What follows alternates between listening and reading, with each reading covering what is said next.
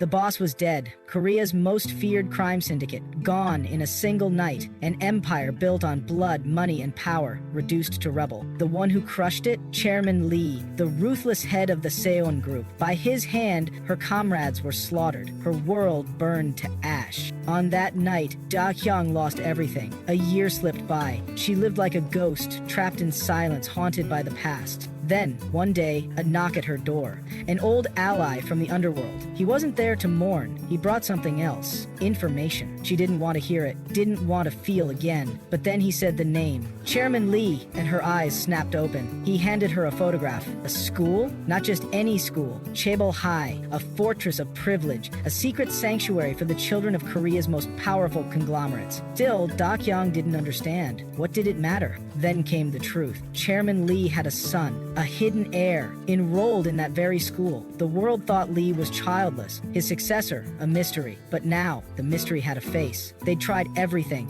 infiltrating his businesses, striking at his lieutenants. Every path led to a dead end. Now, only one door remained. Dakyong said what they were both thinking. We're infiltrating the school, aren't we? He nodded. The chairman was untouchable, but his son? He was still within reach. This time, the target wasn't the king, it was the prince. And this time, revenge would be theirs. Next day, Dakyong walks toward the school. In her mind, she reminds herself that aside from knowing the successor as a boy, she has no other intel. Her mission is to quietly attend school and investigate any suspicious individuals. She begins scanning the crowd and stares at a male student. Noticing this, the boy panics and runs away. Dakyong wonders how she can possibly investigate every male student. While walking, she accidentally bumps into a girl who almost falls but manages to steady herself.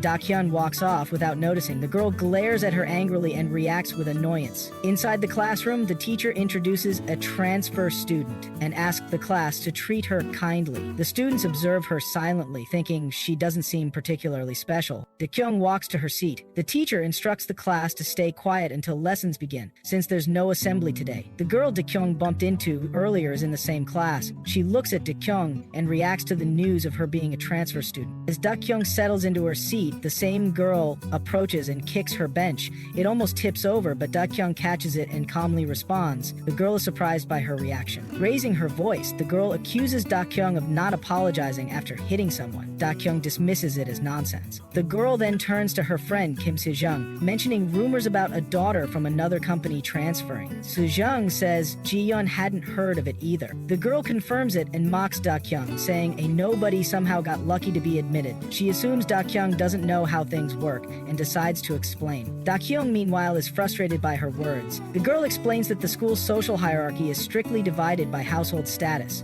The first and second tiers are reserved for top officials, parliament members, and prominent business families. Below them are mid-sized companies, celebrity households, and rising wealthy families. The upper class is well connected through social circles, but she's never heard of Dakyong. With that, she writes fourth tier on a piece of paper and sticks it to Dakyong's forehead. She declares that someone barely fitting the fourth tier can't compare to someone like her in the second tier. She warns Dakyong to be careful if she doesn't want a miserable life. She then leaves with her friends. Dakyong watches them and thinks the place is completely insane. Still, she believes she can handle the mission smoothly. During lunchtime, Dakyong entered the cafeteria and picked up her meal. Seeing steak served for lunch, she felt pleasantly surprised and motivated. She planned to savor every bite. Just then, a message popped up on her phone, instantly irritating her. The message was from her partner, reminding her to report everything every hour. Dakyong angrily responded, questioning whether she was considered worse than a dog, as even dogs weren't disturbed while eating. The man replied, urging her to control her temper at school.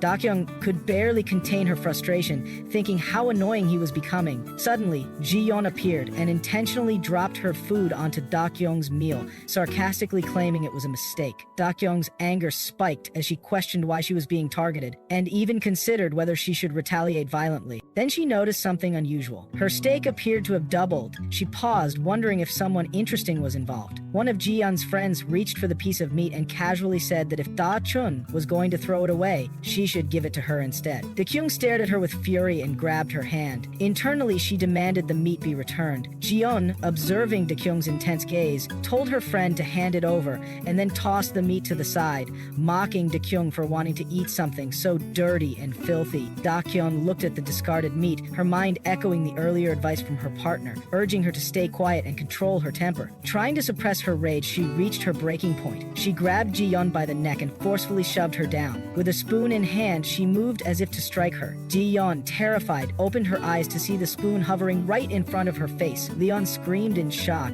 The boy in the cafeteria silently watched the entire incident unfold from his seat. Dakyong, now calmer, decided that it was enough. She let go of Ji-yeon and stepped back. Ji-yeon's friends rushed to her, worried and confused, calling Dakyong insane. One of them noticed something even more humiliating. Ji-yeon had wet herself out of fear. The embarrassment on Ji-yeon's face was unmistakable. Meanwhile, outside the school, Dakyong reflected on how her excitement for food still hadn't changed. At that moment, the boy from the cafeteria approached her, clapping. He praised her for what she had done and curiously asked how she managed it. Without waiting for a reply, he expressed his desire to be friends and asked for her name once again. Dakyong looked at the guy and silently decided to investigate all suspicious people thoroughly. She introduced herself, mentioning that she had transferred today, and asked for his name. The boy responded, saying he was Jung Wun. Handing her his phone, Jung Wun asked for her number. Seeing this, nearby students began whispering among themselves. Some speculated that Jung Wun had gotten the transfer student's number, others expressed jealousy, and one wondered about Dakyong's tier, assuming she must be special if Jung Wun was interested in her. While typing her number into his phone, Dakyong thought it was convenient that investigation targets approached her on their own. But she also felt uneasy under everyone's gaze and decided to leave quickly. As she handed the phone back and tried to walk away, Jung Wun stopped her, suggesting they go to the cafeteria since he had noticed she hadn't eaten earlier. Dakyong politely declined and tried to leave again. He stepped in front of her and asked why she was refusing, insisting that she had nowhere else to go and must be hungry. She declined again and changed direction. Once more, he blocked her path, offering to take her on a walk to enjoy the view. She refused again, still smiling. He suggested showing her around the school since she was new. This made Dakyong nervous. She suddenly turned and ran away. After getting some distance, she paused and felt relieved that he hadn't followed her. In the restroom, Dakyong called her teammate and explained everything that happened. The teammate was surprised she already had someone chasing after her and asked for his name. Dakyong told him it was Jung Wun and asked him to check for any information. He searched his laptop but reported that no personal data was available. It seemed all students' records were similarly protected. Frustrated, Dakyong demanded that he do something useful. He replied that hackers couldn't do everything, complaining about the school's tight security and questioning how she managed to get him admitted in the first place. Ignoring his complaints, Dakyong said she just needed to get closer to Jung Wun. Her teammate began giving her golden tips, like walking home with him, chatting, and using those moments to investigate. He advised going out to eat, perhaps something trendy like tteokbokki. Even if she had already eaten, she could invite him to a pretty cafe, take a couple photos, and maybe visit a karaoke. As evening set in, they could walk together longer, and, as reluctance to go home showed, things might naturally develop. In response, Dakyong asked if they could eat ramyeon together. Her teammate became excited, feeling it was all going according to plan. He added another tip: make at least one close female friend, as that would help her learn more about the students. Dakyong agreed. After ending the call, she felt slightly embarrassed for having seriously followed the advice. While walking out, she made sure Jung Wun wasn't following her, but her thoughts shifted back to him. She wondered why his information was hidden and felt that he wasn't an ordinary student. She hated wasting time and needed answers. Elsewhere, Ji-yeon was confronting a guy, demanding he hand over his phone. He refused, asking who she was to order him around. Ji-yeon pleaded with him to delete her embarrassing photos, angry that he took them without permission. Dakyong arrived at the scene, still recalling her teammate's advice about making a close female friend. The boy mocked Ji-yeon, saying she was trying to protect someone's household reputation. He warned that continuing this behavior would create trouble for Jaehyung, whose parents were under his father's protection. He mocked her silence and threatened to post the photo on Facebook. Ji-yeon panicked and told him not to. At that moment, Dakyong stepped in and grabbed the guy's wrist, startling Ji-yeon. Dakyong asked what was going on. Ji-yeon, embarrassed, asked if he had really posted about her peeing. Dakyong was surprised and asked if Ji-yeon had an accident. Ji-yeon blamed Dakyong internally. The boy grew angry and shouted at Dakyong for disrespecting him publicly. As he threatened her, Dakyong swiftly snatched the phone from his hand and handed it to Ji-yeon, telling her to delete the photo quickly. Shocked, the boy tried to punch her, but she dodged and landed a punch on his jaw. Blood spilled from his mouth as he collapsed to the ground. Dakyong asked Ji-yeon if it was done, and Ji-yeon confirmed it was. The boy's companion stood silently, watching without intervening. Then the boy called out to someone sleeping on a bench, Jaeyoung, telling him to get up. Jaeyoung asked why. He was told that Wonjin had been beaten and passed out. Jaeyoung asked who was responsible. The boy pointed toward the girls, mentioning that the one who hit Wonjin was a transfer student named Dakyong. Looking at her, Jaeyoung asked if he was joking. The boy insisted he was telling the truth. Meanwhile, Dakyong and Ji-yeon sat on the stairs, eating. Dakyong offered some food to Ji-yeon, who declined, saying she was on a diet. Dakyong asked if she could finish it then. Ji-yeon told her to go ahead. In her mind, Ji-yeon wondered who Dakyong really was. She admired her boldness and wondered what kind of family she came from. The name Lee Dakyong was unfamiliar. Ji-yeon even questioned whether Dakyong might be a first-tier student. Dakyong apologized for earlier, explaining she was lost in thought and didn't mean to hit her. Ji-yeon also apologized for being rude. Dakyong noticed that Ji-yeon seemed embarrassed to apologize. Curious, Dakyong asked if Ji-yeon knew Jung Wun. Ji-yeon said she did and asked why. Dakyong said she was just curious. Ji-yeon teased her, asking if she was interested in him, then quickly apologized when Dakyong made a strange face. Ji-yeon shared what she knew. She said Jung Wun was always smiling and acting a bit crazy. From the first day of their grade entrance ceremony, the seniors had come to check out the new students. Among them was the son of Yu Wang-sik, the Minister of Foreign Affairs. He was one of the most well-known seniors. Won, being relatively unknown, was treated as a fourth-tier student and became that senior's target. Things got bad. He was bullied and even subjected to ridiculous things like being treated as a stray star. But no matter what, Won kept brushing it off with a smile. Then, during one art class, that senior poured a bucket of water on him. Jung Wun, who usually stayed calm, felt different that day. The atmosphere became tense and everyone thought something bad might happen, but the day passed without incident. The next day, that senior suddenly disappeared. No one ever heard anything about him again. He was the son of a high-ranking official, so students assumed there was something mysterious behind Jung Wun. Dakyong considered the possibility. Ji-yeon laughed, saying that some kids even joked Jung Wun might have killed the senior.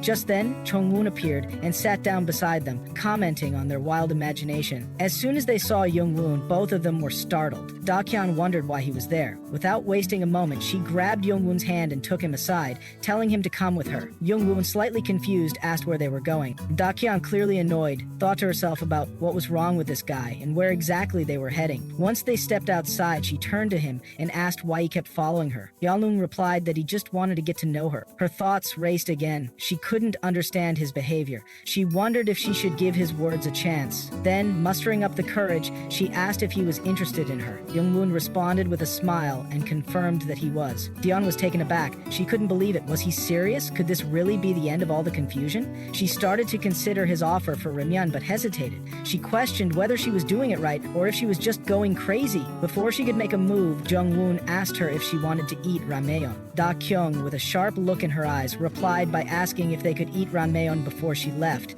Then, with a faint smile, she suggested they eat ramyeon before she went home. Jung-won, surprised by her sudden shift, asked if she meant at his house. She simply answered yes. His surprise turned into laughter as he found her amusing. He agreed, saying they could go to his house after school and that he'd make the ramyeon for her. Dakyong quietly wondered if her plan was actually working. A little while later, class ended, and as Dakyong was about to head home, she noticed Jung-won waiting for her at the school gate. They began walking together. Jung-won questioned her sudden interest in Rimyeon and reminded her how she had been avoiding him. Dakyong explained that after thinking it through, she had decided she wanted to be friends with him. Then, with concern, she asked if his parents were home and whether she was even allowed to visit. Jung-won told her it was fine because he lived alone. This surprised Dakyong. She hadn't expected him to live by himself. Rose Y then asked if she was really okay with going to a guy's house when she barely knew him. Dakyong answered that it was fine. Jung Wun warned that it could be dangerous. Dakyong responded by asking if he meant dangerous for her, showing a mix of curiosity and confidence. Jung Wun and Dakyong soon arrived at his house. Once inside, Jung Wun offered her something to drink, mentioning he had coffee, water, and aloe juice. Dakyong chose aloe juice. He brought her the juice and asked if she wanted to take a look around the house while he made the ramen. As Dakyong looked around, she was surprised by the cleanliness. The place was spotless, which didn't match the rumors she had heard. Her eyes landed on a photo album. Sitting down to flip through it, she noticed that nothing had changed, but all the explanations felt dull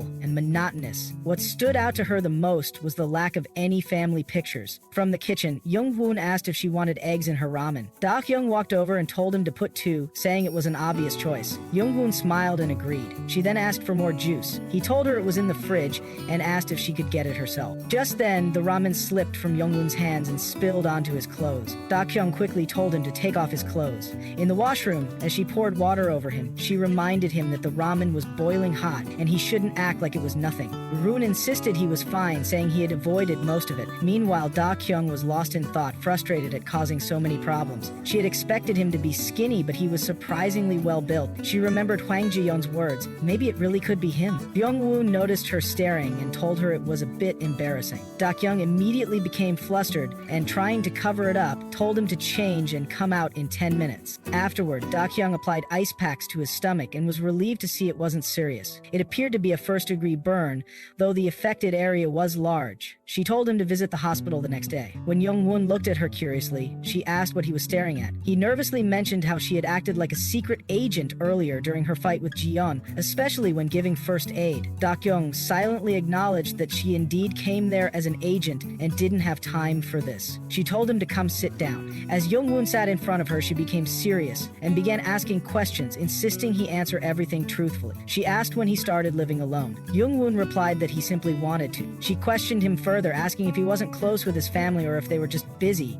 Jung Wun admitted that he wasn't really close to them. Dakyong felt that he was avoiding the real answer and wondered if Hwang Ji-yeon's claims were actually true. Frustrated, Jung Wun asked if she had come just to investigate him. Eventually, they both sat quietly on the sofa, and Dakyong apologized. Jung Woo told her it was fine, though her questions had caught him off guard. He admitted he hadn't expected her to be so curious about him, and asked where she had transferred from. Dakyong replied that she had come from a private school in Seoul. When asked why she transferred, she said it was because her family had moved. Jung Gun noted how hard it was to transfer there, and assumed her parents must have influence. Dakyong didn't want to talk about her parents and decided to avoid the topic. Rong Woon continued, saying that since she didn't get discouraged by people's behavior, her parents must be great too. He expressed curiosity about them. Dong simply said they were warm and friendly, more than anyone else. Then she mentioned it was time for her to leave. Yong Woon was surprised and commented that it would be rude to stay longer. As Dakyong prepared to leave, she thought to herself that she had already retrieved the USB and had nothing more to do there. She felt she had done enough for the day. Suddenly, Jung Woon asked if she even knew what eating ramen at someone's place really meant. Confused, she asked what he meant. Jung Woon laughed and realized she didn't know. He asked who had taught her that phrase. Dakyong, still unaware, asked again what it meant. Jung Woon laughed and explained, causing her to blush in embarrassment. He mentioned that whoever told her that was definitely mischievous and suggested she stay longer. Dakyong declined. Just then, she received a call. She went into the washroom to take it and told the caller she had already texted that she was going to his house. The person on the other end said something that shocked her. She rushed out of the washroom and told Jung Woon there was an emergency and she had to go. Without another word, she quickly left. As she ran, her thoughts raced. She wondered who had attacked him. No one should have known their identities. She reached home and opened the door to find things scattered everywhere. Her partner, Taegwong, sat injured on a chair. Rushing toward him, she suddenly sensed danger. From behind, a man armed with a baseball bat was about to attack her. Just as the attacker was about to strike Dakyong with the baseball bat, she swiftly blocked the attack with her hand and demanded to know who he was. Without hesitation, she punched him in the face, sending him crashing to the ground. In her mind, she questioned how he knew their location, doubting it was the chairman behind it. The man then pulled out a knife and managed to slash her hand before fleeing the scene. Dakyong shouted for him to stop, but he disappeared. She turned to see her partner, Tae-woong, unconscious. A while later, at the hospital, Ta-bong finally regained consciousness, with Dakyong sitting beside him. She asked if he was awake, then told him not to move to avoid worsening his injury. She asked what had happened and whether it was just one person. Ta-bong confirmed the last thing he remembered was someone going through his computer, likely trying trying to retrieve their information. He questioned why the attacker didn't kill him and speculated that someone might have acted independently. Dakyong urged him to stop thinking too hard, warning it would only make his headache worse. She told him to focus on finding a new office and to destroy any evidence of their existence. Then, she handed him a USB and asked him to investigate what she had extracted from Jung Wun's computer. Curious, Tae-woong asked what had happened between her and Jung Wun. In response, Dakyong struck him on the forehead and angrily grabbed his collar, demanding to know why he hadn't told her what eating ramyeon actually meant, accusing him of having a death wish. At that moment, a nurse entered in a panic, asking if the patient was awake. Seeing the scene, the nurse scolded Dakyong and forced her to leave the room immediately. Later that night, Dakyong stood on a rooftop, reflecting on a woman who once told her not to overthink and assured her she was doing well. Thinking about it, Dakyong imagined those same words coming from her deceased boss. Beside her stood Jae-hoon, who silently observed her. Dakyong thought she was wasting time and decided she needed to go clean up the office. Ye-hyung then called her by name, prompting Dakyong to turn around and ask how he knew it. He mentioned hearing that she had beaten up Oh Won-jun. Confused, she asked who that was. Suddenly, two more boys appeared, one of them being the same person Dakyong had beaten at school. He angrily approached her, ready to punch, but Jae-hyung stopped him. The boy questioned why he was being stopped, then warned Dakyong to be grateful to Jae-hyung, saying next time she wouldn't be so lucky. With that, the group walked away. Watching them leave, Dakyong realized that the boy was the infamous Won-jun. She then turned to Chae-hyung and asked why he had stopped the fight. Chae-hyung expressed his disgust at the boy using his parents' status to justify himself. He advised Dakyong not to boast about fighting and to lay low, reminding her she should be thankful he let it go. Dakyong then snatched the cigarette from his hand, threw it away, and sarcastically thanked him before asking his name. Surprised, he introduced himself. Dakyong noted his surname was Lee. She stepped on the cigarette and reminded him that high schoolers shouldn't smoke, then walked away. Jae-hyung quietly wondered if she was a high schooler too. The next day at school, during class, Dakyong fell asleep at her desk. After class ended, Jung Wun approached her with an angry look. He asked if she had gotten home safely the previous day. She replied that she had. He said he had texted her and asked if she had seen the message. As she pulled out her phone to check, Jung Wun grabbed her hand. Shocked, Dakyong asked what he was doing. Jung Wun rolled up her sleeve, revealing the injury on her arm, and then asked her, with great seriousness, who had done it. Dakyong appeared startled and nervous in response. Inside the hospital, Jung Wun confronted Dakyong, doubting her excuse that she had simply slipped while walking. Dakyong confirmed it, but silently wondered why she was being scolded. Jung Wun pointed out her poor lying skills, which Dakyong denied angrily, claiming she was perfectly fine. As she tried to get up, Jung Wun stopped her, questioning where she was heading. She said she had class, but he reminded her that she didn't really care about it. Frustrated, Dakyong thought to herself whether he was trying to act like her father. Suddenly, Tae-young's phone started ringing, and she was surprised to see it there. As Jung Wun reached to pick it up, she quickly rushed over and asked for it. Despite her efforts, Jung Wun took the phone and began questioning her about a person named Tae-woong, wondering if he was the one making her act so suspicious, or if he was the cause of her injury. Tae-young snapped back, denying the accusations and calling Tae-woong her bodyguard. Still, Jung Wun insisted she was lying and refused to return the phone until she told the truth. Angered, Dakyong struggled to snatch her phone, and eventually she managed to grab it, thinking she had finally retrieved it. Just then, Jae-hyung entered the room and saw Dakyong sitting on top of Jung Wun, who was lying on the ground. Jung Wun laughed and commented that she could have fallen more dramatically. Jae-hyung addressed Dakyong by her name, prompting Jung Wun to ask if the two knew each other. While checking her phone, Dakyong casually mentioned something had happened yesterday. Jung Wun reacted with curiosity, but Jae-hyung brushed it off, saying it wasn't his business to pursue someone already taken, and also remarked that Jung Wun was being kind of mean. Jung Wun questioned what he meant by that, and Jae-hyung explained how complicated female friendships could be, accusing Jung Wun of trying to manipulate a clueless transfer student.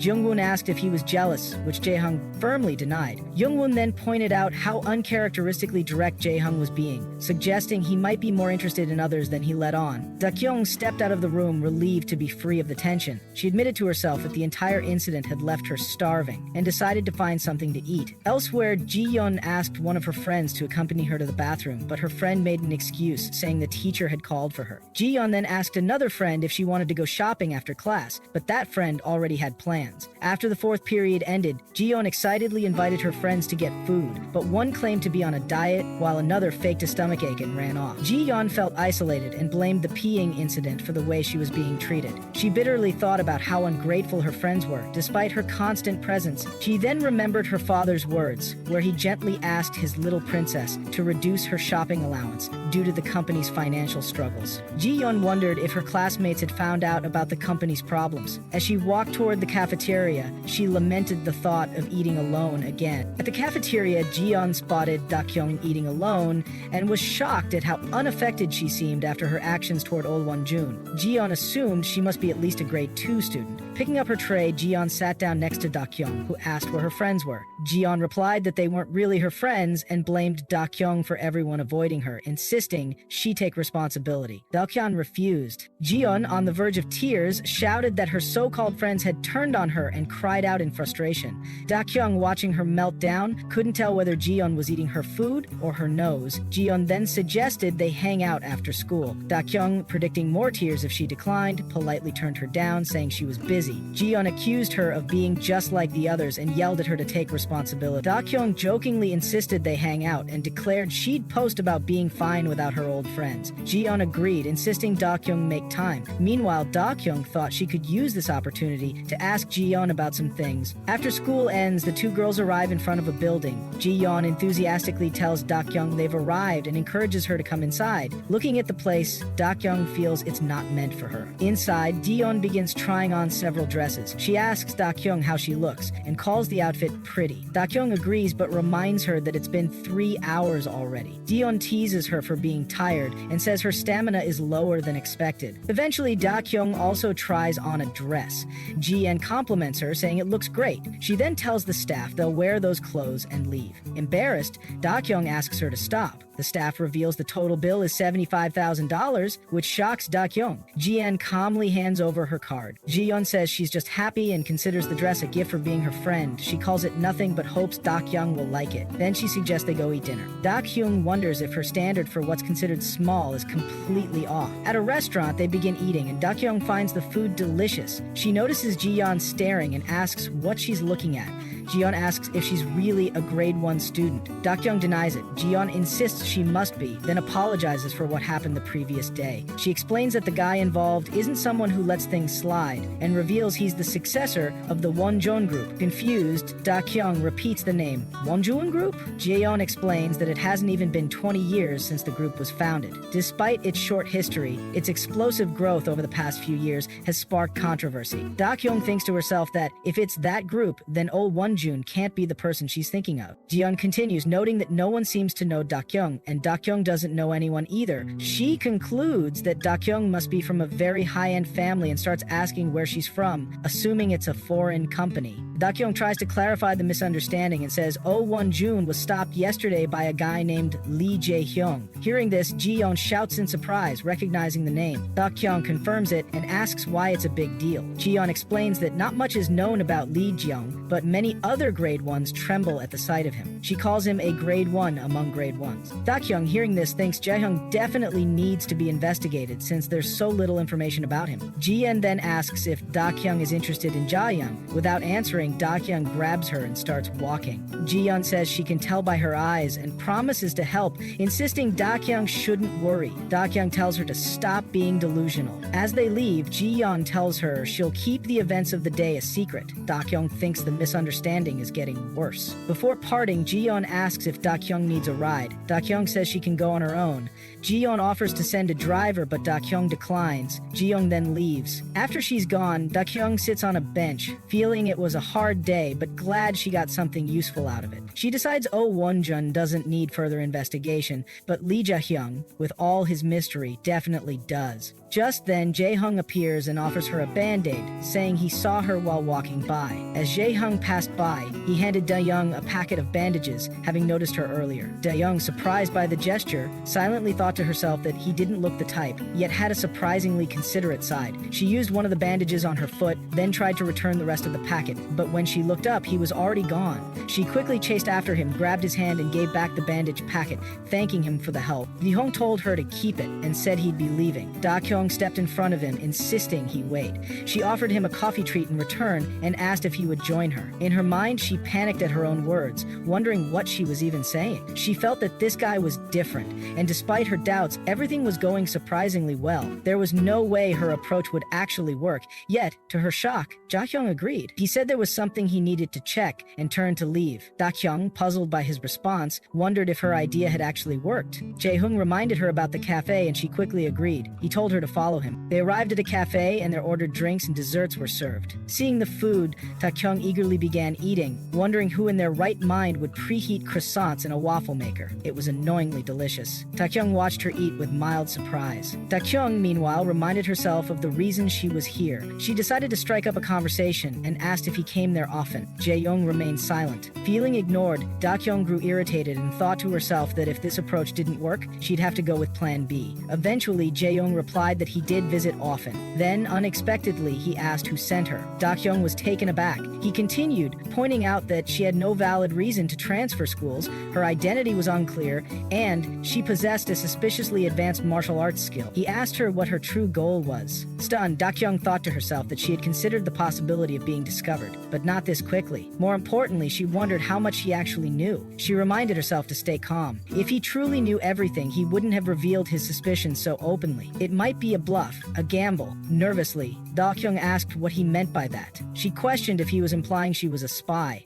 The martial arts skills were simply a self-defense technique, something she had practiced as a hobby since childhood. As for hiding her identity, she pointed out that it applied to him as well. In fact, she said she could reveal her identity to him if it came down to it. She just didn't trust anyone yet at this new school. He, on the other hand, had been at the school for 2 years. Why was he still so secretive? Before she could press further, Jae-hyung ended the conversation abruptly, saying they should stop talking about it. Dae-hyung, frustrated, swore to herself that she wasn't done with the topic. She then asked him if he had investigated her background and if that was the real reason he came with her so easily. Reflecting on the situation, she realized his hostility made more sense now. Maybe this was a normal reaction. Compared to him, Jung Wun had been surprisingly welcoming, which was extremely fortunate for her. Dakyong asked if she was dating Jung Wun. Shocked, she called it nonsense, and suddenly remembered the embarrassing scene where she had fallen on top of Jung Wun. She scolded herself not to remember that moment. Jae-hyung told her it was fine and suggested they leave. Dakyong thought to herself that she hadn't gained much useful information,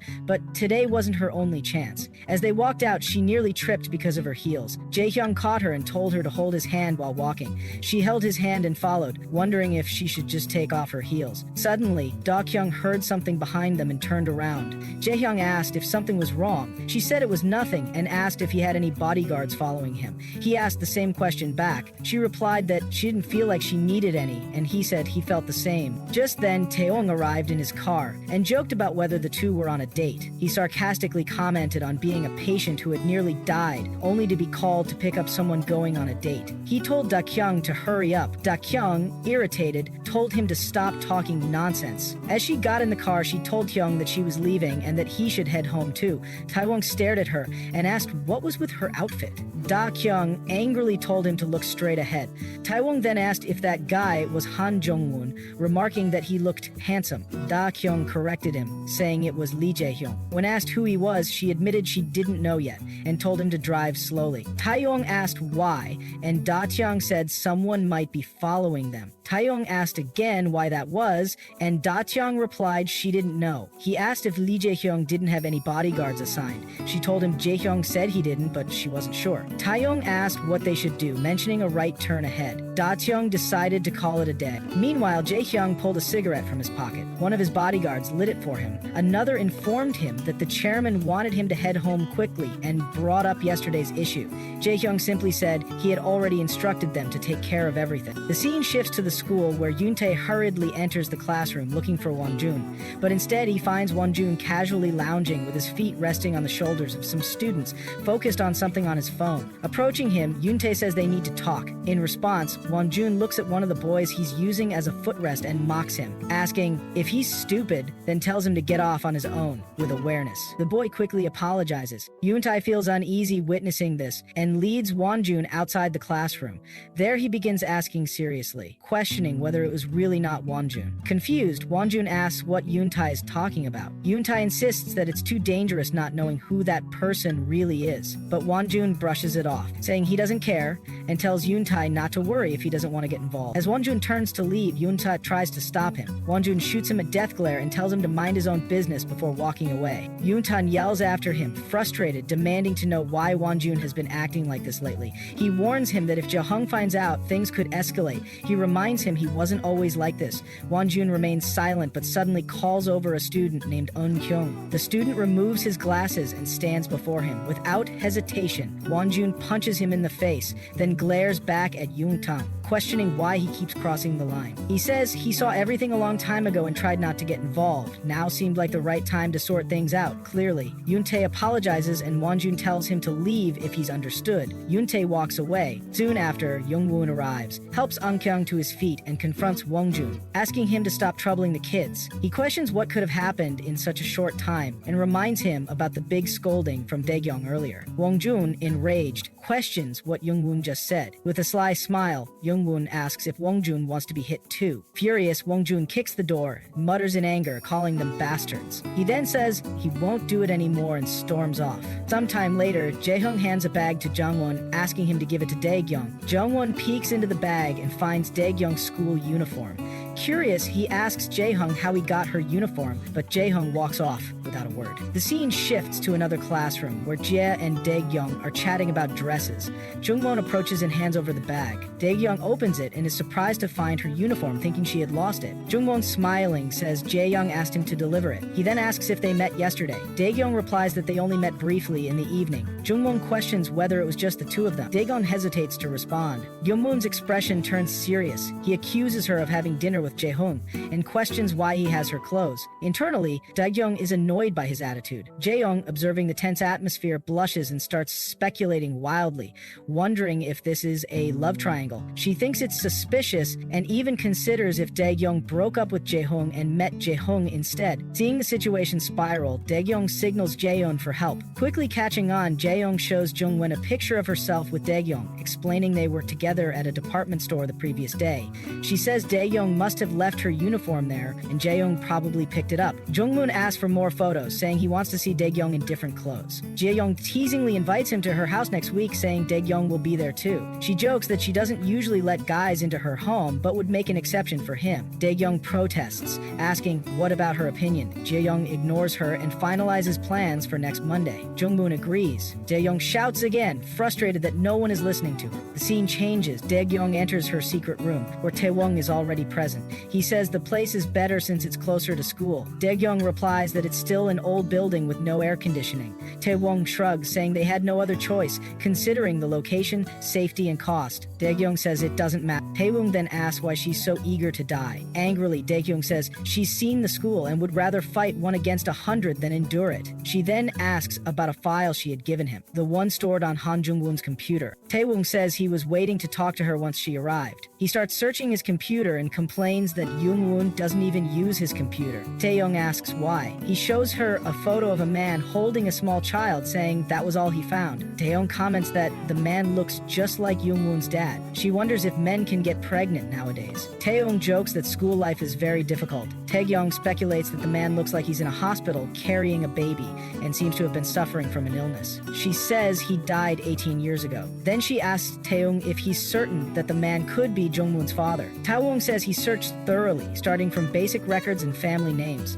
Taeyong replies that the only link is that the photo was found on Jungwon's computer. That alone is suspicious. She admits that investigating people around Jungwon may not be useful, and even his name might be fake. She concludes that the information is so limited, it's beyond imagination. In the next scene, Dakyong is seen having killed many people, her face and hands covered in blood. A phone call comes through, and the caller asks if she's okay and whether she got in touch with the boss. Dakyong coldly questions why why. The caller responds vaguely, hinting at a deeper issue. He feels like the boss might have been caught in the chaos too. The voice on the other end explains that the situation is the same on his side, completely devastated. He urges Dakyong to run as far away as possible. Just as he says that, the connection becomes unstable. He warns her not to even think about how far to go. The line gets cut with the last message being, "will be charged." Dakyong attempts to call someone, but the number she dials is unavailable and is being forwarded to voicemail. Even the voicemail fails to connect. Running away in panic, she thinks to herself that she can't get through and tries to send a voice message, but even that fails. Frustrated and overwhelmed, she throws her phone away. Dropping to the ground, she screams in anguish, questioning her own agitation.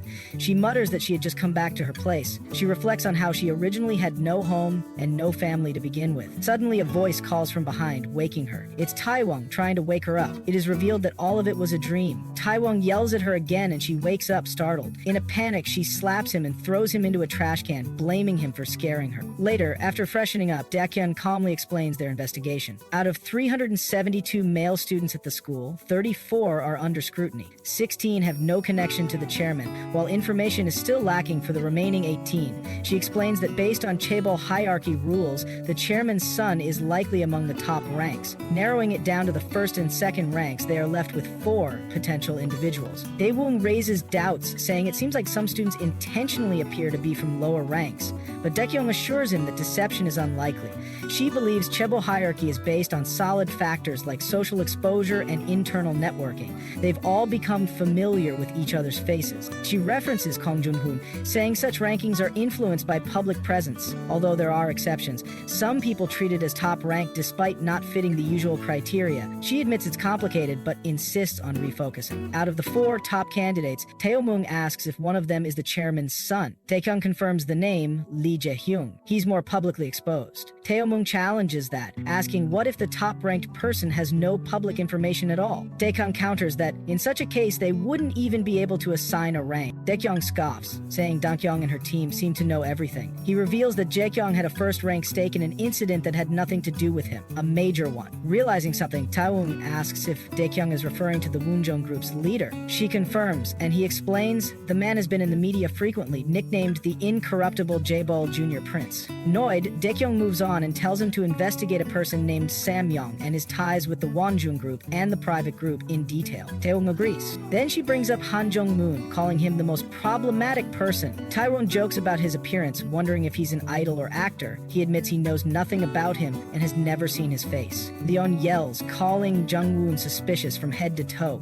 She complains about how he keeps clinging to her, unaware of how annoying he is. She is frustrated by how he tries to control her, treating her like his possession. Taewang shrugs, asking what he can do about it. He jokes maybe Jung Wun just has a crush on her and urges her not to take it too seriously, but Taekyung questions the logic. No one knows Jung Wun's true identity, not even the school. Despite all their investigation, nothing comes up, like he's hiding something on purpose. Taewang asks if she thinks Jung Wun knows her true identity and approached her deliberately. Dakyong says it's not impossible. He reminds her that in their society, she's already a dead person, and he's a non-existent being. There should be no one who can uncover their true identities, but Dakyong quietly says there might be someone who can. Taewong, now overwhelmed, says his head hurts. He changes the subject, confirming his current task is to investigate Oh Won-jun. He jokingly adds that Dakyong has used up her explanation quota for the day. Dakyong, still frustrated, tries to explain more but is pushed out of the room by Taewong. The scene shifts. Roswa-jun is seen paying 2 thugs. He promises the remaining payment after the job is done. They ask about the photos. Roswa-jun remembers and warns them about the target. He shows a photo with Jaeyeon and Dakyong in it. He points out the girl with black hair, not the one with pink hair, and warns them not to make a mistake. One of the thugs confirms she's a student and says they don't need so many people for this job. Wonjun, agitated, shows his teeth, explaining that she made him lose one and he had to get an implant because of her. He says if it were that simple, he would have handled it himself. The thug agrees and says they'll handle it, asking for fair compensation. Then one of them says the girl resembles someone they used to admire, someone from 20 years ago. Wonjun is intrigued and asks for details, but the man hesitates, unsure if he still has has the photo. Suddenly, he notices the girl in the picture again. With a smirk, Wonjun laughs, muttering to himself that Dakyong is even more troublesome than he initially thought. Inside the quiet classroom, Dakyong slowly woke up from a short nap. Her eyes blinked open, adjusting to the light, only to find Jung Wun sitting right next to her. He was watching her silently, and his unexpected presence startled her. Confused, she asked why he was sitting there. A few seats away, Ji-yeon sat with her head in her hands, clearly exhausted. Muttering to herself, she complained about how exaggerated and unnecessarily intense the last math class had been. Dakyong turned to Jung Wun and asked why he kept changing seats during self-study periods. He shrugged and replied casually that he simply liked that spot. His nonchalant response made her a bit uneasy, and she asked if he was really okay with that. Jung Wun didn't seem to care much and said it wasn't a big deal. Then, noticing he didn't have his backpack, she asked about it. He calmly replied that he hadn't brought it that day. Just then, Ji-yeon got up and walked over to them, teasing Dakyong with a mischievous grin. She joked that now that spring had arrived, Dakyong seemed to be dating again. Laughing, she invited Dakyong to come to her house and reminded her of a promise to help with something. Without waiting for a response, she grabbed Dakyong's hand and started pulling her along. Jung Wun quietly followed behind them. As they walked together, Jung Wun asked Dakyong how her weekend had gone. Ji-yeon, walking beside her, scolded Dakyong in a whisper for ignoring her phone calls. Turning to Jung Wun, she pointed out how he'd been coming to school more frequently ever since Dakyong moved in. Jung Wun replied calmly that it wasn't like he was deliberately trying to avoid school anymore. Dakyong then asked him why he had been skipping so many days before. Jung Wun replied that he had a lot going on. She hesitated and questioned whether it was really okay for him to do that. Before the conversation could continue, Ji-yeon interrupted, casually boasting that her parents had connections with the school board and could get away with anything. Young paused and told them to go ahead without her for a bit. She said she needed to contact her family. Ji-yeon agreed and told her to take her time. Then she and Jung Wun continued on their way. Dakyong looked at her phone and noticed a missed call she had ignored earlier. A pang of regret washed over her. She wished she had responded or been more honest. Lost in thought, she didn't notice someone walking toward her and accidentally bumped into Wonjun. Her phone slipped from her hands and hit the ground with a sharp crack. Roswai's friend commented casually that Dakyong looked fine, but Wonjun, smirking, mocked her for being from a low-class background. Dakyong didn't say anything at first. In her mind, she told herself it wasn't worth responding to people like him. But as Wonjun walked away, something didn't sit right with her. He muttered under his breath, confused about why her shoulder felt so stiff when they bumped. Dakyong called out and showed him the cracked screen on her phone. Wonjun, acting arrogant, blamed her for suddenly stepping into his path. Her frustration boiled over as she reminded him that he was the one who bumped into her. Wonjun casually said it was just a broken screen, nothing worth fighting over. But Dakyong stood firm and demanded an apology.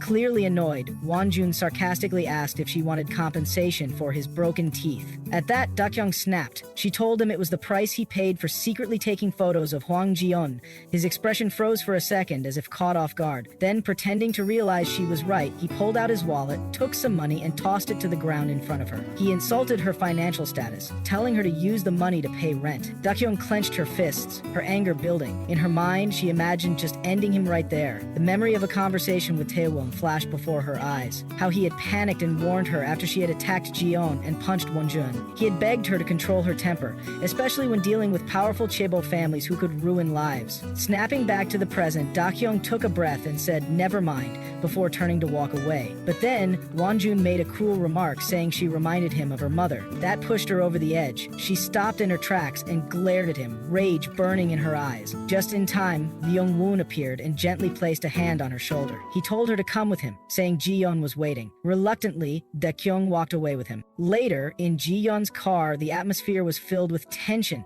Ji-yeon, furious, cursed at what Wonjun had done and said she wished Dakyong had punched him even harder. Jung Wun asked what had happened. Ji-yeon reminded him of the time an ambulance had come to take Oh Wonjun away after an incident. Jung Wun admitted that he hadn't cared much back then. Jung Wun sat quietly, wondering how someone like Jung Wun, who usually showed no interest in others, could still be kind to her. Ji-yeon continued talking, explaining that everything had started on Jung Wun's first day at school. Jung Wun was curious and asked what happened. Dong-yeon hesitated, then revealed that Jung Wun had taken a photo of her while she was urinating in the cafeteria. Ji-yeon's face turned red with embarrassment and anger. She blamed the incident on Dakyong's level 1 status, expressing how unfair it was. But Dakyong calmly said she wasn't level 1 anymore. Ji-yeon looked surprised and questioned that. Dakyong asked why she found it so hard to believe. Ji-yeon replied that despite everything that happened, Dakyong always seemed okay, and it wasn't easy standing up to someone like Wonjun. Jung Wun asked if Wonjun was really that dangerous. Ji-yeon clarified that it wasn't about danger.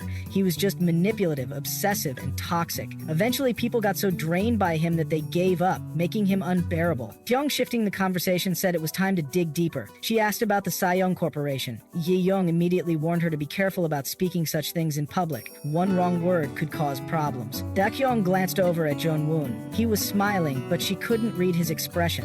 What was he really thinking? Soon, they arrived at Ji-yeon's apartment. Ji-yeon cheerfully welcomed them, saying she was excited to finally have friends over. Holding Dakyong's hand, she asked her to order some food. They sat together on the sofa, feeling more relaxed. Ji-yeon asked what they wanted to eat. Dakyong replied that anything was fine. Jung Wun agreed with her, but Ji-yeon frowned and said she hated vague answers like whatever. Dakyong suggested chicken pizza and tteokbokki. Ji-yeon rolled her eyes, thinking they didn't really want that, but walked off to place the order anyway. Just then, Ji-yeon's phone lit up with a call from her father. She panicked instantly. Dakyong asked what was wrong. Ji-yeon, visibly terrified, said her dad was calling and that she wasn't allowed to have boys over at her place. Not knowing what else to do, she rushed to hide both Dakyong and Jung Wun inside the wardrobe and begged them to stay silent. When her dad entered, he questioned why she hadn't come home. Ji-yeon quickly said it had been her decision to stay. He then asked about the other guests. Ji-yeon explained nervously that they were just her classmates. Inside the wardrobe, Dakyong looked at Jung Wun. He made a gesture for her to stay quiet. She stared at him and thought to herself, he's definitely in trouble now. Dakyong pushed Jung Wun, but Jung Wun immediately stopped her, warning her not to push him as there was a hanger behind him.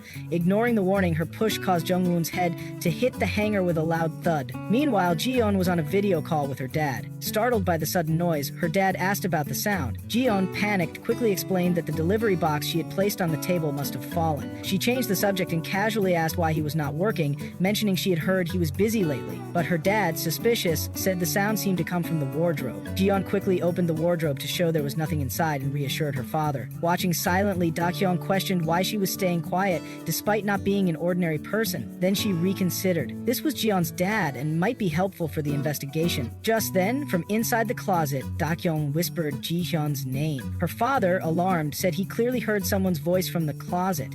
Ji-yeon, flustered, claimed she had been watching YouTube and must have forgotten to pause it. Her father became furious. He shouted her name and insisted that it couldn't be Oh Won-jun. He warned her never to meet anyone like Oh Won-jun or allow such people into the house. Ji-yeon, shocked, asked what he was talking about. Her father then demanded to know what was actually in the closet and said he would call a shaman. Pressed into action, Ji-yeon opened the closet to prove her point.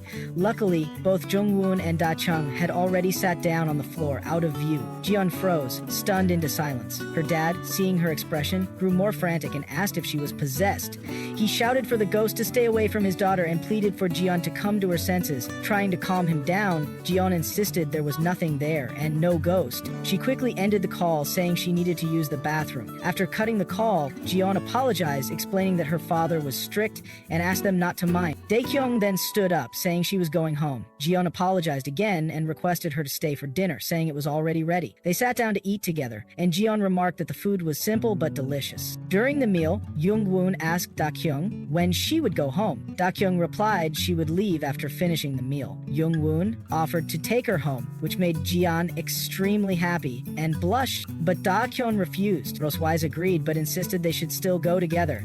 Dakyong questioned why he kept insisting. Jung Wun admitted he was worried, possibly because of Oh Won-jun. Dakyong replied with firm resolve that she wouldn't be swayed even if 100 people like Won-jun came at once. Jung Wun teased her, saying she sounded as if she could actually beat them all, calling her a gangster action leader. Hearing that, Dakyong broke into a nervous sweat. Julei noticed her and asked why she was sweating like that.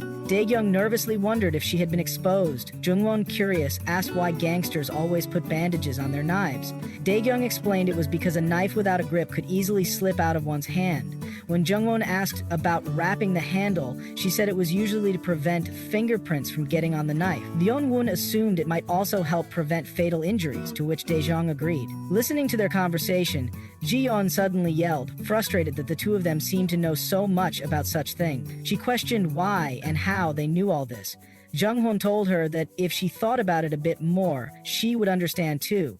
Jiyeon, now irritated, shouted back, asking if he was implying she was just an inanimate object with no thoughts. Startled, Jung Wun denied that's what he meant. Jaeon huffed and sarcastically asked why he didn't just call her Plankton. Jung Wun calmly responded that Plankton wasn't inanimate. Hearing this, Jaeon became even angrier. Watching the two argue, Dakyong couldn't help but burst into laughter. When Jung Wun asked why, she firmly said no, and added that she always ended up in trouble whenever he was around. Jung Wun was visibly shocked. She continued, saying he was weird and made her feel uncomfortable. Jichon couldn't help but laugh at the unexpected rejection and, in her mind, marveled at how seriously Jung Wun was taking it. She found this moment incredibly entertaining, the most fun she had since starting school. Watching Jian laugh, Dahyung called her weird as hell. Jung Wun, staring at Dahyung, said it was the first time he had seen her laugh. Dahyung replied that she laughed all the time. Hearing this, Jian and Jung Wun could only remember her terrifying laugh. Lying on the sofa, Jian turned to Dakyong and asked if she wished she were popular. Dakyong, confused, warned Jian that lying down right after eating could make her sick. Jian smirked, suspecting she was avoiding the question, and mentioned her date with Lee Jaehyung. At that, Dakyong suddenly jumped and lay on top of Jian. Jian, startled, reminded her she just said not to lie down after eating. Dakyong sarcastically replied, clutching her stomach in mock pain. Jung Wun said he would clean everything up and come back. Dakyong stayed on top of Jiyeon, saying she really liked her human bed. Jiyeon brought up Jung Wun again, saying he was nice and sincere. Dakyong bluntly asked if Jiyeon liked him and told her to date him if she did. Jiyeon denied it, saying he wasn't her type and she preferred someone prettier and more charming. Dakyong, offended, asked if Jung Wun wasn't charming, then who was? Jiyeon shouted toward Jung Wun, announcing that Dakyong had called him handsome. Dakyong threatened her in response. Jiyeon defended herself, saying she didn't make it up, and asked how many relationships Dakyong had been in. Dakyong revealed she had never dated anyone. After cleaning, Roton returned, and Jiyeon told him Dakyong had never been in a relationship. Roton calmly said he had expected that. Jiyeon, pulling Dakyong's cheeks, asked why, saying she looked fine, and questioned if there was something wrong with her. Just then, Jung Wun received a phone call and stepped away to answer it. Dakyong saw this as her chance. She told Jiyeon she wanted to go home. Jiyeon urged her to wait for Leon Wun and go together, but Dakyong reminded her that she had already refused. Jiyeon protested, saying if she left, she and Jung Wun would be alone together and that would be awkward. But Dakyong didn't care and stood up to leave. As she walked down the road, Dakyong thought about Jung Wun's concern for her. In her mind, she dismissed his worry, saying they didn't even know her real reason for being there, to kill people. She felt out of place with their ordinary friendship and bonds. These feelings made her uncomfortable because she feared she might be swayed by them. Wearing her school uniform and pretending to be a normal student had started making her lower her guard, but she reminded herself that from tomorrow onwards, things would change. Suddenly, she noticed a man in front of her. Before she could react, another man appeared behind her, holding a knife to her neck. He remarked on her sharp instincts, saying she must have sensed the danger. He warned her not to scream or act out, threatening to kill her instantly. He told her to follow him quietly. At that moment, Dakyong remembered Jung Wun's words, his concern, his insistence. Her thoughts sharpened, and she concluded, as expected, he was truly annoying. Chung stood alone as a dozen rough-looking men surrounded her. Their faces were hardened, their eyes cold and ruthless. The leader, a bulky man with scars across his face, stepped forward arrogantly, expecting her to surrender, but Kyung didn't budge. She locked eyes with him, calm and sharp, demanding to know if Wonjun had sent them. The leader exchanged silent glances with his men before replying vaguely that she'd find out soon enough. Without waiting, Kyung struck first. Her fist flew forward like lightning, crashing into the thug's jaw. He stumbled, stunned by the force. Before he could recover, she delivered a second blow to his ribs, sending him collapsing to the ground in pain. The rest of the men charged, shocked and furious, but Kyung was ready. She moved with precision, dodging attacks and countering with ruthless efficiency. Every strike hit its mark. One by one, the thugs fell, groaning and retreating. Her speed and strength overwhelmed them, exposing their fear. They had underestimated her. From behind, a thug tried to catch her off guard with a knife. The blade sliced through the air, but Kyung had already anticipated it. She twisted, disarmed him, and knocked him down with a powerful punch. The remaining men hesitated, now visibly shaken. Panic rose among them. One injured thug called out to their boss, questioning who this girl even was. Ignoring the chaos, the boss stepped forward, cracking his knuckles. He confronted Chung directly, recognizing her combat skills and taunting her with a cold warning. Before he could strike, Kyung launched a brutal kick into his ribs, sending him reeling. He quickly recovered recovered and counterattacked, but her speed and precision kept her in control. Their fight escalated into a fierce exchange of blows. As the boss drew a knife and lunged, Kyung ducked and retaliated with a crushing hit that threw him to the ground. She raised the knife, ready to finish the fight, but her friend's voice echoed in her mind, reminding her not to kill the innocent. The memory steeled her hand. In that brief pause, the boss struck her face hard. Blood spilled from her lips, and she staggered back. He mocked her restraint, calling her a child who couldn't go all the way. His words tried to shake her, but Kyung answered with action. She delivered a fierce kick that launched him into a nearby wall. Spotting one thug fleeing in terror, she let him go, choosing instead to search the boss's pockets. She found a phone and ID, but both were fakes. Realization hit. These men weren't President Lee's, they were just low-level criminals, pawns sent by someone else. Her anger surged as the truth became clear. It was Won Jun behind this attack. He had dared to use thugs against her. Suddenly, a heavy blow struck the back of her head. Darkness clouded her vision as she collapsed, struggling to stay awake. She cursed her own carelessness for not checking behind her. Rough arms lifted her, and a voice muttered with frustration about the failure of the men. Meanwhile, in another part of the city, a white-hailed boy turned to a pink-hailed girl, asking about Kyung.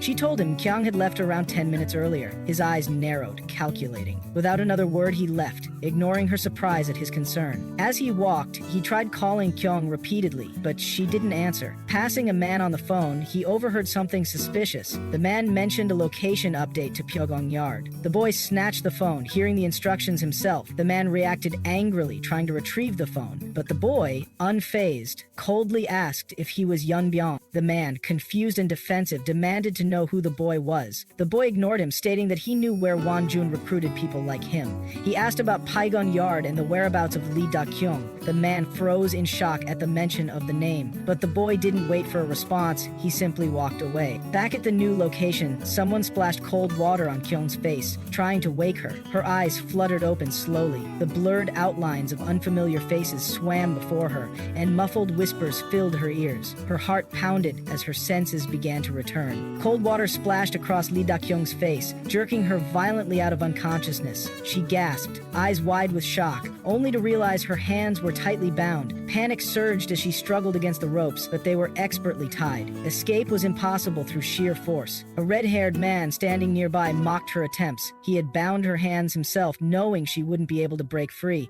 Dakyong's eyes quickly scanned the room. 5 men surrounded her, each one armed, dangerous, and staring with hostile intent. She forced herself to stay calm, mentally preparing to fight. Escape wasn't an option. If she wanted to survive, she would need to defeat them one by one. Noticing the fire in her glare, the red-haired man stepped closer. He grabbed her by the neck with brutal force, taunting her, claiming she didn't understand her situation. He reminded her that this wasn't a misunderstanding. She had been kidnapped, and nothing about it was a joke. Dakyong didn't flinch. Her anger burned beneath the surface as she demanded to know his true intention. The man's expression twisted into something darker. He threatened her, hinting at sadistic plans. Her defiance only grew. She spat in his face and called him a psycho. His rage flared instantly. The insult pushed him to the edge. He warned her he would do something extreme to make her realize how helpless she really was. But Dakyong stood her ground. She mocked his reliance on others, pointing out he needed backup because he couldn't face her alone. He laughed, unbothered, admitting that with enough money, he could buy loyalty and strength. He bragged that his men would obey any command without hesitation, that to him was true power. She responded coldly, calling him a lapdog. The insult hit deep. She reminded him that he was nothing more than a puppet, dancing for his master, Lee Jae-hong. She even added that Jae-hong despised men like him. Stunned by her words, he laughed bitterly, dismissing her claim. Just because Jae-hong had helped her once didn't mean he supported her. The red-hand man lowered his voice, warning that without him, Jae-hong wouldn't survive. Dakla frowned, trying to understand, but the man refused to explain further. Instead, he pulled out his phone and mentioned something strange. He had compared her to her mother. He claimed he had evidence. He showed her a photo. It was Dakyong herself. She froze in shock, unable to hide her reaction. Seeing her response, the man grinned cruelly. At first glance, he had thought it was her mother, but on closer look, he realized it was Dakyong in disguise. He taunted her, questioning how she had enrolled in the school under a false identity. He accused her of seducing someone, perhaps Jung Wun, to cover it up. He threatened to leak the photo, predicting social ruin and expulsion. Dakyong, holding back her rage, asked if that was the reason for her kidnapping. The man grew irritated at her indifference. She remained defiant, telling him he could do whatever he wanted. Her calm unsettled him. He questioned her, unable to understand why she wasn't afraid. She challenged him directly, daring him to go ahead. She told him with icy resolve that he wouldn't get the chance, because he would die today. The man laughed, unimpressed. He mocked her threat, expecting something more clever, but before he could finish, Dakyong lashed out. Her legs swung with lethal precision, sending him flying backward and crashing hard onto the floor. With fire in her eyes, she reminded him that he had made a mistake. Her legs were never restrained. Furious, the man grabbed a metal rod from the ground and raised it to attack. Elsewhere, the white-haired boy stared at his phone, filled with growing concern. She hadn't come home. Her location was still active, but he hesitated, unsure whether to call. Then, suddenly, her GPS signal vanished. His chest tightened in panic. Back at the hideout, one of the thugs muttered about her phone. Another confirmed it had already been handled. It was now out of reach. The red-haired man hovered over Dakyong's motionless body, panicked. He demanded the others check her condition. One thug leaned in to check her pulse, confirming she was still alive but barely breathing. But in an instant, Dakyong's hand shot up. She gripped the thug's throat with frightening strength, choking him. The room erupted in shouts. No one could believe what they were seeing. The thug struggled, but Dakyong pushed him away violently, sending him crashing back. The others froze, stunned by her willpower. They stared at her, shocked that she was still fighting. Her injuries should have taken her down. They demanded to know how she was still moving. But Dakyong stood tall, breathing hard, eyes burning with fury. The red-hand man watched her in disbelief, realizing his men were useless. But before he could act, Dakyong's voice sliced through the silence. Her message was clear and merciless. He would be the one to die today, not her. Kyung's voice cut through the chaos like a blade, commanding the room with chilling authority. Her piercing gaze swept across the group of thugs, each one pausing under the weight of her calm, calculated stare. The red-haired man's face twisted from smug arrogance to visible panic, the shift instant and undeniable. His confidence shattered the moment he realized he had no control over the situation anymore. In a shaky, cracking voice, he barked at his men to kill her, but his panic was obvious in the tremble of his command. The thugs surged forward, one of them raising a metal rod high, aiming to bring it down on Kyung, but she moved like lightning. With a swift motion, she caught the rod midair, stopping the attack cold. In the same breath, she swung it back with force, striking the attacker hard in the chest and sending him stumbling back, breathless and stunned. The red-hand man watched in disbelief as Kyung dismantled his crew one by one. She moved like a machine, every strike precise, every counter flawless. Her fury was controlled, her technique terrifying. Just as another thug crept behind her and locked his arms around her waist, a second one moved in with a knife aimed at her back. But Kyung acted before the blade could reach her. She slammed the thug behind her into the knife wielder, disrupting both. Breaking free, she seized the attacker's arm and delivered a brutal blow that dropped him instantly.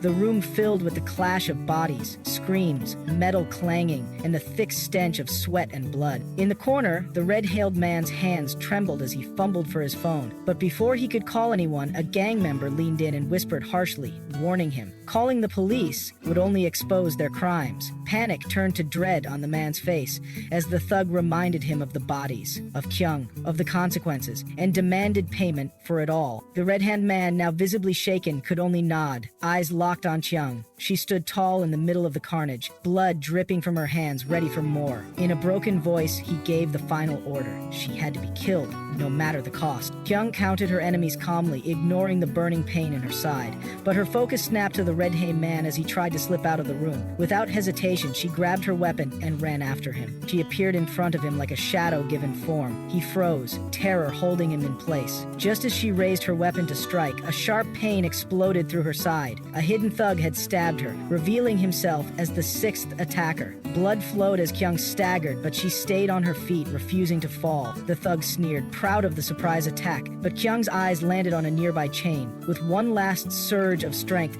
she grabbed it and wrapped it around his neck, choking the life from him. His body fell limp at her feet. Breathing hard, Kyung ripped off her blood-soaked t-shirt and tied it tightly around her wound. Despite the pain, her gaze burned with focus. She turned back to the red-haired man. He backed away, trembling, trying to make sense of what he was witnessing. He began begging, offering her money, 100 million, a billion, even 50 billion. He shouted about his father, about his power, about everything he owned.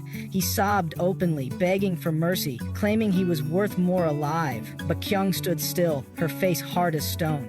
In a cold, firm voice, she asked him for answers about the Jung group and President Lee's son. Defeated, the man nodded through tears and pointed silently toward a distant, shadowed figure. The piercing wail of police sirens shattered the silence, flooding the area with chaos as officers stormed in with weapons drawn. Commands echoed through the air, demanding surrender. Red-Hammed exhaled deeply, relief washing over him like a tide. He pointed fiercely toward Dakyong, blaming her for the bloodshed, urging the officers to arrest her, but uncertainty filled the room. Amid the wreckage, it had become impossible to distinguish the villain from the victim. Just then, Jung Wun stepped into the scene, appearing without warning. Dakyong's gaze locked onto him, disbelief flickering in her tired eyes. Before she could process his presence or the events spiraling around her, her vision dimmed. She collapsed as her consciousness slipped away. Medical staff rushed in immediately, voices sharp with urgency. Her blood loss was severe, and every second counted. Her partner arrived moments later, panic etched into every line of his face. Desperately, he tried to reach her, but medics held him back.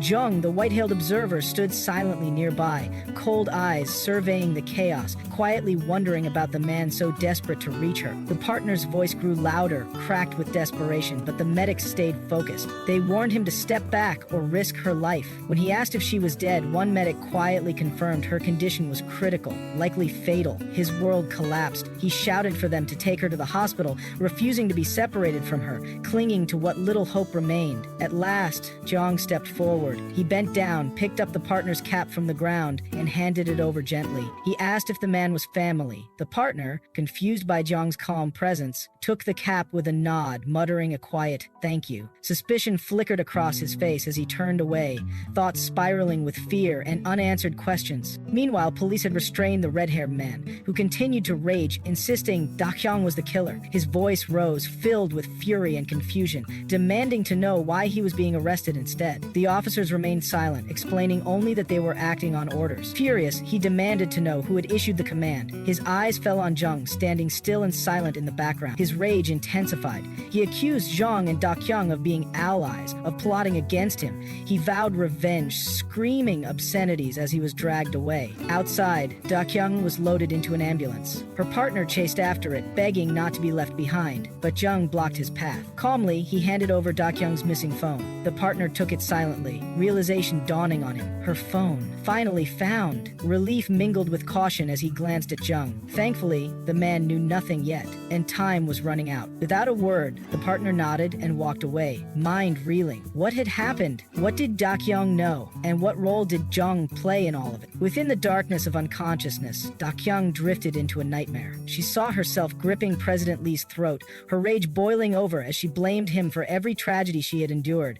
But his smug grin didn't waver. He warned her that even if he died, her dream would perish with him. Before she could respond, a heavy blow struck her from behind, and the dream vanished. She jolted awake, gasping for air. As her eyes opened, pink hair and white hair gasped in shock.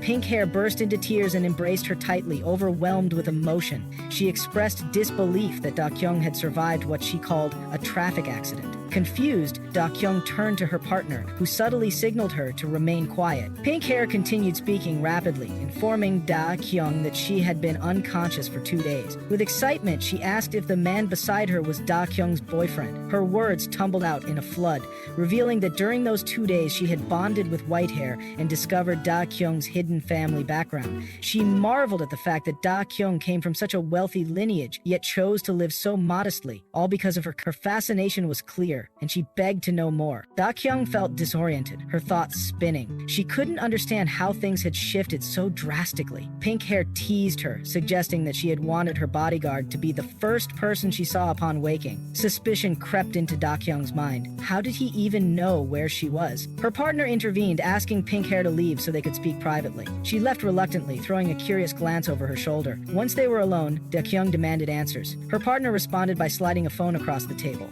Jun's device. He instructed her to check it. She scanned the screen and saw a chilling message from someone named Jae-hung. Do exactly as I say. Her heart raced. Her partner asked if Jae-hung was involved. Dakyong didn't answer directly. Her fists clenched, and she stated she would find out for herself. She ordered him to leave. Instead of leaving, he lifted his shirt to reveal a long, jagged scar, a silent reminder of past battles. He told her that together they were invincible, that they always made it through. But Dakyong remained firm. She told him to get lost. Elsewhere, the scene moved to a rooftop where Dakyong's partner faced Jae-hung. Tension filled the space between them. The partner began speaking, suggesting Jae-hung had been waiting for someone, perhaps Won-jun. Jae-hung didn't respond. The partner accused him of being a skilled liar, then revealed that Won-jun had been investigating Dakyong. This news didn't provoke a reaction, but the silence spoke volume. The partner issued a final warning. Jae-hyung could do as he pleased, but he must never become his enemy. With that, he walked away, leaving Jae-hyung behind in silence, the threat hanging heavy in the air. The web of mystery tightened around Dakyong. Betrayals, secrets, and shadowy figures circled her from all sides,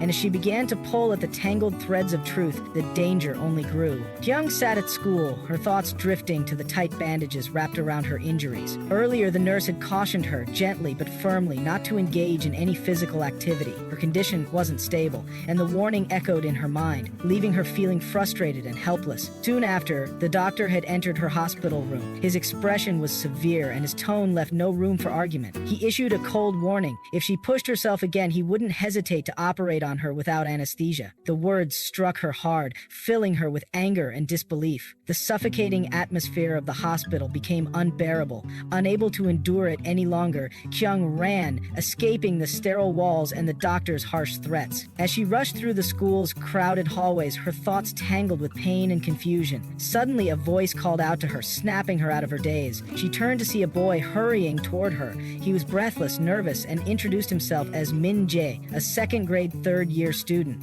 Before he could say more, Kyung sharply told him to speak quickly. Min Jae took a deep breath and thanked her for defeating Won-jun, saying she had saved his life. Kyung was taken aback. She dismissed his gratitude, stating that she only acted in self-defense. She hadn't done it for anyone else, and told him to leave. But Min Jae stepped forward, his tone growing more serious. He revealed that he knew everything, that she hadn't been in an accident, but had gotten injured while fighting Won-jun, and that was why she had missed school. The revelation stunned Kyung. No one had spoken so openly about the incident. As she struggled to process his words, Min Jae, filled with admiration, begged to serve her, declaring he would do anything for her. Kyung, irritated and overwhelmed, turned and ran, needing to escape the awkwardness and the attention. She dashed through the corridors and finally reached the medical room. Her breath came in heavy bursts, the pain in her body intensified, and memories of escaping Won-jun's bullying came rushing back. A bitter thought crossed her mind. Was she destined to always be chased by boys? Her head throbbed as she lay on the hospital bed,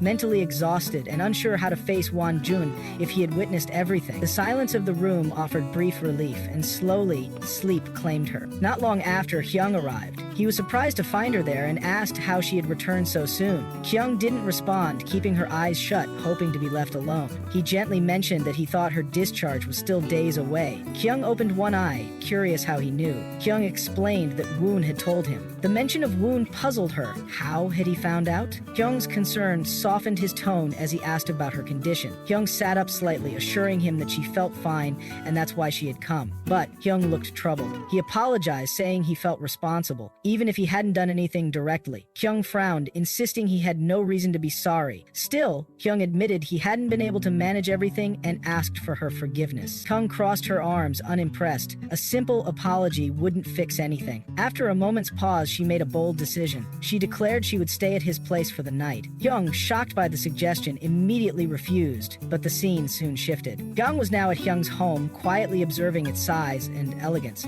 She was surprised by how spacious it was and asked if he lived alone. Hyung confirmed with a nod. Sensing his stiffness, Hyung teased him lightly, wondering why he seemed so awkward. Hyung dismissed it with a weak smile. Just then, a servant entered, startled by Hyung's early return. The servant mentioned dinner was ready and expressed surprise at seeing a girl in the house. Apparently, Hyung had never brought anyone over before. The servant whispered this to Kyung with a hint of amusement. Kyung told the servant to hurry up with the food. The servant nodded and pointed out that the guest room was upstairs. Kyung later lay on the guest bed, her body aching. Regret settled in. She should have listened to the doctor. But despite the pain, she knew she couldn't rest yet. She needed answers. Meanwhile, Kyung was changing clothes in his room. Mistaking his room for the bathroom, Kyung opened the door. Startled to see him mid-change, she quickly tried to leave but stumbled. Kyung caught her hand just in time, helping her balance. Concern filled his voice as he noticed something wrong with her ankle and asked why she kept collapsing. He helped her sit down and examined her closely. Hyung, uncomfortable with the attention, snapped at him for touching her face. But Hyung gently pointed out she had a fever and offered to bring her medicine. Hyung, stubborn, refused and insisted on eating first. Despite her protests, Hyung remained calm. Hyung grew more frustrated at his refusal to listen. As her gaze fell on his hand, she noticed a scar and asked about it. Hyung's expression darkened with old memories.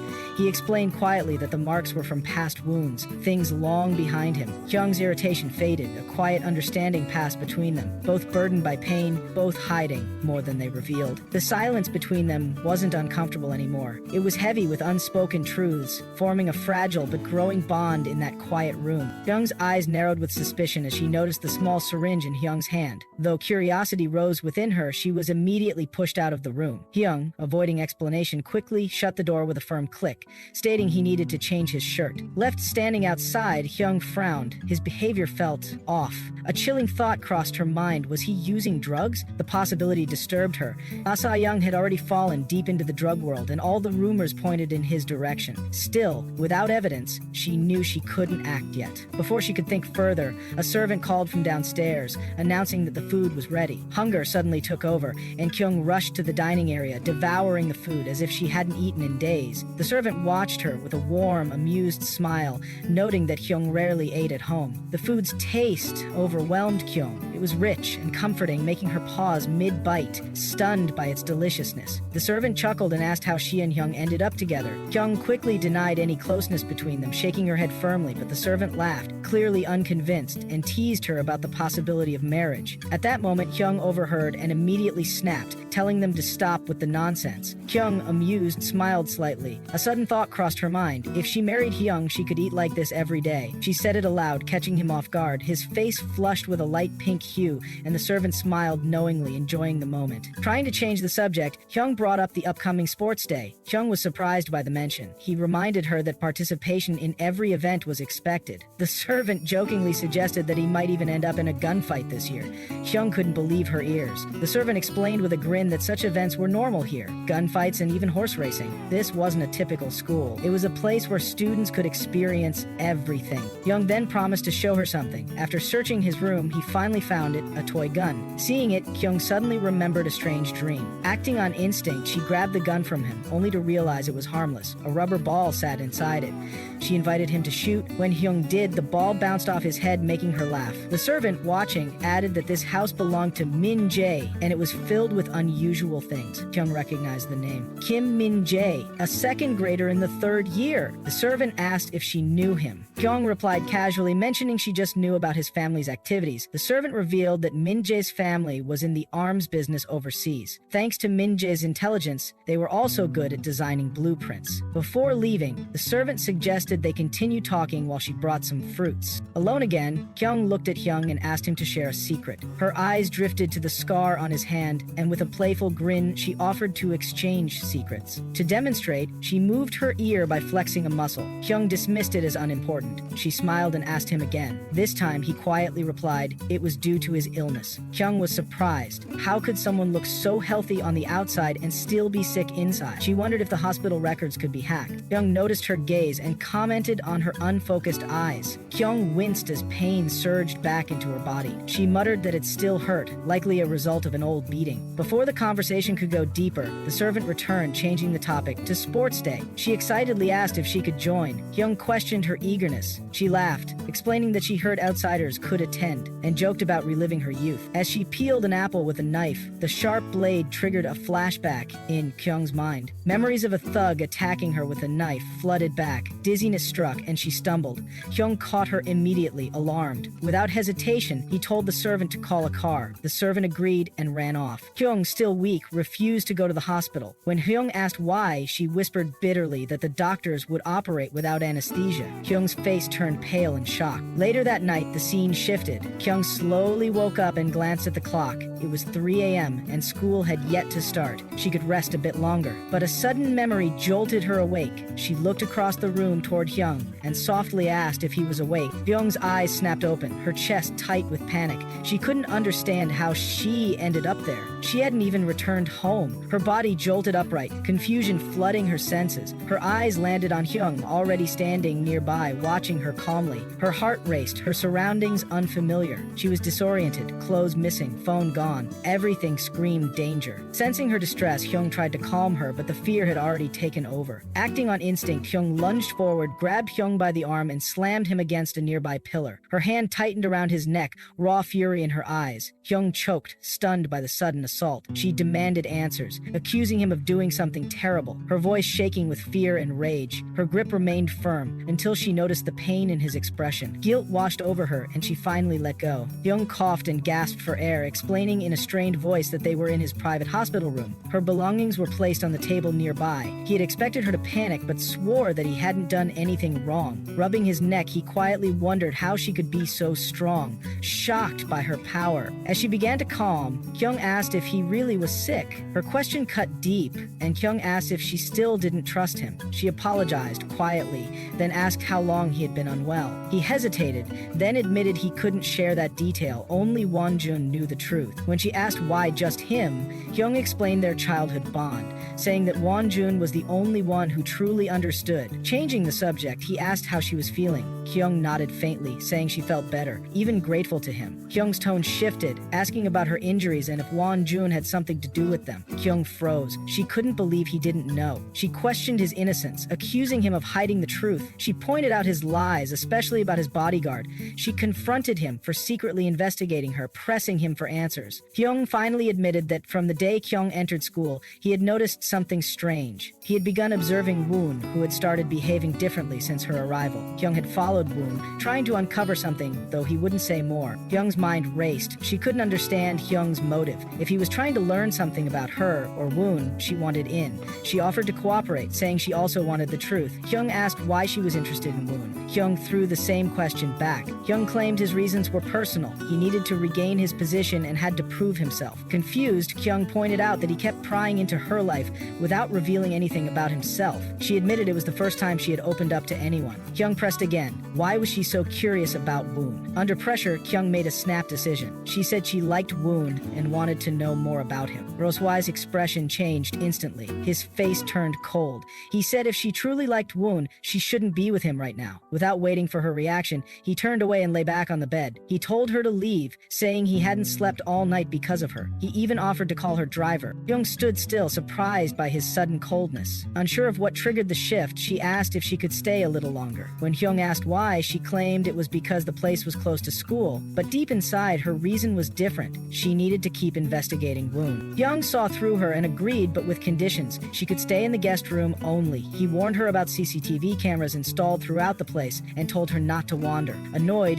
Hyung asked if he was serious. Hyung, eyes closed, instructed her to wake him at 7 a.m. Frustrated, Hyung clenched her jaw. She couldn't believe he was treating her like an alarm clock. As morning arrived, the scene shifted to the school entrance. A girl with pink hair stood anxiously, scanning the crowd. She wondered who she'd eat lunch with if no one showed up again. She missed Kyung and didn't understand why she hadn't seen her yet. Just then, Woon passed by, catching her attention. She quickly approached and asked if he knew Kyung's whereabouts. Woon mentioned that Kyung might still be in the hospital, possibly discharged in a day or two, but the pink-haired girl looked puzzled. She was certain she had seen Kyung at school the previous day. Their attention turned toward a car that had just pulled up. Kyung stepped out, catching them by surprise. The pink-haired girl rushed toward her, full of excitement, but then Kyung followed Kyung out of the car and the girl's joy turned to confusion. She asked if they had run into each other on the way, but Kyung, wearing a cool smile, revealed the truth. They had been together since yesterday. Kyung's voice turned soft yet serious as she addressed the rising tension. Her words weren't loud, but they carried weight. Kyung glanced down at her, the corner of his lips lifting in a faint smile. The look in his eyes shifted, part surprise, part warmth, as he responded. But before the moment could deepen, the girl with bright pink hair stepped in between them. Her tone stayed calm, but her authority was clear. She told them firmly to stop, reminding them that arguments like this could waste the entire class period and end with punishment. Without waiting for their response, she took Kyung's arm and gently pulled her away. Outside the noisy classroom, Kyung sat silently on a bench, her eyes unfocused, as if staring through the world around her. Her phone vibrated repeatedly with messages, but she didn't check them. It was like her mind had wandered somewhere distant. A short distance away, pink hair sat watching her in silence. After a pause, she softly told Kyung to check her messages. At the same time, Hyun also received a message from pink hair, asking about his and Kyung's relationship, whether they were dating. Hyun had replied sharply, asking what she would do if she actually knew the answer. Her tone was defensive, but it carried something deeper, something unspoken beneath the surface. Back inside the school, Hyung and Woon were having a tense conversation. Hyung's voice was quiet but intense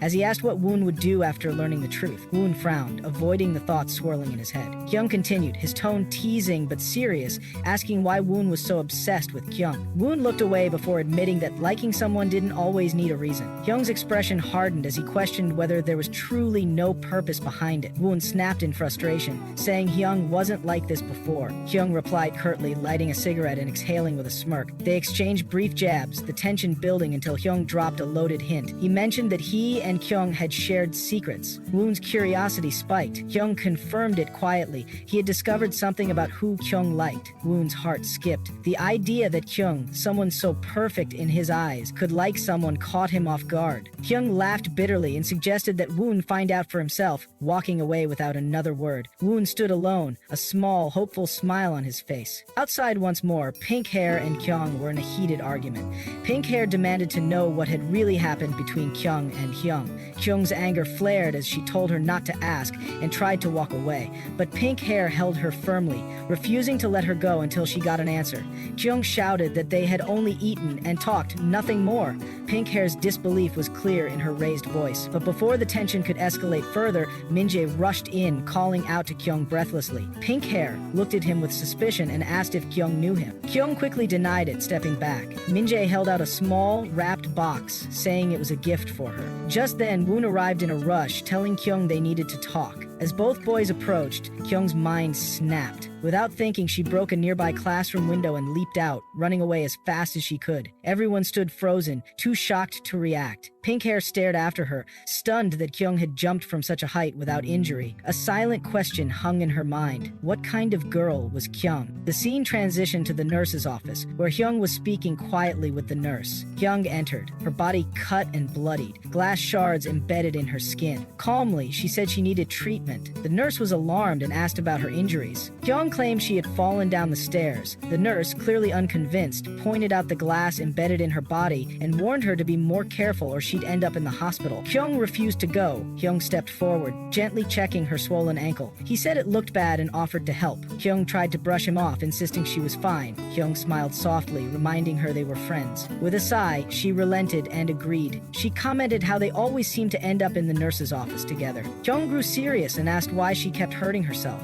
Hyung looked away, whispering that it was her fate. Then, almost casually, she mentioned the upcoming sports festival and that she was participating in the gun competition. As she lay down to rest, Hyung noted that she didn't seem happy about it. Hyung admitted that Yi-yeon had made her join, and she wasn't interested. Hyung gave her a knowing smile. Hyung's thoughts remained guarded. She didn't want to say anything more. She didn't care about much anymore. But when she was with Hyung, she felt safe and comfortable. Hyung caught her quiet words and blushed slightly, saying nothing in return. Meanwhile, in a dark room, a man approached Won-jun, who had been resting. The sudden presence startled him awake. Confused and alarmed, Won-jun demanded to know who the man was and where his guards had gone. The stranger held up a photo. Won-jun's expression changed instantly when he saw it. The man said he was someone like him and claimed to be looking for information about a new student at the school. Fear crept into Won-jun's voice as he refused to answer. The man tried to calm him, promising he wouldn't hurt him and would leave if he got the answers he needed. But Won-jun, now drenched in sweat, still refused to speak. The man's eyes darkened. He said he wanted to know about one person, Dakyong, the girl who had already caused so much trouble. The quiet evening breeze carried a hint of tension as Kyung stood outside Woon's house. Her heart pounded, heavy with what she was about to face. She knocked gently, and the door opened to reveal Woon, calm and slightly amused. Without a word, he stepped aside, inviting her in with warmth and sincerity. Kyung entered slowly, her gaze flickering around the modest room before settling on a small box in Woon's hands. The room smelled of aged wood and paper, mixing with an unease she couldn't name. When she asked about the box, Woon explained it was from Min-jae. Her surprise showed. He knew Min-jae too? Casually, Woon revealed they were classmates. With trembling fingers, Kyung opened the box. Inside lay a sleek, cold gun, undeniably real. Her breath caught as shock filled her. Woon's voice turned soft as he explained that Min-jae had heard about her upcoming gun competition and prepared it for her. As he gently held her hand, the gesture felt both strange and comforting. But when he apologized, Kyung pulled away, confusion surfacing. Woon confessed the reason. People assumed they were close, yet she often spoke to Lee Jae-hyung with an intimacy that hurt. Kyung denied the implication, but Woon pressed further, pointing out the trouble she caused him. He then mentioned knowing a secret about her, one she hadn't shared. He pulled out a photo, and Kyung froze. The image stirred something she wasn't ready to face. When she asked where he found it, Woon said it came from Wonjun's phone. Panic flickered across her features. Could it really be Wonjun's phone? Roswise met hers with intensity. He asked how she felt now and whether she'd listened to him. Suspicion rose in Kyung's tone as she accused him of trying to threaten her, but Woon smiled gently, brushing her hair back and claiming he liked her. He would never threaten her. Kyung pulled back abruptly, her voice cracked with disbelief and anger. She admitted to killing people, then questioned why he still liked her. Ron responded that those people had disrespected her. They deserved it. Her frustration boiled over. She shouted, demanding to know how he always seemed one step ahead. How did he know her plans? Who was he really? Woon smiled faintly and stepped closer, his voice low and calculated. He hinted at being smarter than she thought, and he knew she planned to kill him. He even suggested she had never truly loved anyone. Kyung felt cornered, the pressure mounting. She knew she had to say something, anything, even if it was a lie. Otherwise, her mission might fail. The look in Woon's eyes warned her that silence could bring worse consequences. So she relented, softly stating that since he knew her secret, it was time he shared his own. Woon lifted his pant leg. A fresh, painful-looking gunshot wound revealed itself. Kyung's concern flared as she asked about it. He said some people had tried to kill him. When she asked who, his answer struck cold. His father. Kyung froze. The photo flashed in her mind. The man in it looked like Woon's father. She remembered something crucial, that his father had died 18 years ago. The words slipped from her lips before she could stop herself. Realizing her mistake, she bit her lip in regret. Woon, however, only gave a sad smile. He said she had figured out the truth. His father was dead. Embarrassed and confused, Kyung stayed silent, berating herself for always slipping up around him. Woon reassured her. He appreciated that she had cared enough to investigate him. Then he admitted something darker. The story about his father had been a lie. His father was actually the chairman of the Lee Sa-young group, and Woon had tried to kill him. The night passed in restless thoughts. Kyung couldn't sleep, her mind spinning with everything Woon had said. As dawn approached, she found herself walking toward the school gate. At the entrance, a staff member from the management department stopped her. If she was an outsider, she had to write her name. If a student, she needed to say it. Kyung responded confidently, stating her name as Lee Dakyong. The man checked his papers, asking her to wait a moment. Once inside the school, her thoughts drifted to the upcoming sports day, but her focus broke when she accidentally collided with a man holding a thick stack of files. Papers scattered across the floor as he apologized and bent down to gather them. He quickly told her she could go ahead. Kyung began walking away, but paused when something on the floor caught her attention. A letter. She picked it up, reading the bold word construction printed at the top. Her heart skipped a beat. The letterhead read, Sa-young Construction. The man noticed her interest. He asked if she was a student and whether she knew the way to the second grade classroom. Kyung returned the letter and offered to show him. Kyung was guiding a man through the school corridors. Her curiosity got the better of her, and she asked if he was part of the school staff. The man calmly smiled and denied it, saying he was an outsider. Kyung, still skeptical, wanted to know more. She asked what work he did. He replied that he was in the construction industry. Her eyes narrowed as she pressed further, asking about his position. With a soft chuckle, he responded that he was the CEO of the company. Embarrassed, Kyung apologized, but her mind was still spinning. She wasn't convinced. She wondered if he was truly the person named on the business card she had found earlier. Noticing her doubts, the man smiled again. He said it felt like an interview, but he didn't mind because it was interesting. Kyung hesitantly asked about his reason for being there. Casually, he said he came to cheer for his distant cousin. They arrived at the classroom he was heading to. As Kyung observed him, her suspicions grew stronger. A CEO making time to cheer for a distant cousin didn't sit right with her. It felt too strange. She questioned if he was planning something shady. Her eyes narrowed as she tried to peek into the room, but someone stepped in front of her, blocking her view. Frustrated, she asked them to move. At that moment, pink hair appeared and dragged Kyung away. Kyung protested loudly, insisting that she had something important to do. She needed to gather evidence. but pink hair wasn't paying attention. Soon, the scene shifted. Kyung was now dressed in a crow costume. Pink hair beamed at her, saying she looked cute. But Kyung wasn't impressed. She questioned the absurd outfit. Pink hair explained that during Kyung's absence from school due to illness, everyone had already picked their costumes. The crow was the only one left, and now she had no other option. Annoyed, Kyung looked around at the others' cool costumes. She turned to Wun and asked why he got a tiger costume. Envy filled her voice. She shouted that she wanted a cool costume too. Trying to ease the tension, pink hair told her to stay still so she could draw tiger whiskers on her face to match Wun. But Kyung moved at the last second, ruining the whiskers. Wun and pink hair burst into laughter at the result. Frustrated, Kyung demanded to see pink hair's face. In revenge, she smeared makeup on it. Pink hair yelled in anger, but Kyung couldn't stop laughing. Still grinning, she began wiping her own face clean. Then she grabbed Wun's face, warning him that since he had laughed too, it was now his turn. Just as she was about to draw on him, a student rushed in and announced that the sports festival was about to begin. The scene smoothly transitioned. Teachers stood in front of the crowd giving speeches. Students listened attentively, except for Kyung, who was dozing off while standing. Pink hair nudged Wun and whispered in disbelief.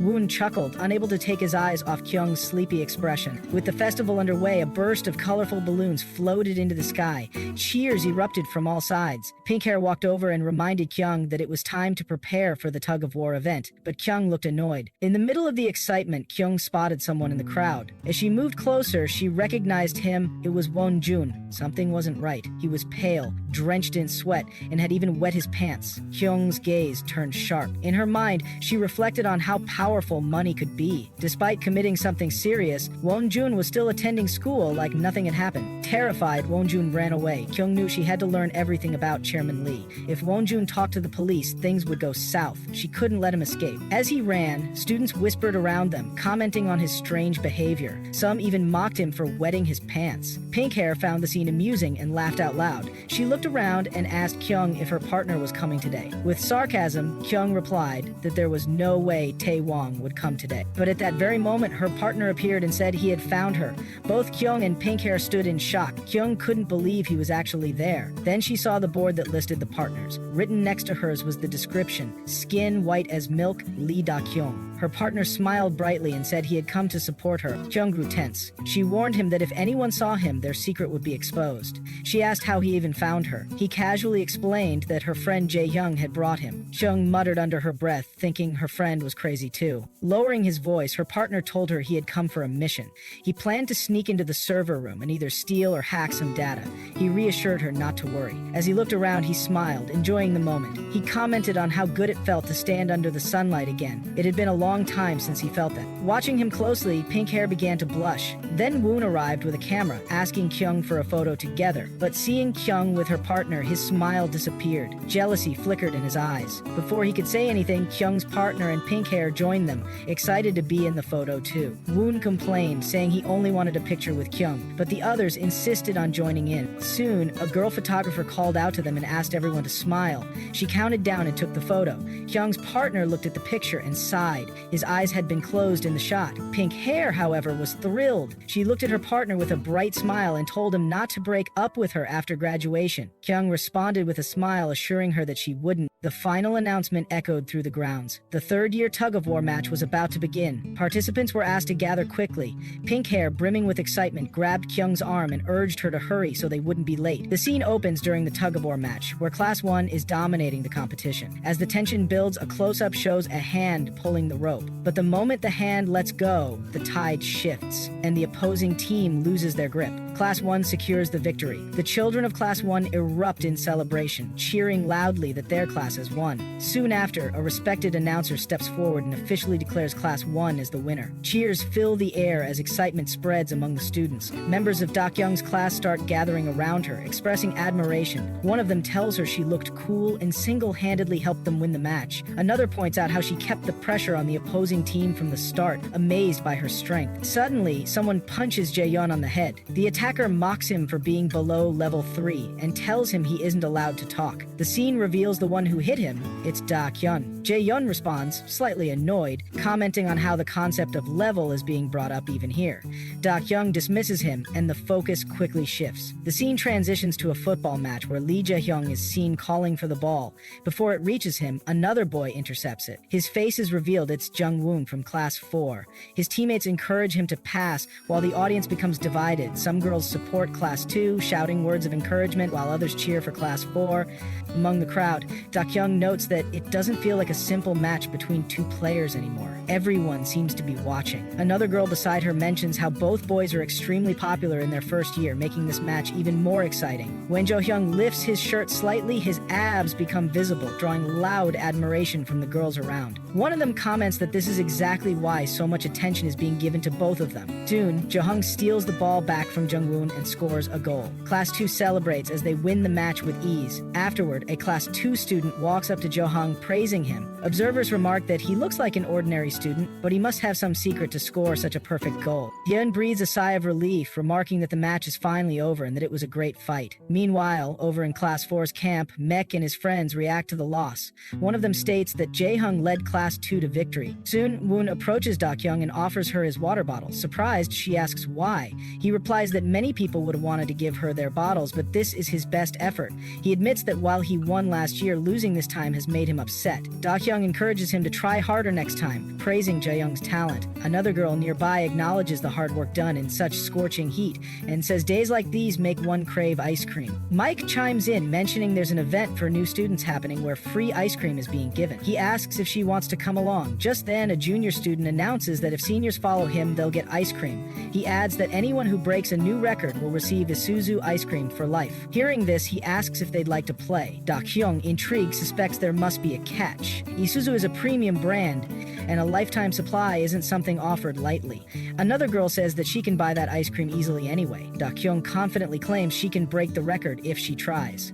The other girl chooses not to participate, saying she doesn't want to play this game. Dakyong appears surprised, but Jung Wun encourages her to play with him, suggesting they could break the record together. However, the girl reiterates she's leaving, adding that she doesn't need free ice cream at the moment. Eventually, Dakyong agrees to go with Jung Wun. The girl, watching them leave, suspects they may have some plan. As they walk away, Dakyong turns and questions Jung Wun about whether he truly plans to break the record. Realizing the girl is gone, she asks where she went. Jung Wun simply says he doesn't know. Disappointed, Dakyong decides not to play with someone so mysterious. She declares she doesn't want to get involved in unnecessary situations. As she turns to leave, Jung Wun asks if she's really going. Dakyong doesn't respond and walks away. She finds Jae-hyung and asks if he wants ice cream. If he's interested, she says she'll explain the rules of the game. She proposes they play together, and if they break the record, they'll earn free ice cream. The junior then appears and explains the rules. Any physical contact between lips leads to disqualification. Touching the pepero with anything other than their mouths also disqualifies them. If the pepero breaks in the middle, they lose.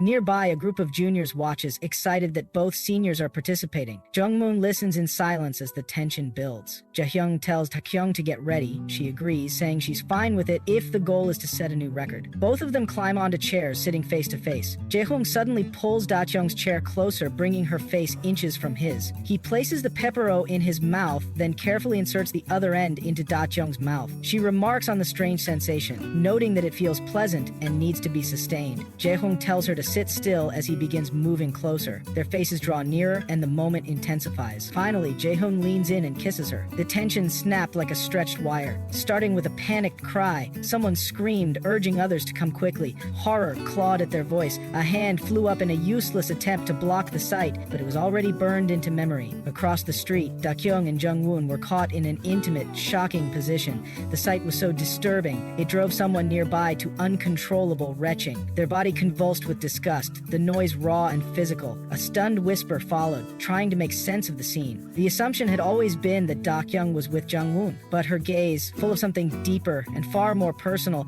wasn't aimed at him. It was aimed at someone else entirely. In that moment, the awful truth struck. Dakyong liked Lee Jae-hyung. The scene transitioned quickly to the fading chaos of the paper-on games.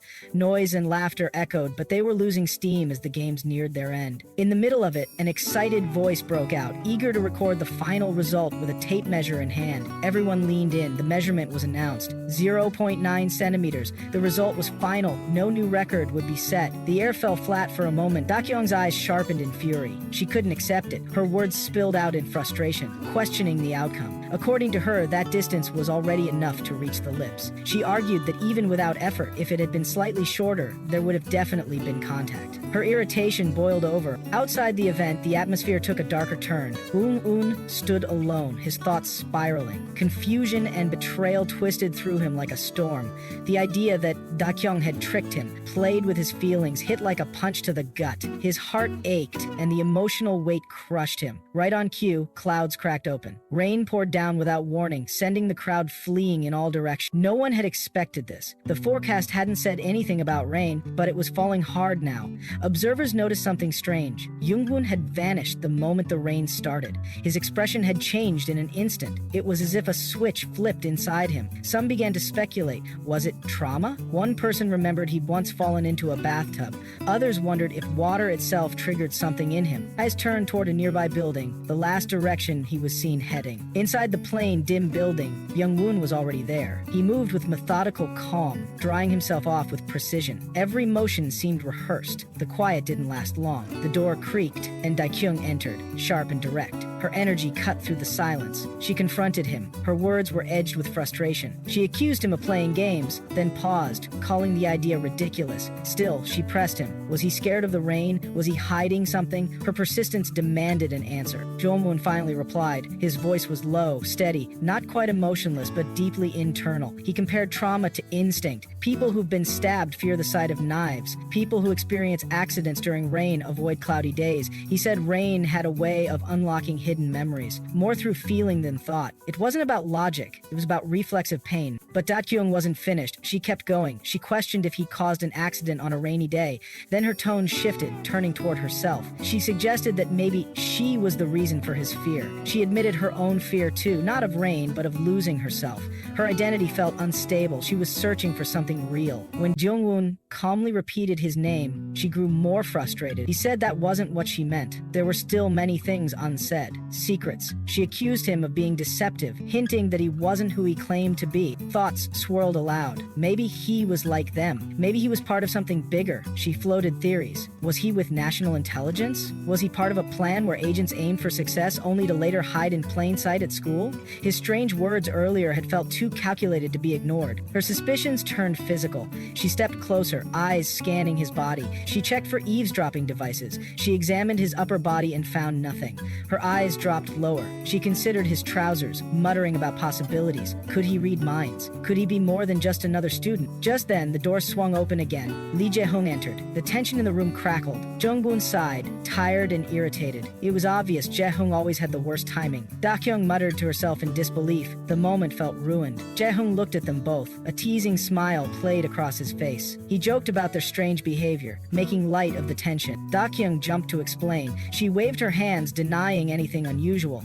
Yes, it might look suspicious, but she insisted it was just a misunderstanding. She walked over to Jae-hong. He told her they had to gather before 11:30. She agreed and asked where they were supposed to go. Yamun interrupted softly, suggesting she stay just a little longer. She paused. Her gaze flicked toward him, unreadable. Then she turned back and said she was leaving. Before going, Dakyong looked at Jae-hyung with a mischievous grin. She teased that maybe Jung Wun liked him too. She wondered aloud why they didn't get to know each other better. The jab landed hard. Jung Wun immediately denied it. He snapped back, saying he never claimed anything like that. Outside, the rain kept falling, its rhythm steady and cold. Under one umbrella, Dakyong and Jae-hyung walked side by side. The silence between them was light but full of meaning. Dakyong spoke, her voice soft and hesitant. She confessed that deep down, she was always cautious. She tried to reassure herself as much as she did him. Hyung turned to her, clearly irritated. His expression hardened. He warned her sharply. Saying things like that to Jung Wun, was she crazy? His frustration wasn't just about the moment. There was something deeper underneath, still buried, still waiting to surface. Dakyong sat across from Jae-hyung, trying to grasp the logic behind the brutal game they were trapped in. She hoped there was some order, perhaps juniors versus seniors. But Jae-hyung shut the idea down completely. There was no system here, no predictable pattern. It was purely personal. That truth hit harder than expected. This wasn't a team-based match. match, it was survival of the fittest. Alliances were fragile, friendships meant nothing, and reputation could shatter in seconds. Trying to stay calm, Dakyong teased him for overanalyzing and shifted the conversation toward the reward. She asked what winners actually gained. Dakyong responded with a cold fact. His class had earned 50 points. It seemed like a minor reward, but in the ruthless world of Chaebol High, even 1 point meant power. These numbers weren't just marks, they were influence, hierarchy, and the key to survival. Muttering under her breath, Dakyong felt the weight of the situation crush her.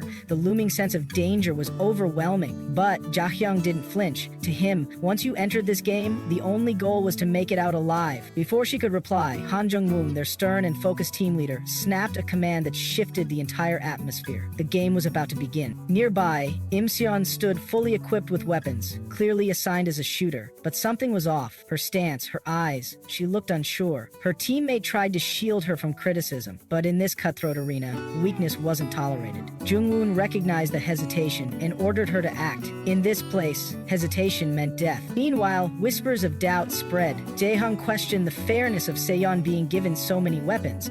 Was she favored as a shooter? But someone reminded him of the game's most critical rule: avoid being stuck in the ball. With great power came intense pressure. Though she was armed, Seyeon was also the biggest target. Being in the spotlight made her vulnerable to isolation, envy, and relentless judgment. Trying to ease the tension, Dakyong joked that this felt like dodgeball with real weapons. Her attempt at humor was a thin shield against the fear gnawing at her. One mistake didn't just hurt, it dropped your standing and scarred your reputation. Someone questioned what Seyeon had done to look so frightened. Dakyong asked how many juniors she had already eliminated. Seyeon, nervous, gave only a weak smile. Jaehyung intensified the pressure, confronting her, and the tension thickened. Suddenly, the official announcement echoed throughout the arena. The game was starting. To ensure fairness, no spectators were allowed. Every moment would be monitored by cameras for accurate assessment. Dakyong barely had time to absorb the weight of this decision before the recording began. The absence of a crowd created an eerie sense of isolation. Every move was recorded, analyzed, and judged, not for entertainment, but for ranks and power in the school's brutal hierarchy. Dakyong, already tense, whispered about Jung Wun and her cousin's position. Out of nowhere, Jung Wun appeared beside them, revealing they were on the same team. Her silent approach startled Jaehyung, nearly triggering a reaction. Jung Wun's stealth was effective but unnerving, even to her allies. Then came the first elimination. Kim Sung-min, a first year, was out. The game had officially started. Jaehyung focused, determined not to fall behind.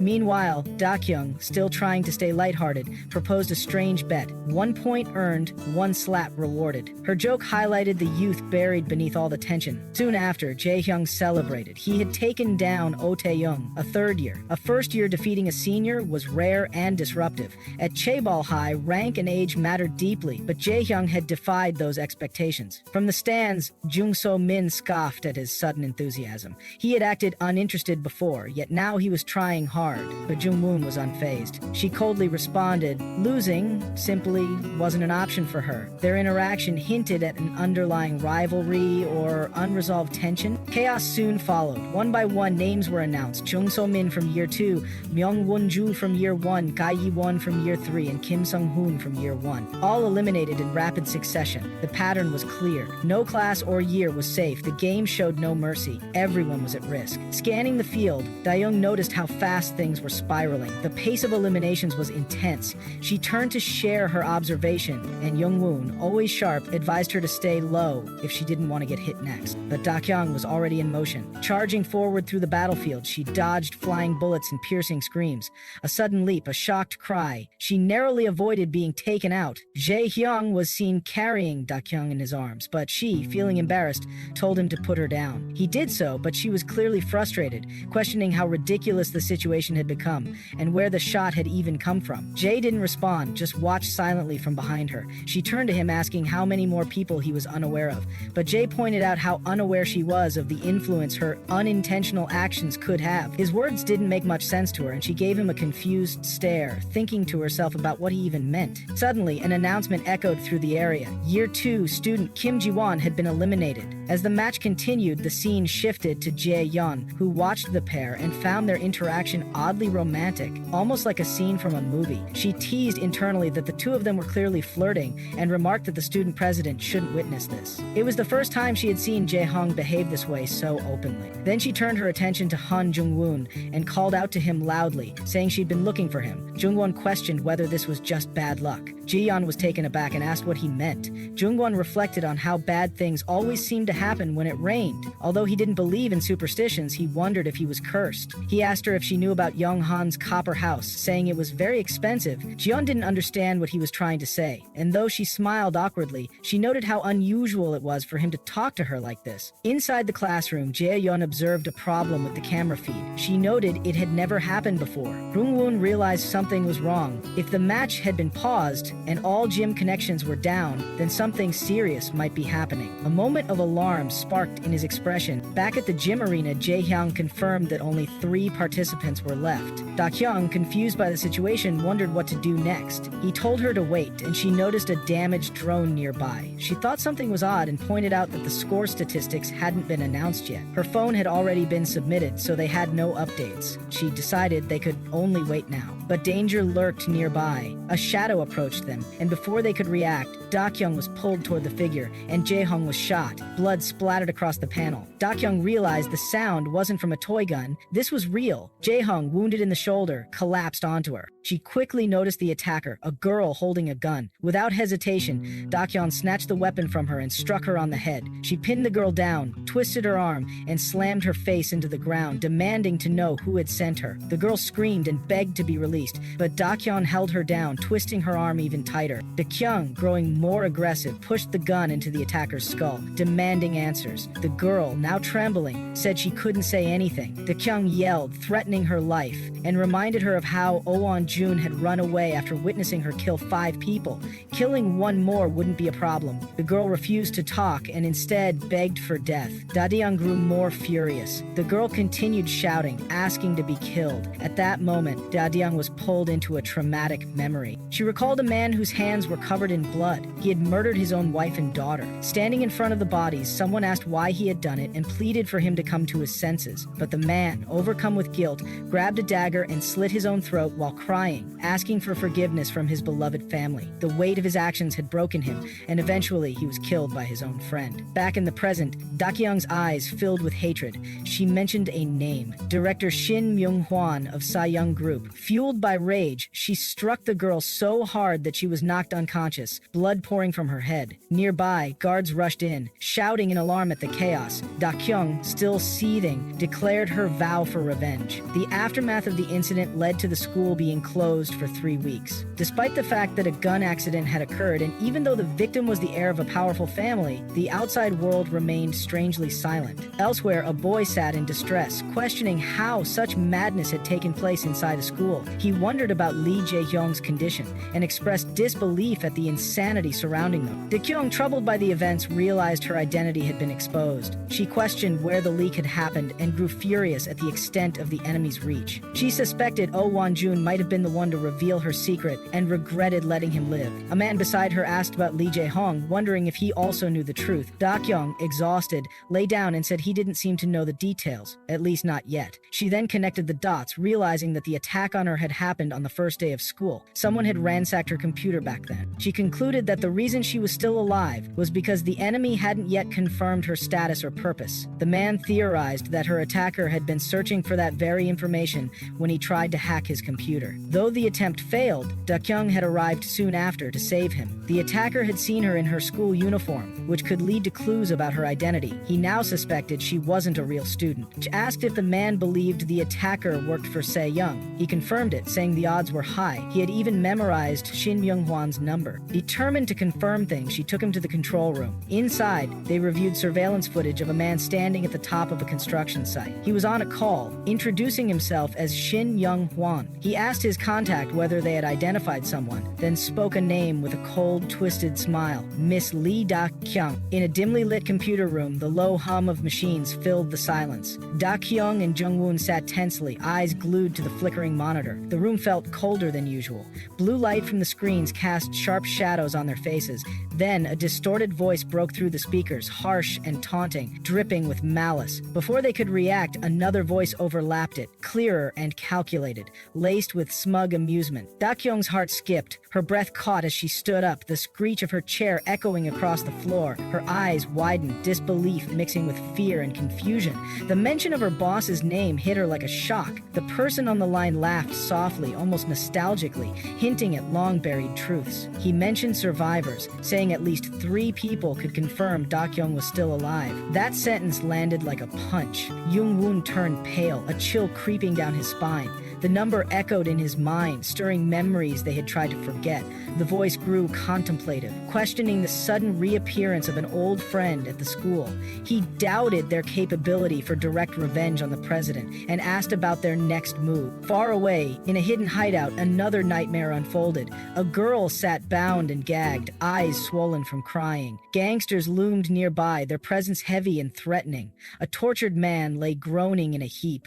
The same voice calmly narrated the scene as if commenting on something ordinary. He guessed their plan, targeting the president's family. A special mission, he assumed. Turning coldly to the old bruised man, the speaker muttered about questionable methods. The girl let out a raw, desperate scream. She begged for mercy, but her cries were drowned by the brutal sound of another blow. The room seemed to shake with violence. Back in the computer room, urgency surged. Jung Wun's fingers flew over the keyboard, lines of code flashing rapidly across the screen. Dakyong's panic rose. He warned that they were being reverse-tracked. If they didn't disconnect soon, their location would be exposed. Her breath quickened. She asked for their enemy's position. He answered grimly. They were already here. Worst case scenario. They were being hunted. Her thoughts raced, still caught on the earlier mention of 3 people. But Jung Wun's focus had shifted. He accused her of fishing for information. Memories of Jay surfaced, echoing in his mind. Jay had spoken of an accident, of a moment that changed everything. He had insisted it wasn't Jung Wun's fault. If he hadn't stopped him that day, he would have died at his own brother's hands. Dakyong suddenly broke the silence. She said she had to go. Jung Wun turned to her, alarmed by the reckless determination in her tone.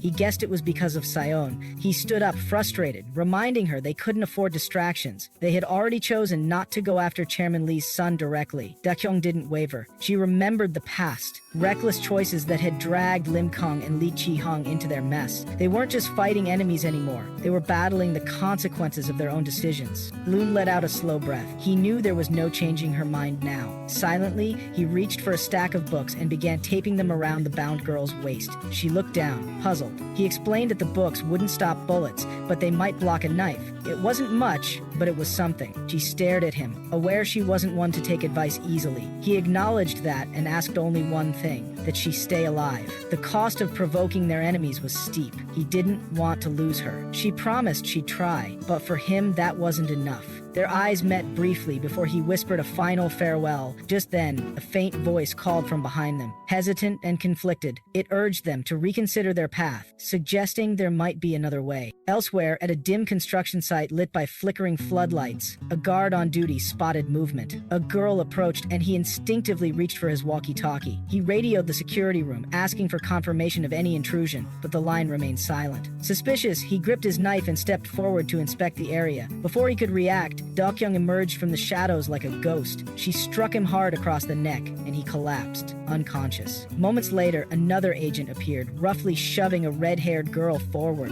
He scolded her for attracting attention and acting carelessly, but before he could finish, Dakyong rushed at him like a storm. Her punch landed with crushing force. He fell, and she didn't stop. Blow after brutal blow followed, ignoring his pleas for mercy. Behind her, the red-haired girl stood frozen in horror, unable to speak.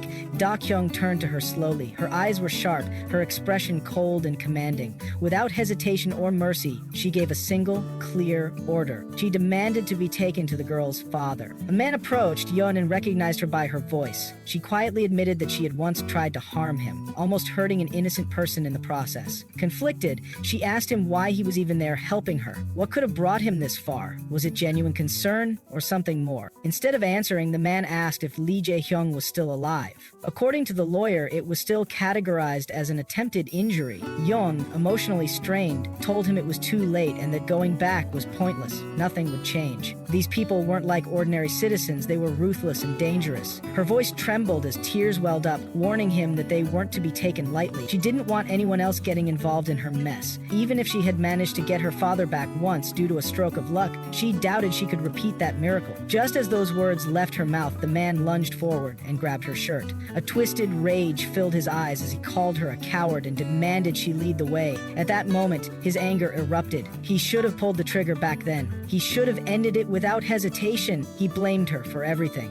It had always been easier to pin faults on others, but now it was time to take responsibility. It was better to take down the senior brotherhood before they grew stronger or caused more chaos. The enemy was right in front of them. If Yeon wanted to run and hide forever, he wouldn't stop her. But for him, retreat wasn't an option. Yeon broke down, crying. She begged the man not to leave her. She didn't want to die here. She wanted to live. Falling at his feet, she pleaded with him to save her father. She apologized again and again, desperate for help, unwilling to let any of them escape. Her tears poured out uncontrollably as she clung to her last hope. Moved by her desperation, the man simply asked her to lead him. The scene then shifted. Yeon's father, drenched in blood, vomited and begged for mercy. He said he was willing to surrender and give up. A new figure emerged. The man reminded Yeon's father of a past promise, one he had clung to for a long time. That belief in a simple promise had kept him waiting all this time. Yeon's father pleaded with him, asking at least to spare his daughter. The man laughed coldly and responded that soldiers don't harm children. He asked how old Yeon would be when she completed her sentence. They would release her soon enough. After all, they couldn't afford to let her suffer too much. His laugh echoed as another man raised a fist and asked which method would be used. If a girl who learned to shoot from a young age had already been released, it meant anything was possible. A candle flickered nearby as the man promised they'd get Yeon a good job. Her father, now trembling, begged them to leave her alone. But the man continued, mocking that her employment status was nothing to worry about. Her father repeated his pleas. In response, the man said, "This is what a knife feels like."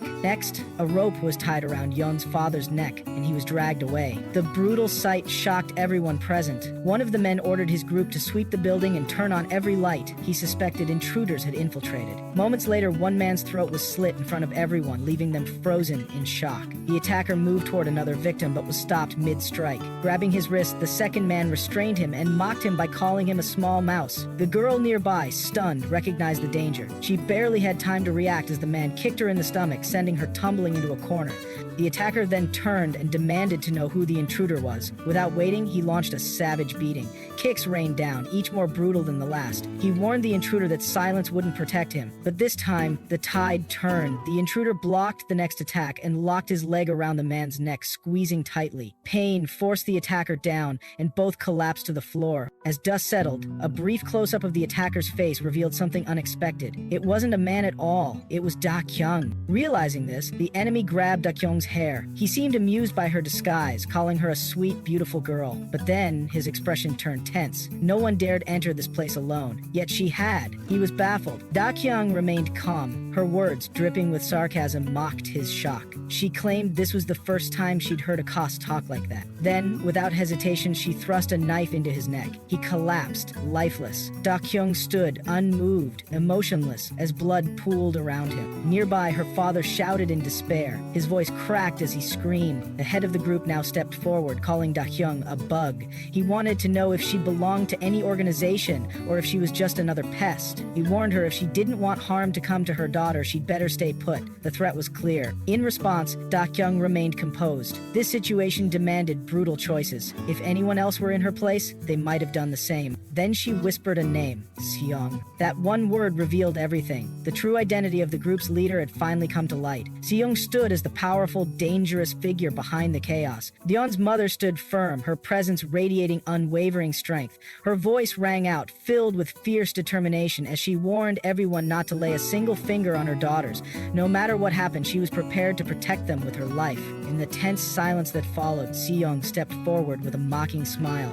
With condescension, he questioned her fiercely protective stance, sneering as he asked if this stinky girl was really her daughter. Amid the thick tension, Yeon trembled. Her eyes filled with fear as she cried out for help, her voice breaking. The dread of death pressed in on her, overwhelming every thought as she pleaded for someone to save her. Seeing her daughter in panic, Yeon's mother quickly told her not to move, trying to maintain control in the chaotic moment. Seong, confident and cruel, gave a cold order. He demanded that they throw away the knife and surrender without resistance. Yeon's mother hesitated only for a second. Then, in a quick, calculated move, she hurled the knife far away to the side. Slowly, she raised her hands in the air, signaling her surrender. But surrender didn't mean weakness. As she stood with her hands raised, her voice remained steady. She spoke with clarity, explaining that while money was a powerful force capable of opening doors, rushing into things blindly could lead to devastating consequences. Understanding the risks was more important than acting on impulse. Her words carried weight, laced with a warning that those standing against her had no idea who they were provoking. She painted a clear image of the kind of danger she'd witnessed in the past. Men who wielded knives in silence, their eyes sharp and emotionless. They weren't loud or flashy, but their presence was chilling. Compared to those deadly individuals, the people here were laughably weak. They weren't a threat. They were clueless and fragile. Not warriors, but practice targets at best. Despite her biting words, Seong remained unfazed.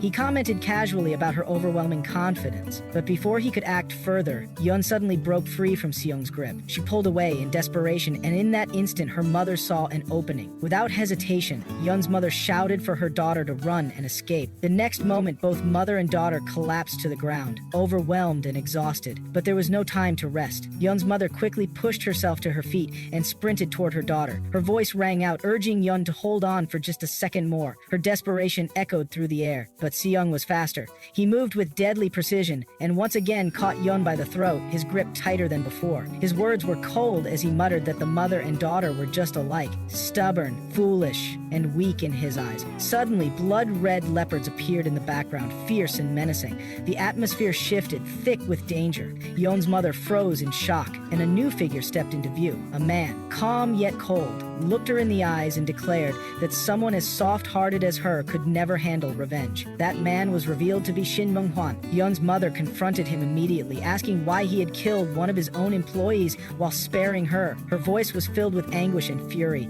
Another man stepped forward beside Hwan, urging her to get out while she still could. But Hwan wasn't done. He asked her directly if there was anyone left who could save her. The question lingered in the air before he changed his tone. He said he had something important to talk about and suggested they discuss it right away. There was a proposal he wanted to present. But Yeon's mother wasn't convinced. She responded firmly that what he was offering wasn't a proposal, it was clearly a threat. Hwan admitted it, saying he had no other option. This conversation needed to happen. Then came the real question. How many children did she plan to save? Yeon's mother looked him in the eye and declared that this was her mission. If he had others to deal with, that was his problem. She demanded clarity, pressing him about his plans. What was he truly trying to accomplish? What was this about becoming president? And who was supposed to take that title? Hwan answered honestly, they already had someone in mind, but recently they discovered another person, one related by blood to the current president. That revelation had caused chaos within their ranks. The boy in question was inexperienced and uneducated. There was no way Hwan could let someone so unprepared take his place. Their goals might differ, but at this moment, he believed their paths were aligned. He asked if she would stand beside him, but Yeon's mother refused to accept his words at face value. She questioned his honesty, confused and frustrated about why everything had become so complicated. Hwan explained his reasoning calmly. This conversation was to his benefit. The more mistakes she made, the more money he stood to gain. He was in control, and the one who would profit. Then he addressed her next move. Did she really think he would let her go so easily? Yeon's mother didn't give a clear answer. She admitted she didn't know what to believe in that moment. Hwan smiled faintly and told her that she was the only one here who still held on to a sense of justice. But her nature was contradictory. If she wanted, she could run. But she should remember there were plenty of people around who wouldn't hesitate to turn her into a hostage.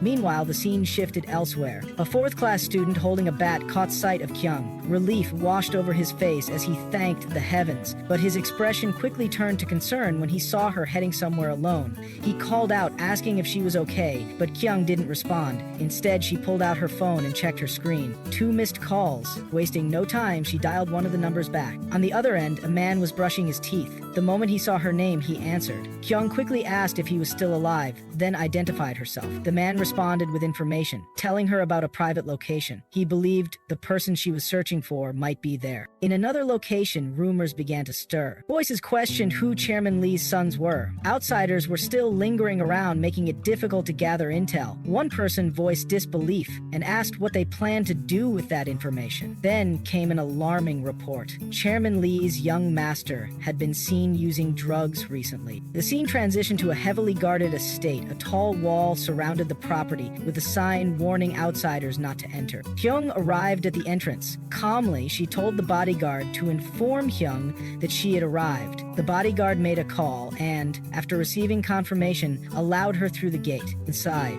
she walked quietly down the corridor until she reached a room. A man lay on the bed, his hands wrapped in bandages, clearly injured. Seeing him brought back a flood of emotions. Kyung looked at him and softly said that it had been a long time since she last saw Lee Jae-hun. Dakyong sat quietly, her voice soft as she admitted it had been a long time since she last saw him. Jae-Hung Lee took a seat across from her, asking why she kept coming back and what she was searching for.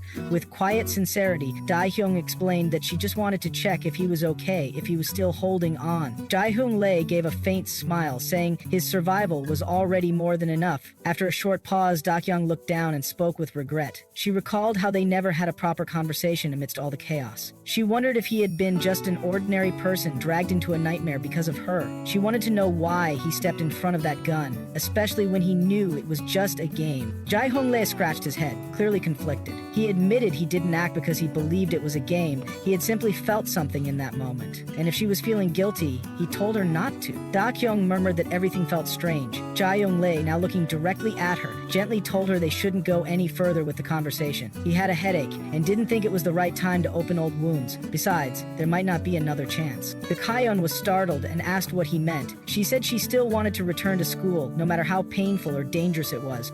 She had come to a realization. She wasn't just a player in the game. She was the final target. Jae-Hung Lee leaned in slightly, now serious, and asked why she believed that. Da-kyung pointed out how only the two of them survived every deadly game. It felt too deliberate to be a coincidence. She questioned whether he had a reason for bringing it all in, whether he knew something. Jae-Hung Lee fell silent. He finally said that because of the incident, the school had tightened security, outsiders were banned, guards had increased, and even he was now in the security database. Standing up as if to leave, he concluded that this was the current state of things. Dakyong, frustrated, demanded to know what he meant earlier about not having another chance. She wanted to know who was after him and who the real target was. Jae-Hung Lee turned to her with an unreadable expression. He pointed out how she kept asking questions but never gave answers. He asked who she really was and if she planned to tell him the truth, if she even could. Dakyong lowered her gaze and stayed silent. As Jae-Hung Lee walked away, he glanced back. He pointed out how she came all this way alone without bodyguards. He wondered if her family was no longer watching her. He pulled out a card and handed it to her, telling her to come to his place if needed. Dakyong took the card, unsure of his intentions. She couldn't tell if it was genuine concern or a way to keep her close and under observation. The scene shifted to a quiet bungalow. Outside, two guards talked casually. One mentioned that the young master's friend was expected soon. The other replied that he had just heard about it the day before. Soon, Jung Wun arrived and greeted them with an apology for the wait before leading them inside. Inside the house, Dakyong told Jae-Hyung Lee that they would be staying there. Jae-Hyung Lee, still trying to process it all, questioned if it was a good idea. He warned that if people found out she was there, it could be dangerous. Returning to school in her condition could put her at risk. Dakyong met his gaze calmly, stating that she felt safer this way. Jae-Hyung Lee, clearly frustrated, asked her why. Suddenly, Dakyong kissed him and softly explained her reasoning. Sometimes, hiding in plain sight was the safest place to be. At that moment, Hung Jin-woon walked into the room and saw them hugging. Jae-Hyung Lee, feeling lightheaded, admitted his dizziness just as he noticed Hung Jin-woon standing there. Hang Jang-woo remained silent at first, then stepped forward. He remarked that it made sense now why she agreed so quickly to stay. He accused her of wanting him to witness this moment. Startled, Dakyong wondered why he had to show up now. She gently pushed Jae-Hyung Lee aside and asked him to give them a moment. Jae-Hyung Lee stepped back with a faint smile. Turning to Hang Jong-woon, Dakyong asked why he came now. now? Hang Jong-won replied with quiet intensity that he was worried about her. Jae-young-lee cut in, questioning whether that concern was really for him or for Dakyong. Hang Jang-won paused and smiled faintly, admitting that he was the third wheel. He said he would leave them for now. Dakyong observed him closely, thinking to herself that he knew she would be there. That's why he had come. Yet now he acted as if it meant nothing, right in front of Jae-young-lee. Just before leaving, Hang Jang-won noticed something. He asked about her face. He could see she was injured again. Turning to Jae-young-lee, he firmly told him to back off. He said he would take care of it and asked Dakyong to wait outside while he spoke to Jae-young-lee alone. Jae-young-lee agreed and nodded. As Hang Jang-won walked past, he said it was a relief that Jae-young-lee had woken up. Jae-young-lee nodded in return and told him to take care. Just as Hang Jang-won was about to leave, Jae-young-lee suddenly called out to him. Hang Jang-won turned around. Jae-young-lee, his eyes burning with emotion, asked if it was him, if Hang Jang-won was the one who gave the order to hurt Lim Seon. His voice rose in anger as he called out Hang Jang-won's name. Hang Jang-won froze and slowly turned back, asking what he meant by that. Dakyong, burdened by heavy thoughts and inner conflict, silently reached a decision. Her expression remained unreadable, a mix of exhaustion, determination, and something quietly hidden beneath the surface. Turning to Hang and Jung-won, she announced her decision to leave, asking them to come along, admitting she could no longer stay there. Just as they prepared to leave, Jae-young, who had been quietly seated behind them, suddenly spoke. He mentioned he had unresolved matters with Dakyong and offered to drop her off safely, suggesting the others could go ahead. Hang looked surprised but stayed silent for a moment. After thinking it over, he softly agreed and walked away without another word. Jae-young, still lounging on the couch with his eyes fixed on Dakyong, asked how she knew who was behind everything and what gave her that certainty. Dakyong looked away, avoiding the weight of the answer. She replied that she would explain everything, but not now. She was too tired, and asked where her room was, needing rest. Dakyong seemed confused by her statement, surprised she was planning to stay, but Dakyong replied firmly, insisting she had no reason to leave and no belongings to carry. All she needed was a room. At that moment, a bodyguard entered and politely began showing her around the guest area. He explained the layout, mentioned meal delivery times at 9 a.m., 1 p.m., and 6 p.m., and requested that she remain inside the room for safety. He informed her she would not be allowed to leave on her own. Dakyong listened quietly and accepted the conditions without objection. Just as the bodyguard was about to leave, she asked if anyone had stayed in the room before her. The bodyguard hesitated, uncertain, but told her to ask the guards outside if she needed anything. They would be rotating shifts for her protection. With that, he exited. Left alone in the silent room, Dakyong stood still, surrounded by quiet. The scene shifted to a white-haired boy sleeping elsewhere. His phone rang, waking him. He answered groggily, but as soon as he recognized the voice, his eyes widened in shock. Dakyong had called. He was struck with fear or anxiety as he heard her. Dakyong, sensing the tension in his voice, casually informed him she would be staying at Jae-young's house for some time. His voice rose in disbelief, questioning her decision and asking if the thief was still there. Dakyong replied softly, hinting it was possible. Now suspicious, the white-haired boy considered the possibility of surveillance or hidden devices and asked if the room was suitable. Dakyong looked around and noted that the room felt different, unlike other guest rooms. She believed it once belonged to Jae-young's parents or brother. His expression grew serious as he wondered if Dakyong was trying to communicate something indirectly, possibly warning him of danger. Before he could ask further, Dakyong gently changed the subject, asking if he had eaten. Without waiting for a reply, she ended the call. He stared at his phone in silence, thinking perhaps it was better this way. Dakyong, now alone, placed the phone down. In her hand, she held a table lamp, its warm light casting long shadows across the room. Suddenly, she threw the lamp, causing a loud crash. Hearing the noise, the bodyguard rushed in. He saw Dakyong on her knees, holding her hand with shattered window glass in front of her. He hurried to her side, asking where she was hurt and requesting to see the injury. Dakyong, still holding her hand, quietly explained that the color red reminded her of a painful day and asked for all red-colored items to be removed. The bodyguard apologized and assured her everything would be moved immediately. He also offered to take her to the medical room. Dakyong declined and then suddenly began shouting that the red color was irritating. The guards looked toward her signal, and in that brief moment of distraction, she vanished. Dakyong had escaped from the room. As she moved quickly, she thought to herself that maybe she did have some talent for acting, but her escape didn't go unnoticed for long. One of the guards blocked her path and reminded her that she couldn't move around freely. He told her everything had been taken away and asked her to return. Soon, more guards surrounded her. Dakyong, continuing her act, shouted that even her clothes were red. Then, without hesitation, she jumped from the second floor. The guards stood stunned. One of the bodyguards received a call. When When asked about the situation, he replied that Dakyong had jumped. The person on the other end reacted with shock. Meanwhile, Dakyong hid in a nearby room, assessing her surroundings. She noted that there were 4 bodyguards on the second floor and 5 on the first. The place was heavily guarded. Looking around, she realized it was a study room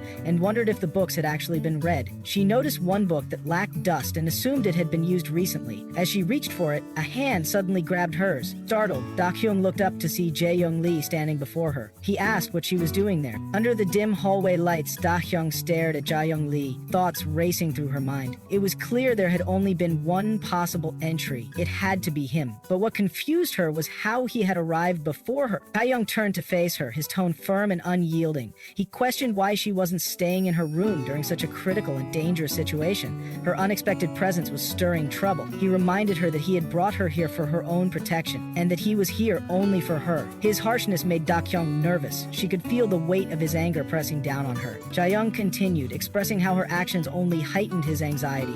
He urged her to return to her room and stay there, quietly. Before Dakyong could respond, she hesitantly interrupted him.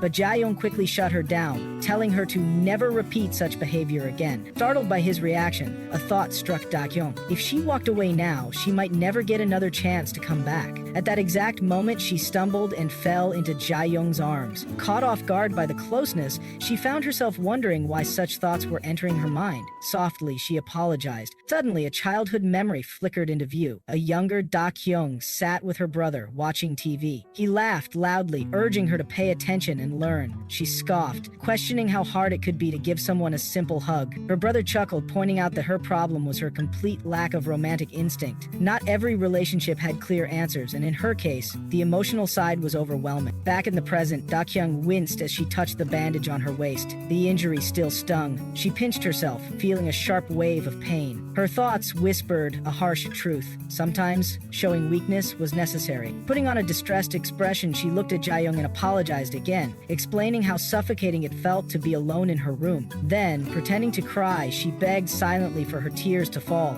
even if they were fake, just once. Seeing her, Jae-young was taken aback. Her act startled him, and he blurted out that it was terrifying. Hearing his reaction, Dakyong smirked inwardly. This was fine, too. She told him that she just wanted to step out for a while. Her words caught him off guard, his expression softened, and a light blush crept across his face. He gently asked if she was crying, then quickly turned his back toward her. Watching him from behind, Dakyong noticed how hard he was trying to appear unaffected, though it was clear that he wasn't. Jae-hyung covered his mouth with his hand and began walking away, still blushing. As he left, Dakyong wondered what he was trying to do. Just then, 2 bodyguards arrived. They expressed concern over how she had made it this far, and pleaded with her not to repeat this behavior. Later, Dakyong lay on her bed, lost in thought. She had hoped to find something meaningful in that moment, but instead, a deeper unease had crept in. Soon after, she was taken to a quiet room where a psychologist was waiting. With a calm voice, the psychologist asked if she was in good shape for a brief conversation. Dakyong responded faintly, saying she didn't want anything. She then tied both hands around a pillow, whispering to herself that all she ever wanted was freedom. But now, they were only trying to suppress her more. She regretted admitting her fear of being alone, because now it was being used against her. The psychologist watched her quietly, then gently placed a blanket over her. With a kind tone, she said she'd leave her business card behind and that Dakyong could call her anytime. She promised to be her partner through this. Elsewhere, Jae-young was deeply worried. He realized he hadn't cared for Dakyong properly, and her current state was far from stable. Back in the room, Dakyong turned to the psychologist and asked her to tell Jae-young to speak to her directly about everything. The psychologist nodded and assured her that she would. As she stepped out, she reminded Dakyong that she was always just one call away. Alone again, Dakyong sank deeper into thought. It felt like she would remain trapped forever. She wondered what it would take to escape this invisible cage. Meanwhile, Jae-young stood beside a bodyguard, watching Dakyong through CCTV footage. He asked what she was doing. The bodyguard replied that she hadn't moved for nearly an hour. She was still sitting in the same spot. Jae-young raised an eyebrow in surprise. Then, he recalled the words Dakyong had once said,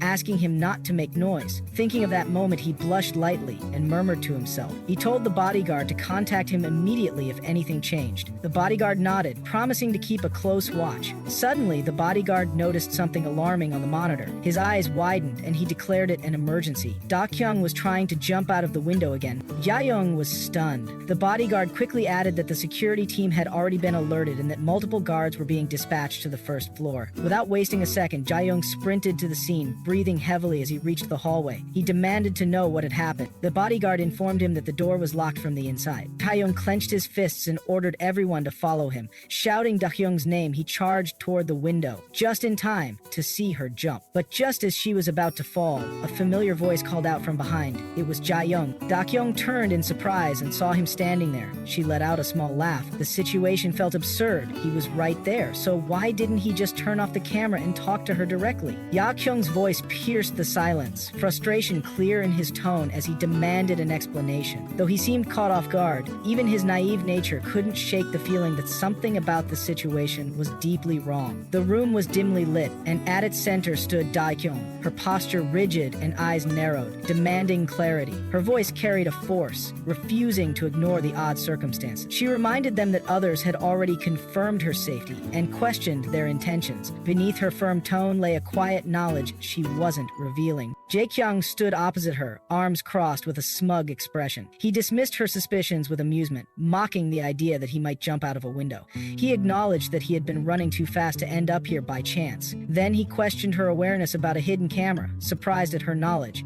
Dakyong didn't back down. She insisted on an apology first, her gaze unwavering. Dakyong sighed and muttered a half-hearted apology, but Dakyong wasn't ready to let her guard down. She offered him a way out, promising to escort him anywhere, but refused to share deeper details. Though her posture remained strong, doubt flickered in her eyes. Dakyong questioned her authority, wondering why he should comply. He announced his decision to stay, even requesting to switch rooms with her. Dakyong quickly weighed her options. Letting him stay in her room could grant her access to his, possibly revealing something valuable. She reminded him of his promise to protect her. Watching his reaction closely, he remained quiet for a moment, his injured arm resting on the sofa. Dakyong observed him, realizing he might have the legal right to remain in the house long term, which worked in her favor. That time could allow her to investigate without pressure. Dakyong rejected the idea of staying in her room but offered her another one, clean and prepared. Regarding her desire to leave, he advised patience until she felt stable. Dakyong clenched her teeth, overwhelmed by the complications. Days passed quickly. Within a week, after scanning the room thoroughly with a radar detector, she finally agreed to move in. Her expectations had been low, yet she found herself unexpectedly content. A male psychiatrist visited daily, his presence adding to her tension. Still, despite the emotional weight he stirred, it didn't feel unbearable. Maybe, she thought, she needed this time to rest. She slipped into a warm bath, the water soothing her. For the first time in a while, she admitted to herself that the past week had been strangely relaxing. As she relaxed, staring at the ceiling, a knock on the door brought her back. Dakyong entered. Looking around with surprise, he asked if her quarantine had ended and casually noted her bathing habits. She confirmed without much interest. A pause followed, filled with unspoken thoughts. He ran a hand through his hair and moved to the sofa, asking how she had been spending her time. Dakyong studied him before shifting the topic. She asked if he liked swimming. He seemed confused, wondering if she had a pool at home. She explained that it hadn't been used recently and was empty, but she planned to refill it soon. Curious, she asked when she could use it. He replied, 2 days from now. Without warning, he stood up and asked her to join him. He wanted to show her something on the projector. She guessed it might be a movie. He confirmed, sharing a glimpse into his childhood, revealing his love for watching films there. She followed him, settling beside him on the sofa, her legs curled up comfortably. As she sat there, a quiet thought crossed her mind. Had he lived alone here since childhood? Before she could voice it, he answered. He hadn't always been alone. Others had cared for him at one time. She noticed the weight behind his words and chose not to press further. Even if she asked, she sensed there were truths she might never uncover. In that moment, she felt something unfamiliar. Comfort. A warmth she hadn't expected. She asked if he was enjoying himself, though the reason for asking escaped her. Dakyong responded calmly. His motivation lately stemmed from exhaustion. He simply wanted to clear his mind. Dakyong didn't know what to say. Instead, she lifted a hand, brushing her fingers through his hair without much thought. She told him not to look, but her words trailed off. Before she could continue, Dakyong's body relaxed. Sleep overtook him swiftly, his head gently resting against her shoulder. She blinked in surprise, watching him sleep. She didn't push him away. Quietly, she whispered to herself, deciding not to disturb him. Letting him sleep peacefully felt like the right thing. Time passed quietly. Then, a brown-haired figure appeared at the bottom of the stairs. He asked if she had arrived and inquired about Dakyong. Dakyong responded neutrally. He was a asleep. The man was taken aback, surprised he had fallen asleep there. She confirmed it again. He exhaled, commenting on how Dakyong hadn't been sleeping well recently. His eyes focused, voice tinged with concern. He asked if Dakyong was truly sleeping well now. Dakyong thought carefully. Dakyong was never one to sleep easily, especially outside his bedroom. He always stayed alert, guarded, and yet here he was. Resting without hesitation, she admitted softly that yes, he was sleeping well. Just then, Dakyong stirred. His eyes blinked open, scanning the unfamiliar space. Confusion flickered across his face as he adjusted his position, but Dakyong, who had been by his side moments ago, had vanished. No sound, no trace, only silence. Dakyong sat alone, lost in thought, his focus fixed on Dakyong. She had clearly drawn a boundary, keeping herself guarded and distant. There was something deeper she wasn't sharing, something heavy behind her silence. He could sense how carefully she picked her words, what she chose to show and what she hid. He still didn't know what she truly wanted. Her secrets ran deep, and it left him uneasy. Frustration built quietly as he pushed through his workout.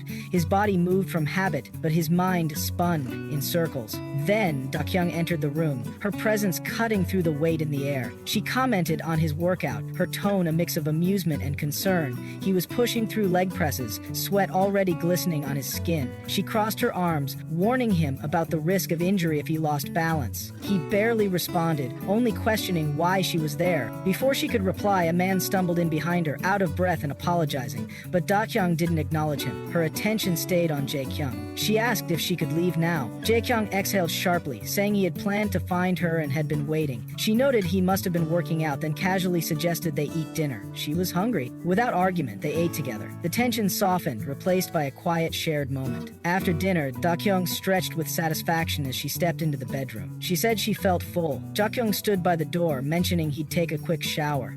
As he walked into the bathroom, a thought crossed Dakyong's mind. Should she take this chance to search the room? She hesitated. The idea lingered, even though she knew it was wrong. He returned, towel drying his hair. She blinked, surprised he was done already. He sat at the edge of the bed, glancing around the large room. She remarked on the house's size, asking if it ever felt lonely. Her question came out more personal than intended.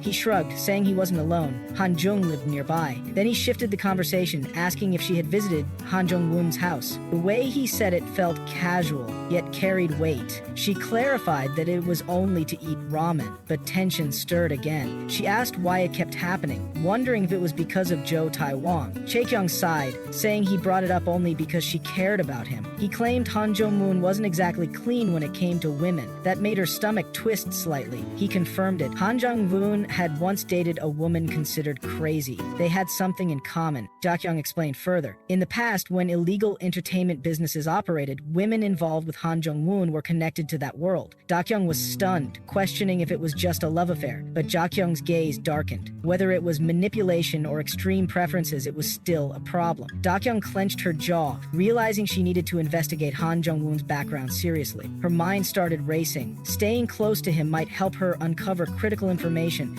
Then Jae-hoon's voice broke through. He asked if she liked Han Jung Wun. His gaze was piercing. She met his eyes, heartbeat rising, but he abruptly stood up, brushing it off and apologizing. He admitted to being nervous lately. He reached for a cigarette pack, hands slightly trembling. Dakyong's eyes narrowed. She quickly took the pack from him, frowning deeply. She asked if he was really going to smoke in his condition. Then, without hesitation, she crushed the cigarettes in her hand. Jajiang shouted, panicked, but she ignored him. He dropped onto the bed, rubbing his temples. He wondered aloud how many hours he had slept the night before. Dakyong reminded him that he had fallen asleep beside her while watching a movie. He tilted his head, confused. She gently pushed him back into bed and covered him with a sheet. She said no more cigarettes. He needed proper rest. He mumbled, saying he couldn't sleep anyway, but she didn't budge. She told him to lie down and promised to stay beside him. He looked at her, surprised by her soft tone. Fatigue began to pull him under. As he drifted off, Dakyong's thoughts turned again to her earlier idea. This was the perfect moment to search the room. She reached for the bedside table, steady and cautious. But Dakyong stirred. He spoke softly about someone who had always been there when he couldn't sleep as a child. She asked if he meant his mother. He shook his head. That person was more than just a mother figure.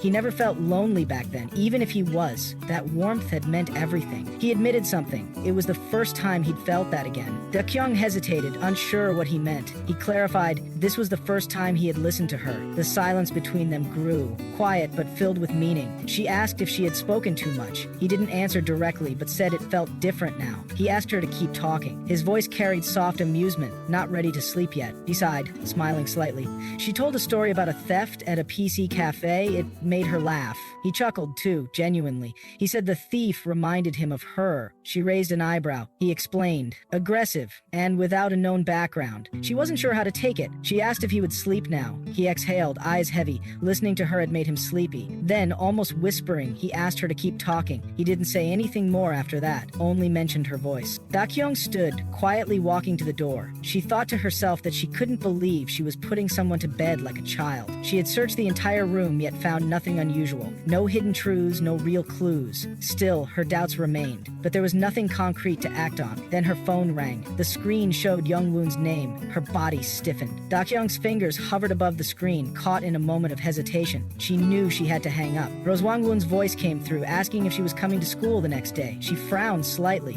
registering the question. When he confirmed again, she sighed internally. Despite the weight pressing on her, she couldn't avoid it. She confirmed that she would go and ended the call, steadying her voice even as her thoughts remained uneasy. His tone had held something subtle, something unreadable. He had asked where she was. She paused before replying that she was at Dakyong's house. As she said the words, her eyes moved around the room, scanning for any signs of movement, cautious and alert. The next morning arrived quickly. Dakyong prepared for school with practiced calm, smoothing her uniform with careful hands. She turned to Dakyong, asking if he had slept well, her voice composed but carrying a hint of genuine curiosity. He responded briefly, barely looking at her, saying he would go next week. Her gaze settled on his winter uniform. She pointed out it was probably too hot. He casually replied that he didn't have a summer uniform, then stepped out, returning with one in hand. She blinked, momentarily surprised. Thanking him, she couldn't help but ask why he had summer dresses for girls. He answered calmly, explaining he had an older sister. Silence followed, stretching between them. The information stayed with her, lingering awkwardly.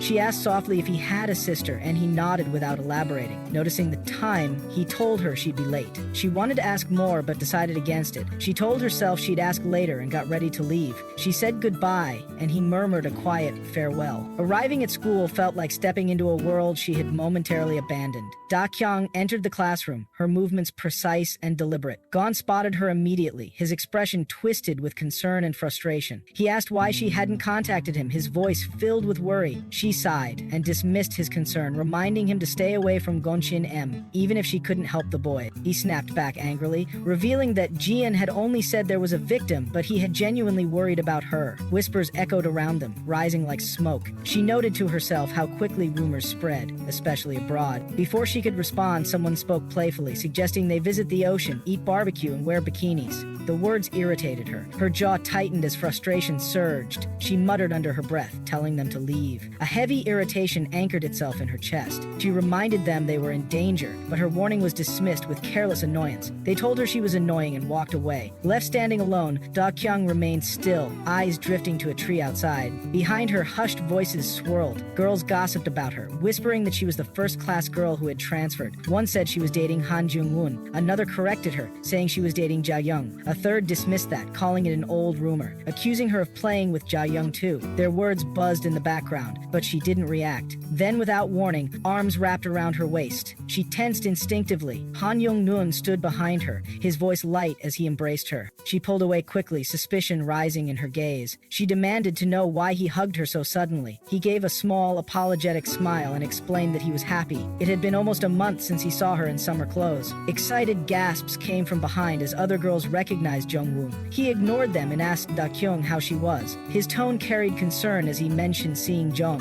who didn't look happy. Her expression faltered, hiding something beneath the surface. She acknowledged his comment with guarded neutrality. Jung Wun watched her closely, his eyes narrowing as he tried to read her expression. He asked if something had really happened. Dakyong paused, uncertain. She shook her head and said nothing had happened, but Leon Wun's concern only deepened. He asked her to explain what was going on. She sighed, weighed down by her thoughts. She admitted she feared she might only cause harm and told him not to worry, promising to handle things herself. Still unconvinced, he stopped walking and motioned toward a nearby bench. She followed him, the tension between them softening slightly. Sitting beside her, he told her things wouldn't change if she kept her distance from others. She absorbed his words carefully. They stung with a painful truth. She asked herself if it was already too late. He sighed, gently urging her to stay by his side. The sincerity in his voice left her speechless. A heavy silence followed, filled with unspoken emotions. She finally admitted how hard it would be to escape escape the situation. She couldn't believe how powerless she felt. He remained calm, reassuring her that it was okay. Dakyong stared at him, emotions swirling within her. A small sound escaped her lips, a murmur lost in thought. Jung Wun tilted his head slightly, noticing the shift in her demeanor. Then, a flicker of suspicion crossed his face. He commented on something unexpected. She smelled like Dakyong. His words were slow and deliberate. He asked if she had been with him. The question hung in the air, tense and loaded. The atmosphere shifted again, but Dakyong remained quiet,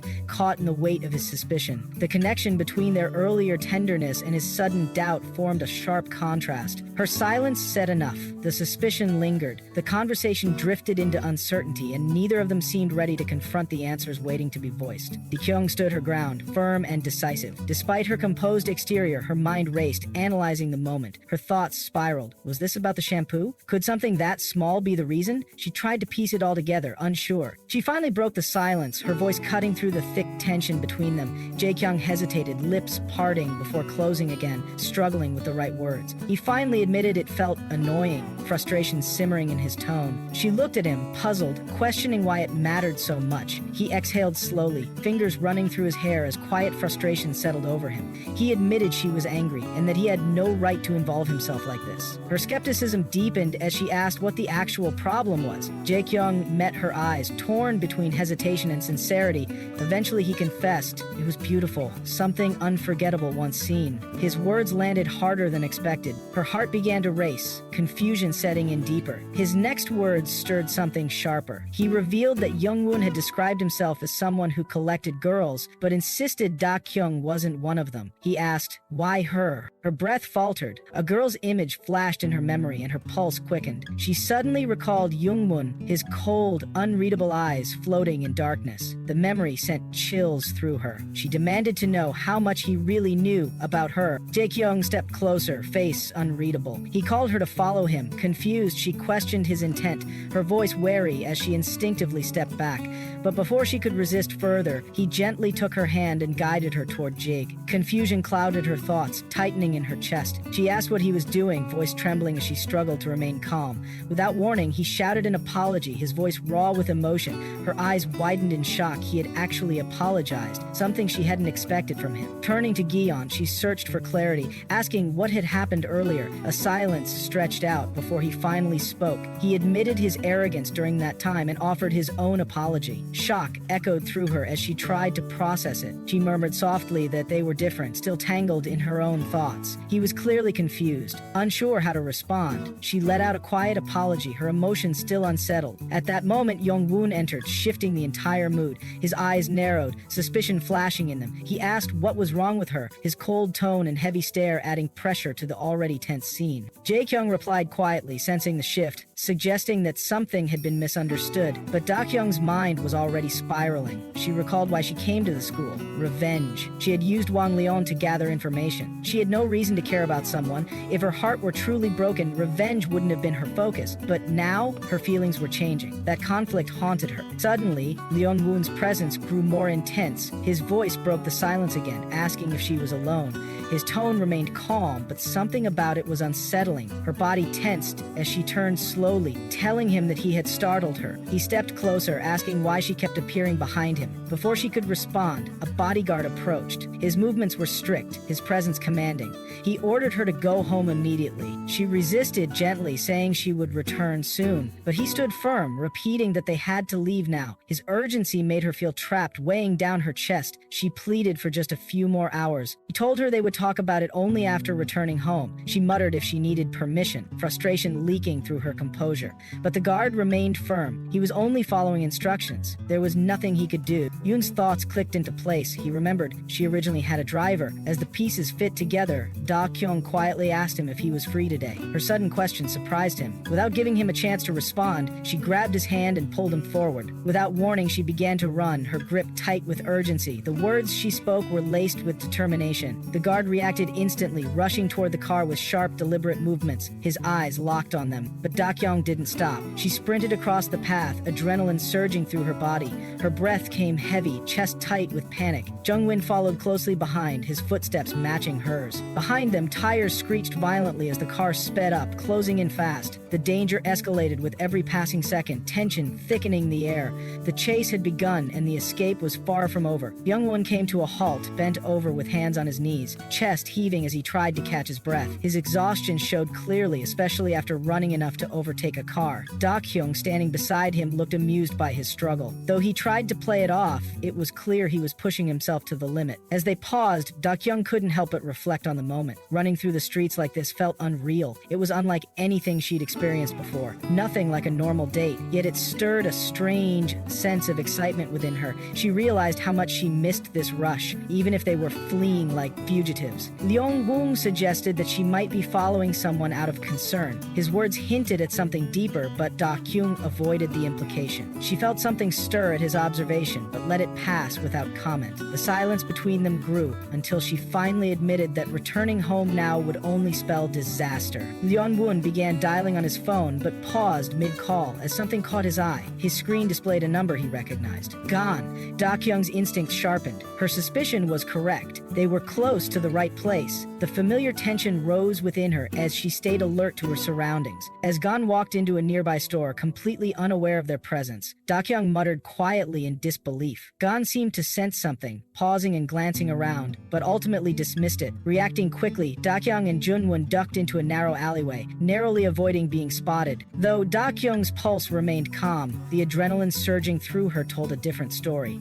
She whispered about the close call, while Jung Wun laughed softly, clearly enjoying the thrill of the chase. But Dakyong warned him that they couldn't keep this up, especially with his brightly colored hair drawing attention. Without hesitation, Jung Wun pulled on a cap to blend in better. He pointed out her triangular-shaped glasses, which also made her stand out. She explained they were just a cover, but he didn't miss the irony. Then he noted her school uniform, which only added to their visibility. Dakyong sighed and agreed that they needed a change. They headed to a corner store and quickly swapped their clothes for casual shirts. Jung Wun examined himself in the mirror, clearly amused by their new look. He commented that they looked like a couple now. Dakyong paused, unsure how to feel about the idea, but said nothing as Jung Wun reminded her of the route to the exit. Just as they stepped outside, Gon reappeared nearby. Dakyong tensed slightly, her eyes flicking to Jung Wun. Before she could speak, he showed her a phone notification, something about a water supply change. Her eyes widened as she realized the school's community alert had been updated. The system had escalated from level 2 to level 3, tied to Wangan 3123. Dakyong hovered her fingers over the screen, trying to understand the message. Jung Wun called it a bad habit, referring to how the school handled these alerts. According to him, punishments were never direct. They only occurred outwardly, subtly damaging reputations and stability. He noted that cosmetic stock prices had dropped, likely due to recent incidents involving Wang Yang. Dakyong asked if she should consider restoring her relationship with Gyeon. Jung Wun replied cautiously, saying that regardless of the decision, she needed to provide reasons the other party could understand. Misunderstandings would otherwise keep piling up. Dakyong accepted his words and nodded thoughtfully. Then, with a softer tone, he admitted his personal wish, that she and Gyeon would get along. He explained that back when he was with Gyeon, Dakyong seemed genuinely happy. This confession stirred mixed feelings in Dakyong. She recalled how strange it felt when she suspected Yeon-un of using her, and yet it had brought a sense of relief. If both of them had approached their relationship with hidden motives, it balanced the emotional burden. But now, this sincerity made her uncomfortable. She asked why he was being so honest with her, but he didn't respond. Instead, his focus shifted as he noticed movement nearby. Jeon was walking away, and he suggested they follow her. Dakyong stayed silent, but followed his lead. They trailed behind Kyung, who remained oblivious to their presence. Jung Wun suddenly questioned Dakyong's reason for shadowing her. Dakyong hesitated. Internally, she wondered if she might be in danger because of him. Her thoughts were restless, her heart uneasy. Before she could process further, Jeon suddenly turned and looked directly at them. Her tone turned sharp as she asked about her missing pink wallet. The question caught both Dakyong and Jung-un off guard. Trying to act normal, they turned away as if uninvolved, but Jeon continued talking, clearly distressed. She suspected the wallet had dropped when she was using her account, and her growing panic became evident. As she searched the area, her voice grew more rushed and demanding. Dakyong, realizing the situation was escalating, whispered a single word: "Run." They took off immediately, darting through tight alleyways as Jung shouted after them, calling them thieves and demanding they stop. The tension exploded into a full-blown chase. Dakyong's heartbeat thundered as they sprinted through the streets. Every footstep echoed with urgency. But suddenly their path was cut off. Dakyong called out to Jung Wun that the road ahead was blocked. He confirmed it, and they skidded to a stop, almost colliding. Frantically, Dakyong looked around for another way out. To her surprise, Jian was nowhere in sight. Breathing heavily, Dakyong muttered about the confusion and frustration of it all. Then she noticed how close she was to Jung Wun, their bodies almost touching. The unexpected proximity made her freeze. Her heart raced, not from fear, but from the sudden intimacy. Jung Wun, still flushed from the run, felt his face grow even warmer. The adrenaline, the closeness, and the chase had all blended into one overwhelming moment neither of them expected. Dakyong stood close to Jung Wun, uneasy about the proximity. She silently wished to put distance between them, far enough so that she wouldn't accidentally touch him. She tried to convince herself that everything would be fine as long as he stayed still. But in that quiet tension, Jung Wun casually took off her hat, saying it was falling. That small gesture shattered her composure. Dakyong grabbed him by the neck, murmuring if he had done it on purpose, if it was something that couldn't be avoided, and asked if he wanted her to carry it for him. She immediately refused, but as she glanced toward the alley, Gion was no longer there. She acknowledged it calmly. Jung Wun remarked on how dangerous the situation had been, but Dakyong coldly replied that there would be no danger if he simply stayed still. He insisted otherwise. Her thoughts tangled, unsure of what she was doing or supposed to do. She decided to go ahead first. Jung Wun asked about Jion, but she told him she didn't know and would check later. He offered to go together, but she declined. She asked for the bag so she could leave first. He refused. Just then, he spotted Jion's shoe nearby and pointed it out to Dakyong. A flashback followed, revealing what had happened to Gaeon. He had been attacked from behind. The attacker confronted him, believing he was Hwang Yon, the youngest daughter of all group. Gaeon denied it, saying the man was mistaken, but the attacker revealed a phone, showing an image of her with his father. He challenged her again, confident in her identity. Gaeon pleaded to be let go, terrified, begging not to be killed. The man, consumed by resentment, spoke of the wealth lost because of her father. 500 million won, wasted. He demanded that amount from her. Desperate, she promised to give him what she had, asking him to wait. Then she realized her wallet was missing. She panicked. The man grew frustrated, blaming her father for everything. He told her not to hold him responsible. In tears, she called out for her father and screamed for help. Suddenly, Dakyong appeared from behind. Without hesitation, she grabbed a bottle from a nearby man and hurled it at the attacker. It was a bottle of hydrochloric acid. Don Moon, observing, recognized the chemical. Dakyong then forced the man against the wall, pinning his arms behind his back. The attacker demanded to know who she was. She asked him the same, accusing him of being sent by Shin Minwan. Jung Wun ran to the scene, concerned for Jeong. Dakyong wondered why Jung Wun had shown up. Jeong replied weakly that she was fine, then suddenly collapsed, unconscious. Dakyong climbed onto the man and began to beat him mercilessly. Jung Wun shouted for her to stop, noticing her injured hand. Police arrived quickly and took over. They confirmed the attacker had no connection to Shin Min Won. It had been a random act driven by personal resentment. One of the officers remarked that they were lucky not to have been the intended targets. He thanked them, pointing out how grim the outcome could have been without their help. Jeon's father approached Dakyong, expressing sorrow. He apologized for the harm caused and acknowledged her efforts. With a shaken voice, he promised to do anything she wanted, simply asking her to speak. Dakyong didn't respond. She just walked away. Confused and regretful, Jeon's father turned to Jung Wun, wondering if he had done something wrong. Jung Wun assured him it was fine and urged him to leave quickly, but he too looked shaken, caught between shock and confusion. Meanwhile, Dakyong was lost in thought, staring at her hand. She reflected on how many people she had hurt or killed with those very hands. The number had blurred. She questioned whether someone like her deserved gratitude at all. The confusion only deepened. Jung Wun approached her again, visibly tired. He suggested they go to a cafe to rest. He mentioned calling a car and said he would wait for her. His voice was soft, as if trying to bring calm after the chaos. He then admitted that he had forgotten something. In the past, when he was never too busy, he had something to offer her. His tone carried weight, something unspoken, yet heartfelt. Dakyong met his gaze with a firm expression and told him to stop. Before the moment could stretch into anything more, a voice interrupted them. It was Jae-kyung. His presence cut through the air as he asked Dakyong what she was doing. Dae-kyung's voice cut sharply through the noise. His frustration was evident as he demanded explanations from Dakyong, questioning her about the police presence, her turned-off phone, and the trouble involving others. Before he could continue, Jung Wun stepped in, placing a firm hand on his shoulder. His calm presence shifted the tense atmosphere, forcing Jae-kyung to pause. Jung turned to Jung Wun, confused by his appearance, then shifted his gaze to Dakyong, insisting she leave with him. but she stood still. Her refusal was clear. She declared she was going to her parents' house instead. The statement caught Dakyong off guard. His voice faltered, but Dakyong remained unreadable. As she brushed past him, she told him to call once he reached home. Dakyong lightly held her wrist, trying to stop her, but her next words carried a strange finality. She reminded him that she wouldn't worry about someone she didn't consider strange and promised to see him at school next week. Her departure left Dakyong frozen, her name echoing in his mind. As Dakyong walked away, her thoughts tangled. Being around Dakyong stirred feelings of guilt and empathy. If they stayed together, this softness would only intensify, especially when faced with his unstable side. She knew she didn't want to return to that space tonight. Still, if the day ended without achieving anything, she'd have to refocus. Breaking the silence, Jung Wun asked her a pointed question. Dakyong was caught off guard, but answered honestly. She admitted her feelings, but his skeptical gaze didn't waver. He doubted her words and pressed further, suggesting she was avoiding something. Jung Wun questioned whether Dakyong had used the sports day incident as an excuse to take her home,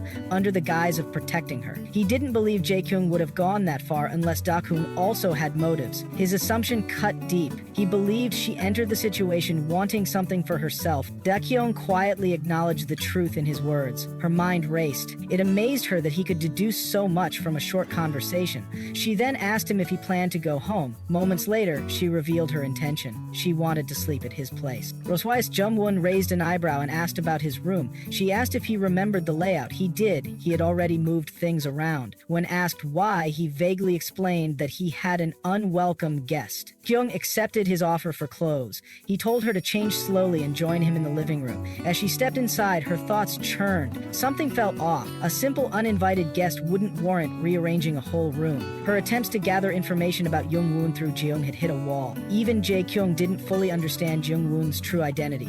That mystery made her hesitate more than anything. Back in the room, Jung Wun watched her closely. He finally asked what had been lingering, why she was choosing him. Dakyong seemed surprised by the question. He continued, unsure of why someone like her would choose someone like him. His doubt was clear, and she wondered if he knew her past. His tone shifted. He questioned her assumptions about him being surrounded by women and asked why she thought that. She revealed she had heard it from Dakyong. He brushed the claim aside and insisted she was different. Dakyong hesitated, unsure how to trust him. He turned the question around, asking if she was serious about him. Her voice stayed steady as she assured him she had no hidden motives, but inside her thoughts were anything but calm. She didn't understand what he was doing, and the uncertainty made her even more cautious. Jung Wun smirked, unconvinced. He challenged her to look him in the eye and repeat her words. As their eyes met, something shifted. His final question lingered in the air. Was she jealous of Jae-kun? The silence that followed felt endless. Those eyes of his always threw her off balance, and in a moment of reckless impulse, she closed the space between them and kissed him. That kiss was her unspoken answer. It was electric, fleeting, but powerful. Her mind protested. She hadn't meant to do it and didn't want to again, but Jung Wun didn't pull away. He looked at her, dazed, whispering what he had wondered about. His voice had changed, deeper, more certain. He now understood she was serious. Dakyung's thoughts spiraled. She realized that handling him her way might be dangerous. His fingers curled around her, pulling her close, and he kissed her again, this time with deeper intensity. Everything in her mind screamed confusion. She didn't understand what was happening or what Jung Wun truly wanted. She pushed him back gently, trying to breathe, trying to think clearly. But he leaned in again, murmuring against her skin. She told him to stop, but he didn't. The kiss resumed, urgent and overwhelming. She finally broke away, needing distance. His eyes revealed nothing, but his words hinted at playful challenge. If she truly liked him, there was no reason to hold back anymore. Her heart raced uncontrollably. The intensity of the moment left her dizzy. She demanded that he stop, calling the situation crazy, but Jung Wun remained composed. His head tilted slightly in amusement. He questioned what would happen next and asked if she now believed him. Dakyong blinked, unsure how to respond. Jung Wun sighed and ran a hand through his hair. He assured her he had been honest. His steady gaze never wavered. His words landed heavily. He was impressed. Dakyong swallowed, forcing herself to regain control, to breathe steadily again. Dakyong's mind raced as she replayed everything that had happened. Her first kiss echoed vividly in her memory, unexpected and strangely intense. She moved to the basin, trying to steady herself. Her original purpose was clear. Every student was the subject of investigation, nothing more. But this situation felt different, unsettling in a way she hadn't anticipated. She exhaled slowly, gripping the sink's edges tightly. The reflection staring back at her was calm, but inside, confusion churned. There was an undeniable romantic undertone between her and Jung Wun, something she hadn't expected unexpected. She tried to grasp what it meant, but the emotions were foreign. Her fingers touched her lips, still feeling the ghost of his touch. Panic flickered within her chest. She reminded herself that nothing had truly changed. Jung Wun was still the subject of her investigation. The kiss was a momentary lapse, nothing more. Yet the trembling in her heart refused to subside. This was the most confusing feeling she'd experienced recently. Shaking off the unease, Dakyong stepped outside. She found Jung Wun sitting quietly on the floor, his posture unusually subdued. When he looked up, his voice cut through the silence with an unexpected certainty. He said she wasn't the kind to be indecisive. His words held weight, making her stiffen. She looked at him sharply, asking silently what he meant. He studied her reaction carefully and then mentioned Jaeyoung, wondering if he had kissed her for similar reasons. The remark hit Dakyong hard. She remained silent, narrowing her eyes, challenging him to guess the truth. Her expression remained unreadable. Jung Wun blinked, unsure how to respond, then shifted the topic, asking if she was hungry. After a brief hesitation, she nodded slightly. He encouraged her to maintain a good relationship with Dakyong. She admitted wanting to, but Dakyong's frequent mentions of childhood memories made things difficult. He asked if she felt responsible for those memories. She sighed, recognizing the truth in his words. She needed to ensure Dakyong didn't misunderstand her intentions. Her thoughts tangled as she wondered what to clarify first. She reminded herself that she hadn't done everything. Then the conversation turned to Lim Xian. Jung Wun's tone grew serious as he suggested that if Lim Xian was connected to Shin Myung Wun, the situation was more complicated. He asked if Dakyong knew what had happened that day. She admitted she did not. Even Jaekyung's injury had shocked her. She had felt anger but had not acted. She suspected Lim Xian had crossed a line she shouldn't have. Leon Wun's gaze stayed steady. He said it was fortunate that Jaekyung had recovered. Dakyong nodded slowly, acknowledging this. She took a deep breath, trying to push away the weight of recent events. For now, they were eating together, and that was what mattered. The heaviness between them lightened, if only for a moment. Night fell, and the topic of sleeping arrangements arose. Jung Wun chose the mat. Dakyong's eyes narrowed, but she eventually agreed to stay in the living room too. He on the mat, she on the sofa. Silence wrapped the room. She glanced toward him, her mind restless. She whispered goodnight softly, uncertain if he was still awake. Her thoughts churned. Something felt off, something she couldn't pinpoint. There had been trouble with Hwang Yon recently. She didn't know the details, but unease gnawed at her. Frustrated, she resolved to focus on her goals, to not let distractions take over. In the quiet, her fingers accidentally brushed against Jung Wun's phone. Curiosity and panic mixed as she tried to unlock it, whispering about the password. She couldn't remember who last used it. Suddenly, Jung Wun stirred. She froze immediately. His voice, though groggy, was alert. She quickly hid the phone and explained she thought he was asleep. He exhaled slowly, then said he believed her. Believed she was serious about what she had said earlier. His tone was calm but unreadable. Morning came. Dakyong woke to find Jung Wun already watching her. When she asked why he was staring, he smiled softly and said he just wanted to wake her up. His words carried a teasing warmth. He reminded her that she had called him the day before. He sensed she was worried about Hwang Yon and said they should go see her. The mention of Hwang Yon tightened Dakyong's chest again. Soon they stood before an unfamiliar man. He looked Dakyong over carefully before acknowledging how long it had been since they last met. He exchanged a few formal words and suggested it was time to leave. At that moment, Hwang Yon's father appeared. His expression was firm, almost cold. He apologized, explaining that Hwang Yon was not well enough to see anyone. Jung Wun responded calmly, insisting that they only wished to inform her they had come. The father hesitated and asked who they were. Jung Wun repeated his request and said he was a friend of Hwang Yon. Dakyong tensed, watching carefully. Before she could say anything, Jung Wun said they would leave. The father told them to be careful on their way out. Just then, a voice interrupted from inside. Hwang Yon herself had spoken. She told her father to let them in. Dakyong was surprised by this sudden change. The father's tension became visible. He refused, saying no young man would enter the house. Dakyong's eyes narrowed, questioning his harsh stance. The scene shifted smoothly to a quiet corporate office. Dakyong sat deep in thought, fingers tapping against the desk. The air was thick with tension. After a long pause, someone entered. It was their first official meeting. The newcomer's voice was calm and certain as he introduced himself. Shin Muyong. Dakyong sat down, his gaze sharp and focused. He leaned forward slightly, showing both caution and curiosity. The man before him remained silent for a moment, studying Dakyong carefully. When he finally spoke, his tone was formal, emphasizing the honor it was to meet him. Dakyong did not respond with warmth. His expression stayed unreadable readable, signaling that he intended the meeting to be brief and without unnecessary words. Dakyong wasted no time. He cut straight to the point, questioning the man's involvement in recent events. The atmosphere thickened as the man's brows furrowed, unease flickering in his eyes. He feigned ignorance, pretending not to understand the implication. Dakyong remained calm but firm, revealing that he had already checked the man's name on the stranger's list from the day in question. His tone carried the confidence of someone who had long pieced the puzzle together.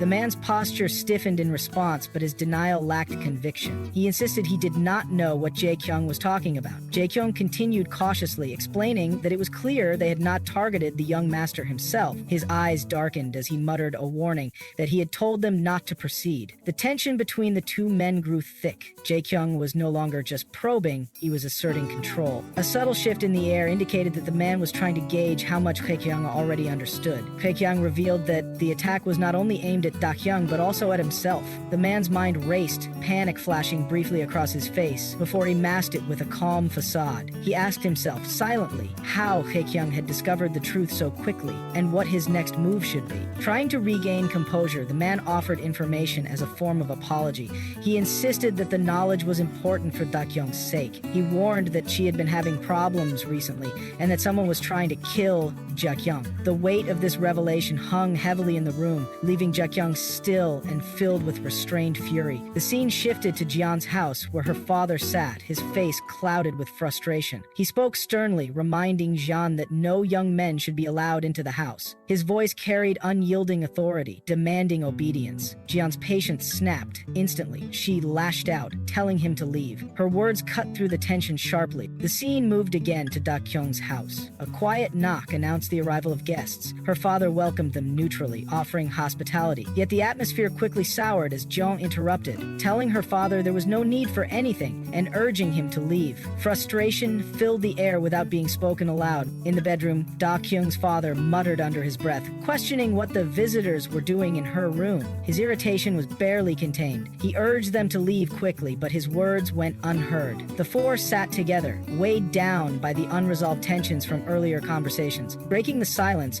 Jung Wun spoke about Dakyong's concern for Jiang.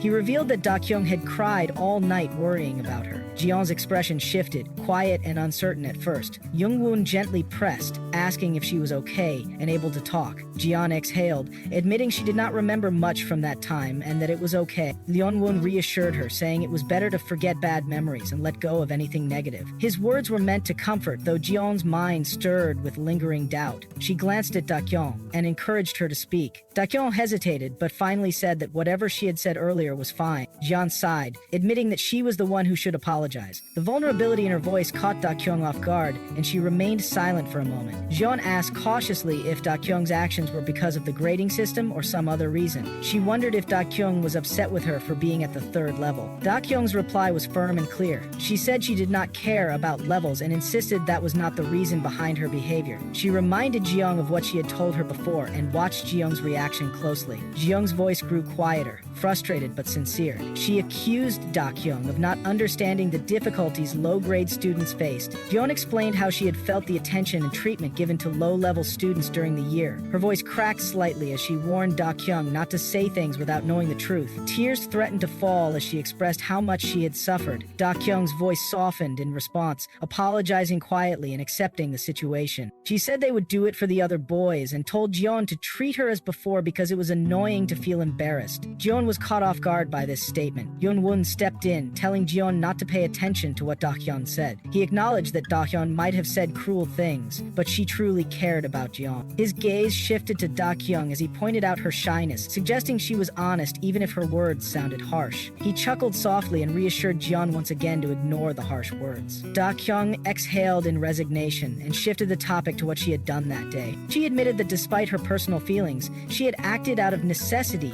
and that it was not a good reason to justify what she did. She confessed fear for Jian's safety because of herself. She wanted to preserve a normal and precious life for Jian, even if no one else knew. Her words weighed heavily in the room. Jian's lips trembled as she muttered that Dakyong was really stupid and should have said these things from the start. Jung Wun's expression changed subtly, muttering softly in disbelief. Jian wiped tears from her eyes and steadied her voice. She reaffirmed that being at the third level was not the reason behind her actions. She admitted that she had started spending time with Dakyong under the pretense of having no friends. Yet she truly liked Dakyong and did not care about others' opinions. She vowed to always be confident and strong. Dakyong's cheeks flushed, but she remained silent. Jiyeon smiled softly, expressing a wish to be like Dakyong. Her smile was small but genuine as she nodded. She said she really wanted Dakyong in her daily life, and that life without her held no meaning. She admitted wanting to rely on Dakyong. Dakyong swallowed hard, her voice barely audible as she wondered if Jiyeon would ever give up on her.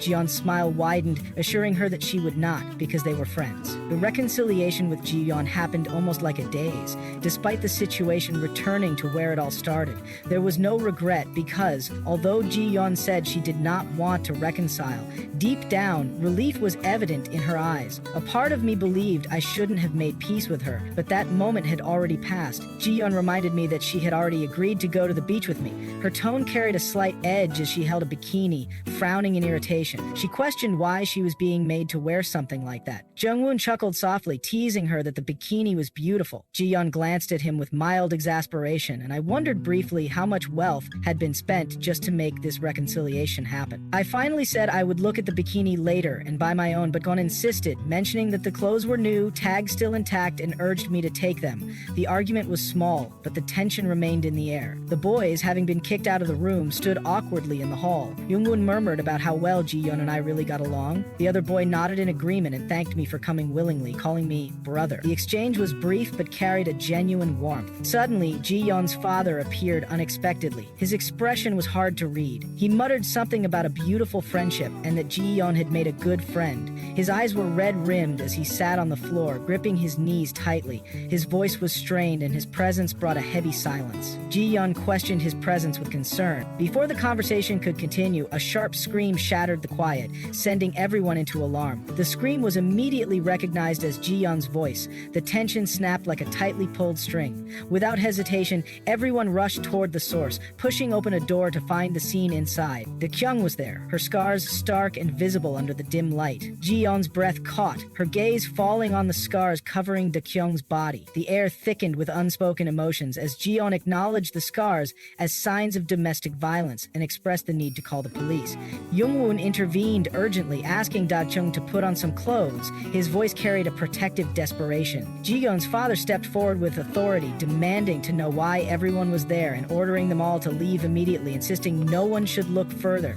His voice was thunderous, shaking the room. After the commotion, silence fell again, tension thick but unspoken. No one dared to address the incident directly. Jiyeon finally spoke, quietly, reminding Jung Wun that they had agreed to go to the beach together. Jung Wun hesitated but affirmed that they must go together. Jiyeon's eyes narrowed slightly in response, stubbornness clear as ever. Jung Wun sighed, questioning why he should go with kids like them. Jiyeon challenged his age. He revealed he was 28 years old. Jiyeon's eyes widened in surprise, teasing him to call her uncle, lightening the mood slightly. Jung Wun then shifted focus, saying he had something for Dakyong, the thing she had asked for earlier, which she wanted him to give her the day before. Dakyong hesitated, but finally handed over a group photo taken during the sports festival. Gon's eyes brightened with excitement, calling the photo awesome. Another boy grinned and said he had one too. Dakyong acknowledged it was not hers but belonged to JH, noting that Lee JH also had one. The words held unexpected weight. Dakyong expressed surprise and a plan to get along better with JH. She offered to help deliver the photo, but Jiyeon quickly responded she could give it to him directly. Jung Wun asked if Jiyeon and Dakyong fought as soon as they met. Jiyeon scoffed and assured Jiyeon that was not the case, but doubt lingered in the air. Jung Wun muttered that the fights happened because Jiyeon was stubborn, and that their relationship was almost torn apart. Time passed quickly and the weekend arrived. Jiyeon announced their plan for a round trip on Saturday, commanding everyone to make time and insisting that Jung Wun must come as well. The plan was set. Despite the arrangement, Dakyong couldn't shake a nagging thought about Lee JH. She glanced at her phone where a message blinked,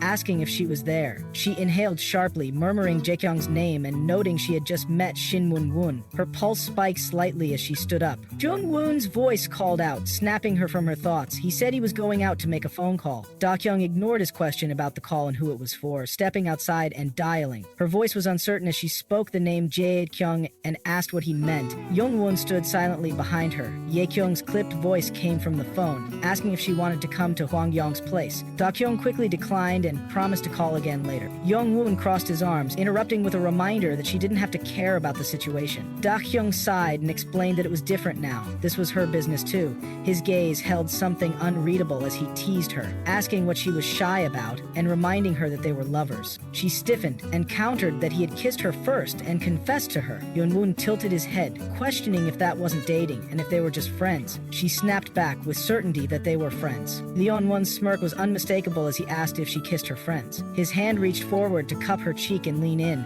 but she shoved him back. She warned him not to do that again casually, or else he would face consequences. Jung Wun chuckled and said it was fine as long as she allowed it. She muttered under her breath, calling him a madman and admitting she was no match for him. Exhaling sharply, she told him to stop and insisted that they were not in any romantic relationship. Jung Wun questioned what they were then, amusement in his voice. She hesitated but finally said their situation had a word. It was ambiguous. They were in an ambiguous period and he had to understand that. Jung Wun laughed but softened slightly, admitting he didn't like that word either, but agreed to think of their relationship as ambiguous for now because she was cute. His grin widened as he urged her to hurry. When they returned, the tension was still present. Jung Wun sighed, asking where Dakyong was. The answer was that she had gone to see Silence filled the room. Ling Huan's frustration was palpable as he realized she had left without telling him. The question of what the relationship between the three of them was remained unanswered, hanging heavily in the air. Dakyong sat in Jaeyoung's car, the silence between them heavy and unspoken. Neither of them said a word. The silence brought a sense of unease, and the cool air inside the car only deepened her sense of gloom. Her thoughts spiraled. He had said he went to see Shin Myung-won himself. That could only mean one thing. Jaeyoung shared a close relationship with Sayoung. Perhaps today, everything could come to an end. Her mind wavered, teetering on the edge. It felt like madness to think this way, but in such a moment, it was the smallest, most insignificant details that stirred her curiosity the most. Finally breaking the silence, Dakyong asked if he had met Shin Myung-won. Jaeyoung responded he had met him yesterday. He shifted the conversation, reminding her that she had said she wanted to go home. She confirmed it, asking why. Yahyun glanced at her and questioned why she was still wearing that, the implication hanging between them. She couldn't understand what he was trying to say. His words were abrupt and sharp, as if he was pushing her toward a truth she wasn't ready for. Doubt swirled in her mind. Was it about something important? Was it some key detail? But before she could process it, he dismissed the moment, muttering that it was nothing. The sudden shift in his tone was unsettling. A strange flicker passed through his eyes. Unstainable, dangerous, unpredictable. Her instincts sensed it immediately. The thought of that past incident resurfaced. At first, she believed his behavior stemmed from the trauma of that day, but now it felt deeper, like something else twisted within him, something unresolved. Her mind spiraled, silently wondering what had driven him to this point. He broke the silence with a sharp inhale. Calmly, he said she should sleep in his room that night, but it didn't sound like a request, it sounded like a warning. Dakyong froze, trying to steady herself. She asked what he had told Shin Moonan during their meeting, but before he could answer, she changed her question, demanding to know how they even met. Chaehyun took a slow breath and admitted they already knew each other. He said they discussed something about her. The weight of his words hit her. Something about her? The atmosphere grew tense. Then, his expression turned darker. He said he hated those guys. The venom in his voice shook her, more intense than she had expected. He explained that since she was also one of their targets, it meant she was either abandoned by them or had betrayed them. His eyes locked onto hers with intensity. He said he believed she was different, and that was why he thought they might share the same stance.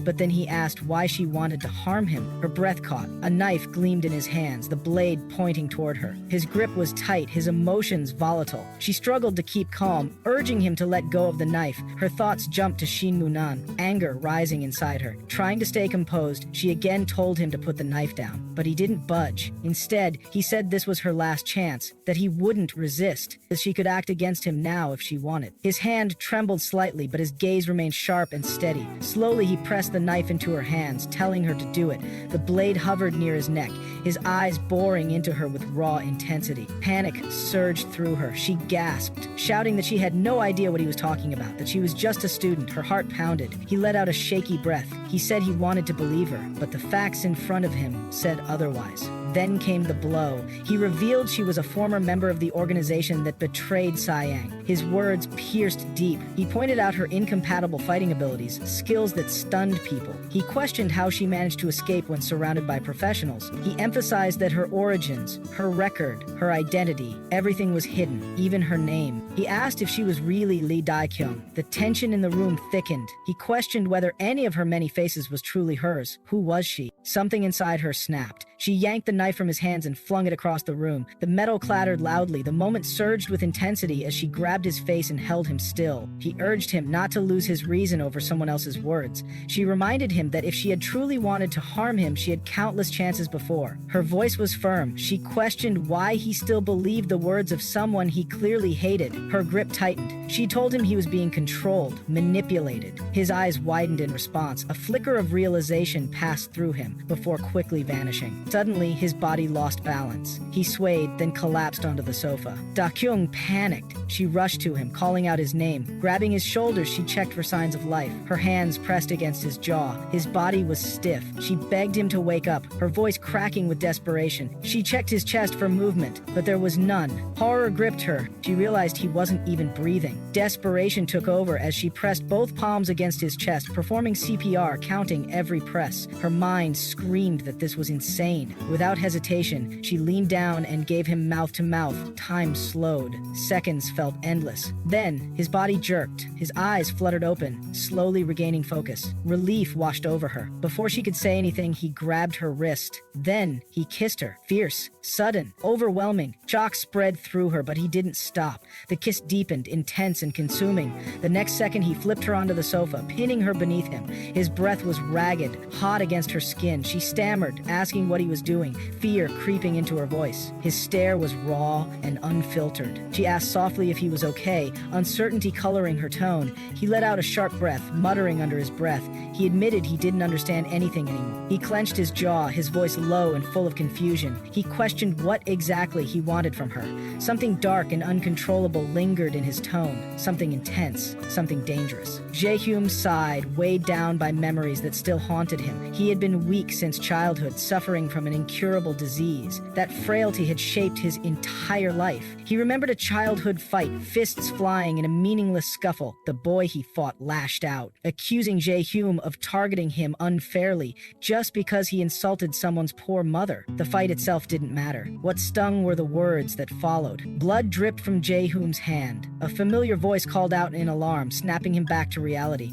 She stood nearby, concern etched across her face. His injury didn't faze him. The pain felt distant. It was a genetic disease, not particularly dangerous, but he had been warned to avoid bleeding and injuries. These warnings became routine, but to him, they carried no weight. His mother stood silently, lips tight, and without turning to him, reminded his father of the doctor's words. His sister sighed, her tone resigned. She believed it would be best to remove Jae-hyun from the list of candidates. The suggestion wasn't cruel, yet the sting of rejection pierced deep. Lying in bed, Jae-hyun listened to the hushed voices drifting through the house. The conclusion was clear. Someone with such a glaring weakness couldn't be allowed to represent the group corporation. The decision wasn't personal, it was strategic, and yet it crushed him. To them, a scratch was minor, but to him it was terrifying. A nurse sat beside him, adjusting the IV line in his hand. She gently encouraged him to learn how to manage it himself, but the fear buried in his bones couldn't be overcome so easily. His mother entered the room, her voice laced with fake warmth. She asked if he was still awake, calling him the youngest with a forced smile. She gestured at him vaguely, asking a man beside her to look at how cute he was. The man wasn't his father, he was a butler. His mother ordered him to address Hyun properly. The butler nodded and introduced a new figure, director Jung Wun. The name felt unfamiliar and unsettling. The director greeted him coldly. Jae-hyun sensed the unease in the air, thick and suffocating. He wondered if he would ever exchange such formalities without being weighed down by uncertainty. The answer came silently from his mother. He wouldn't. Jung Wun acknowledged that Jae-hyun had been removed from the list of candidates. His mother agreed, her voice growing colder, affirming that his health was unreliable. Jae-hyun barely heard her. He was focused on something else. Under her heavy perfume, the scent of blood lingered. His stomach turned. He quietly walked out of the room and saw his younger sister standing in the hallway. She looked at him, tense. She asked about their eldest sister, who hadn't returned in a week. Her words were heavy with worry. Their mother's voice sliced through the tension, defensive and sharp. She demanded to know why she was being questioned, denying any involvement. But the feeling in Jae-hyun's chest deepened. His worst fear was coming true. Days later, his eldest sister was found dead. Her funeral was filled with quiet sobs and silent grief. Jae-hyun muttered about his poor sister, but the words felt hollow. Outside the funeral, he overheard a chilling conversation. His mother spoke to someone in a calm voice, requesting a plane ticket to somewhere quiet. She admitted she was afraid of getting caught. The stranger asked if the evidence had been destroyed. His mother calmly assured them it was handled. Jae-hyun stood behind her, listening to every word. The coldness of those driven by power disgusted him. But even more terrifying was how naturally they lied, and how he was slowly becoming one of them. Time passed. In the present, Jun exhaled slowly while watching Dakyong carefully. Dakyong blinked, his body trembling, forehead slick with sweat. Jun pulled him into a steady embrace. He stayed silent, prompting her to shift the topic. She apologized, noting that this wasn't the time to discuss romantic feelings. She brought up Seung, mentioning that if Dakyong truly hated him, then maybe their goals aligned. She revealed that when she first met Jung Wun, he told her the same thing he had told Dakyong, that Dakyong was her enemy. It felt like an attempt to turn them against each other. Curious, Dakyong asked when this happened. She explained it was before she moved into his house for the first time.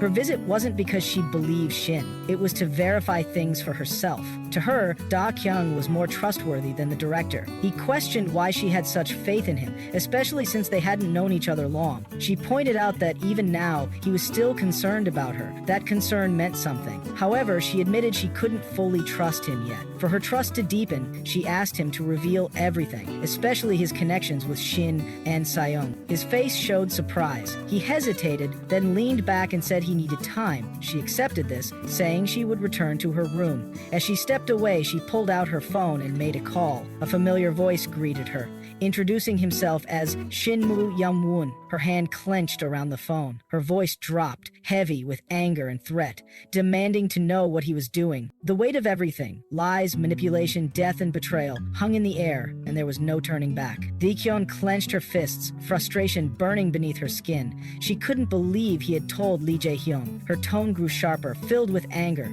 She questioned his motives, wondering why he was holding her back. He remained calm, almost amused. He said he trusted her, adding that the ground becomes stronger after rain. He saw this moment as a chance to strengthen their bond. Dakyong dismissed his words, telling him to stop wasting time and act quickly. His voice stayed steady as he warned her if she failed, she'd be the one to suffer. He reminded her of Hwang Ji-on, hinting that the girl had become a casualty because of them. Her expression darkened as realization sank in. She asked if it was really his doing. He confirmed it with a smile. The oil explosion was no accident. It had been their work. He told her to act quickly and take this opportunity. Leaning back, he made it clear he expected results the next time they met. Then, he walked away, leaving her boiling with rage. She cursed, biting her lip hard, thoughts racing. She needed to kill Jung Wun as soon as possible, but had no idea how.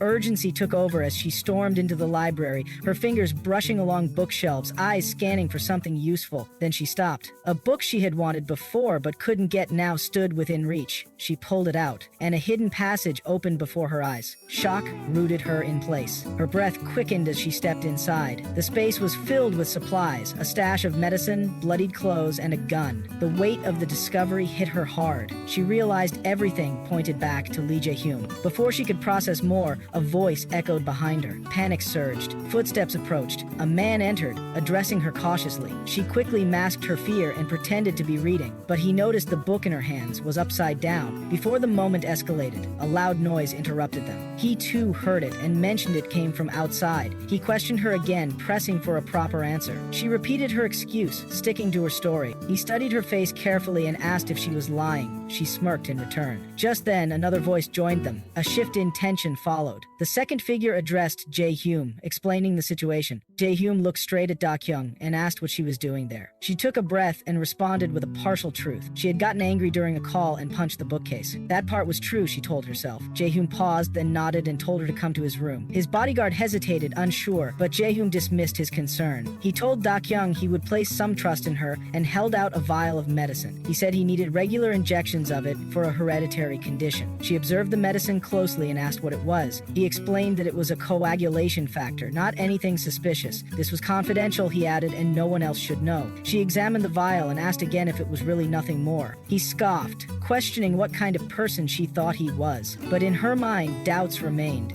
What she had seen earlier could easily make someone think otherwise. He offered her the vial to test it if she still didn't believe him. She accepted the medicine silently. Then she changed the topic, pulling pulling out a photograph. It was taken during the school's sports festival. Jung Wun had asked her to pass it on. Jae-hoom's expression softened slightly. He apologized for the previous incident involving a knife. She accepted the apology. The next day, the school atmosphere felt different. Dakyong yawned, still sleepy as she walked. Jae-hoom noticed and asked if she had slept late. She replied she had gone to bed early. Gun had greeted her with a cheerful good morning. Jian teased her, surprised she came to school. She brushed it off lightly, saying she wouldn't stay depressed over such matters. The school hallway buzzed with energy. Students chatted, moving around. One student with glasses asked her what she was doing. She replied that she was studying with Jung Wun for the upcoming exam. She didn't recognize the student and wondered who he was. Another student interrupted rudely, making a comment about pink-hailed tsundere girls. Yet another student, short in stature, dramatically asked to be accepted as someone's servant. Laughter rippled through the group. Someone whispered about Dakyong's family being involved in weapons. Annoyed, she brushed past the group, wondering how everyone had suddenly gathered like this. Jung-won greeted Jae-hoom and asked if he had received the photo. Jae-hoom confirmed. Dakyong then asked if he would come to Kim Min-jae. He looked surprised and asked if she was going too. She seemed confused. Jung-won clarified. They were planning a beach trip next Saturday. Dakyong protested, saying she wasn't even close to Jae-hoom and had only just gotten to know Jung-won. A bespectacled student interrupted, excited to join. Dakyong told him to shut up, then asked Jae-hoom if he was coming. He wanted to know who else would be there. She listed the names. Herself, Tai-boom, Hwang Jian, Min Jae, and Jung Wun. Jung Wun casually confirmed his attendance.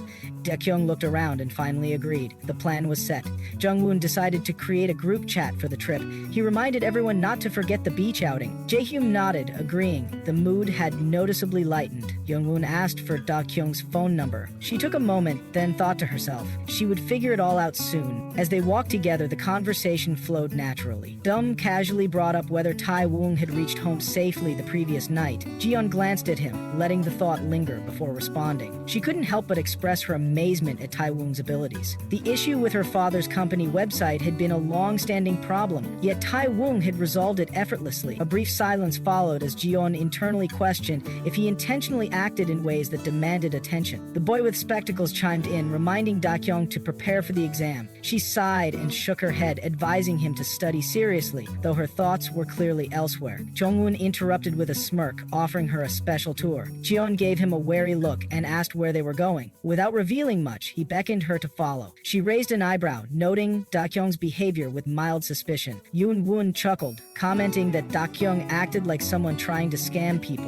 Ignoring the remark, Dakyong pulled the spectacled boy into a quiet alley. In the secluded space, her tone dropped as she told him she had a question. He stiffened, hoping she wasn't planning to threaten him. Leaning casually against the wall, she reminded him about the toy gun he had made during the sports festival. He confirmed it, and she asked if he could make another one. He seemed surprised but curious if she liked his creations. Her tone shifted as she made it clear, this time she needed a real gun. His reaction was immediate, eyes wide with alarm. He questioned her intentions, but she pushed further, wanting a clear answer. Trembling, he hesitated just as Jiyeon's voice echoed down the alley. She had come to return a bag Dakyong had left the day before and was startled by the scene. Suspicious, she asked if Dakyong was really robbing him. Dakyong dismissed her, urging her to stop imagining things and head to class. As they walked away, the spectacled boy reflected silently, acknowledging the moment as a secret shared only between him and Dakyong. Leon glanced back suspiciously, questioning why the boy was following them. He replied that Dakyong had called for him. Jeon, irritated, reminded him the classroom was in the opposite direction and mocked his aimless behavior. She mumbled that if this continued, she'd end up in nursery school instead of high school. Suddenly, a blonde girl called out to Dakyong. Turning around, Dakyong saw her for the first time. The girl introduced herself as Aina and expressed curiosity about Dakyong. Aina explained that Dakyong had become a well-known figure at school during her absence. Even Jung Woon's interest in Dakyong had caught her attention. Dakyong cautiously asked if Aina knew Jung Woon well. Aina nodded, describing their relationship as close. However, when asked about JH, Aina admitted she wasn't familiar with him and found him distant. Then, with a cheerful tone, Aina suggested they exchange phone numbers, believing they might have many things to share in the future. Dakyong hesitated, but agreed. Just then, Gon grabbed Dakyong's hand, pulling pulling her along, saying they were late. The spectacled boy stumbled behind, calling for them to wait. Aina stood back, watching them run off, muttering that it was a strange way to get someone's number. Another girl scoffed, commenting that Lee always hung around such people. Aina replied lightly, brushing off the remark. The pink-haired girl joined in, sarcastically admiring Dakyong's proud and indifferent demeanor. Another girl warned Aina that compliments like those were unlucky coming from someone ranked number 1. Aina only shrugged, apologizing casually and calling it her only flaw, being too kind. As the group moved toward the classroom, the pink-haired girl complained about being hungry and hating 4th period P class. Jung suggested they get 2 meals at lunch. The girl protested, worried about gaining weight, but eventually agreed, laughing. She admitted that Dakyong was hard to handle. Outside on the playground, students were playing volleyball, laughter and cheers filling the air. Jiyeon shouted out answers, suggestions for an exam question while watching the game. Dakyong noticed how familiar and relaxed the group had become with each other. Dakyong teased that Ji's brain didn't seem so sharp. Jiyeon glared back, annoyed at the remark. Aina watched from the side, smirking as she observed the interactions. Ji commented on how cool Jun looked, and someone nearby agreed, calling Jun the top student in school. Aina admitted she hadn't seen Jun in a long time. Dakyong observed how Aina's tone changed slightly when talking about Jun. Aina remarked that Jun had suddenly reappeared because of the upcoming exam and likened her to a cunning wolf. She exhaled, wondering aloud what it would be like to already learn from someone like that. The spectacled boy asked why she had looked for Jung Wun. He explained that Jun had always been the top student in his first year, scoring perfect marks in every subject. Dakyong appeared surprised. He added that Jung Wun's streak continued until he entered high school, where he suddenly slacked off, likely betting everything on the college entrance exam. The mood shifted. Gon warned Dakyong to stay away from Aina. Dakyong asked why, but was told to simply follow the advice and not engage in a psychological battle with her again. Confused, Dakyong said Aina had been kind. The spectacled boy sighed, saying that's exactly the problem. Aina's friendliness made anyone criticizing her look like a villain. Before he could elaborate, a volleyball flew toward them. Jiyeon barely had time to react before Dakyong caught it with one hand. Jiyeon quickly asked if she was okay. Aina came over, expressing concern. Dakyong tossed the ball back and thanked them. The spectacled boy whispered that it seemed intentional. Dakyong narrowed her eyes, agreeing it was likely. He tried to laugh it off, but then leaned in and revealed a secret. He used to attend the same school as Aina. Back then, Aina had driven her friend to a dead end. Ji-yeon let out a deep breath, her eyes clouded by a painful memory from the past. Back in her school days, there was a classmate who was an idol. For some unknown reason, Yina seemed to hold a grudge against her. Soon, others started treating that girl carelessly, both openly and behind closed doors. Even someone like Ji-yeon, who didn't know much about their relationship, could clearly see what was happening. As time passed, rumors began to circulate online. The girl was accused of being the culprit in a serious incident. At the peak of her rising career, she was suddenly expelled from her idol group, but in reality, she was the victim. Ji-yeon clenched her sleeve tightly, convinced it had all been orchestrated by Yina. If things had stopped there, it might have been bearable. But the girl tried to reveal the truth and expose Yina's actions. Her efforts sparked chaos in the school, leading to frequent fights and disruptions. Eventually, the devastating news came. She had taken her own life. Ji-yeon believed Yina and her influential family had pushed her to that point, using their power and connections to silence her. Yina remained untouchable, reigning at the top. Ji-yeon had attended that school and knew the truth, but no one else seemed to. Suddenly, a volleyball flew through the air and struck Gon in the face. As she winced, Yina rushed over with concern. Her nose was bleeding, and Yina insisted she go to the infirmary. A nearby girl muttered an apology, and Yina glanced at Gon's dirty uniform, agreeing she should get it checked. Gon muttered a reluctant response, and Yina, visibly irritated, handed her a handkerchief. The situation clearly frustrated her. Dakyong observed the group closely. She asked Jean if those girls were the same ones playing earlier. Jean confirmed it and asked why. Dakyong speculated that the throw seemed intentional, just like before. Jean admitted that after reaching the top 3 in the rankings, the teasing and bullying had escalated. Yina's shadow loomed over everything, and it disgusted her. Young's expression grew serious. This wasn't the first incident, was it? Jian shook her head. Before Dao's arrival, things were much worse. The bullies believed she was an easy target.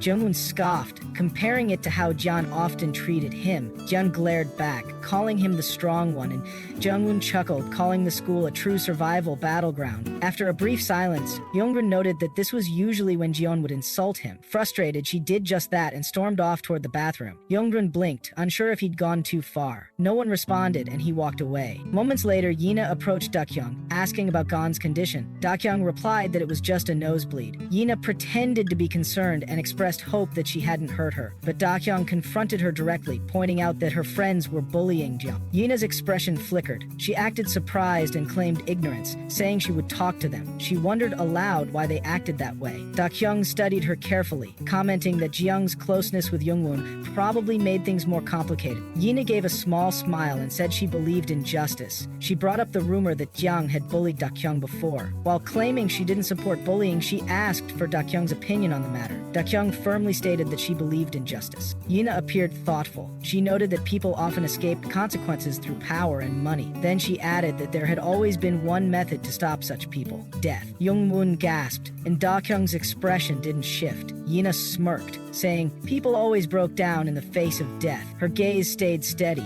finding Dakyong more interesting by the second. She tilted her head slightly, saying they seemed to get along well. Yongwo then asked if Yina and Yongwo had a good relationship. Yina laughed, saying they were just classmates, though she didn't really know him. That detail caught Dakyong's attention. Yina lowered her voice and revealed they had once shared a secret relationship. That confirmed Dakyong's suspicion. Yina was the one she needed to get close to. Jungwon brushed it off as uninteresting, but Yina turned to Dakyong and stated that whatever they had was now over. There was nothing left between them. Dakyong handed Yina her phone and asked for her number. In her mind, she knew this connection would help her uncover everything about Han Jung-won. Yina agreed with a smile. Dakyong felt a small sense of triumph. She was finally making progress. The volleyball game resumed, but Dakyong's thoughts remained elsewhere. Jung-won asked her what was wrong. Dakyong calmly stated that her actions were nothing compared to his bullying tactics, but bullying the weak was still wrong. Jian sighed, asking why she brought it up now. Before she could respond, someone called Dakyong to the stage. Annoyed, she asked why it had to be with them. She turned to Jian with a sharp look and asked if she wanted revenge. Jian looked confused. Dakyong said she could help and promised those girls would never touch her again. But Jian had to make a promise in return, to never bully anyone again. Jian hesitated, then agreed, frustrated but sincere. She asked why Dakyong was suddenly helping her. Dakyong smiled, her voice cool with certainty, because that was her strength. The game had barely started when tension pierced the court. A girl hurled the ball with fierce intensity, and it slammed into Dakyong with unexpected force. Shock rippled through the players as Jian stood frozen in disbelief, questioning the ball's weight. The whistle confirmed the start of the match before anyone could recover. Gon rushed to check on Dakyong, scanning her for injuries. She muttered under her breath, convinced the opponents were targeting her. As she winced, her ankle throbbed, signaling a possible twist. Her frustration boiled over, and she snapped at the referee, demanding attention to the hit. Jian quickly defended herself, insisting she wasn't touched. Dakyong countered, pointing out Jian's hesitation. The referee remained silent. Whispers from the sidelines painted Dakyong as a troublemaker. Yina, arms crossed, asked again if Jiang had really not been hit. The referee finally nodded, subtly indicating contact. Dakyong, exasperated, took charge and left the field. A boy with glasses questioned her elimination. Yan, now off the court, admitted she didn't feel the ball touch her. Gon agreed, confused by the decision. The spectacled boy clarified that the ball had brushed through her hair, and hair still counted as part of the body. Gon sighed, wondering why Dakyong hadn't protested more fiercely, especially after vowing revenge. Before the thought could settle, a ball slammed into the chest of the spectacled boy. The thrower casually asked for the ball back. Despite the hit, he smiled, claiming it felt like a reward. John stepped forward and tossed the ball to Dakyong. Dakyong caught it effortlessly. With focused eyes, she launched it at her targets. Yina flinched, but reacted too late. The ball grazed her shoulder and struck another girl behind her. The referee declared both out. Concerned, Yina's friend ran over as the crowd gasped. 2 eliminations in a single throw left everyone stunned. Yina, rubbing her shoulder, worried about bruises.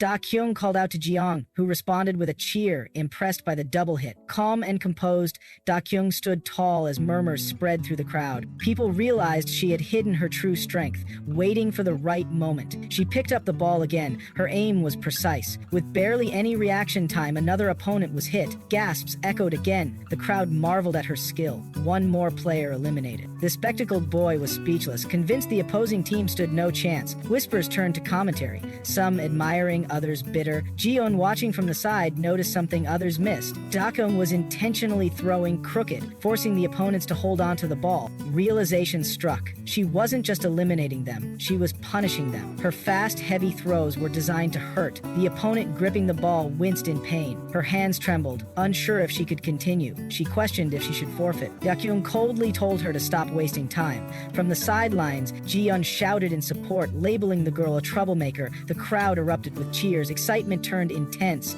Cries for destruction filled the air. Ji-yeon, growing uneasy, called to Dakyong once more. With a powerful throw, Dakyong targeted the struggling girl. The crowd gasped as the final blow landed. Ji-yeon squealed in delight, hugging Dakyong in admiration. The spectacled boy, half laughing, admitted to falling for Dakyong's merciless side. Yina walked over, still rubbing her shoulder. She complimented Dakyong's dodgeball skills, joking about the lasting pain from the hit. She casually invited her for a meal.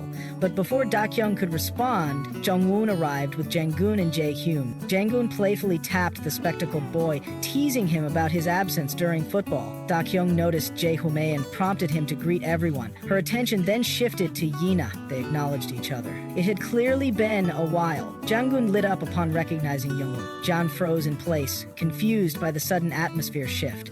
A whisper from nearby revealed the reason. They used to date. Ji-yeon gasped at the revelation. The mood changed instantly. Yina approached Yeon-won with a warm smile, asking how he had been. Yeon-won froze, his face blank. Dakyong sensed something was off. She wondered if the awkwardness stemmed from the unexpected reunion. Then Young-won's voice broke the silence. Quiet and unsure, he stared at Yina. He didn't recognize her. The words hit hard. The entire group fell silent. A stunned hush spread like wildfire. The final blow wasn't from the ball, but from Young-won's words. The realization struck everyone at once. Yeon-won's calm yet sharp tone unsettled the group. Yena's reaction was instant. Her body stiffened and a flicker of shock crossed her face. She quickly brushed it off, pretending it was nothing, and excused herself for lunch. Jien observed silently, wondering how Yeon-won could forget his ex-girlfriend. Doubts began to form. Maybe Yena had lied about their past relationship. Before the tension deepened, Jae-hyun casually identified her as Yaina. Jang-gun dismissed the confusion, stating it was impossible to remember every student. Dakyong shifted the mood,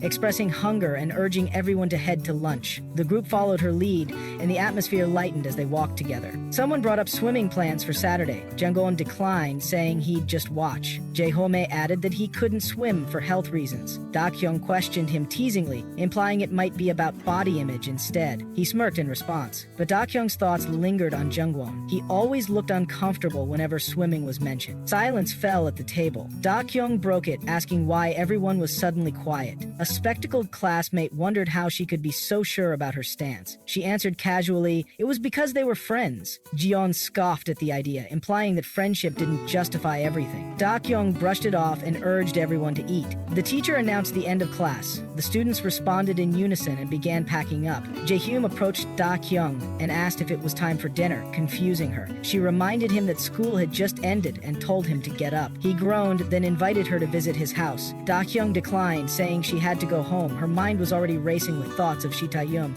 and the hidden room she needed to tell him about. Jae-hyun seemed surprised by her excuse. She questioned his doubt, but he backed off. Then, out of nowhere, he mentioned that his swimming pool was full and asked if she wanted to swim now. His unexpected comment threw her off. He felt nothing like Han Jung-won. She couldn't tell if he was genuinely good or just pretending. She smiled faintly and promised to come another time. Young-won offered to walk with her, but she refused. Just then, Young-won and Gong appeared and invited her to study together. She suggested they take Jae-hoom along, but he declined immediately. Jang-gun found this amusing. Dakyong shrugged off the comment and reaffirmed that she was heading home. Young-won offered to walk her too. Annoyed, she questioned why everyone suddenly wanted to escort her. Jang-gun laughed, saying it was because they were all friends now. Jian watched the scene with mild amusement. She whispered to Dakyong, calling her an idiot for not seeing what was obvious. Dakyong frowned, confused. Jian clarified, they both had feelings for her. Dakyong froze at the thought, unsure if it was real. Jian insisted it was obvious. Still unconvinced, Dakyong questioned why anyone would like her. Jian leaned in, trying to explain. She said it was because of Dakyong's looks, her righteousness, and her strength to fight injustice. But Dakyong found the praise uncomfortable and asked her to stop.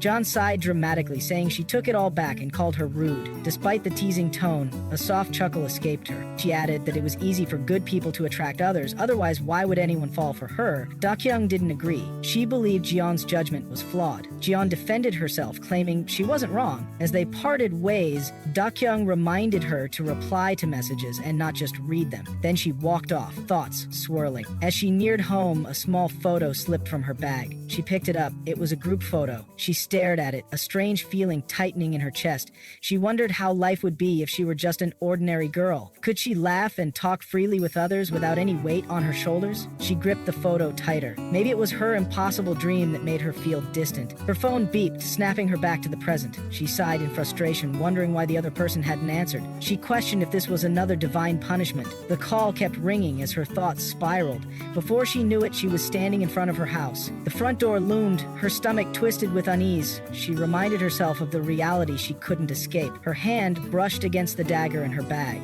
A cold clarity settled in her mind. The enemies would soon rise again. She stepped forward. Her bag slid to the ground as she reached for the door handle. The door creaked open. Inside, shadows stood waiting. Her breath caught. A chill swept over her as she realized what was coming. She braced herself, grounded in a single truth. This was her reality now. Just as she stepped inside the house, a blade shot toward her chest. Her reflexes kicked in. She twisted, dodged, and slashed her dagger straight into the attacker's throat. Blood sprayed across the walls. Her grip tightened. Her gaze turned cold and sharp. Enemies rushed forward, shouting for her head. Their weapons gleamed, daggers, bats, and brutal tools built for killing. She braced herself, muscles coiled. Strikes came fast, but she moved faster, dodging, countering, slashing with deadly precision. The way they moved felt familiar. Their timing and coordination weren't random. It reminded her of the ambush back then, June's chaos. But these enemies were more skilled, more careful. That thought struck just as she drove her blade into a man's gut. His body jerked. Blood spilled as he fell. She recognized him. Sayan. Confusion swirled. Was this Shin Moon-gwan or someone from headquarters? The thought sparked unease, but there was no time to dwell. An arm suddenly wrapped around her neck. The grip was brutal. Her dagger slipped from her hand. Pain surged through her as she struggled to breathe. Behind her, the attacker growled in triumph. Another man rushed from the front, trying to restrain her, but she reacted instantly, kicking the front attacker with full force while jerking the man behind her by the neck. She broke free with raw strength. Breathing hard, she steadied herself. It didn't matter anymore whether it was Shin Moon-gwan or headquarters. A fist hit her ribs, but she didn't flinch. Her instincts guided her. She caught the bat aimed at her head and twisted its direction. It struck another enemy. Their bodies crashed together. She retrieved her dagger. Her stance sharpened. The few enemies left paused. One cursed under his breath. Justin's eyes narrowed. Then something clicked. She had forgotten something important. The thought returned in a flash. Her body moved. With 2 quick attacks, she killed the last 2 enemies. Their bodies dropped beside the others. Blood stained the floor like a violent painting. A sharp breath left her lips. The reason she had survived was clear, to make them pay. But another thought pushed through. Wung. Her pulse quickened. From the corner, a man stepped forward, his blade pressed against Jung Wun's neck. His voice was cold. He warned her, 1 step closer and he'd kill Jung Wun. Relief hit her. He was alive. But fear quickly followed.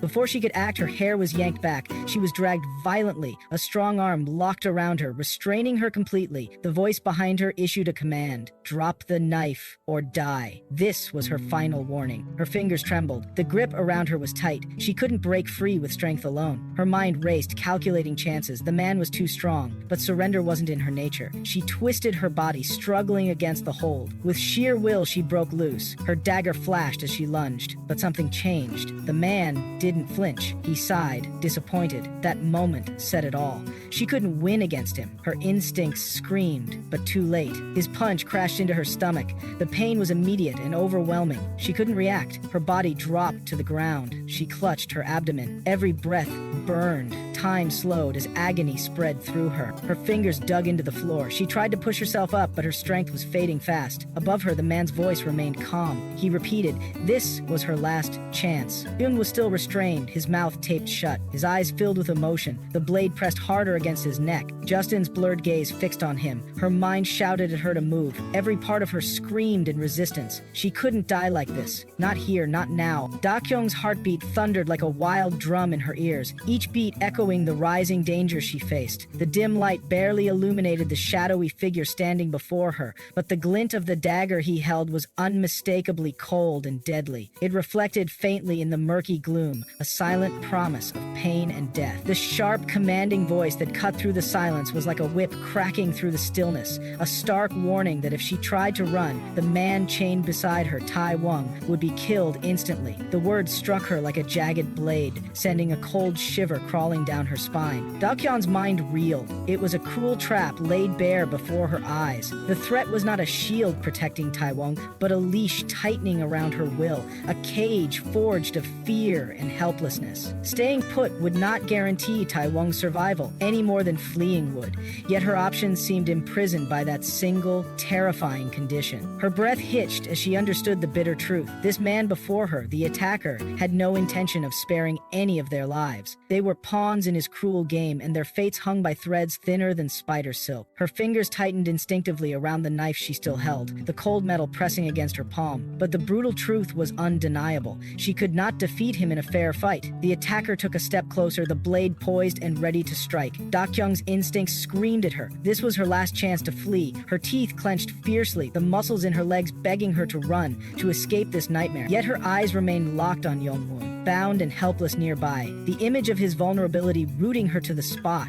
A bitter echo of Shin Moon Guan's warning reverberated painfully in her mind. She was far too influenced by emotion, tangled in the chains of her compassion and loyalty. She couldn't release those she cared for, not even a little. Time and again she had risked everything, her safety, her life, for others. It was a strength and a curse all at once. A dark, almost hopeless thought crept through the shadows of her mind. Perhaps a soft-hearted person like her would never be worthy of revenge. The attacker's smirk widened, cruel and confident, his blade catching the faint light as he taunted her. His words hung thick and heavy in the air. A cruel dare, a challenge to run if she dared to defy him. But Dakyong steadied herself. She gripped the dagger firmly, feeling a fierce surge of resolve rise within her chest like a blazing fire. For the first time, she felt an unyielding determination unlike any before. Even if death awaited her here, she would not bow down. She would not retreat. With sudden, explosive defiance, she hurled the knife not at the attacker directly before her, but at the man who held Taiwong captive. The blade cut through the stale air with deadly precision. Time seemed to slow as the knife spun and flew,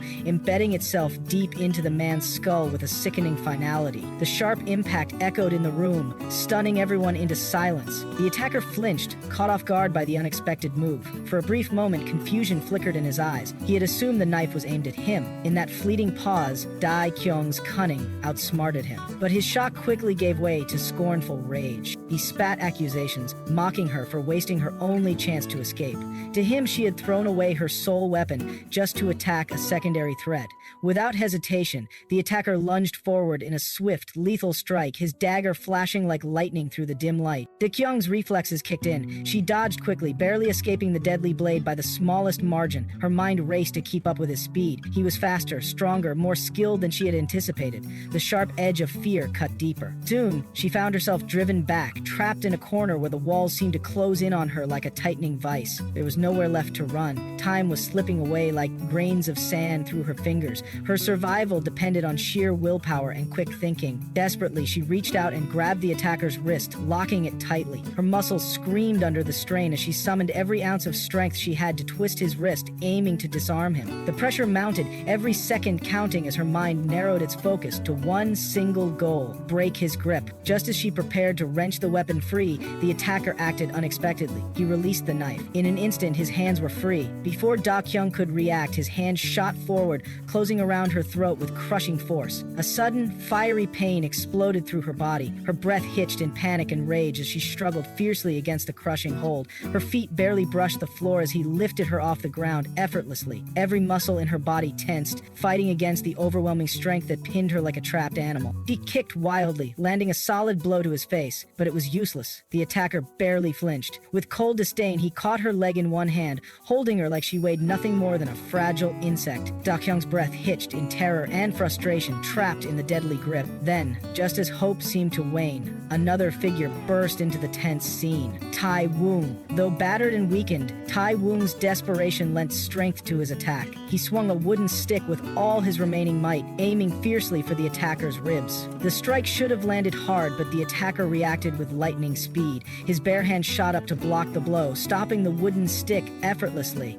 Tai Wung's face twisted in anguish and frustration as he pleaded for Dakyong's release. His voice cracked with pain and helplessness. The attacker ignored Tai Wung's cries completely. With casual, brutal strength, he flung Tai Wung aside like a rag doll. Tai Wung crashed to the ground, coughing and trembling from the impact. Despite the pain racking his body, he struggled to his feet and begged Dakyong to run, to escape quickly, urging her with every shred of breath left in his body. But Dakyong did not heed his plea. Her mind was locked on to one focus, her dagger. With violent determination, she twisted her arm and forced it downward, her desperate fingers closing around the blade once more. With the last reserves of her strength, she plunged the knife deep into the attacker's foot. A choked grunt of pain escaped him. For the first time, pain registered on his cold, impassive face. His stance faltered, his balance wavered, but he did not collapse. Instead, he looked down at her with a twisted smile of cold amusement, commenting darkly on her stubborn will to survive. Dakyong's chest heaved with heavy breaths, her fury burning bright as she spat a curse in his direction. The battle was far from over. The fight for their lives had only just begun. Dakyong stabbed the dagger deep into the attacker's foot, her grip steady despite the trembling in her body. Her breaths came ragged, her chest rising and falling with exhaustion spreading through her limbs. The man steadied himself, eyes narrowing at her stubbornness. He muttered about her tenacity, noting how weak she looked and questioning what she could still do in such a state. She gritted her teeth and lunged at him without hesitation. He dodged smoothly, his gaze sharp and calculating. Observing her movements, he thought she was too emotional. Her swings were wide and inaccurate, meaningless in his eyes. He almost felt amused but remained cautious. He admired the stubbornness of a wounded opponent, but believed her efforts would end there. Driven by pure desperation, Dakyong's body moved instinctively. He avoided every strike until she finally landed a punch on his face. It wasn't enough to stagger him, but it gave her a momentary edge. Clutching her knife, she swung again, her strikes filled with frustration and determination. Exhaustion soon overwhelmed her. Her legs buckled and she fell to her knees with a dull thud. She cursed silently, wishing her strength had been just a little better. The man exhaled and glanced down, noticing a faint cut on his neck. His fingers brushed the wound absently, and his eyes darkened. He muttered an acknowledgement of her effort, then abruptly lashed out with a kick to her face. The impact sent Dakyong reeling, her vision blurring. He picked up his phone with an indifferent expression and answered calmly. His voice was cold as he informed the director about the situation. Then, his expression shifted when he noticed Dakyong struggling on the ground. His lips tightened as he locked eyes on her. He grabbed her phone and scrolled through it, his face unreadable. He mocked her, questioning why things had reached this point and why Lee Jae-hyun was still alive. He taunted her, suggesting that if she was in such a hurry, she should have dealt with it herself. Despite the pain in her battered state, Dakyong's mind raced. She ordered him to instruct his troops to bring Lee Jae-hyun into his house. The man laughed, calling her an idiot and claiming she had no cards left to play. He dismissed her orders, warning that even gaining the president's favor would be useless without controlling people like him. He asked how far she thought she could climb and whether she was done with her foolishness. His smirk grew deeper as he reflected that if she had cooperated, he might have given her one last chance. But now, there was no choice left. He ordered Young Chul to take her back alive. Young Chul stepped forward, eyes sharp. He taunted Dakyong, questioning her boldness and daring her to speak freely in front of President Lee. Dakyong's pulse thundered as the man stepped closer, looming over her. He accused her of foolish resistance and declared that people like her should have been eradicated earlier. He roughly forced her mouth open, but before he could finish, a sudden jolt interrupted everything. Tai Wung appeared, delivering an electric shock from his taser to the man's neck. The man convulsed and stiffened, his body racked with pain. Tai Wung rushed to Dakyong's side and pulled her up. He called her stubborn and urged her to run. Dakyong's eyes blazed with fury as she insisted on killing the attacker. Tai Wung's grip tightened, his voice urgent as he pleaded with her to stop. The attacker glared after them, still weakened from the shock. Tai Wung grabbed Dakyong and they fled. The door burst open and the wind rushed in as they escaped into the alley. Tai Wung carried Dakyong on his back, sprinting with ragged breath, fueled by sheer will. A distant voice shouted for them to stop. A taxi pulled up and Tai Wung threw open the door, begging the driver to take them anywhere quickly. The driver frowned, nearly hitting them as he protested. Tai Wung begged again, explaining the urgency. The driver hesitated, questioning their destination. Taewong managed to say, near the school, in a town with tight security where taxis were usually not allowed. He glanced behind them, whispering to himself, worried they were being followed. He checked on Dakyong but received no response. His grip tightened. She was badly injured. He muttered to himself, wondering why no one was coming to save them despite everything. He explained that going to a hospital would lead to immediate capture and they had no safe place left. It was just the two of them now. The thought weighed heavily on him. He wondered why this fact felt particularly sad today. The driver finally announced they had arrived, but this was as far as he could go. Taewong nodded, but when the driver demanded payment, Taewong admitted he had no wallet or phone. The driver scoffed, doubting they would pay later, and threatened to call the police. Taewong pleaded with the driver, explaining their desperate situation, but the driver backed away, refusing to come near. The driver started dialing the police. Taewong panicked, begging them to understand and explaining how hard it had been to escape. The driver's voice grew cold as he ordered Taewong to leave the car immediately. Taewong's chest tightened with despair. He wondered aloud why fate was so cruel, listening helplessly as the driver reported them to the police. He whispered a plea for help, gripping Dakyong tightly. He insisted it was not their fault and begged for someone to save them. Then, a sudden knock came at the car window. Taewong turned slowly, his breath. Hitching outside stood Jung Wun. His presence changed everything. After Taewong's repeated pleas, his older brother Jung Wun finally arrived near the taxi. Seeing his younger brother injured inside the cab left him stunned. In the next scene, Jung Wun paid the fare and took responsibility for both his wounded brother and the unconscious Dakyong. Rain poured steadily as Dakyong, unconscious and slumped on Taewong's shoulder, remained unaware of the scene. Jung Wun looked at his brother with concern, shocked by his battered state. He asked if Taewong was all right and whether he could walk further. Shivering but determined, the younger brother responded that he could walk and insisted he was fine, saying only his ankle was slightly hurt. Hearing this, Jung Wun was left speechless, unable to believe his eyes. Internally, he noted how his brother's entire body was soaked in blood. Taewong quickly dismissed his brother's worry, saying there was no need to care.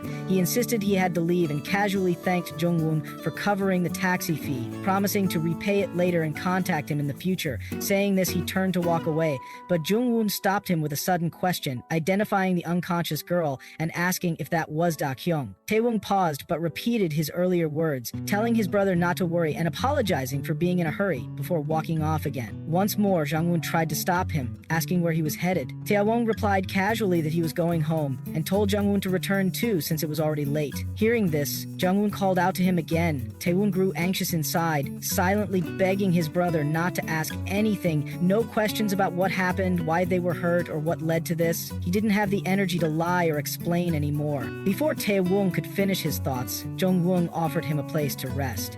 He explained how he disliked letting anyone into his personal space, be it a guard or even a family member, but that made it the safest place right now. He assured his brother there would be no questions, only rest. Hearing these words, Taewong fell silent. As Jung Wun held the umbrella over both Taewong and Dakyong, he calmly reassured his brother again. This moment brought back a memory for Taewong of sitting alone in an unfamiliar place, scared and confused when a woman had once offered him rest with the same gentle words. That day, she had also promised not to ask anything. Now, Jung Wun was repeating those very same words. That memory softened Taewong's resistance, and he could no longer refuse his brother. In the next scene, Taewong carried Dakyong to Jung Wun's house. The moment they entered, exhaustion overtook him, and he sank to the floor. Seeing this, Jung Wun immediately asked if he was alright. Taewong assured him that he was, just feeling weak after finally relaxing. He urged his brother to check on Dakyong first. Jung Wun laid Dakyong on the bed and checked her pulse. After confirming she was still alive, he informed his brother, bringing a visible sense of relief to Taewong. He smiled faintly, grateful that she was okay. Observing her condition, Jung Wun noted how surprising it was to see someone with such a strong physique collapse so suddenly and remain silent for so long. He admitted he had been truly worried something terrible had happened. Taewong, overwhelmed with guilt, confessed that everything was his fault. If only he could have done something. Sitting on the floor, weighed down by remorse, he eventually fell asleep. Jung Wun gently lifted his sleeping brother onto the sofa. Looking outside at the moonlight, he quietly told himself that they were not the bad people. A little while later, he covered Taewong with a blanket and went to check on Dakyong in the next room. As he entered, he was startled to find bloodstains all over the bed. At that moment, Dakyong began to stir and slowly regain consciousness. Dakyong Wun, Wun, surprised, asked if she was already awake. However, Dakyong's mind was clouded with trauma. In her vulnerable state, she mistook Jung Wun for the men who had hurt her. Terrified, she grabbed a pair of scissors and warned him not to come any closer. Seeing her panic, Jung Wun tried to reassure her in a soft voice, telling her it was over and everything was fine now. He slowly stepped closer, trying to make her recognize him, but her fear only grew, and she repeated her warnings, threatening to take action if he approached. Despite her terror, Jung Wun gently moved forward and finally embraced her in a comforting hug. He softly whispered that everything was okay, that it was all in the past, and that she was safe now. Roswan gently comforted Dakyong, helping her regain awareness. Slowly, she began to come to her senses, and with trembling lips, she asked if he was feeling better now. But as she looked down, she realized with shock that she had stabbed Jung Wun in the stomach with the scissors. Panic took over her expression, while Jung Wun calmly told her it was just a scratch. Dakyong, still horrified, asked him if he had lost his mind and what would have happened if the wound had been more serious. Brushing off her concern, Jung Wun laid her back on the bed, telling her to rest since her stab hadn't even landed properly. Dakyong reluctantly obeyed and lay down again, though visibly restless. Questions filled her mind, how he had saved them in the first place. But before she could speak, Jung Wun explained that he had run into her brother Taewon by chance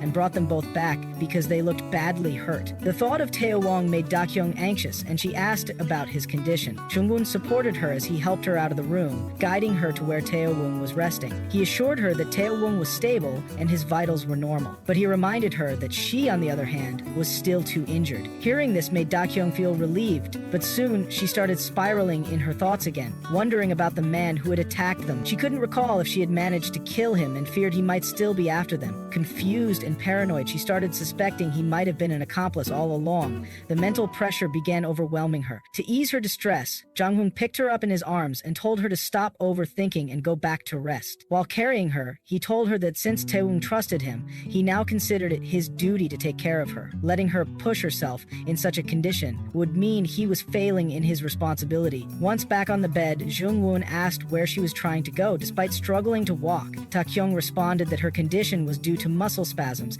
and that rest would be enough for recovery. She insisted her injuries weren't serious. Jung Wun, unconvinced, asked if she thought he was a fool. She apologized for troubling him and said they wouldn't stay long. But internally, she was struggling. It was hard even to speak. She didn't want him to see her like this, weak, bloodied, and broken. As she looked at her blood-stained hand, Jung Hoon commented that no wonder her speech was unclear. Confused by his observation, Dakyong grew uneasy as Jung Won held her face. She resisted and told him to let go, but Jung Won began examining inside her mouth despite her protests. She repeatedly asked him to stop. Then, Jung Won asked if she had thought about committing suicide. Shocked into silence, Dakyong couldn't respond, and Jung Won quietly watched her. Suddenly, Dakyong instinctively grabbed Jung Won's neck. Her body responded to the intense energy he had released earlier. Even as she held his throat, Jung Won didn't resist. He let her continue until she slowly began to calm down. Gently, he asked if it was because of Shin Myung-won, the name she had mentioned earlier, that she was in such a state. In her mind, Dakyong admitted that she had only just come to her senses and was still mentally unstable. She then released her grip on his neck and reflected that this man had always been like this. Even before, Jung Hoon repeated his question, trying to confirm if Shin Young-hwan was the one responsible for her condition. His words made Dakyong uneasy. She retorted that it was none of his business, but Jung Hoon pressed further. He reminded her that she had once said Lee Jae-hyung had provoked the attack on himself. Then he asked about the sneak attack on Hwang Ji-cheon. He accused her of being involved, or at least connected, to Shin Myung-hwan. He explained that several important contracts of OL had been canceled as a result of the recent events, forcing Seyoung Construction to pay huge compensation. These contracts, he said, had been backed by Shin Myung-won. People close to her were being hurt one by one, directly or indirectly. If that continued, he wondered if he might be next. But before pressing further, he told her to wait and speak when the time was right. His words overwhelmed Dakyong. She screamed that it was indeed Shin Myung-won, but she questioned what difference it would make to tell him. She said it was a personal grudge between her and Shin, and that she wanted to make sure he could never hurt those around her again. Jung Won then asked what her plan was.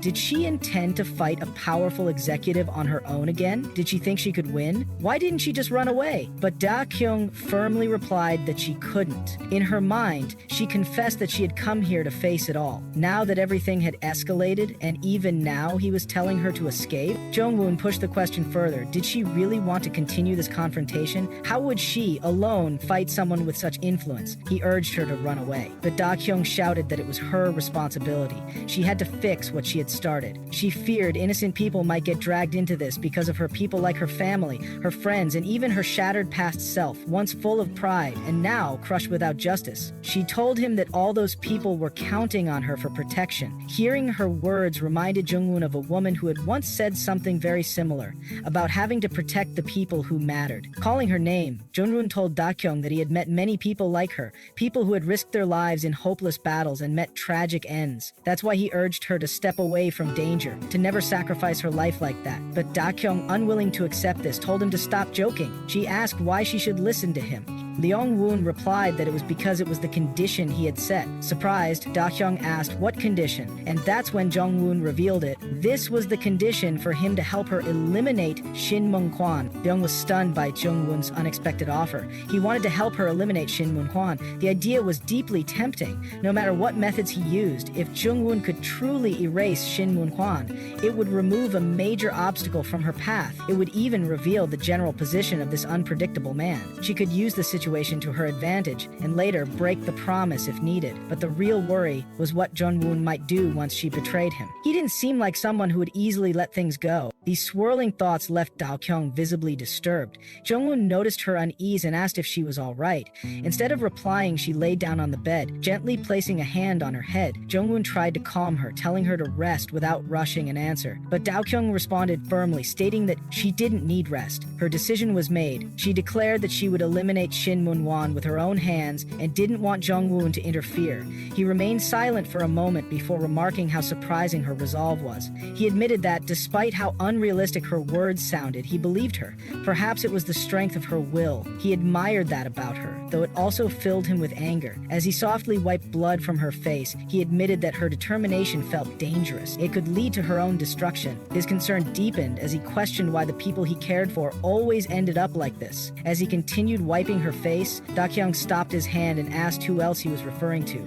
Jung Wun replied that he was talking about his parents. Dakyong, now deeply affected, mentioned that not just his father had passed away. As she said this, her condition worsened. Jung Wun, alarmed, asked if she was okay and where it hurt. He sensed something was seriously wrong inside her, but Dakyong, ignoring her condition, insisted on getting answers first. She asked whether his mother had also died. Jung Wun gave no reply, only continuing to comfort her, which was enough for Dakyong to understand the truth. She asked when it happened. Jung Wun quietly answered that it was 2 years ago. Despite his own emotional scars, he turned his focus back to her, asking whether her internal injuries were serious and at what point in the past year she had suffered them. But Dakyong insisted on getting answers, not giving them. Jung Wun finally said it was at the end of summer. As they spoke, Dakyong's health visibly declined. When Jung Wun asked again what was wrong, she claimed it was nothing, though her internal thoughts betrayed the truth. She realized that she might truly be sick. She told herself it was just coincidence, that she was imagining things. Still, Jung Wun urged her to go to the hospital, promising to accompany her. Dakyong panicked and refused. He didn't understand why she was resisting and tried to reason with her, but she insisted that whether he came or not didn't matter. Her injuries were minor, and she wouldn't die from them. Jung Wun countered that she might die. She dismissed the idea with confidence. He reminded her that death wasn't always predictable. Frustrated, Dakyong pointed out that if her condition was so serious, she wouldn't be able to sit and talk like this. He noticed her cold sweat and unfocused eyes. She brushed it off, saying she'd be fine after a nap, but Jung Wun challenged that idea, pointing out her severe external wounds and doubting such a quick recovery. She insisted again that she could heal. Jung Wun sarcastically said she should be submitted to scientific research. Dakyong replied bitterly that maybe she had a superpower. Jung Wun, taken aback, asked for clarification. Dakyong simply told him to stay put. Her odd behavior left Jung Wun confused, wondering if she was just talking saying, "Nonsense now." It was then that he noticed she had taken his phone. He demanded it back, but she refused, turned away, and lay down with the phone in hand. She playfully warned him not to argue with a patient and told him to stay where he was. He questioned her logic. She just claimed to have superpowers, yet now she acted like a patient. Dakyong didn't respond. Jung Wun asked what role he should play to match her strange behavior. Turning away again, Dakyong brought up a new topic, An Yina. She asked if he really didn't know who she was. Jung Wun felt the sudden topic change was too abrupt. In his thoughts, he admitted he couldn't really tell Dakyong what to do. Aloud, he simply told her to sleep here for now, and they would talk more tomorrow. But Dakyong pressed the matter. She genuinely wanted to know if he knew An Yina, who claimed she once dated him. Her words startled Jung Wun, sending him into silent thought. Dakyong noticed his reaction and grew confused by his lack of response. Time passed, and as Dakyong tried to fall asleep, Jung Wun suddenly remembered something. He loudly exclaimed that he remembered. Dakyong was startled and asked what he meant. Jung Wun clarified it was An Yina. He had completely forgotten, but now it came back to him. They had dated briefly in second grade. Dakyong was shocked. She couldn't believe it took him so long to remember. She even questioned whether he had really been the top student in school or if that was just a lie. Jung Wun, surprised, asked how she knew that. Dakyong explained that her classmates told her, though she found it hard to believe given how clueless he seemed. Jung Wun insisted it was true. Still doubtful, Dakyong brushed him off. Jung Wun promised that the results of the upcoming exam would prove it. Then he warned her to stay away from An Yina. Dakyong asked why everyone kept saying that. Jung Wun hesitated before describing Yina as troublesome with many flaws. He told Dakyong not to worry about her. As he began to leave, he apologized for waking her and told her to sleep, but Dakyong suddenly sat up, saying she was going out. Jung Wun was confused, but she dismissed it and told him to continue. He tried to clarify, asking if it was about An Yina, but Dakyong said no. He pressed further, but she insisted it was nothing and told him to leave. Holding her head, Dakyong's condition appeared to worsen. Jung Wun saw her struggling and asked if she needed him to sleep beside her. The scene ended here. The next scene opened with a new girl waiting inside a room. After a while, Dakyong arrived. Seeing him, the girl smiled and told him she had been waiting for a long time. Dakyong, surprised by her presence, asked why she was there, calling her Lee Jae-ah. Lee Jae-ah confronted Zeung, upset that he had blocked her after her return last week. She questioned why she couldn't contact him and demanded to know who he had been calling so obsessively, especially when he ignored his sister's calls. As she snatched his phone, a call from Dakyong appeared on the screen. Jae-ah noticed the caller ID and began saying Dakyong's name aloud. Jae-young quickly took his phone back, anger flashing across his face, and ordered her to leave, telling her not to pretend to understand him. Instead of leaving, Jae-ah sat down and questioned him again, insisting she understood. She revealed she had just come from meeting Shin Myung-won, who hinted at Jae-young and Dakyong's unusually close relationship. The man had warned her to keep a close watch on Dakyong, suggesting she might already be dead in someone else's home. Jae-ah smirked, pretending to regret sharing that information, while Jae-hyung stared at her in disbelief. Elsewhere, Jung Wun asked Dakyong if she needed him to sleep beside her. The question startled her, and she declined. When asked what she wanted to say earlier, Dakyong hesitated before brushing it off, simply thanking him for helping her and asking him to leave. Hearing her gratitude, Jung Wun was surprised and internally called her cute. Ignoring her request, Jung Wun declared he wouldn't leave. Dakyong, confused, reminded him she never asked him to stay. Jung Wun replied that her expression alone made him stay and called her dishonest. Without waiting for a response, he lay down beside her. Dakyong, shocked to see him so close, remained silent and began questioning why people like him still existed. She tried to make sense of his behavior but decided it wasn't worth understanding. She told herself it was his choice whether to stay or leave, noting that the place smelled of blood and was too crowded, which should be uncomfortable for him. As she tried to sleep, Jung Wun moved even closer. Surprised, Dakyong asked what he was doing. He calmly said he was just retrieving his phone and assured her to rest peacefully. Then he returned to his spot. Though anxious, Dakyong started thinking about how strange he was. Just moments ago, he was aggressive, as if he could tear someone apart, yet now he was gentle and caring. She couldn't understand why he got angry when she was hurt, or why he insisted on helping her. She admitted she knew nothing about his past or his knowledge. Despite her fear and confusion, she noticed something had changed. For the first time, he had opened up to her. She realized that maybe she didn't hate being near him as much as she used to. Even though the idea seemed ridiculous after the recent battle, she found herself wondering if she desired affection more than understanding his past. She accepted her weakness, but hoped that tonight there would be no more nightmares. As she drifted into deep sleep, Jung Wun whispered softly that only he could help her. Watching her sleep, he told her not to bear things alone and to call him if she ever needed help, but Dakyong was already lost in sleep, unable to hear him. The scene shifted to the next day, where Ji-yeon and another boy waited anxiously for the exam to begin. Jung Wun entered the classroom, still brushing his teeth while half asleep, prompting Ji-yeon to call out to him. He responded groggily, noting that everyone was already there. Ji-yeon expressed disbelief at his multitasking, and a nearby student asked if he didn't sleep well. Jung Wun explained that he had rushed over without brushing or washing up. Ji-yeon teasingly asked if he stayed up studying, while the student questioned if he planned to take the exam seriously this time. Jung Wun denied it, saying he didn't want to be a nuisance. Ji-yeon mentioned she hoped he would challenge Anina's dominance, but then noted Dakyong hadn't arrived yet. With the bell about to ring, Ji-yeon began to voice concerns about Dakyong when Jae-young suddenly entered the classroom and asked where she was. Another student replied that they had just been discussing her absence. Dakyong then asked if anyone had contacted Dakyong the previous night. Ji-yeon, looking worried, mentioned that it had been a week without any response. She added that Dakyong was often hard to reach. Dakyong didn't answer and instead turned to Jung Wun, asking if he knew anything. Jung Wun offered no reply, thinking to himself that Dakyong probably didn't want him to cause a scene. He couldn't bring himself to tell them about her condition from the previous day. He eventually responded, pretending ignorance, and suggested that she might just be sleeping in. With the bell ringing, he urged everyone to move on. Jae-hung silently watched him walk away. The exam began. As Jung-woo looked at the question paper, sleepiness crept in. He planned to finish quickly so he could get some rest. Memories of Dakyong flashed through his mind, her disbelief about his past academic achievements.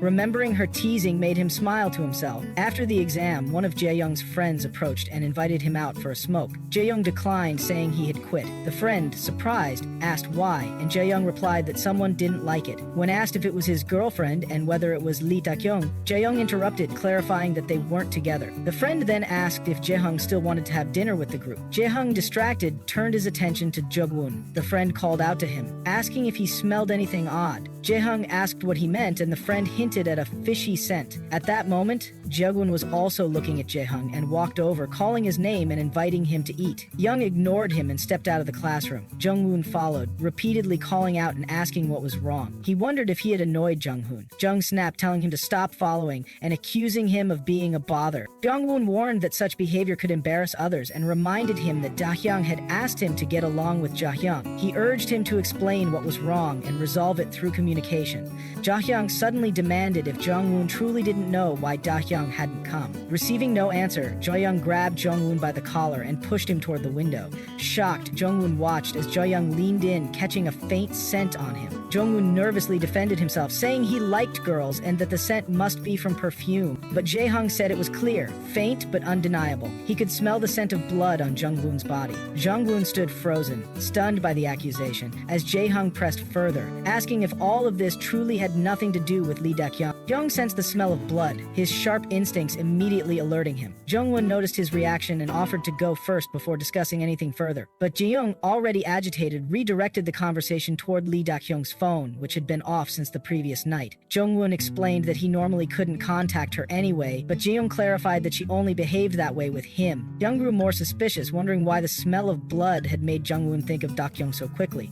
He pressed Jung Wun to answer first. Nearby, another student and Chi-yeon began watching the heated exchange, puzzled by their intensity. Jung Wun calmly addressed Jae-young's spiraling thoughts, stating that he often lost sight of reason when consumed by his own mind, and questioned if there was a hidden reason behind his aggressive behavior. Jae-young snapped, accusing Jung Wun of being arrogant and evasive, always talking about others instead of giving straight answers. Jung Wun asked if Jae-young was directing his anger toward him specifically, pointing out how unstable Jae-young had been lately and suggesting he might need medical help. Shocked by these words, Jae-young fell silent. A crowd of students began to gather as the tension grew. Suddenly, Jae-hyung punched Jung Wun in the face, leaving Ji-yeon and the other students stunned. After the punch, Jae-hyung stormed off. Jung Wun called out, telling him not to worry, which made Jae-hyung pause and turn around. Jo-gun explained that Jae-hyung was only angry because he cared about Lee Dakyong. Then he revealed that Dakyong had been with him all morning. The scene cut off there. The next scene showed Tae-won and a wounded Dakyong sitting down for lunch, both visibly injured. Tae-won joked about her miserable appearance, and Dakyong noted he wasn't looking much better. She asked if the meal had been prepared by Jung Wun. Tae-won confirmed, mentioning that Jung Wun had left a note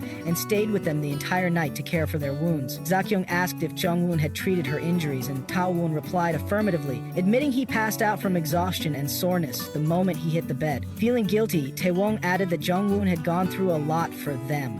Dakyong wondered if Jung Wun might have ulterior motives. Taewong acknowledged the suspicion, but advised her to sometimes accept simple kindness, especially considering Jung Wun could have harmed them if he wanted to. He pointed out that even if someone like Seyoung was behind Jung Wun, they had no proof. At the end of the day, Jung Wun was just a student, and helping them even briefly took immense courage. Dakyong quietly agreed, just as Jung Wun returned home from school. Surprised by his early arrival, Taewong asked why he was back. Jung Wun replied that there had been an exam that day. Then he noticed Dakyong was up and teased that she could barely move her arms. Taewong joked that she got up the moment she smelled food. Jung Wun asked if the meal was okay, and Dakyong happily responded that it was delicious. She admired his cooking skills, saying he was even better at surviving than she was. Jung Wun humbly brushed it off. When Dakyong tried to stand, Jung Wun quickly supported her and told her to sit down. Their closeness caught Taewong's attention, who curiously asked what they were doing. Just then, Dakyong noticed a bruise on Jung Wun's cheek and gently touched his face, asking what had happened. Shocked, Taewong also asked about his injury, assuming Jung Wun had been beaten by thugs like them. Jung Wun denied it, but Taewong kept pushing. Reluctantly, Jung Wun admitted what had happened, though the actual scene wasn't shown. Hearing the truth left both Taewong and Dakyong stunned. Taewong shouted in disbelief, and Dakyong asked if Lee Jae-hyung had hit him. Jung Wun confirmed there had been some conflict. Taewong looked at Dakyong, demanding to know what exactly she had done at school. Dakyong responded innocently, saying she hadn't done anything. Jung Wun admitted that Jae-hyung's concern for Dakyong had felt a little strange.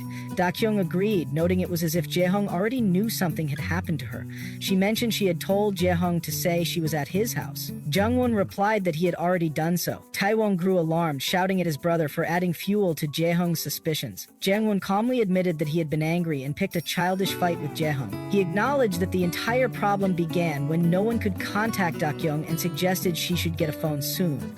Dakyong asked if the call was from Jae-hyung. Jung Wun checked his phone and confirmed. Dakyong took the phone from him and answered the call, informing the other person that it was her, and everything was fine. A calm voice on the other end replied briefly before ending the call. After hanging up, Dakyong handed the phone back to Jung Wun and asked if it was okay to call Hwang Jae-young and inform everyone else. Jung Wun asked if she wanted to see them and urged her to talk to him for a moment. They moved to a quieter spot, where Dakyong asked what was wrong. Jung Wun confessed that he didn't want her to meet Jae-young. He explained that Jae-young had been mentally unstable and feared Dakyong's injuries might worsen his condition. He also worried about her withing, questioning how she could have the energy to worry about others in her current state. Young reassured him that she wasn't concerned about Jeong, but about him. She said that letting Jeong see her would clear things up and prevent further conflict. She added that it was her way of thanking Jung Wun for the food. Surprised by her words, Jung Wun smiled and admitted that her kindness felt almost illegal. He agreed to pick her up when she came back. As Jung Wun smiled, Dakyong wondered what made him so happy. He softly said that he really couldn't deal with her.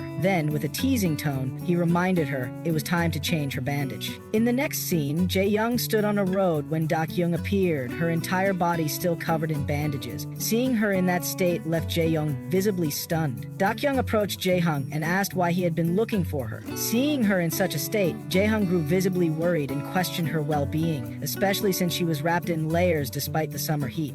Surprised by his concern, she replied calmly that it was getting cold that night and asked him not to worry. She then asked what he really wanted from her, but he couldn't give an answer. After a brief silence, he suggested they go for a walk. As they walked, Jae-hyung asked if she didn't trust him. The question caught Dakyong off guard. She responded that she didn't trust anyone. Jae-hyung challenged her honesty and brought up Han Jung-won, asking why she wanted to stay at his house. He admitted that before she answered the phone that day, he had always suspected Jung-won of having hidden intentions. His words left Dakyong shocked. She explained that she never truly wanted to go there and reminded him that she had stayed longer at his place. She then questioned why Jae-hyung hated Han Jung-won so much and why they always seemed to clash. He replied firmly, saying he had told her many times before. When she asked what he meant, Jae-hyung elaborated, claiming that Jung-won was never sincere with anyone and was willing to risk others' lives to achieve his goals. What concerned him the most was Jung-won's reason for getting close to her. He asked what she trusted so much in Jung-won that made her feel safe at his house. He feared something bad might happen to her. Dakyong replied hesitantly, suggesting that maybe Jung-won wasn't as bad as Jae-hyung believed. Then she added something that stunned him. The type of person he hated might actually be her. Her words caught him off guard. He asked why she defended Jung Wun, but she clarified that she wasn't defending him. Suddenly,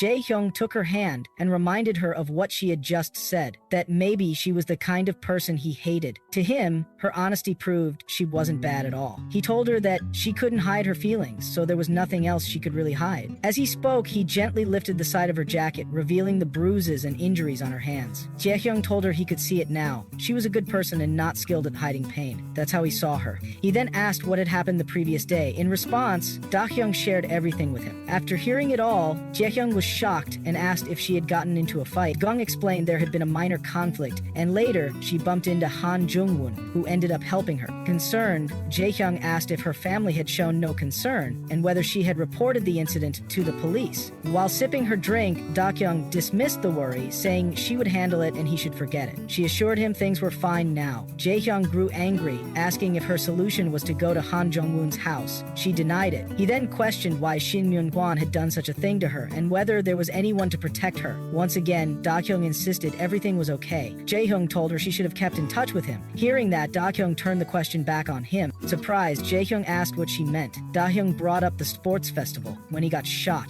and asked why his parents had never visited him. She mentioned she had never seen them at his house either. Jae-hyung brushed it off, saying that wasn't the main issue, but Dakyong pressed him to tell her the truth. Taeyong finally revealed that his parents didn't even know about the incident. Shocked, Dakyong asked if the school or police had contacted them. He explained that his sister managed all his matters and the school preferred to resolve things quietly. He didn't want his parents to find out too soon. When Dakyong asked why, he answered that it was because there wasn't enough solid evidence yet. She pointed out that checking the CCTV should be enough to prove Shin Min-won had been at the school that day, but Ja-hyung revealed that it hadn't been Shin Min-won. That information made Dakyong pause and think. She began to suspect someone else and asked if Jae-hyung's sister could be the one who had arranged for someone to kill him. He admitted it was just a suspicion and that he was still gathering evidence. He started to say that the main issue now was something else, but Dakyong interrupted him. She said that compared to her, he should be more concerned about his own safety. She finally understood why he had seemed so anxious and fearful lately. Then she brought up the attack on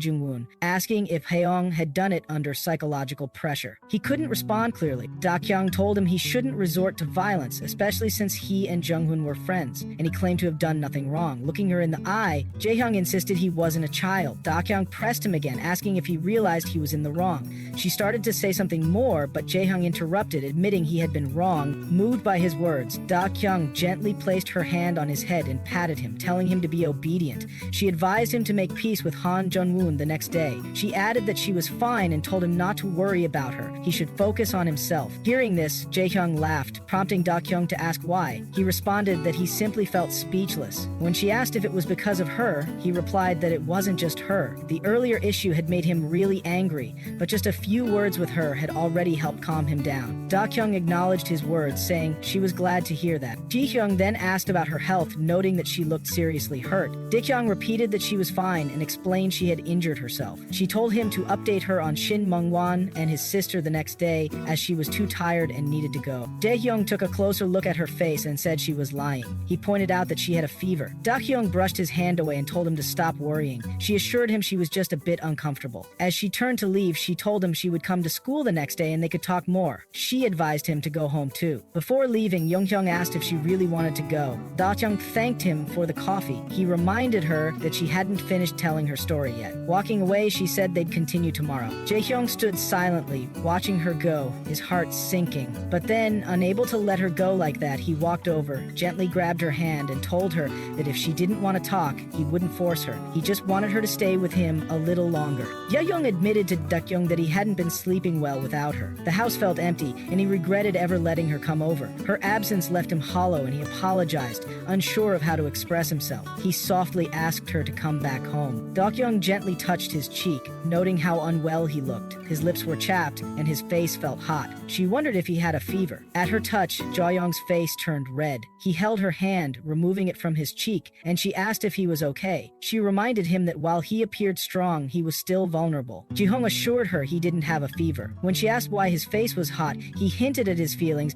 but before finishing, loud laughter interrupted them. Ji-hyun appeared behind him, laughing and teasing them. He apologized for the interruption and encouraged them to continue. Dakyong was surprised to see Jung Wun and asked why he was there. He casually replied that he lived nearby by, then suggested they head home. Dakyong objected, insisting she should come with him instead, leaving Dakyong confused by their back and forth. Jung Wun mentioned Jae-young's private ward at home, pointing out that Dakyong could rest there. Jae-young agreed, emphasizing that her health was the priority. He then directly asked Dakyong whom she wanted to go with, but before she could respond, he hesitated. He mentioned that his sister was home and that he didn't want to see her, which surprised Dakyong. Dakyong approached Jung Wun and began questioning him, accusing him of not taking proper care of Dakyong. Jung Wun firmly responded that he could take good care of her. As tensions rose again, Dakyong interrupted, frustrated with their constant arguing. She yelled for them to stop and insisted they shake hands and make peace. She also told Dakyong to apologize. Yang said sorry, and at her insistence, he shook hands with Jung Wun. Later, Jung bought coffee for Jung Wun and left. Watching him go, Jung Wun commented that Jung probably felt guilty for slapping him earlier. Curious, Jung Wun asked Dakyong what she and Dakyong had talked about, but he found her sitting on the roadside. Concerned, he approached and asked if she was okay. Dakyong, holding her forehead, replied that she was just exhausted. Jung Wun noted that she was pretending to be strong in front of Dakyong to avoid worrying him. Dakyong admitted that being weak wasn't a problem, but she didn't want to cause any trouble. Jung Wun told her to stand, offering to carry her on his back. She declined, but he insisted, saying she was being stubborn. He decided they needed food and medicine. He carried her home on his back. Once home, Dakyong complained that the kanji wasn't tasty, but Jung Wun encouraged her, reminding her she was sick. Dakyong replied that she would change his old blanket later. The next scene shifted to school, where Dakyong asked Jung Wun if he had reached home safely the previous day. Jung Wun confirmed. Dakyong then asked if anything had happened, to which Jung Wun calmly said no and reassured him. Watching them, Jiyeon grew confused, wondering why they were suddenly getting along after fighting the day before. Suddenly, another student screamed loudly, startling Jiyeon. She asked what was wrong. The student stared at a paper, exclaiming that he was back. Jiyeon didn't understand and asked for clarity. The student then revealed the paper, showing that Han Jung-won had received perfect scores in all subjects. Everyone, including Jae-young, was shocked and looked at the paper. The student emphasized that Jung-won had always scored perfectly. Jae-young congratulated him. Then the student jokingly questioned Jung-won's mentality, noting that he had still answered question 19 with a 3.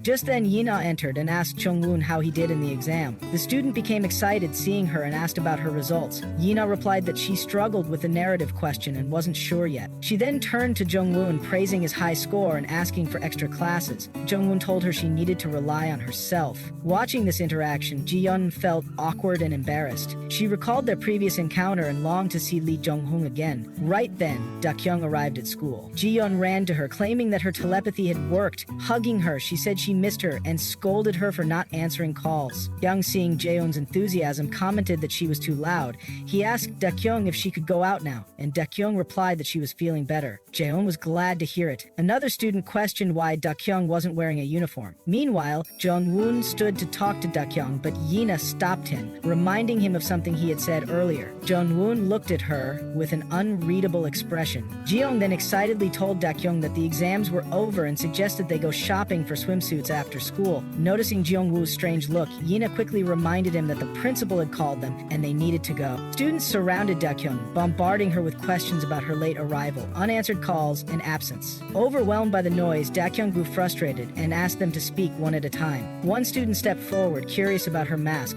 wondering if it wasn't too hot to wear. She firmly responded, saying it wasn't, and told them not to touch it. When asked about her missing uniform and how she avoided getting caught at the school gate, she simply acknowledged the uniform matter. Meanwhile, Jung-moon and Yina headed towards the principal's office. Dakyong called out to Jo-hyung, asking to talk, and they walked off together. Yeon waved them goodbye, cheerfully saying she'd wait in the canteen. As they walked, Jae-hyung gently brushed Dakyong's hair, asking if she was ready for school. Dakyong replied that she felt much better now. She mentioned borrowing his sister's uniform, though it had torn, and apologized. Jae-hyung dismissed it, saying it was alright since his sister had graduated long ago. Dakyong, still feeling uneasy, suggested apologizing in person, but Jae-hyung questioned why she was being so formal over something minor. When he realized she wanted to meet his sister, he strongly refused and expressed concern over Dakyong always always putting herself in danger, frustrated that she never seemed to understand him. With that, he walked ahead. Dakyong stopped him, prompting him to suggest they check the teacher's room for an extra uniform. As she followed, she thought to herself that with all her secrets exposed, pretending to be a normal student was no longer possible. But she still needed to find a way to keep the act going. Later, Dakyong emerged wearing a new school uniform. Jaeyoung asked if it fit, and she confirmed. Then, he decided to be upfront. He told her that if she shared the truth about her involvement with Shin Moon-hwan, her reasons for reaching out to Jung Wun, and her current circumstances, he might be able to help her. After asking if she was listening, Dakyong replied that the uniform felt a bit tight and wondered if her body was swollen. Her words caught Jaeyoung off guard, leaving him speechless. Dakyong, realizing what he'd said earlier, asked if he truly meant he could help her. She wanted to know how. Leung asked if she even saw him as a man, which confused her. She clarified that she did, but he explained further she had changed clothes right in front of him, which he found odd. Dakyong reminded him she was wearing clothes underneath, so she didn't see the issue. Frustrated, Jaeyoung gave up, muttering that talking like this with her drove him crazy, and he walked away. Dakyong called out to him, asking where he was going. Jaeyoung just told her to take her time changing before joining him, while she kept asking what was wrong. In another scene, Jung Wun stood with Yina, who reminded him of their earlier agreement to talk. When he appeared impatient, she admitted he probably already knew what she wanted to say. Jung Wun commented that the principal wouldn't personally look for him, prompting her to reveal her feelings. Yina hugged Jung Wun, accusing him of being cruel and embarrassing her in front of their friends. She asked if he remembered her. Jung Wun gently pushed her away, saying he'd forgotten, and only now recalled that she was on Yina. Yina insisted she knew he remembered her, and explained she hadn't been able to reach out or talk to him. Before she could finish, Jung Wun interrupted, apologizing and saying if that was all, she should go eat. He mentioned a party was happening. As he walked away, Yina quietly said, Dakyong ate quickly and softly spoke Dakyong's full name. Hearing that name made Jung Wun pause, and Yina noticed. She asked if he liked Dakyong. Jung Wun remained silent. Elsewhere, Jaehyung was climbing the stairs when Dakyong's earlier words echoed in his mind. He wondered what he needed to say for her to finally understand him. Back with Yina and Jung Wun, she repeated the question, whether he liked Dakyong. Jaehyung overheard them and stopped in his tracks. Yina pushed the question again, asking directly if he liked Dakyong. Jung Wun stayed silent, and Jaehyung stood shocked. Just then, Dakyong arrived, calling out to Jaehyung and asking why he was frozen in place. Startled, Jaehyung instinctively covered Dakyong's ears with his hands, trying to block out Jung Wun's response. Jung Wun finally answered that he didn't like Dakyong. Yina responded with a teasing tone, saying it really seemed like he did, and that he finally said what he wanted to. Dakyong, confused by Jaehyung's actions, tried to understand what was going on. Jaehyung asked if she heard anything, and when she said no, he told her it was nothing and they should go downstairs. As he pulled her away, Dakyong asked what was wrong with him. Joseong told her to hurry up. Outside, he commented that the path to the canteen was long, and then addressed her directly, asking if she still liked Han Jung-woo. Dakyong was surprised by the sudden question and reminded him she'd said she was just curious about Jung-woo. Ya-young asked again to confirm she didn't actually like him. Dakyong dismissed it, saying it didn't matter. Dakyong teased her for having no taste. Dakyong, growing more confused, asked what was wrong with him. Dakyong replied that he should be the one asking. The scene then returned to Yina and Jung-won. Yina asked again if he truly didn't like Dakyong and concluded she must have been wrong. She thanked him, saying that was all she wanted to know. As she turned to leave, Jung-won called her name and warned her not to bother him. His sudden smile left Yina speechless for a moment. Then, laughing loudly, she asked if that was supposed to be a warning. Yina began laughing in a disturbingly eerie way, her eyes locked onto Jung-won as she expressed twisted delight that for the first time he looked at her with real emotion. Though his gaze was filled with contempt, it revealed that he had already seen through her. That realization explained why he had warned her not to act rashly anymore. Her voice grew desperate as she kept demanding to know who the girl was, who made him change so much, who made him show such expression, and who was important enough for him to go this far. She bombarded Jung-won with these questions, unable to accept his denial about having feelings for Dakyong. Remembering his rejection, she repeatedly called him a liar, insisting that someone like him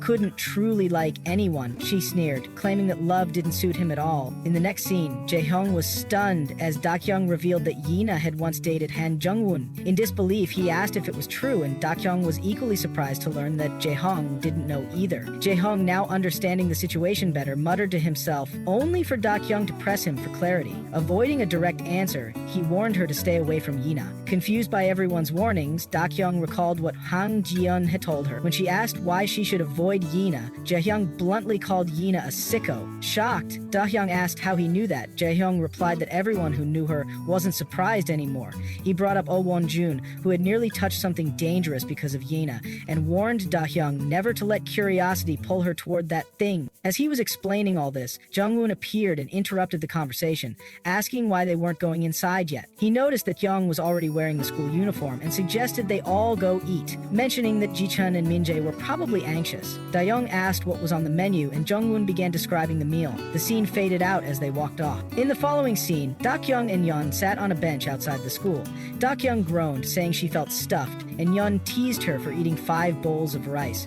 Yeon then asked why Dakyong was wearing so many layers in the summer heat, guessing that it was to hide scars left from a great battle. Dakyong quietly listened. Nearby, another student followed them closely, prompting Yeon to confront him about always tagging along. He replied that he'd be wherever Dakyong was. Yeon accused him of sticking close just to avoid being bullied, and Dakyong observed that their relationship had improved. The boy, offended, shouted that he truly respected Dakyong. Shifting the conversation, Yeon suggested planning beach outfits. Dakyong turned to the boy and called him by name, Kim Min-ja, asking if he had changed his mind. Min-ja, confused, asked what she meant, and she reminded him of her request. She wanted a real gun. Min-ja lowered his head and said he'd head back first, walking away. Dakyong, feeling betrayed, asked Yeon if Min-ja's respect had been a lie. Yeon, puzzled, asked what she meant. Dakyong brushed it off, claiming it was nothing. Yeon smiled and reminded her that they were heading to the beach the next day, and asked what to wear. Dakyong suggested dressing casually since it was just a friendly outing, but inwardly she struggled.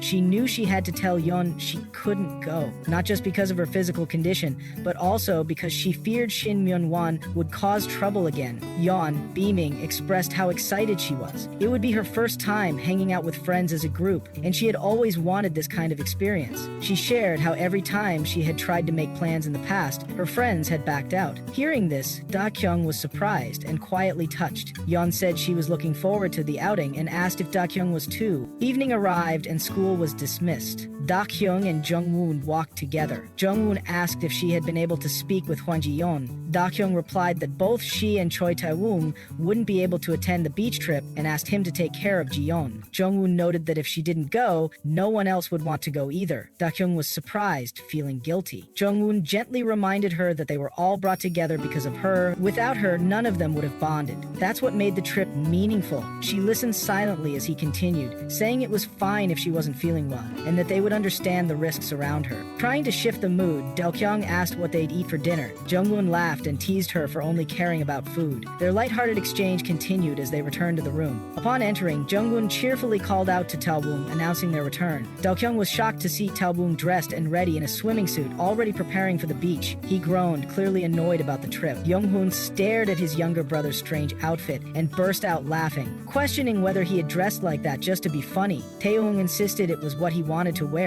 Dakyong, visibly disturbed, scolded him and told him to get out of the room. Tae-woong mumbled that he had expected her to react that way. He tried dragging Jung Wun along with him, and as Dakyong stepped into the room, she grumbled to herself, questioning if Tae-woong had any common sense at all, especially after nearly dying a few days ago at the hands of Shin Myung-won. Outside the room, Tae-woong and Jung Wun began discussing their figures and appearance. Dakyong grew increasingly irritated by their shallow conversation. She couldn't believe Tae-woong still wanted to go to the beach after everything that had happened. Then Jung Wun appeared in his own swimsuit, prompting Tae-woong to cheer and call for Dakyong's attention. He exclaimed that Jung Wun looked great in the tight outfit. Jung Wun, slightly embarrassed and breathless, admitted he couldn't breathe and quickly unzipped the suit. Tae-woong, shocked by his brother's physique, stared in awe while Dakyong stood off to the side, overwhelmed by the sheer absurdity of the situation. Tae-woong casually offered to buy another one, brushing off Jung Wun's concern. But as Dakyong stood up, her expression turned serious. She told them to change clothes and asked Tae-woong to talk privately. The moment Jung Wun left, Dakyong burst out in frustration, demanding to know if Tae-woong had lost his mind. She questioned how they were supposed to travel under such threats. Concern filled her voice as she reminded him that Shin Myung-won could easily target them, especially now when they were all gathering and planning to travel together. She stressed that this situation offered a perfect chance for an attack. Taewon didn't respond, silently sitting down. Dakyong, frustrated by his silence, asked if he was even listening. In response, Taewon handed her a new mobile phone, explaining that it was for her future use. Surprised, she accepted it. He continued, revealing he had bought 2 phones and connected one to the office's surveillance camera. He showed her the latest surveillance footage, asking if she heard something in it. Dakyong requested to replay it, and he obliged. Taewon asked if anything unusual happened to her at school that day. Dakyong replied that everything was fine. He then wondered if the recorded conversation hinted at a possible attack planned for Saturday. He emphasized a group's long silence and suggested caution, even if their suspicions weren't confirmed. Reflecting on his words, Dakyong agreed the timing did seem ideal. Taewon proposed they should proceed with the trip as planned, but stay cautious afterward. Dakyong agreed. Soon after, Jung Wun interrupted, asking if their conversation had ended and mentioning he was preparing dinner. Dakyong offered to help. The next morning, Dakyong was brushing her teeth when Jung Wun approached with a hairdryer to help dry her hair.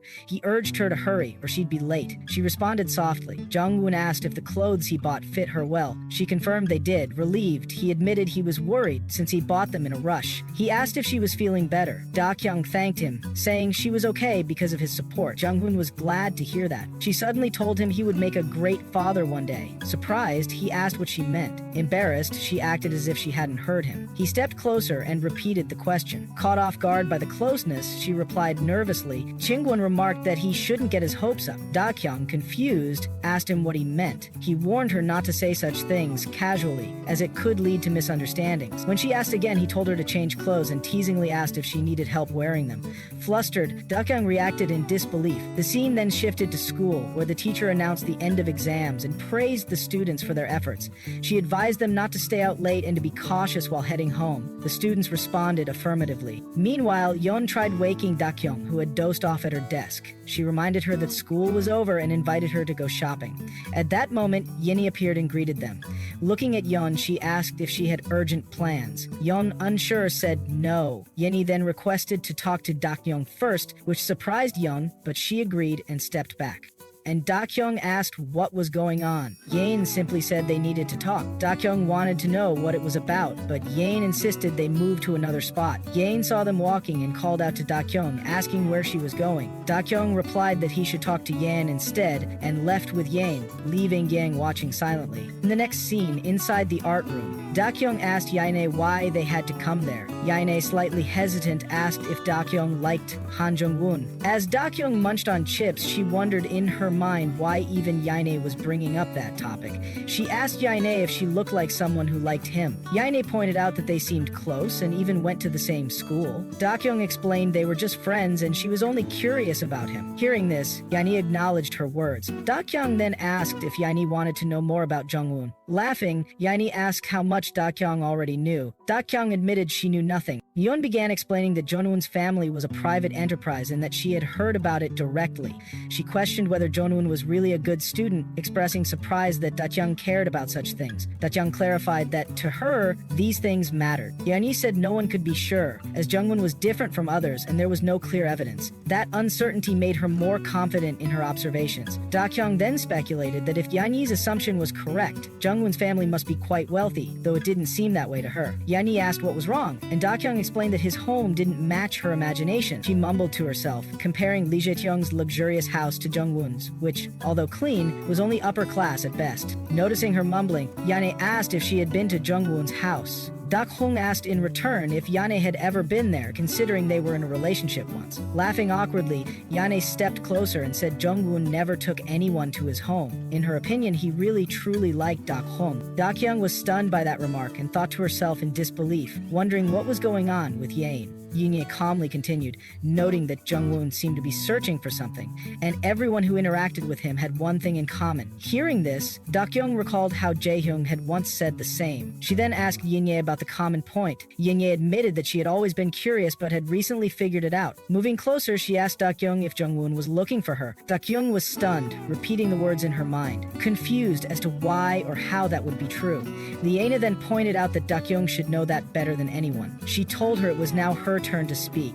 Dakyong, overwhelmed and surprised, couldn't respond before someone placed a hand on her shoulder from behind. It was Jaehyung. He called out to Dakyong and said it was too late, urging her to leave with him. As they turned to go, Jaehyung glanced suspiciously at Yinyi, who looked back at him innocently, unable to say anything. In the next scene, Jung Young brought Dakyong out to a balcony, distancing her from Yene. He confronted her with questions, reminding her of what he had said earlier, asking her not to talk to Yene anymore, and demanded to know what they had discussed. But Dakyong wasn't listening. Her thoughts were entirely occupied with what Yene had said about Jung Wun looking for her, and she struggled to understand what it meant. Realizing she hadn't heard a word he said, Jaehyung snapped her out of her thoughts, asking if she had listened to him at all. At that moment, Jaehyung appeared and called out to Dakyong, asking if their talk was over. She informed her that she had received an order and told her to come quickly. Dakyong was surprised by the sudden mention of an order. She went to check her locker and found a flower bouquet inside. She was shocked, not knowing who had left it for her. Jiyeon was delighted and teased her, wondering who the warm-hearted sender could be this time. Dakyong, still puzzled, said she had no idea. Young then asked if a guy had given her the bouquet. Dakyong firmly replied that she didn't know. Holding the bouquet, she seemed troubled and thought to herself how it was giving her a headache. She couldn't imagine who would give her such a gift anonymously. Her thoughts drifted to dangerous possibilities, suspecting it might be from someone unsettling. With her mind spiraling, Dakyong walked away. Jiyeon watched her go, confused, while Jaehyung asked where she was heading. Dakyong simply replied that she was going to the washroom. Even there, she carried the bouquet with her.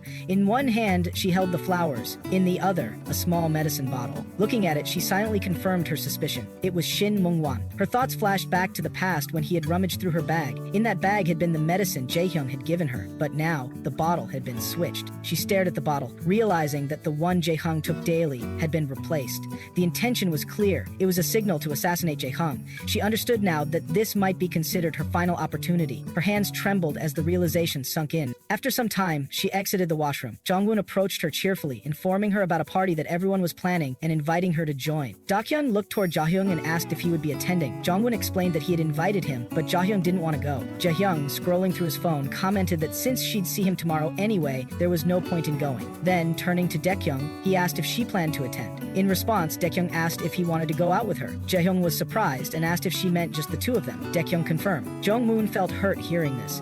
The next scene showed Dakyong and Jaehyung arriving together at his home. Jaehyung wondered aloud why it had been so easy to enter this time, reminding him that he was hesitant before. Jaehyung mentioned that his sister wasn't home. Dakyong didn't reply, leaving Jaehyung confused. After a moment, he told her they had arrived and suggested they check something together, mentioning he had called his personal doctor. Dakyong said there was no need as she was feeling better now. Suddenly, Dakyong noticed something and was visibly surprised. Seeing her expression, Jaehyung asked what was wrong. Without warning, Dakyong ran and jumped into the pool, shocking Jaehyung, who rushed to catch her. She questioned why he held her back, and he scolded her for trying to jump in while still in uniform, reminding her that she hadn't brought a change of clothes. Dakyong playfully stared at him, asking what they should do now.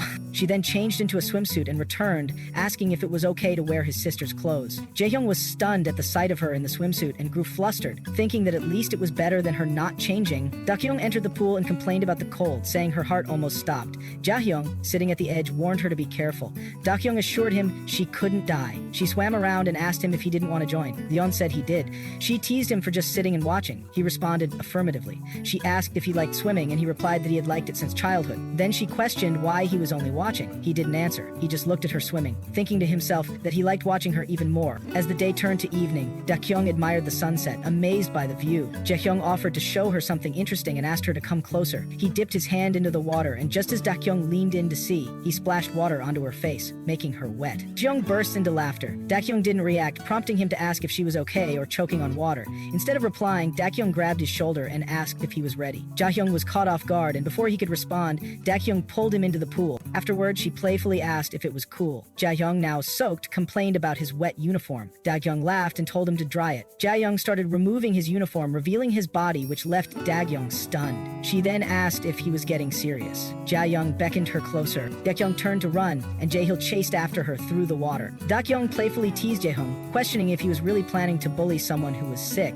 Jaehyung responded by reaching out to catch her, noting how healthy she seemed. As Dakyong ran off, she shouted for him to stay away, but Jaehyung quickly grabbed grabbed her hand and pulled her close, claiming victory as he fully caught her. Shocked, Dakyong protested against his strength, reminding him that she was the one who gave him artificial respiration. Dakyong, surprised, asked if that had really happened or if it was just a dream. Realizing what she had accidentally revealed, Dakyong was equally stunned. Trying to cover it up, she clarified that she was the one who woke him from a coma. Jahyung acknowledged this while Dakyong explained his condition, saying he had apnea and would have died without her help. She spoke. Jaehyung suddenly lifted her into his lap and thanked her with a smile for saving him.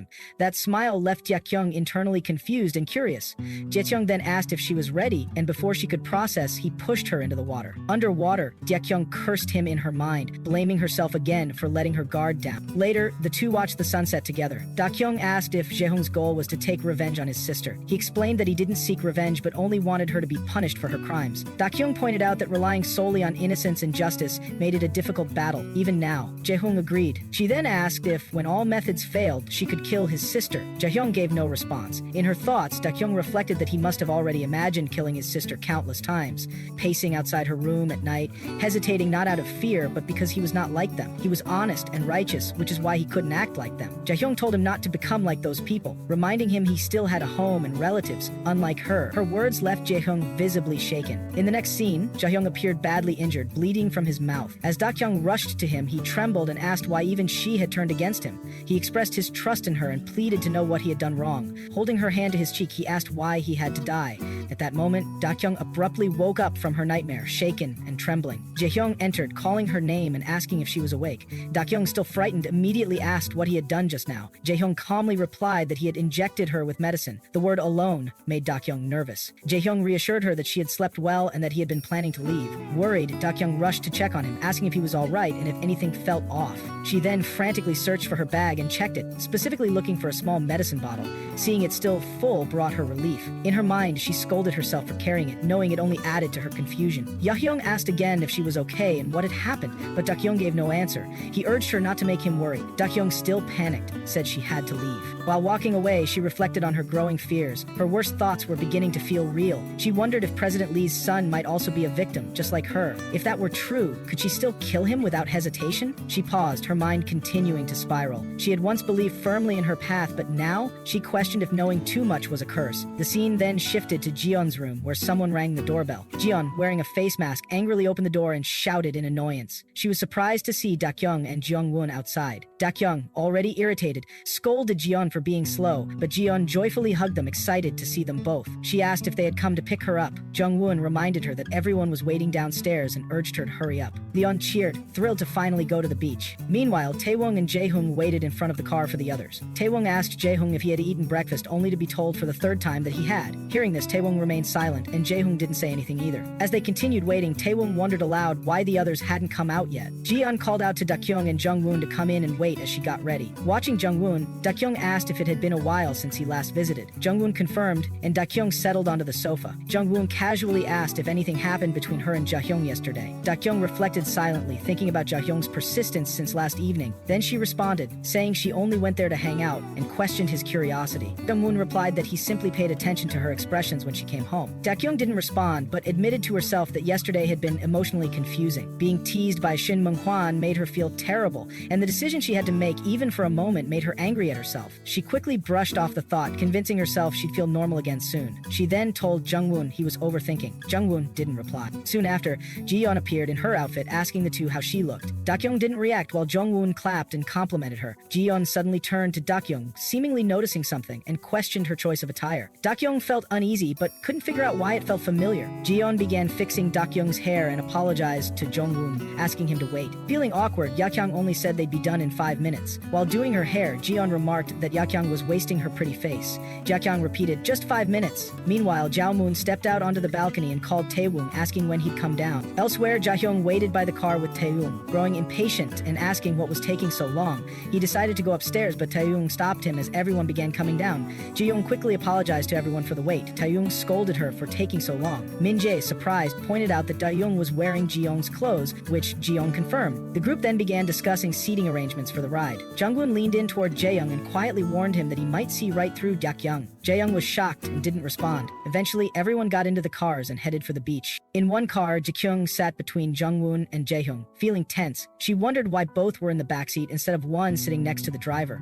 Jaehyung said the passenger seat was cramped, and the driver commented that the backseat was now even more crowded. He asked Dakyong to shift toward the window. Jung Wun offered one of his earbuds to listen to music together. Dakyong ignored the driver, prompting him to scold her again. Frustrated, she decided to move to the front passenger seat, but the driver warned her it was dangerous. With no choice, she stretched her legs over Jung Wun and rested her head on Jaehyung's lap, saying she finally felt comfortable. Jung Wun laughed, and Jaehyung appeared flustered. Lying down, Dakyong recalled a past conversation with Taewong, who had reminded her to always check for followers. Taewong had asked if she had received anything besides a pill bottle or if anyone had contacted her. Dakyong reassured him that everything was quiet, even at school. Taewong expressed his priority to get everyone home safely and hoped nothing would go wrong. In her thoughts, Dakyong reminded herself that without concrete evidence, the others were innocent, and she couldn't let anyone get hurt because of her. Jong-hoon suddenly grabbed her legs, startling her. She shouted at him to stop, but he teased that her serious expression made him want to mess with her. She warned him not to touch her again or she'd kick him. Jong-hoon challenged her to try. Their playful scuffle made the car shake, which caught Tae-hoon's attention in the other vehicle. He wondered aloud what kind of fight they were having to cause that much movement. Ji-yeon guessed it was just them being their usual chaotic selves. Leon then asked Taewong what else she could call him besides uncle, since he didn't look like one. Flustered, Taewong told her to call him Choi Taewong, just like Dakyong. Ji-yeon agreed and shortened it to Woong, surprising him. Excited, she shouted for him to hit the gas. In the back seat, Min-jae silently scrolled through his phone. Taewong warned Ji-yeon to sit down properly as the road was dangerous.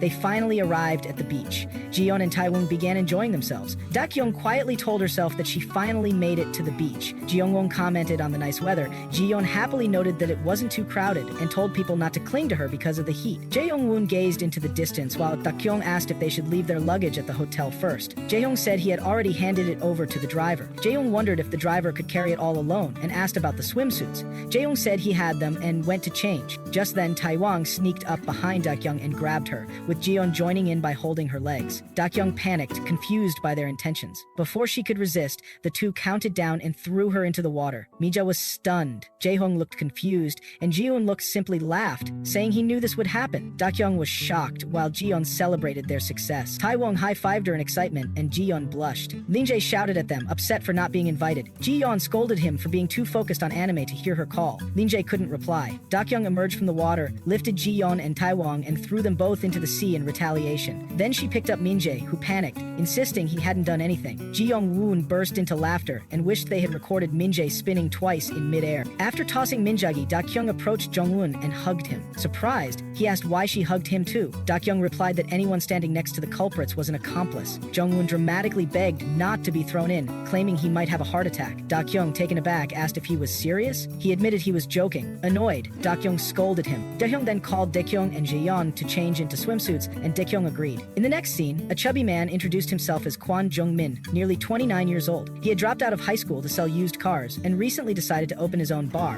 A flashback showed his girlfriend criticizing him for acting like a thug, bringing up his past debt and questioning how he could afford a new car. Embarrassed by his age, she ended the relationship and walked away. Hyugmin tried to stop her but failed, angrily shouting at her to repay him for the coffee. Returning to the present, he muttered that today he needed to find a prettier girl to post on Instagram so she would regret breaking up with him. As he raged about his expensive watch, something caught his eye. Excitedly, he called his friends to look. They saw Dakyong and Ji-yeon in swimsuits walking by. Dakyong questioned why they styled their hair if they were just going into the water, to which Ji-yeon said that's what made it fun. Youngmin's friends were awestruck, calling them beautiful and wondering if one of them was famous. One friend assumed she had a boyfriend, while the other dismissed it. Youngmin, watching greedily, whispered to himself that he must have her. Back on the beach, Jae-hong told everyone to go change, and Min-jae agreed. Noticing Jung-won's absence, Tae-won asked Jae-hong and Min-jae where he went. The scene shifted to Jung-won staring at his reflection in the washroom mirror, quietly muttering to himself that he was still the same. At Dakyong Beach, Dakyong stood waiting, calling out for Ji-yeon. Just then, Jung-min approached and grabbed her hand, asking if she was looking for a friend, offering to take her there, saying his brother would help. But Dakyong pulled her hand away, startled and confused as she recognized him. Her thoughts echoed in disbelief. What was going on? Could it really be Shin Myung-won? Suddenly, the sound of Ji-yeon's panicked voice caught Dakyong's attention. Ji-yeon was being harassed. Someone was forcefully asking her name and age. Nearby, a man had pulled Ji-yeon close, behaving inappropriately. Ji-yeon tried to resist, insisting she was just a high school student. The man dismissed her words, teasingly asking if she wasn't a college student and trying to lure her with offers of expensive alcohol. Dakyong quickly stepped in, telling Ji-yeon to get up. Ji-yeon rose, her voice trembling with tears, crying out for help. She accused the creepy older man of grabbing her and forcing her to sit beside him. The man grew irritated, asking who she was calling old. At that moment, Jung-min came from behind and placed his hand on Dakyong's shoulder, suggesting they all sit together for 5 minutes and then leave if they got bored. His companion laughed and joked, calling Jung-min a funny and sexy guy, like a comedian. Looking at them, Dakyong thought they didn't seem like people sent by Myung-hwan. In fact, they looked like ordinary, creepy bastards. Young-min sat down and stared at Dakyong's legs, questioning why they were scarred. Jaeyeon, angry, snapped at him, asking if he was insane, and threatening to call her oppa to teach him a lesson. Unbothered, Young-min continued, warning that seawater could sting the scars on Dakyong's delicate legs. He then leaned in, attempting to kiss them. Dakyong hesitated, worried that if Jaehyung saw this, he would be furious. She considered whether she should pretend it was just a mistake. But before she could decide, someone suddenly grabbed the chain around her neck from behind. It was Jaehyung. Roswa's Jung-min, seeing him, wondered if this man was Dakyong's boyfriend. Young glared coldly, questioning where Young-min thought he was touching her. Dakyong asked Jung if he knew Young-min. Jung-min firmly denied it. Dakyong tried to stop Jaehyung from escalating the situation. One of Jung-min's friends stepped up, demanding to know who Jaehyung was. Jung-min confronted him too, asking what the problem was, claiming he was merely admiring Dakyong's body. Looking at Jaehyung's physique, Jung-min grew uneasy, suspecting that he might be a fighter. Another man taunted Jaehyung, saying he wanted to leave and threatening to beat him up if he just stood there. He mocked Jaehyung's arrogant expression, saying his face would be scratched up anyway. He jeered that he wouldn't even take a beautiful woman from someone like Jaehyung. He assumed Dakyong and Jaehyung had been fighting and rolling around together. He shouted for them to get out of there. The scene shifted to a luxurious bathtub. A woman relaxed in the water, while a man sat behind her. She spoke of how her mother still believed Jaehyung was an innocent child. In truth, her brother Jaehyung had carefully crafted a soft, gentleman-like persona for their mother's sake. After all, he was one of them. Back at the beach, Jaehyung had pinned Jung-min down and was punching him repeatedly. Jung-min, stunned, couldn't believe the audacity. Meanwhile, the Minjo-hee had found a watch and says, estimating its value. He calculated that if they were charging 500 per punch, based on the quality and resale value of the used watch, Jaehyung only needed to land 59 more punches. Ming-men, confused and alarmed, yelled in frustration, asking what was going on. Yahyang coldly told him to count the punches. Elsewhere, Jaehyung's older sister commented on how madly he loved Dakyong. After playing for a while, Taewong turned to Dakyong, suggesting they continue since they had already come this far. Dakyong hesitated, asking about Jung Wun. Taewong casually replied that Jung Wun felt seasick and was taking a break. Suspicious, Dakyong questioned if he was really seasick. Taewong admitted it seemed strange and revealed he was planning to send Dakyong to check on him anyway. He urged her to go down and try talking to him. Following his words, Dakyong made her way to Jung Wun's room. Upon entering, she found him fast asleep.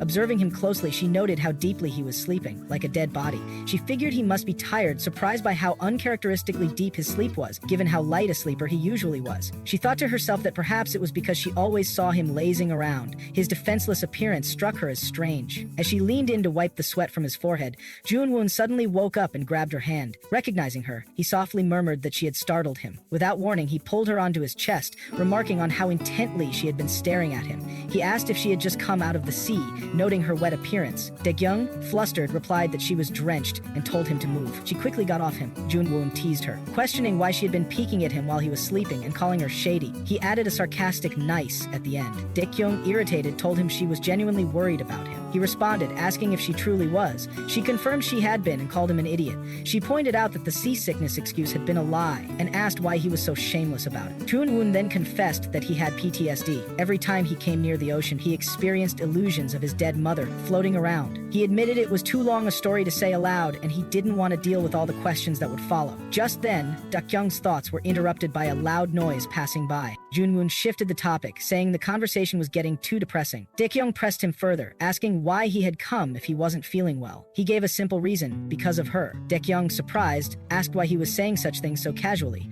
Jung Wun replied that he had already become numb to it, but Dakyong disagreed, insisting that what he was experiencing wasn't something one could become numb to. If he was still seeing illusions, then it meant he was still suffering. Jung Wun admitted that maybe he was, but he emphasized that his mother's death wasn't the only cause. His mother had always walked a dangerous path, one where death could arrive at any moment. Since childhood, he had repeatedly imagined her death, training his mind to handle it. He described this daily practice as a form of image training. To prevent himself from collapsing in real situations, he reflected on how ironic it was for a child to prepare for loss by constantly imagining their mother's death. Dakyong didn't find it funny. She asked what was really making him miserable. Jung Wun revealed revealed that he had always blamed his mother, telling her she was wrong, reckless, and unrealistic. But despite that, his mother had always chosen her own path. Though her end wasn't what she had wanted, she still reached it. He questioned who he resembled so much and admitted that deep down, he had hoped that she would prove him wrong, that she would find a path he hadn't seen. Without realizing it, he had clung to that hope. That, he said, was his biggest mistake. He had never experienced such a collapse before. The consequences of losing control of his subconscious were devastating. Even as his memories shattered into fragments, one voice remained etched in his mind, his mother's. Her words echoed like a curse. "You were not wrong." He remembered her saying that everything that happened was within the realm of his expectations, that he had never been wrong. But instead of comfort, those words numbed him and intensified his pain. That was why he found people who broke the mold more interesting. People like Dakyong, who sometimes did things he couldn't even imagine. He paused and said that was all he had to say for now. He asked if that answered some of her curiosity. Dakyong, touched by his openness, asked why he was willingly sharing so much with her for once. Jung Wun replied that it was his response to her concern. He knew she wasn't someone who easily felt such emotions. Dakyong then asked for more of a response. She wasn't satisfied with just that. She added that he seemed to be a little sensitive about something lately. She hinted at Jae-hung and asked what exactly was going on between them. She warned that if he wanted to hear more from her, he'd have to pay a price. She mockingly asked if he was some kind of vending machine. Jung Wun chuckled at that. A vending machine? He found the comparison amusing. Laughing, he told her to insert a coin, and he'd tell her whatever she wanted to know. On the other side of the beach, Jae-hyung stood lost in thought. Jae-young called out to him, asking him to pass the tube, but he seemed distant, distracted by something else entirely. Sensing his preoccupation, Jae-young teased him, suggesting he was thinking about Dakyong. With a playful glint in her eyes, she leaned closer and whispered that she knew a secret. Dakyong had gone to see Jung Wun because she was a little worried about him. Hearing that, Jae-hung immediately responded that he should head over too. Jae-hung laughed and encouraged him to hurry before someone else took Dakyong away. As he rushed off, she smirked to herself, silently enjoying the unfolding love triangle. She admitted inwardly that she was having fun supporting this complicated mess and decided to go there as well. The scene then shifted toward Dakyong and Jung Wun. Dakyong stood composed yet firm, her thoughts sharp. She acknowledged that the method she was using was risky and lacked reliability, but based on Jung Wun's reactions, she felt confident she would gain something from this encounter. Looking straight at him, she asked if this was related to Chairman Sayong. She knew she shouldn't expect clear answers so easily, yet with the current atmosphere and the rising tension between them, she couldn't help but wonder about Eunwon's unusually ecstatic expression. Moon looked at her intently and identified her key interest. Dakyong demanded an answer, but he denied it, leaving her confused and frustrated. He then added that she didn't seem eager enough to intrigue him, making her more irritated. Unable to comprehend his vague response, Dakyong grew angry and lashed out. If he was just going to brush it off like this, she said, she would stop asking. But she wouldn't leave without getting an answer. Jung-won replied in a half-teasing tone, wondering if they were going to stay there forever, just the two of them. As Dakyong charged toward him in anger, Jung-won grabbed her hand, catching her off guard. With a mischievous tone, he questioned if this was some kind of confession. He didn't want to be like a broken vending machine that spat out answers without being prompted. Dakyong, now thoroughly annoyed, asked him directly what he really wanted. Jung-won turned the question around, asking her what she thought he wanted from her. Her thoughts flared. She realized she needed to take control before he got the wrong idea. Without hesitation, she pushed him onto the bed and climbed on top of him. Jung-won was left in complete shock. She warned him sternly that she didn't appreciate the nonsense he was speaking, and if he didn't shut up, she'd kill him. He quickly gave in, agreeing to stay quiet. Then, Dakyong going to kiss him. Just then, Jae-hyung arrived at the scene, calling out Dakyong's name. As Dakyong leaned closer, about to kiss Jung-won, she was suddenly halted by Jae-hyung's voice from outside the room. Jung-won, unfazed, casually told her not to worry and to continue what she had been about to do. But Dakyong shook her head, refusing, saying it wasn't the right time. Moments later, Jo-hoong opened the door and found Dakyong standing while Jung-woo remained seated on the bed. He asked them what they were doing in the room together. Dakyong quickly replied that Jung-woo had said he wasn't feeling well and she had come just to talk for a little while. Then she questioned Jae-hyung's reason for being there. From outside the door, Jae-young explained that it was getting late and he got worried that something might be wrong. Jae-young responded that she was just about to leave but asked for a moment, saying their conversation wasn't over yet. As she turned, Junwook silently approached from behind and locked the door. He stepped in close and murmured that even if their lips had touched, he wouldn't have told her what she wanted to hear. At the same time, Jae began banging on the door, demanding they open it, asking what was going on inside. Leon Won continued speaking to Dakyong, claiming that even a bland kiss without sincerity was enough. Still, he admitted she had tried. Well, a small clicking sound echoed as he locked eyes with her again. Confessing that he had nearly spoken, as if under a spell, Dakyong, frozen in place, quietly said it was over. Jung Wun then offered a trade, lowering the price in exchange for her sincerity. He shared a crucial detail, that Lee Jae-hyung had no direct connection to the Sejong group. He told her that since he had revealed so much, she would now have to pay her part. Then he leaned in and kissed her neck, saying he'd let her go, for today. Dakyong stood still, stunned, then softly asked if they should leave now. now. A moment later, Dakyong burst into the room and questioned them again. Jung Wun casually replied that they had just been talking, but mockingly added that now that a gatecrasher had interrupted their conversation had to end. He walked off, heading back to the group. Daehong turned to Dakyong, asking what they had been discussing, but she appeared completely zoned out. Snapping his fingers in front of her face, he got her attention. Dakyong blinked and asked what he had just said. Meanwhile, Jiyeon, Taewong, and the child arrived at the hotel. Jiyeon recounted to Taewong how a creepy man had tried to grab her earlier. Just then, Dakyong and Jaehyung came down as well, and Dakyong asked if they had just arrived. Cleon explained that they were hungry and thought of eating together. The group soon decided to have a barbecue. Taewon asked who would be grilling, noting they'd have to cook the food themselves. Dakyong volunteered first. Jung Wun offered to help as well, and Jaehyung said he would join too. The three of them began grilling together. Dakyong taught Jaehyung how to grill meat properly. Jung Wun commented that with 3 people, they should be able to grill everything quickly. He teased Jaehyung, surprised he had never grilled meat before. Jaehyung admitted it was his first time. Daehyung instructed him to flip the meat over quickly before it burned. When Jaehyung asked how she knew that, Daehyung explained that it was just something one could tell by looking. She told him to cut it into bite-sized pieces, using scissors. Jaehyung, fumbling, pointed out that he had to hold the meat to cut it, then questioned why she had made the pieces so tiny. Dakyong clarified that bite-sized meant suitable for a human, not an ant. Patiently, she showed him the correct way, step by step, asking if he understood. Nearby, Jung Wun began serving the grilled meat to the others. Jaehyun commented on the delicious smell and asked where he had learned to cook so well. Jung Wun modestly replied that it was just grilling, nothing to learn. Jaehyung then asked Dakyong if the meat was done. She replied that it was burnt, but since it was pork belly, it was still well cooked and tasty. She offered him a bite. Watching this, Jung Wun dramatically exclaimed that he was so sad. Someone was feeding Jaehyung meat. In response, Jaehyung fed a piece to Jung Won, making Dakyong reflect on how well the two were getting along. Ronmoon, still playing along, told Jaehyung he was so touched he could cry. Then Taewon called out to everyone, saying they could all eat now and didn't need to grill anymore. The group gathered around the food. Ji Leon commented on how tasty the pork belly was, and said that it always felt best when they all got together to have fun and eat meat. Someone chimed in, agreeing wholeheartedly and joking that it tasted even better because the weirdos had grilled it. The child piped up, telling Ms. Jiyeon to stop talking and just eat. Jiyeon then accused Dakyong of secretly eating all the shrimp and demanded she share. The group laughed, enjoying their meal together with playful banter and lighthearted teasing. Watching them all, Taewon quietly thought to himself how strange yet comforting it felt to experience this warmth from the people around him, something he hadn't felt in a long time. Jiyeon suddenly proposed that they play a truth game. Dakyong, surprised, asked what kind of truth game, telling her to let her swallow the shrimp first. Jiyeon then suggested hand games instead, to which the child cheekily told her to play by herself. At the table, Jiyeon asked Taewon to get some drinks. Taewon brought the drinks and placed them nearby. Just then, Dakyong appeared and mentioned that she had already spoken to Jung Wun about that matter. Taewon was taken aback, asking if she had directly asked Jung Wun whether he was related to Sayoung or not.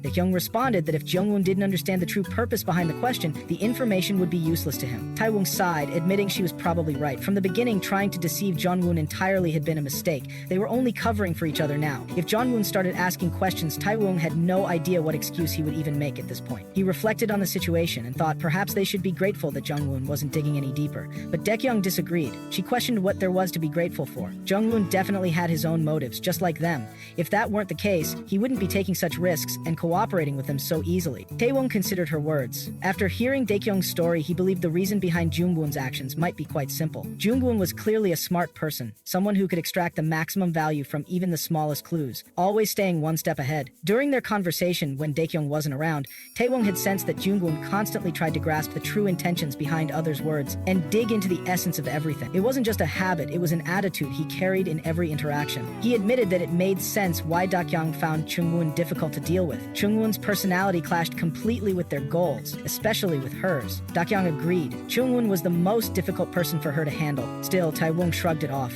Even if Jung Wun tried to understand others' true nature, he rarely revealed his own intentions. That in itself said something. Taewon believed this tendency came from Jung Wun's subconscious need to control relationships and situations, to always have the upper hand.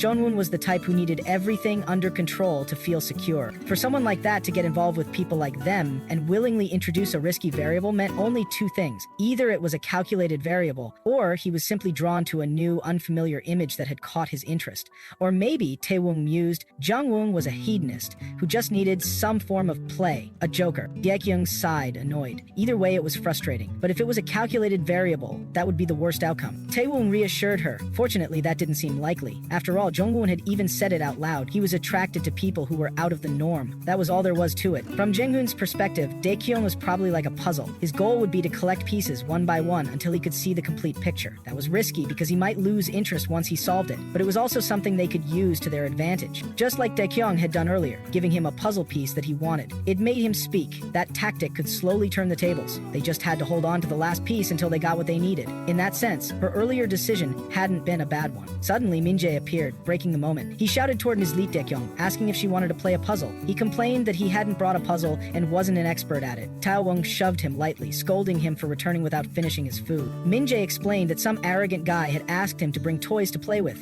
Taewong called him a jerk and told him not to talk about his friend that way. Min-jae defended himself, saying the other guy had started it. Taewong told him to go on ahead. They'd be there soon. As Min-jae left, Taewong leaned closer to Dakyong and spoke in a low tone. About Jae-hoon not being related to Sa-young? He wasn't sure how to prove that statement's credibility. That uncertainty alone was troubling. Dakyong quietly said they might need to meet Shin Myung-hwan again, but Taewong immediately refused. Just then, Dakyong called out playfully, asking when he was coming. Taewoo gave in with a frustrated sigh, saying they'd do it later. Everyone sat together as Min-jae excitedly brought out a few items. The group curiously asked him what they were. With pride, Min-jae explained that he had stayed up all night building them. The device he held up was a brainwave detection headband, something Ji-ye had requested for a truth game. He had worked hard on it, pouring in effort and precision. Taewong immediately complimented Min-jae, impressed by his talent. Then, Min-jae placed the headband on Jung Woo's head, but also clarified that brainwave detection sensors didn't always indicate truthfulness, and brainwaves weren't necessarily accurate. Taewong encouraged Jung Wun to say his name aloud. Jung Wun repeated his name, but the device showed no significant brainwave reaction. Jung Wun remarked that if a person simply sat still like that, there was no noise at all, suggesting that perhaps it was true. He concluded that the device was simply for fun. Next, Dakyong placed the headband on Jae-hyun and challenged him to declare that the company he was about to inherit was clean and innocent. Jae-hyun, taken aback, questioned why he had to do it. Meanwhile, Jae-chon praised Min-jae for the cute invention. Min-jae proudly mentioned that he had customized each one to match their hair colors. Dakyong then picked up another device and asked Min-jae about it. Min-jae explained that it was a miniature location tracker designed for parents raising children or pets, allowing them to keep track of their whereabouts. Hyeon decided it was time to play a game. Jungwon questioned if they were supposed to play with the devices still on. Jiyeon confirmed it and explained that whoever lost would be slapped by the person next to them. Jung Wun laughed, questioning if that was really okay. Taewon expressed concern, especially if Jae-hyun or Jiyeon got caught. He warned that if Taeyong tampered with the intensity setting, someone could end up with a concussion. Jiyeon responded jokingly that she'd hit Taeyong gently on purpose. Taeyong, not backing down, declared she would go full power. Min-jae nervously pleaded for mercy, clearly scared. Jung-won quietly asked Ja-hyung if they should switch places, but Ja-hyung declined and said it was fine. Min-jae took the lead and announced the start of the game. He began by declaring that everyone taller than 180 cm should fold. Jung-won reacted, accusing Min-jae of being sneaky. Taeyong jokingly asked Min-jae why he was getting mad and rallied Jae-hyung and Jung-won to focus on attacking Min-jae. Min-jae protested that it was cowardly. Meanwhile, Jie-sun quietly reflected that there was a reason behind playing this game. She suspected it might be to find out if Tae-wong had a girlfriend, but realized she couldn't ask that directly. In fact, she couldn't ask anyone. Everyone in the group was supposedly single. As Jiyeon remained silent, Tae-wong noticed and asked why she wasn't speaking. Jiyeon continued, thinking, if she couldn't ask directly about a girlfriend, maybe she could find out in a roundabout way. She decided to ask a new question in the game. Those who had kissed someone should fold. Taewon grabbed Min-jae, allowing Jiyeon to hit him. Jiyeon said she would hit the baby boy slowly before striking him, and Min-jae's head spun after the hit. Jiyeon then said it was her turn. Taewon asked Min-jae about his question, and Jiyeon inquired if she could raise the stakes a little. Taewon was surprised, mentioning that she was still in high school. Jiyeon pleaded with him not to ask any more difficult questions. Taewon claimed he didn't know she would be cruel. Jeong-won intervened, calling him mean. Jilian told everyone to shut up and listen to her question. Had anyone kissed someone that year? Everyone was taken aback by the question. Dakyong recalled her kiss with Jae-hyung and Jung-won,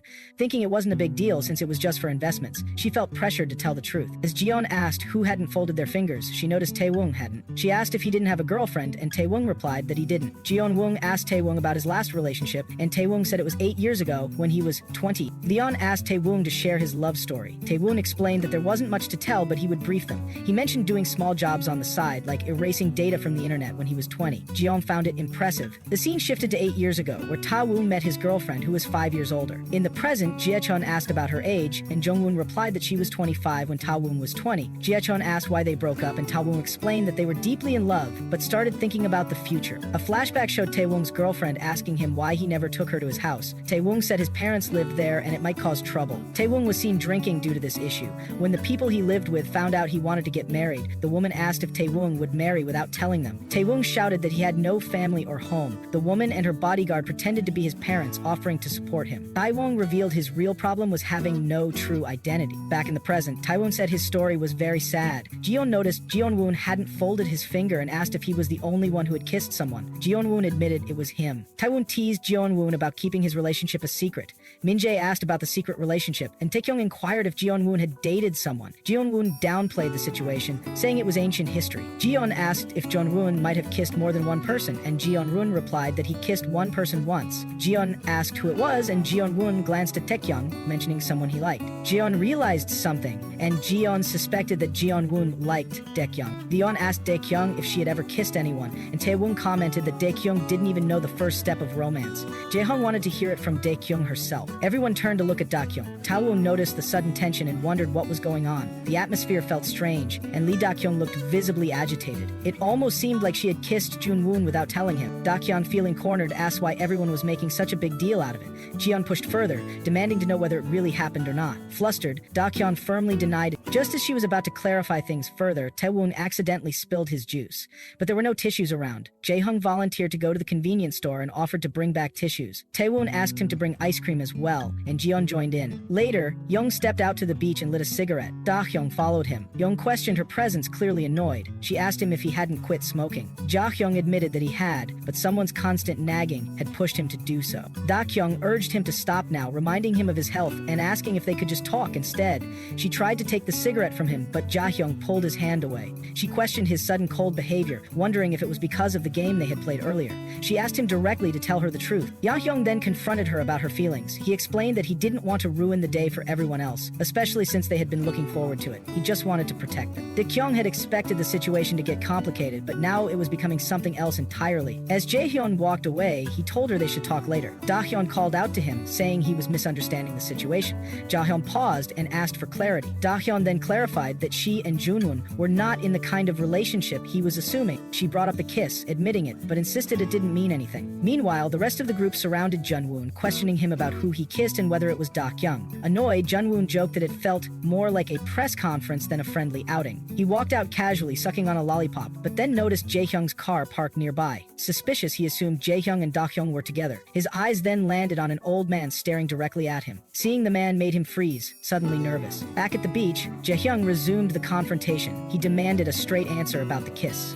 Dakyong wondered why he was so fixated on this one issue and why he wasn't willing to let it go. She insisted again that she hadn't done it, but Jaehyung urged her to be honest. He said that if she was telling the truth, she wouldn't have looked so shaken earlier. He reminded her that he had investigated Junwon before for personal reasons, and that the only girl Junwon had approached that year was her. From an outsider's view, it seemed like she was the only one Junwon had feelings for. Jaehyung couldn't believe her based on words alone. He asked if Junwon had deceived him about this too, and whether everything he had seen or heard was just an illusion. He revealed he was trying hard to be honest and trust her without any proof, but her hesitation made it harder. He begged her to just be honest. Dakyong lowered her head and finally confessed. It had happened once, just once, but it meant nothing. Ya-young gently placed his hand over her lips. He asked if she could really kiss someone without any feelings at all. Then he challenged her to kiss him, saying if her words were true, she should prove it to him. He leaned in to kiss her but stopped himself. Frustration settled in as he questioned if she was lying again, or if he was simply not the one for her. He muttered that if only she liked someone better, someone who genuinely cared for her, he wouldn't feel this miserable. He reflected on how he truly believed her feelings for him mirrored his own. If that weren't the case, none of this would make any sense. He admitted he had made a mistake by pressuring her about Shin Myung-hwan. His deep and overwhelming feelings for her had shaken his resolve. That strong, pure affection had blurred his intentions, making his longing feel like greed.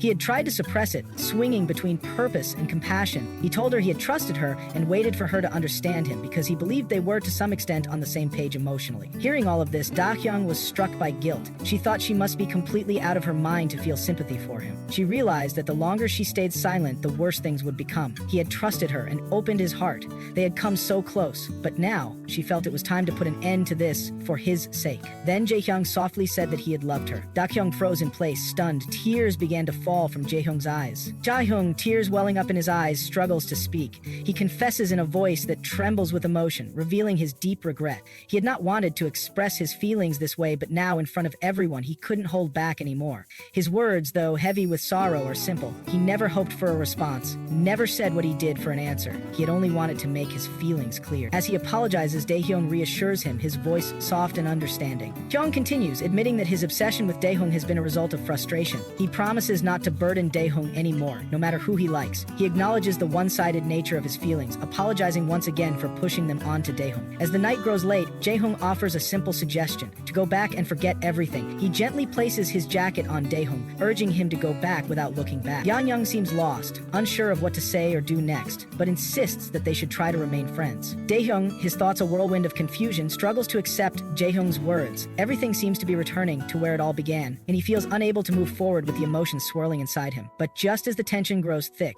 Jung Wun arrives, his voice breaking through the heavy silence. His question hangs in the air, almost teasing, "Do you want me to fall for you?" The group, sensing the shift in atmosphere, starts to gather around, and Daehyung finds himself caught off guard by their sudden appearance. Ji-yeon, ever the one to lighten the mood, suggests they all take a picture together by the beach for the sake of memories. The idea seems to lift the weight for a moment, but Taewon, noticing Daehyung's behavior, wonders aloud about the strange vibe in the air. Ji-yeon, with her usual straightforwardness, asks Daehyung why she seems so awkward. The playful atmosphere continues as they adjust for the photo, with Taewon directing everyone into position. As the group sets up for the shot, Jinwoo mentions something about past events, recalling a moment with Minjae, but Jaehyung questions why they hadn't stayed at the dorm. Jinwoo explains that Taewon insisted they leave before it got darker. Despite the protest, they decide it's time to leave, with Jaehyun remarking on how early it still is. But the rain is coming and they need to head back soon. As they make their way to the car, Daehyun can't help but feel the heaviness of the moment, the unspoken tension still lingering. With one last thank you for the ice cream, the group heads off. Taeyong sets the camera for a few more minutes,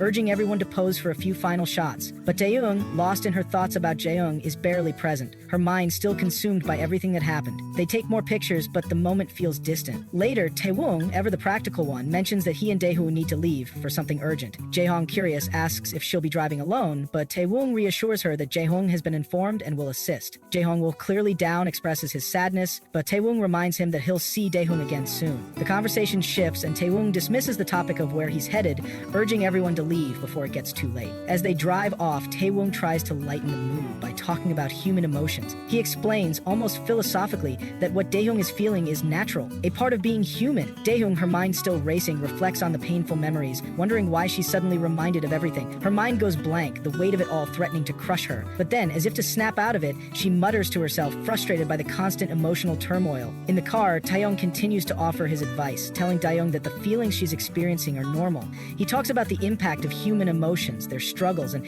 how it's something everyone faces. But Daehyung, still reeling from everything, can't ignore the past. She thinks about the people around Jaehyung, the complicated relationships, and the unspoken pain that has followed him all along. It's a situation she can't accept, and the weight of her own past keeps her trapped in a cycle of conflict. Taewon, trying to console her, tells her that even if she forgets the past and lets go of her quest for revenge, it's okay. He reassures her that their bond is strong no matter what happens and that the past should not control their future. But Daehyung, still troubled, can't shake the feeling of responsibility for her choices, her own sense of purpose, clouded by the emotions she feels for Jaehyung. The car slows as they near their destination, but just as they're about to leave, Junwoo appears in front of them, and Taewon yells out in frustration, asking if Junwoo wants to die. Junwoo, feeling both embarrassed and desperate, pleads for a ride, his voice laced with a touch of humor as he recalls how Jaehyung had kicked him out, so he is asking for them to give him a ride. As Dakyong stepped out of the car, her brows furrowed, and disbelief crept into her voice as she caught sight of Jung Wun standing nearby. He wasn't supposed to be here. He had left earlier with Jae-hai. His sudden presence unsettled her. Jung, then unfazed, explained that while he had initially set off with Jaehyung had kicked him out, suggesting he should ride with them instead. His nonchalant tone clashed with the strange tension lingering in the air. Inside the car, Taewon suggested they just let Jung Wun come along. He opened the door, climbed in, and thanked them for the ride. As he settled in, Dakyong couldn't help but think that this was the same man who had made them stop the car in the first place. As if it had all been premeditated. Curious, Taewon turned toward Jung Wun and pressed him about what he meant by being kicked out. Jung Wun chuckled, admitting that he might have been too annoying. He had bombarded Jaehyung with questions, driven by simple curiosity, especially about what had been said between Jaehyung and Dakyong. Daewon blinked, stunned by how persistent Jung Wun must have been to get thrown out in the middle of the night. Jung Wun revealed that the questions had started from the very beginning of their trip. That meant he had been pestering Ye Hong for nearly an hour. Taewon couldn't believe Ye Hong had tolerated it for so long. Dakyong jumped in, stating that if she had been in Jae-hong's place, she would have sewn Jung Wun's mouth shut. Jung Wun laughed and noted that Jae-hong had said the same. Dakyong rolled her eyes and snapped that she wouldn't have treated him any differently. Still grinning, Jung Wun remarked that he hadn't even been that curious to begin with. Dakyong stared at him in disbelief, completely thrown by his behavior. Then, without warning, Jung Wun leaned toward her, his tone shifting. With narrowed eyes and a sharp edge to his voice, he asked how she had managed to make Chaehyung cry. He guessed it had to be a rejection. His timing was so precise that even Taehoon, quietly observing, felt a flicker of admiration. It was as if Changwon could read minds. Flustered and defensive, Dakyong insisted she hadn't said anything. Jungwon wasn't buying it. He accused Jaehyung of trying to win her sympathy with tears. Then, half teasing, he asked if he cried too. Would she feel sorry for him? That pushed Dakyong over the edge. Her frustration boiled over as she hit Rugwon, scolding him for creating such a scene when he already knew the truth. She accused him of getting himself thrown out of the car on purpose. As the exchange dragged on, Taewon leaned back with a groan. No matter how absurd the argument, one thing was certain. Taekyong seemed to be in a better mood than before. Still, she warned Jungwon that if he really wanted to cry, she'd make sure he cried for real. Alarmed, Jungwon quickly apologized, his bravado vanishing. Outside, the rain poured steadily, cold and unyielding, mirroring the banter inside the car. Eventually, Dakyong fell asleep. Taewon turned to Yugwon and asked if she was asleep. Yugwon nodded, explaining that she had glared at him, mumbled that she was tired, and finally drifted off, but not before snatching his earphones. Seeing this, Taewon told Jongwon to rest as well. But Jongwon's tone shifted again, low, cautious. He mentioned having seen someone strange near the lodge earlier. When Taewon asked what kind of person, Jongwon hesitated, then confessed he had been hiding from none other than Shin Myung-hwan. Considering everything, he believed it was safer to take him home first. Leongwon leaned in, saying that sometimes danger could be felt just from locking eyes with someone. Taemoon gave a nervous laugh, asking how scary the person looked, but an uneasy dread began to rise within him. Memories flooded back. White hair, pale eyes, a scar etched near the eyes, a face burned into memory, a terror that refused to fade. Suddenly, Rongwoon said he had a serious question, one that needed an honest answer. Taewoon tensed, sweat forming on his brow as he braced for it. Rongwoon stared forward and asked if they were being chased right now. Elsewhere, high above, on the rooftop of a nearby building, a man stood silently, watching their vehicle. He raised his phone and made a call. A calm voice on the other end requested an update. The observer reported they had momentarily pulled back due to unexpected interference, but were tracking the targets again. When asked about the interference, he explained a blonde classmate had appeared just before they could make their move. 3 confirmed individuals were now grouped together. The voice inquired if the targets had sensed anything. The observer confirmed they hadn't shown any suspicious behavior. As the call ended, the observer narrowed his eyes, replaying the image of the blonde classmate in his mind. Meanwhile, within another room, an operative sifted through classified files. Within their intelligence system, Jung Wun remained a blank slate. No affiliations, no confirmed ties, nothing verifiable. There were even whispers linking him to an investigative agency. The higher-ups had labeled him unstable and advised against provoking him. And now, he was part of the equation. The man on the phone offered a cold smile. Of all the people it could have been, it had to be someone this troublesome. Still, as long as Lee Dakyong was delivered to the chairman, the rest would be easy to clean up. His anticipation twisted into something darker. He pictured the broken remains of a woman, believed to be long dead. The chairman's reaction would be worth it. His voice turned sharp as he gave the order, "Bring them in, no matter what it takes." The agent stationed on the rooftop responded with a calm acknowledgement. Inside the car, Taewon sat drenched in sweat, his thoughts caught in a loop. White hair, white eyes, a scar near the eye. There was no mistaking it. It was him, Shin Myung-hwan's dog. Even Lee Dakyong had failed to stop that monster. This was no ordinary threat. It was the worst-case scenario. And now, they had been found far sooner than expected. Ulong, in a quiet, steady voice, said the name, Shin Myung-hwan. Taeung snapped his head toward him, warning him not to get involved. It was too dangerous. But Jung Woon's response was simple. It was already too late. He was already part of it. Already standing here beside him. Taewoon's mind spun. Jung Woon had known. He had had come willingly, but why? Why go this far? Yet there was no point questioning it now. The truth was undeniable. They were already in this together. Jung Wun wanted to know Shin Myung-han's real objective. Taewon finally spoke. Depending on the goal, capture or kill, the tactics changed. If necessary, they would choose death. Jung Wun nodded grimly. That left only one option: keep running. The two quickly laid out their next steps. Don't stop unless absolutely necessary. Stick to the outskirts. Move quickly. So far, no vehicles had been trailing them, and the tracking devices had only been checked visually. Without hesitation, Taewon decided to change the destination. Meanwhile, in a black vehicle tailing them from behind, two agents monitored the situation closely. The target's vehicle had veered off the expected route and was now speeding along a coastal highway.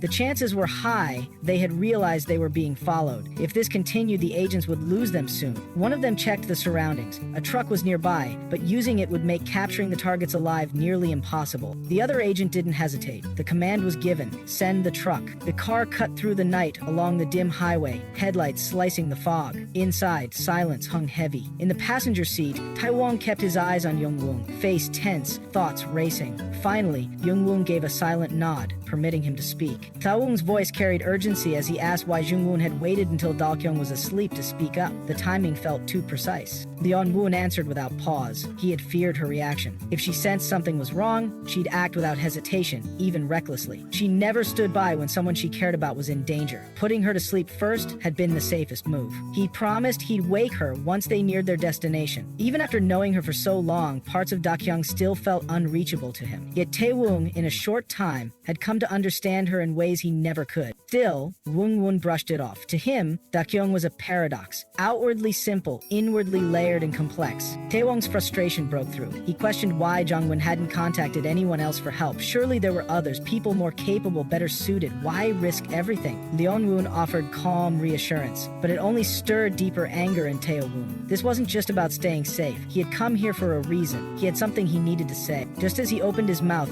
Jung Wun's eyes widened in alarm. In a flash, he yelled at Taewon to move. Taewon turned his head, and the world slowed. A massive freight truck tore toward them from the side, headlights blazing, horn drowned beneath screeching tires. A second later, it struck. The collision was brutal. Their car was hurled across the highway like a rag doll, twisting and grinding along the asphalt. Metal crumpled on impact, windows shattered, glass spraying like crystal rain. The world became a blur of chaos and destruction. In the chaos, Rongwon shielded Dakyong with his body, holding her close as the vehicle tore apart around them. They were thrown from their seats, tossed through the remains of the car into the cold night air. The ground hit hard. Far from the wreckage, beneath a calm evening sky, Ji-yeon sat with her friends. She stared at a photo on her phone, a quiet smile tugging at her lips. The lighting had captured the moment perfectly, something almost magical about it. Min-jae asked her to send the picture. Ji-yeon teased him for being so slow, reminding him she had already done so. Ji-yeon's voice softened. She thought back to her past, the people she once called friends. In truth, they weren't friends at all, just followers, clinging to her shadow for status. Min-jae's question brought her to a quiet admission. She had chosen to be part of that world. Back then, she believed it gave her strength, but the truth was fear. Everyone clinging to their place, afraid to fall. Everything changed when Dakyong came into her life. Unlike the others, Dakyong didn't pretend. She lived honestly, unchained by social games. Ji-yeon admired her, not out of envy but respect. Once obsessed with reputation, Ji-yeon found peace during their day together. For once, status didn't matter. She wasn't measuring anyone, not even herself. School, once a battlefield of silent wars and invisible pressure, felt different now. She didn't want to leave it behind. She wanted time to slow down. Minja felt the same. Their shared silence said it all. But peace never lasted. Back on the highway, night bled into carnage. The car lay ruined across the wet asphalt, flattened by impact. Steam rose from crushed metal. Shattered glass littered the road. Amid the wreckage, Jung Wun had fallen to the ground, still holding Dakyong tightly in his arms. Lee Dakyong found herself lost in a haunting dream. In that dream, she sat silently at her parents' gravesite, consumed by sorrow. Her eyes drifted to a group photo in her hands, and without hesitation, she set it on fire. The image of familiar faces burned away as flames engulfed the photograph. From the distance, someone's voice pierced through the dream, calling her name over and over again. Startled, Dakyong woke up gasping, trembling from the vision. Tears streamed down her face as she struggled to catch her breath. Jungwoo, sitting beside her, immediately grabbed her shoulders, trying to comfort her. He spoke softly, urging her to calm down. But Dakyong refused to believe it was just a nightmare. To her, it felt real, too real. She insisted it wasn't a dream. Something had happened. Jung Won's voice turned serious. There had been an accident. Confusion turned to alarm as Dakyong repeated his words. An accident? Suddenly, panic began to set in. Her voice cracked as she shouted out Jo Tae-woon's name. Her heart pounded. She kept calling for him, desperate and terrified. Jung Wun, noticing her spiraling panic, gently held her face and urged her to look ahead. He reminded her it wasn't just about him. Others were after them. People from Shinmungwan were already on their trail. In the distance, dark silhouettes began moving toward their wrecked car. Jung Won lowered his voice and explained that only one had arrived so far, but more were sure to come. Dakyong couldn't understand how he knew this. Her eyes locked on his bloodied head. Jung Won calmly said it was just a small cut. There wasn't time to worry about it now. The situation was urgent. The car was tilting. They had to get out before it was too late. He asked her if she could move.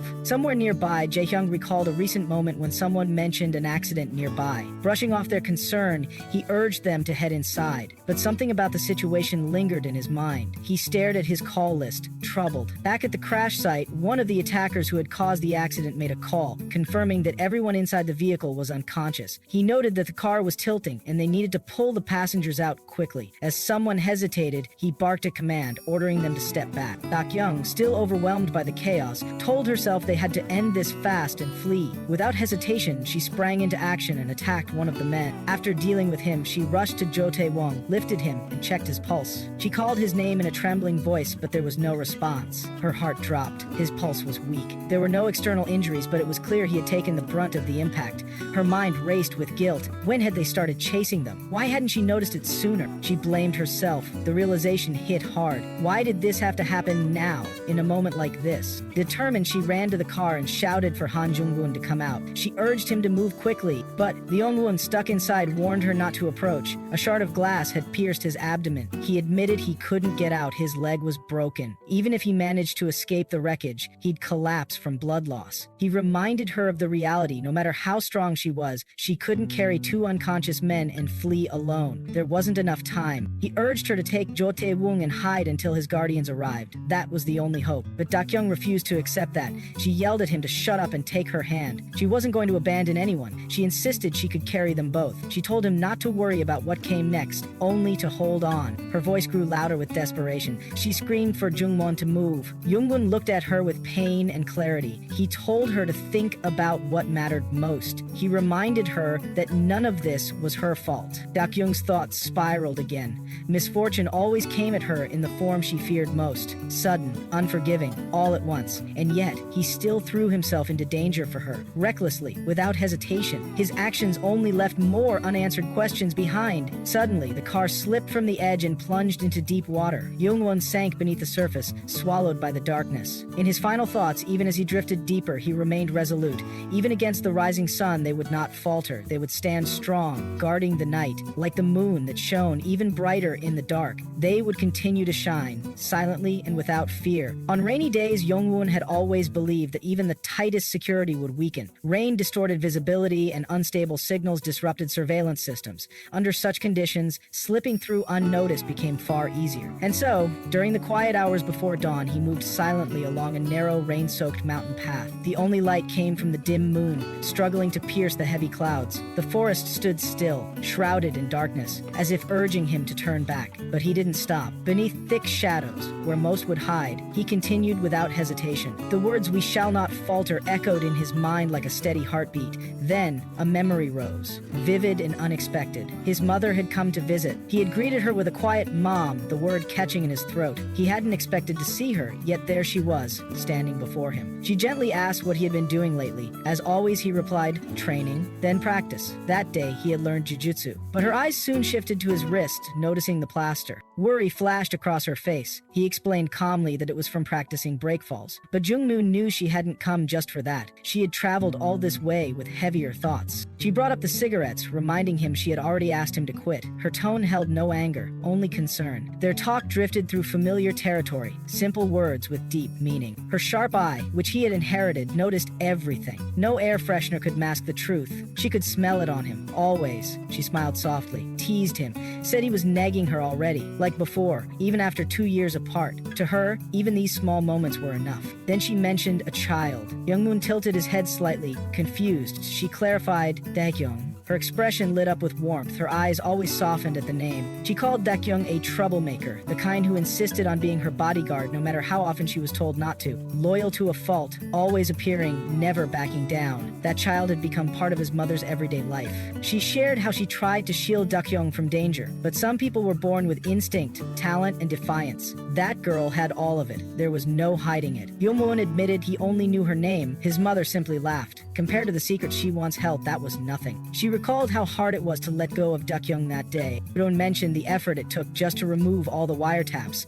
Living this way wasn't easy. His mother stayed silent for a long time. He understood then she had wanted to befriend that girl, not from obligation, but genuine affection. She pulled out her phone and showed him messages from Dakyong. Foolish, senseless, full of nonsense. Yet even those meaningless texts had brought her joy. Sometimes, all it took were silly messages and small wishes to keep her going. And that was when Jung Wun told her. He asked her not to come anymore. His voice was steady, but pain shone in his eyes. He said he liked it here, that he had adjusted, but in truth, he feared for her. He couldn't bear the thought of her ending like so many others. Though he said what he had to, if she returned, he would die. Cruel words, sharp but necessary, because this woman, his mother, who stood strong before the world, was still his greatest weakness, and he was hers. She looked at him with heavy understanding, then asked if this was truly their final meeting. She opened her arms and asked for one last hug. Time seemed to freeze. A goodbye so quiet it barely felt like one, like closing a chapter you didn't want to end. She pulled back slightly and asked if those words applied only to her. Then, with a soft smile, she said that next time she'd just send Dakyong instead. Even if this was their last moment, she still found a way to make him smile. She said she was only joking, then added, with love in her voice, that she loved him. He whispered it back, told her not to get hurt.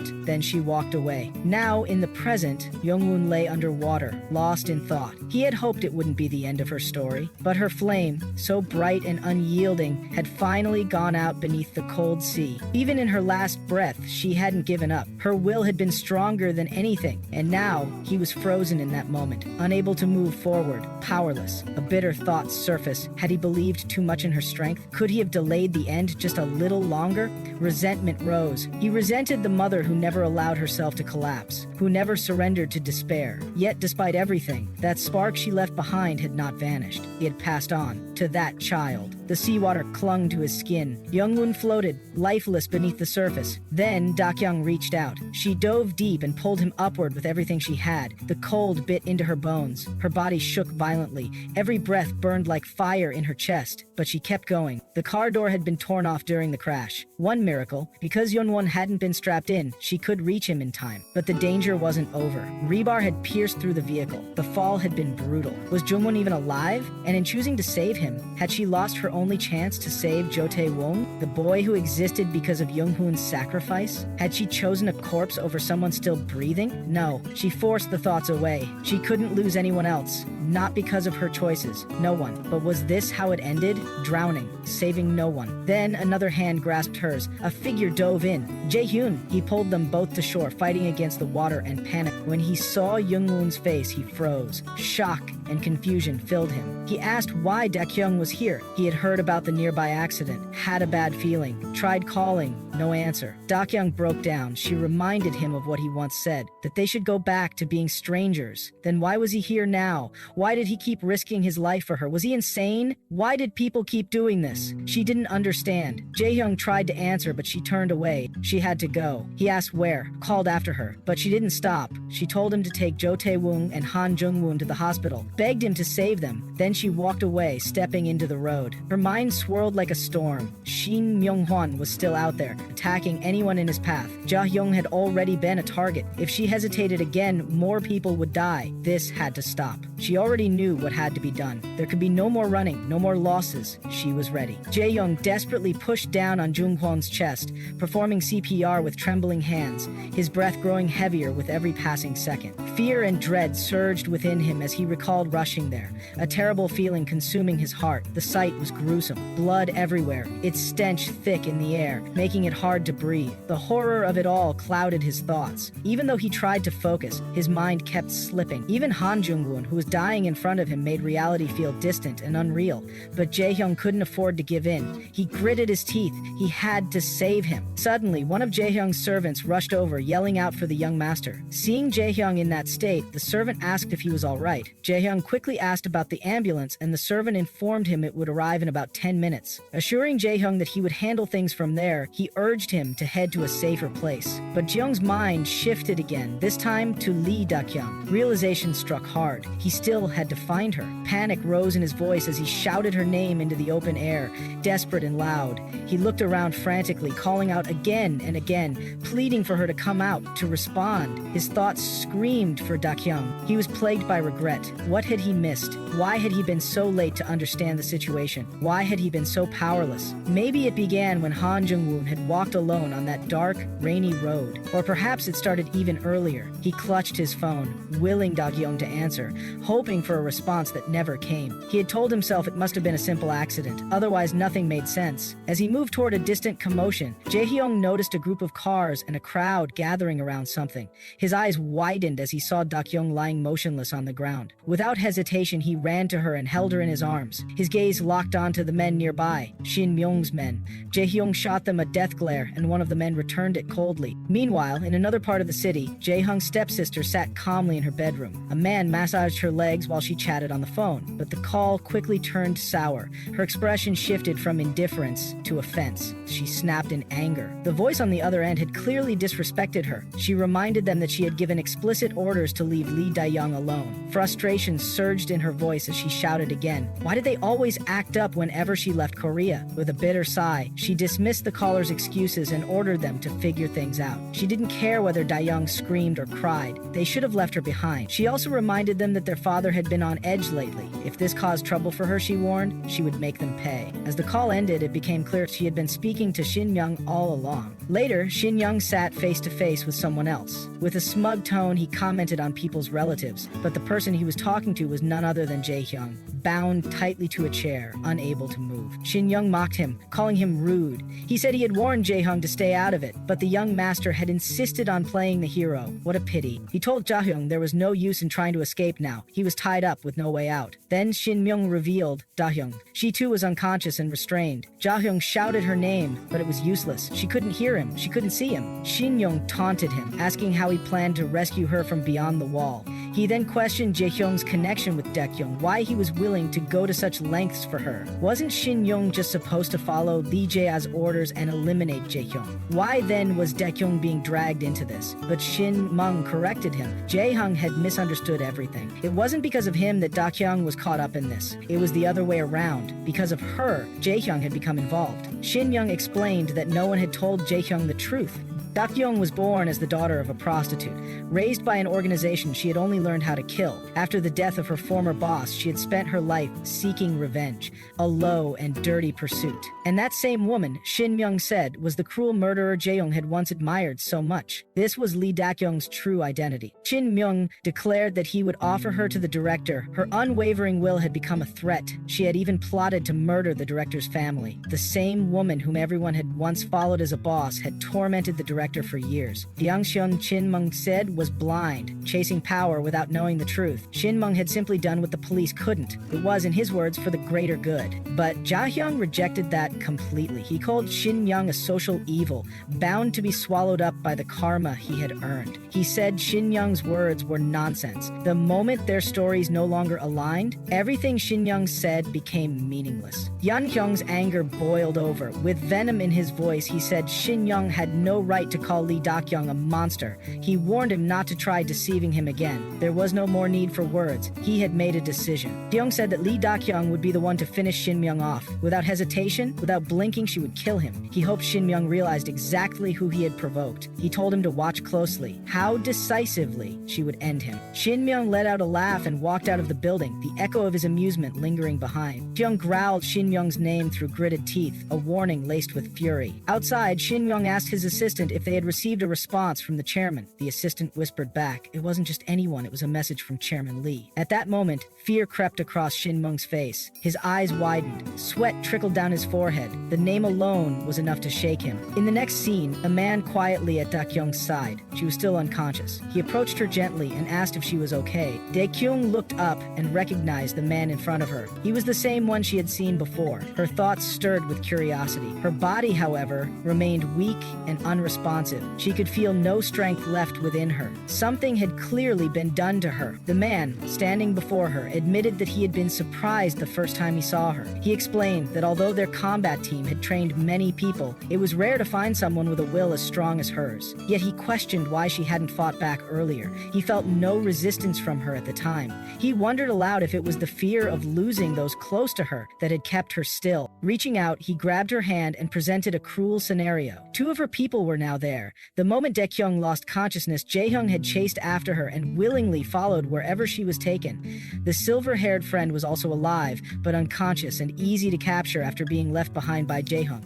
Because of that, they had managed to bring him as well. The man claimed there was still hope. She could save one of them. That was the director's offer. But there was also a third man, the blonde one from the car. The man coldly informed her that he had died on the spot. Shock widened Dakyong's eyes, leaving her momentarily speechless. But instead of breaking, she glared at the man with the fierce intensity of a lioness. He returned her death glare without backing down. Smirking, he encouraged her to keep that fire in her eyes. He reminded her that a broken toy was of no use. She didn't need to worry, he said. It was only a sedative. No one would touch her, as her owner was elsewhere. Then he injected her with something painful. The agony surged through her, making her wonder what kind of substance he had used. Watching all this from behind the wall, Jae-young witnessed everything, but bound tightly, he was helpless. Dakyong couldn't even see that he was there. The man received a call and began to leave. As he exited, Dakyong lowered her head, whispering in her thoughts that it couldn't be true. It had to be a lie, meant to provoke her. If not, she wouldn't be able to die peacefully. She needed to be sure. But how? She urged herself not to lose focus. She had to stay sane. Soon after, another man entered the room. He observed her and commented sarcastically on seeing such a young woman in that condition. Dakyong silently noted that he was clearly a novice. A professional would never have revealed even the smallest detail. His presence was confusing. Why was someone inexperienced sent in? And why did the other man suddenly vanish? She tried to piece it together. The drowsiness she felt was clearly from the sedative. It was likely they had injected her again while she was unconscious. Everything had been meticulously prepared, from the gag to prevent suicide to the reinforced handcuffs and shackles. The man scratched his head and wondered aloud if it was necessary to gag her. As he began to remove the cloth from her mouth, Dakyong's thoughts continued racing. She knew that unless magic was involved, there was no way she could escape on her own.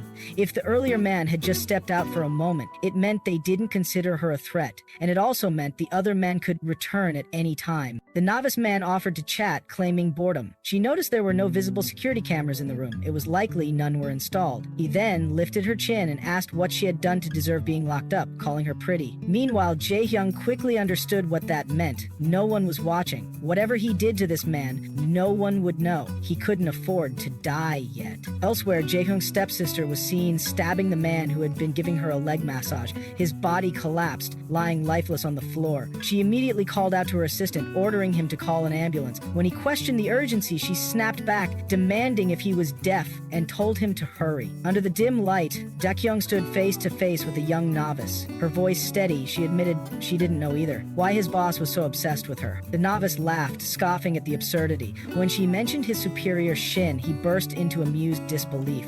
The realization seemed to amuse him even more. He grinned, curious to know what kind of charm she possessed to make Shin so fixated. With a mocking tone, he expressed interest in hearing more. Dakyong didn't hesitate. She reminded him she had killed many of his people. But instead of reacting with anger, the novice laughed again, almost entertained. He invited her to go on, assuming she must have been bored just like him. Dakyong's tone shifted. She spoke cautiously, preparing him for what was to come. The novice, sensing something in her tone, brought his gun up and held it toward her. He warned her not to try anything foolish, claiming she couldn't do much in her current condition. His tone was casual, even teasing, as he reassured her the safety was on. But Dakyong leaned in closer, her eyes locked onto his. She traced her tongue across the barrel seductively, taunting him. She asked if he was really that curious. curious, then offered should she show him, inviting him not to just stare but to come closer. The novice laughed, almost charmed. Her boldness excited him. He admitted she was crazy, but somehow that made him like her even more. With no concern for consequences, he stepped in.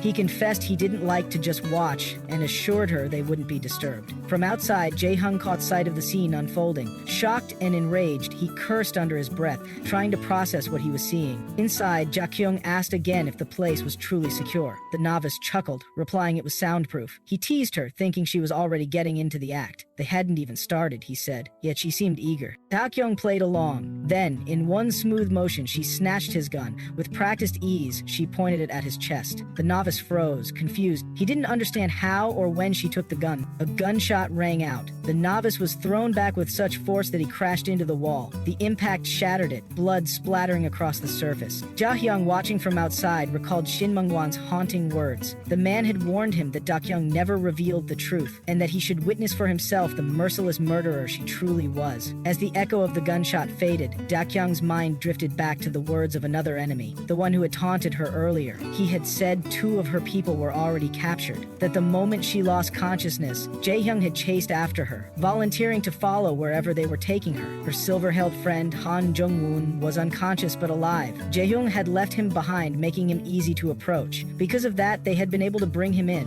Dakyong tried to deny it. She told herself it was all lies, but the mention of her blonde friend, Wun, lingered in her mind. She had hoped that part was false, that he wasn't dragged into this again. With heavy steps, she made her way to Jae-hyung. Her thoughts spiraled. She understood now, everything was her punishment for dreaming foolishly. Just for a moment, she had wished to fall into Jae-hyung's warmth, to be her true self with him. But such dreams were not meant for people like her. This was the price for reaching out for something beyond her grasp. She didn't blame him for ignoring her warnings and coming here. In truth, she had admired that side of him. His refusal to turn away from those who needed him. His humanity. None of this was his fault. The sacrifices made that day were her burden alone. The weight was hers to carry. Then suddenly someone shoot at her, she thinks. In the end, she had failed. Her long-awaited revenge had slipped through her fingers. She had never been able to return the kindness, the love she received. She had achieved nothing. Perhaps revenge had never been her true goal. What she truly longed for was something simpler, a sense of warmth, a place to return to, a life that had been taken from her. Clinging to a past that could never return, she had disguised that longing as the desire for vengeance. But she had been delusional all along. She remembered one thing, a phrase once said to her, "There's no child whose birth is a sin, so she can keep living." Those words echoed in her mind, louder than any gunshot. Shin Myung was thrown to the ground, pinned down by a small girl sitting atop him. Furious, he shouted out, unable to comprehend what had just happened. His eyes widened as he spotted the brooch on her uniform, an unmistakable emblem known only to those who had pledged absolute loyalty to the chairman. That insignia belonged to a fearsome group operating directly under Chairman Lee's orders, the Glory Squad. These elite agents handled everything from combat and internal investigations to high-level security, a group of monsters in human form. Shin Myung couldn't understand why he was being targeted. He shouted out his name, desperate to prove his identity. He was the director of Sa-young Construction. There had to be some mistake. The real targets, the survivors of that woman's faction, were still in the basement. He insisted he could guide them to Seo-won and the others they had failed to eliminate, but the man standing before him made it clear there was no mistake. The chairman had specifically ordered Shin Young's capture. The mention of the woman's faction was irrelevant. The body count had already been confirmed. There were no survivors, and the man, familiar with every one of his former comrades, knew there had been no error. He ordered Shin Young to move quickly. Any delay would put them in danger. Elsewhere, Jae approached Lee Ja-hyung, her mind in turmoil. The arrival of the Glory Squad so deep into the operation was unsettling. How had word spread so quickly? She had made sure Ja-hyung's phone was unreachable. How then had her father learned the truth? Her confusion turned to fury. She cursed Shin Mun-wan, blaming him for whatever had gone wrong. Meanwhile, several of Jae-hyung's men discovered his location. Rushing in, they shouted upon seeing him, calling him young master. They reacted swiftly, pointing their guns at a guy, demanding he drop his weapon. The standoff was tense until Jae-hyung's cry cut through the chaos. He sat on the ground, cradling Dakyong's bloody body in his arms, pleading for help. He shouted for assistance, panic consuming him as the blood refused to stop. His voice trembled as he cried out Dakyong's name. begging Jae to save her. Tears streamed down his face as he pleaded with his Nuna to save Lee Dakyong. Dakyong, in her fading consciousness, drifted into memories. Her first memory was of a noisy television that never shut off, and the musty stench of mold. She remembered the heavy stench of alcohol and tobacco that filled the air, and how she longed for the morning sun, even just for a moment. Her mother, unable to sleep, would wander the house. When night fell and the moon rose, her mother would leave for work. During those lonely hours, Dakyong would fill her stomach with leftovers, clinging to the moonlight as her only comfort. Her mother once loved a wealthy man who had visited as a guest. Deceived by his sweet promises, she dreamed of happiness. In pursuit of that unreachable dream, Dakyong was born. But when her mother's belly grew and the news reached the man, he vanished without a trace. With time, her mother descended into desperation. The love that had once led to Dakyong's birth turned into hate. That hate twisted until it was directed entirely at her child. All the customers had gone. Her mother looked at herself in the mirror, disgusted by her wrinkled belly. She called herself worthless, convinced it was the reason the man never returned. The police would be arriving soon. Everyone had abandoned her. Her mother spoke in despair. She wanted to start over somewhere new, but no one would accept a woman with a child. She said if Jung died, it would become a problem. She cursed her life and blamed Jung for ruining it. She cried that she should never have given birth to her. Roswise Dakyong was left with a life that felt cursed from the beginning. She remembered holding her breath, hiding from her mother, who didn't leave the room even when the moon had risen. Her mother just kept drinking. In that forgotten room, Dakyong spent countless days beside a woman who had stopped moving. Time blurred. Even after scavenging every bit of rotten food and chewing her nails, her hunger never went away. She waited for the moon to rise again, but it never came. The first warmth she felt in life was both terrifying and unfamiliar. Someone had reached out, treating her like their own child. That person gave her a name she never knew she had and sang lullabies to soothe her to sleep. She taught her how to speak and what it meant to feel full. She showed her the world beyond those four walls and gave her a taste of life. That woman once told her, "There is no child whose birth is a sin." That was the moment Dakyong saw what it meant to live. She had found something she never wanted to lose, but she learned that nothing in life was eternal. Afraid of losing it, she shut the window before the moon could rise again. That fear may have been the start of her contradictions, yearning for warmth while pushing it away. And now, as her life dangled between moments, it was him who appeared again. Of all people, it was him. She had brought him into this without meaning to. Jung Wun's voice echoed in her mind. He had once accused her of hurting everyone around her. Perhaps he was next. Perhaps it was guilt that made her see his face. Or maybe it was because he had risked everything to bring her back from the brink. He had looked at her like the moon illuminating the darkness, calm, knowing, and full of compassion. He had warned her not to throw her life away, that people like her always ended the same way. He had begged her to stop walking that path, and that day, when he looked at her, he resembled the moon she once longed for. Just like light slipping through closed windows, he kept reaching her. No matter how much she denied it, he stayed. She had always known, deep down, what she felt, and now that everything was slipping away, she could finally admit it. He was the embodiment of her yearning. If she could see him just one more time, she would be sure of her feelings. She was born with an unusually long destiny. Whether it was misfortune or something else, she didn't yet know. Eventually, Dakyong arrived at the hospital. The nurse informed everyone of her condition. From the window, Taewong stood watching. Tears welled in his eyes, falling freely as he saw her, still alive, yet battered. At the hospital reception, a nurse called out for patient Lee Dakyong. Jo Taewong quickly responded, asking if she was all right. The nurse requested his name and ID. After confirming he was Jo Taewong, she informed him that he was eligible for visitation and would be escorted to the room. It had been 4 days since the incident. Though Dakyong had regained consciousness, she spent most of the time asleep. Taewong was deeply worried. Upon arriving at the VIP room, he marveled at the luxury and wondered if she had woken up that day. As he stepped inside, he cried out in relief. Lee Dakyong was awake. Overwhelmed, he rushed to her side, asking if she was all right, if she could speak, and if she remembered him. Panic flickered in his voice as he asked whether she had lost her memory. Dakyong in that moment realized something she had forgotten, something deeply important to her. Taehoong pressed further, asking if she remembered his name. Her thoughts told her that this man, despite everything, was the one she could trust the most. She teased him by pretending not to recognize him, calling out, "Who are you?" in jest. But to her, he was more reliable than anyone else. Shocked, Taewon exclaimed in disbelief, but quickly reminded her she was lucky to be alive after being shot 3 times. That alone was a miracle. Yet Dakyong's inner voice said she couldn't die and leave him behind. Taewon questioned her again, and Dakyong gently told him she could never forget him. She was simply glad to be alive, and called him an idiot, affectionately. Taewon shouted her name with joy. Then he asked if Lee Jae-young's people were the ones who rescued them. He explained that while Jae-young and Dakyong were taken away together, he was directly rushed to the emergency room and only later heard that they had been taken by Shin Myung-won. Dakyong recalled that it had all been a lie. Myung-won's gray-haired minion had twisted the truth, mixing it with lies to manipulate her. He had claimed both Jae-hung and Tae-woon were there and that one of them had died. It was all part of his deceit. She then asked what happened to Shin Myung-hwan. Tae-woon admitted he didn't know. From what it looked like, Jae-hyung had backed down under pressure. He hadn't been in contact since, but he was sure that once Jae-hyung learned she had woken up, he would come. Tae-woon felt indebted to him and didn't know what to do. Dakyong confessed something that weighed heavily on her. She had killed a man in front of Lee Jae-young. She had been desperate to get Tae-won out and didn't hesitate to shoot the enemy in the head. She had assumed there was a wall behind the man, but the bullet passed through and shattered the wall, revealing Jae-young on the other side. In that split second, she couldn't even count how many times she had pulled the trigger. Now to Jae-hyung, she would only be a walking trauma. She couldn't bear to face him. But Tae-woon insisted that being alive was what mattered. All three of them, Dakyong, Tae-woon, and Jae-hee, were still breathing. Feelings could be sorted out in time.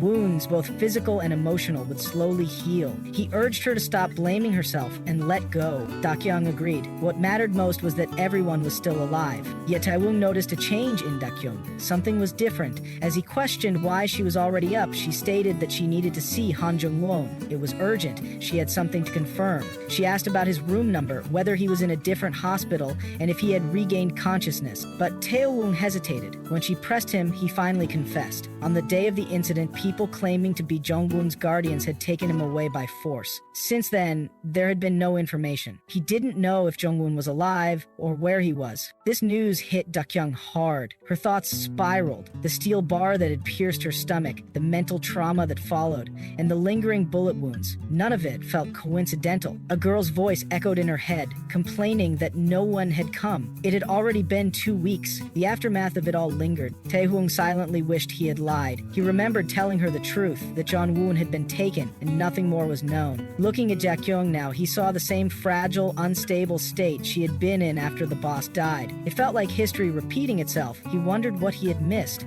Dakyong's own thoughts turned dark. There had been no trace of entry or exit that day, not even from the room. Jung Wun hadn't died, he had disappeared, and that meant he could still be alive. The link between the boss and Jung Wun stirred her confusion. What started as hope began turning into despair. She recalled Jung Wun's words, telling her it wasn't her fault. But now it felt like everything was. The guilt of not being able to protect anything crushed her. She longed to lighten the burden that weighed her down. She had hidden a piece of guilt, too painful to confront. A small part of her hoped someone would deny her fears. Jaya's voice shattered the silence, demanding Dakyong say something, anything, to acknowledge that she had been the one to save her. When Dakyong had cried out for help, it had been Jaya who responded, and now Dakyong's silence was unbearable. To Dakyong, Jaya had always been hostile. Now she saw her clearly for who she was. Jaya continued her assault. She mocked Dakyong's ambition to start a business, sneered at her past failures, and belittled her for relying on others to save someone she couldn't protect herself. Dakyong asked herself why she was even there. Jaya then mentioned her reason for coming to Korea, an invitation to next month's solar banquet. She challenged Dakyong to prove herself first before speaking again. Dakyong remained calm, though her thoughts churned. Some things were better left buried. Jair's cruel words continued.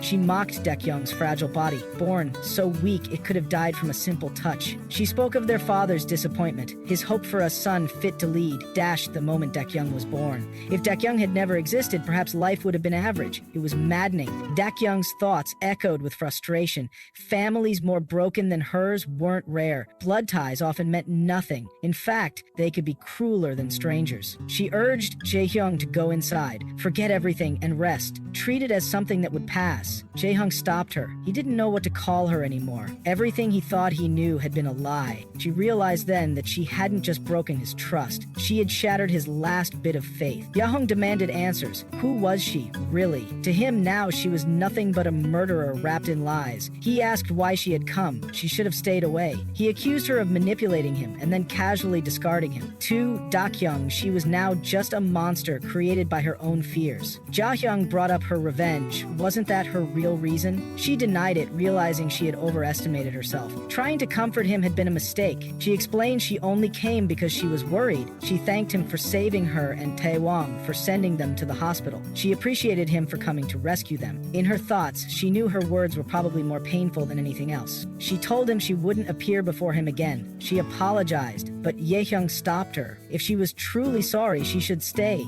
by his side and redeem herself. Dakyong had always tried his best. Born with a frail body, he spent his life determined not to carry that label forever.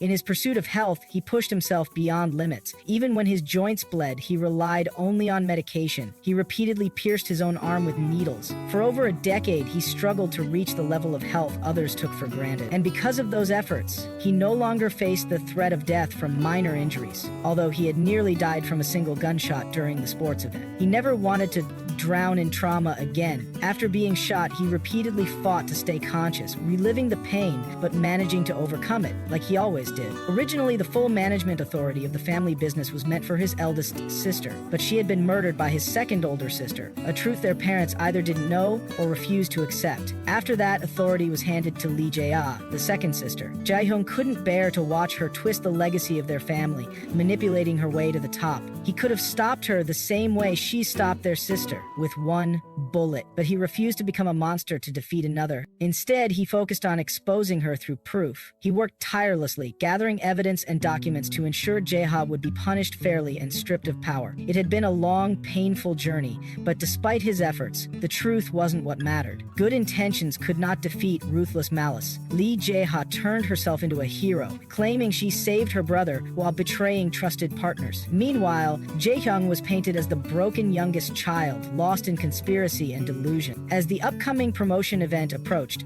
where Jae-ah would be named vice president, his bitterness boiled over. No one had been willing to listen to him. His cries, even to his father, had gone unheard. All his efforts had collapsed into futility. But Dakyong disagreed. She softly said that his efforts hadn't been for nothing. Jae-hyung wasn't convinced. He reminded her that his story wasn't over. He had put so much into their relationship. Even when rumors claimed she was blinded by revenge and wanted to kill him, something that sounded more truthful than anything else, he had chosen to believe her. He had thought maybe he had lost his mind for trusting her, but still, he held on. He remembered her words from back then, when she brushed off any intent to harm him. She had said she was just a student, not someone capable of such violence. She had dismissed the idea of killing him, even pointing out she had plenty of chances if she ever wanted to. Jae-hyung believed that. He thought his distrust might have hurt her. Later, a staff member had confirmed that Dakyong had broken something during a phone call, supposedly in a moment of anger. He had continued to believe her, unconditionally. Even when it became clear they weren't aligned in their feelings, he tried to close his heart to her, but it hurt too much. No matter how hard he tried, he couldn't stop worrying about her. When she had jumped into the ocean to save someone, he had followed without hesitation. He never spoke of how terrifying that moment was. Shin Myung-hwan had spoken ill of her, but Jae-hyung kept his faith. Until the very end, he believed in her, even when she denied everything. Dakyong apologized. Ya-young told her he believed that if he tried hard enough, she would eventually understand his feelings, but in truth, that was never what mattered to her. While he was battling alone, she had only been assessing whether he could be used for her revenge. That was all he ever meant to her. He reflected on how pathetic he must have looked, crying when he confessed. It must have seemed ridiculous to her. Again, she apologized. But Jae-hyung pressed further, asking what all his effort had been for. Was an apology really supposed to erase everything? She whispered another sorry. His voice demanded an answer. Did she still think he wasn't wrong? Then, he asked for her story. He had figured it out. She had a grudge against Sejong Group. Her plan had been to kill the chairman's son. That goal had been achieved. Han Jun-woon, Sejong Group's next-generation heir and Chairman Lee's biological son, had died. Dakyong's face crumbled as she realized the truth. Ya-hyung confirmed it. Han Jung-woon had died that day because of her. He mocked her reaction. Wasn't this what she wanted? She had enrolled in the school just to make it happen. Her mission was now complete. Dakyong backed away. Jae-hyung's words pierced deeper. Had she truly fallen in love with her revenge target? Dakyong begged him to let her go. He asked if she felt even a shred of regret for what she had done to him. Her voice trembled. She didn't know anymore. She just wanted to leave. Jiang didn't resist. resist, he turned and walked away. Behind him, Dakyong collapsed. She was exhausted and overwhelmed. Her mind reeled in disbelief. It had to be a mistake. He whispered that it was a lie. There was no proof, just a dream. She should have never dared to hope for more. So why had she clung so tightly? Then a gunshot echoed. She turned and saw Dakyong with the weapon. In a panic, she rushed forward, grabbing his hand and forcing it upward. The bullet fired into the sky. Tears poured down her face as she begged him to stop. She pleaded with him not to follow the same path. Again and again, she apologized, her voice breaking. She asked what she could do to make it right, to be forgiven. Young answered with 2 words, "Save me, love me." Without thinking, Dakyong kissed him. But deep in her heart, she knew it was all wrong. Their relationship had completely rotted from the inside. Elsewhere, Jung Wun stirred in his hospital bed, and from that moment, the story took a new turn. As morning light streamed through the window, Dakyong reflected on the last things she remembered, the countless moments they had kissed. After that, they had fallen asleep for a few hours. In the dazzling morning, she stirred briefly, only to find Jaehyung watching her quietly. Without a word, she drifted back to sleep. Later, as the sun set and dusk painted the room in warm hues, she opened her eyes again. He was still watching her. A thought lingered in her mind. Had there ever been a moment where she was the only one in his eyes? Like this? Dakyong moved closer to her and gently cupped her cheek. Dakyong looked at him and asked if he was anxious. Dakyong admitted he was, in case he died while she was asleep. As his face inched closer to hers, their lips nearly touched. Daekyong's thoughts turned bittersweet. It might be a little cruel to him, but she wished this moment could last forever. She wished she could be the only one in his world, the way he was in hers. Later, while Jaehyung applied medicine to her wounds, he asked her name. She answered, Lee Dakyong. He seemed surprised that she hadn't used an alias. She explained it wasn't necessary. Everyone who once knew her was dead, and no records remained. He asked her age. She told him she was 21 and had no reason to lie anymore. Young admitted that despite having watched her for so long and speaking with her countless times, he realized he had known nothing about her. She apologized, but her apology only made him feel worse. From now on, he said, instead of apologies, she should say, I love you. Love. The word felt distant to her. Even if she had felt it before, she wouldn't have recognized it as love. It was too complex, too far removed from her. But despite everything, she was here to atone. This was the only way she could save him. So she said it. She told him she loved him. Dawn, holding her lips, asked her to say it again. She repeated it. Unable to hold back anymore, Jaehyung kissed her. Passionately, they kissed each other. In Dakyong's mind, she admitted to herself that his personality had been destroyed by the very beliefs he once held dear. Though she may not have caused his circumstances directly, she had definitely pushed him to the edge. His brokenness was her fault, and she couldn't deny that. As Jaehyung pressed a kiss to her neck and asked her again, she repeated her words, I love you. Even knowing she had pushed him off the cliff, he still held on to her with everything he had. That must have been his final desperate attempt to survive. Together they were falling, with broken minds and bodies, collapsing as one. Later, Hyung gently laid her down. Desire flickered in both their eyes as they gazed at each other. Hyung realized that their actions, their words, all of it was just a disguise for love. They had lost their sense of direction, unable to tell where the surface was. They no longer had the will to seek the light. They were sinking endlessly, and so they kissed again, endlessly. Sometime after, they sat side by side on a hill under the night sky, holding hands in silence. Dakyong broke the quiet with a question. Was Han Jung-mun really Chairman Lee's son? She needed to settle this in her heart before focusing on Jae-hee. Chairman Lee and his current wife had a child. Was it really Han Jung-won? She recounted what happened after Jaehyung collapsed. Chairman Lee's personal unit had arrived but paid no attention to her or Jaehyung. Shin Mungwon had disappeared soon after. That was when she realized the truth. There was nothing else. But even the absence of information served as evidence. Even in a private school, it was strange. There was no public record of Han Jung-won in the educational system. Jaehyung had found out just as much. He revealed that the school board was filled with people linked to Saeung. And it wasn't just the school. There was no place left untouched by Saeung's money. He had long suspected Han Jung-won was being groomed to be the next heir of Saeung. That secrecy itself hinted at something deeper. Dakyong then asked him who was he really. Young responded that in 2 weeks he had a private dinner scheduled with his father. He would take her there so she could see for herself. In Dakyong's heart, that was enough. Han Jung-won was the son son of Chairman Lee, and he was dead. Her revenge was complete. In the fragile space between life and death, her instincts had confused survival with hope. In another moment, Dakyong stood before her boss's grave. Speaking softly, she apologized. She had once tormented herself, wondering if her boss had a child. The thought that a part of her might still exist in the world had moved her deeply, but it was just a delusion. She hadn't been able to recover her boss's body. She didn't even have a single possession to remember her by. If her boss had a child, she would have known. She had spent every moment of her life by her side. Then, a scene from the past surfaced. Dakyong had spoken with her teammates. They had reassured her. Even the boss needed time alone sometimes. It didn't happen often, but when it did, she would disappear for the entire day. But this time was different. It was pouring outside, and Dakyong worried if she had left on a sunny day, maybe things would have turned out differently. She reflected. Her father wasn't the only one who died. Her mother had passed away the year before last. Shin Myung-hwan's subordinates were closing in. Only one had appeared so far, but more would follow. In the dim stillness of the house, Dakyong looked around and noticed the silence. The housekeeper auntie was nowhere to be seen. Her cooking had always been comforting, and now the absence felt unusually heavy. There were no bodyguards either. The place felt almost abandoned. Dakyong answered her unspoken question. He had sent them all away. When she asked why, he admitted he felt like he was being watched. Something had unsettled him deeply. As Jae-hyung observed her, he couldn't shake the feeling that Lee Dakyong was acting strange. Her demeanor had shifted completely overnight. It was as if the events of the past no longer existed in her mind. He questioned whether she was once again hiding her true intentions beneath a calm facade. The unease in his chest tightened. Something was off. He asked her directly why she was acting this way so suddenly. Dakyong simply said that they still needed to eat. Even if they were destined to die, starvation wasn't the way she wanted to go. Jae-hyung thought back to their conversation the previous day, wondering if bringing up Jung Wun had triggered something in her. But no, her reaction hadn't been like this from the start. She hadn't seemed happy at all. Whatever change occurred didn't stem from revenge alone. Dakyong admitted she had tried hard in the beginning to hide her feelings, even playing along, but keeping up the act had grown harder. Eventually, she just began watching her words, slipping back into her usual patterns. For Jae-hyung, trust was always fragile. Sudden changes like this only deepened his wariness. Dakyong then mentioned something she noticed while making ramen. A date, July 5th, had been circled. Curious, she asked about it. He replied that it was his birthday. A brief silence followed,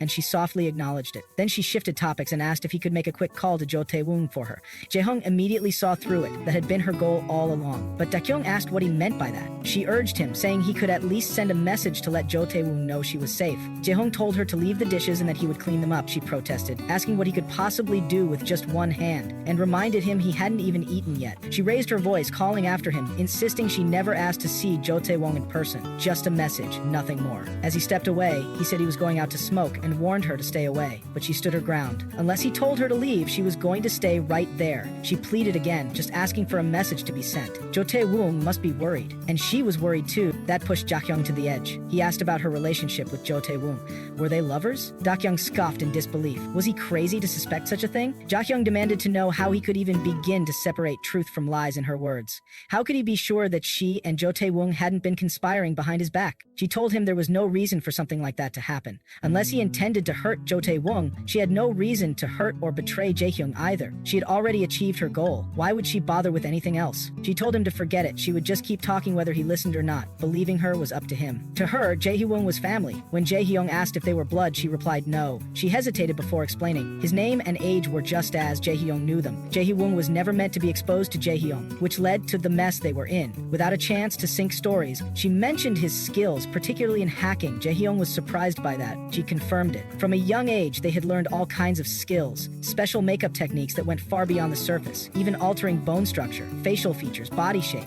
They were taught combat and tactics, and even, she noted, seduction techniques, though she had only heard rumors about that one. Hacking, however, was Jo Tae-woong's true specialty. Jae-hyung asked what kind of people they were. Dakyong said she didn't really know. All she understood was that everyone had some grudge against Chairman Lee. According to the boss, these were people she met through her work, bound together by a shared purpose. Over time, only the committed remained, forming what became their group. Jo Tae-woong and Dakyong had been different. They were taken in by the boss.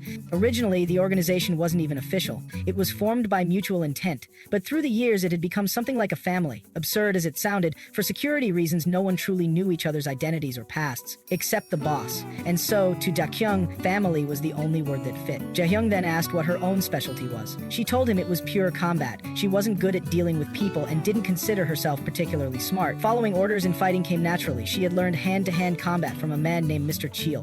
He had taught her how to handle larger opponents and exploit weak points. Weapon handling came from Minji. To better prepare for real danger, she would sometimes tape her blade with the tip exposed, just enough to get used to the pain. Her voice remained light and detached. She explained that most of their training involved wooden swords, so getting injured was common. Still, she was frustrated she had never managed to land a single scratch on him. Every day she lived and trained like that. The boss often scolded her when she was younger, but even so, she kept sneaking into real fights. The first time she actually killed enemies, the boss's expression had been unforgettable, and then she got scolded even harder afterward. When Jaehyung asked why she had wanted to fight so much, she recalled how the boss had said that simply learning to protect herself would be enough. But for her, it wasn't just about protecting herself. Once again, that calm, steady tone returned as she spoke. She wanted to protect the people who had once protected her. A heavy silence lingered in the air. She continued, saying that she didn't think just protecting herself was enough, so she fought, trained, pushed herself, becoming stronger each time. She wanted to eliminate all threats to those people, yet in the end, she had failed to protect them. Her sadness was quietly restrained, worn out and fading, but deeply rooted. And then she laughed quietly, questioning aloud why she was even saying all this. Jaehyung noticed the cigarette in her hand. Alarmed, he asked what she was doing, demanding she hand it over, but Jaehyung refused. He called her name sharply, urging her to come down and toss the cigarette away. It was dangerous, he warned her again. He looked at him calmly. She asked why. If it was so dangerous, why did he smoke? Why did he hurt himself? Why would he throw his life away? She reminded him that he had saved her life, and because of that, she begged him not to die so recklessly. For the sake of those who had cared about her, she could no longer even entertain the thought of dying. She cared about him. She wasn't sure if what she felt was the kind of love he desired, but her deepest wish was for his healing and happiness. She didn't want him to die. She still believed that his efforts hadn't been in vain. Maybe his efforts hadn't been enough to stop every tragedy, but he had changed himself for the better over time. That, she believed, was more than enough. Seong's son approached him with a quiet, unwavering intensity. He reminded his father that the curses of the past were merely echoes of inner turmoil. Then, with calm assurance, he noted that the long-anticipated banquet was drawing near. He promised that he was investigating every possibility thoroughly, and should anything arise, he would take full responsibility. He urged his father not to worry. Seong gave a simple nod in response. His son, firm in his devotion, stated he would remain by his father's side, always. After wishing him a peaceful night, he turned and walked away. As he exited, he instructed the surrounding personnel to return to their designated posts, allowing only essential staff to remain.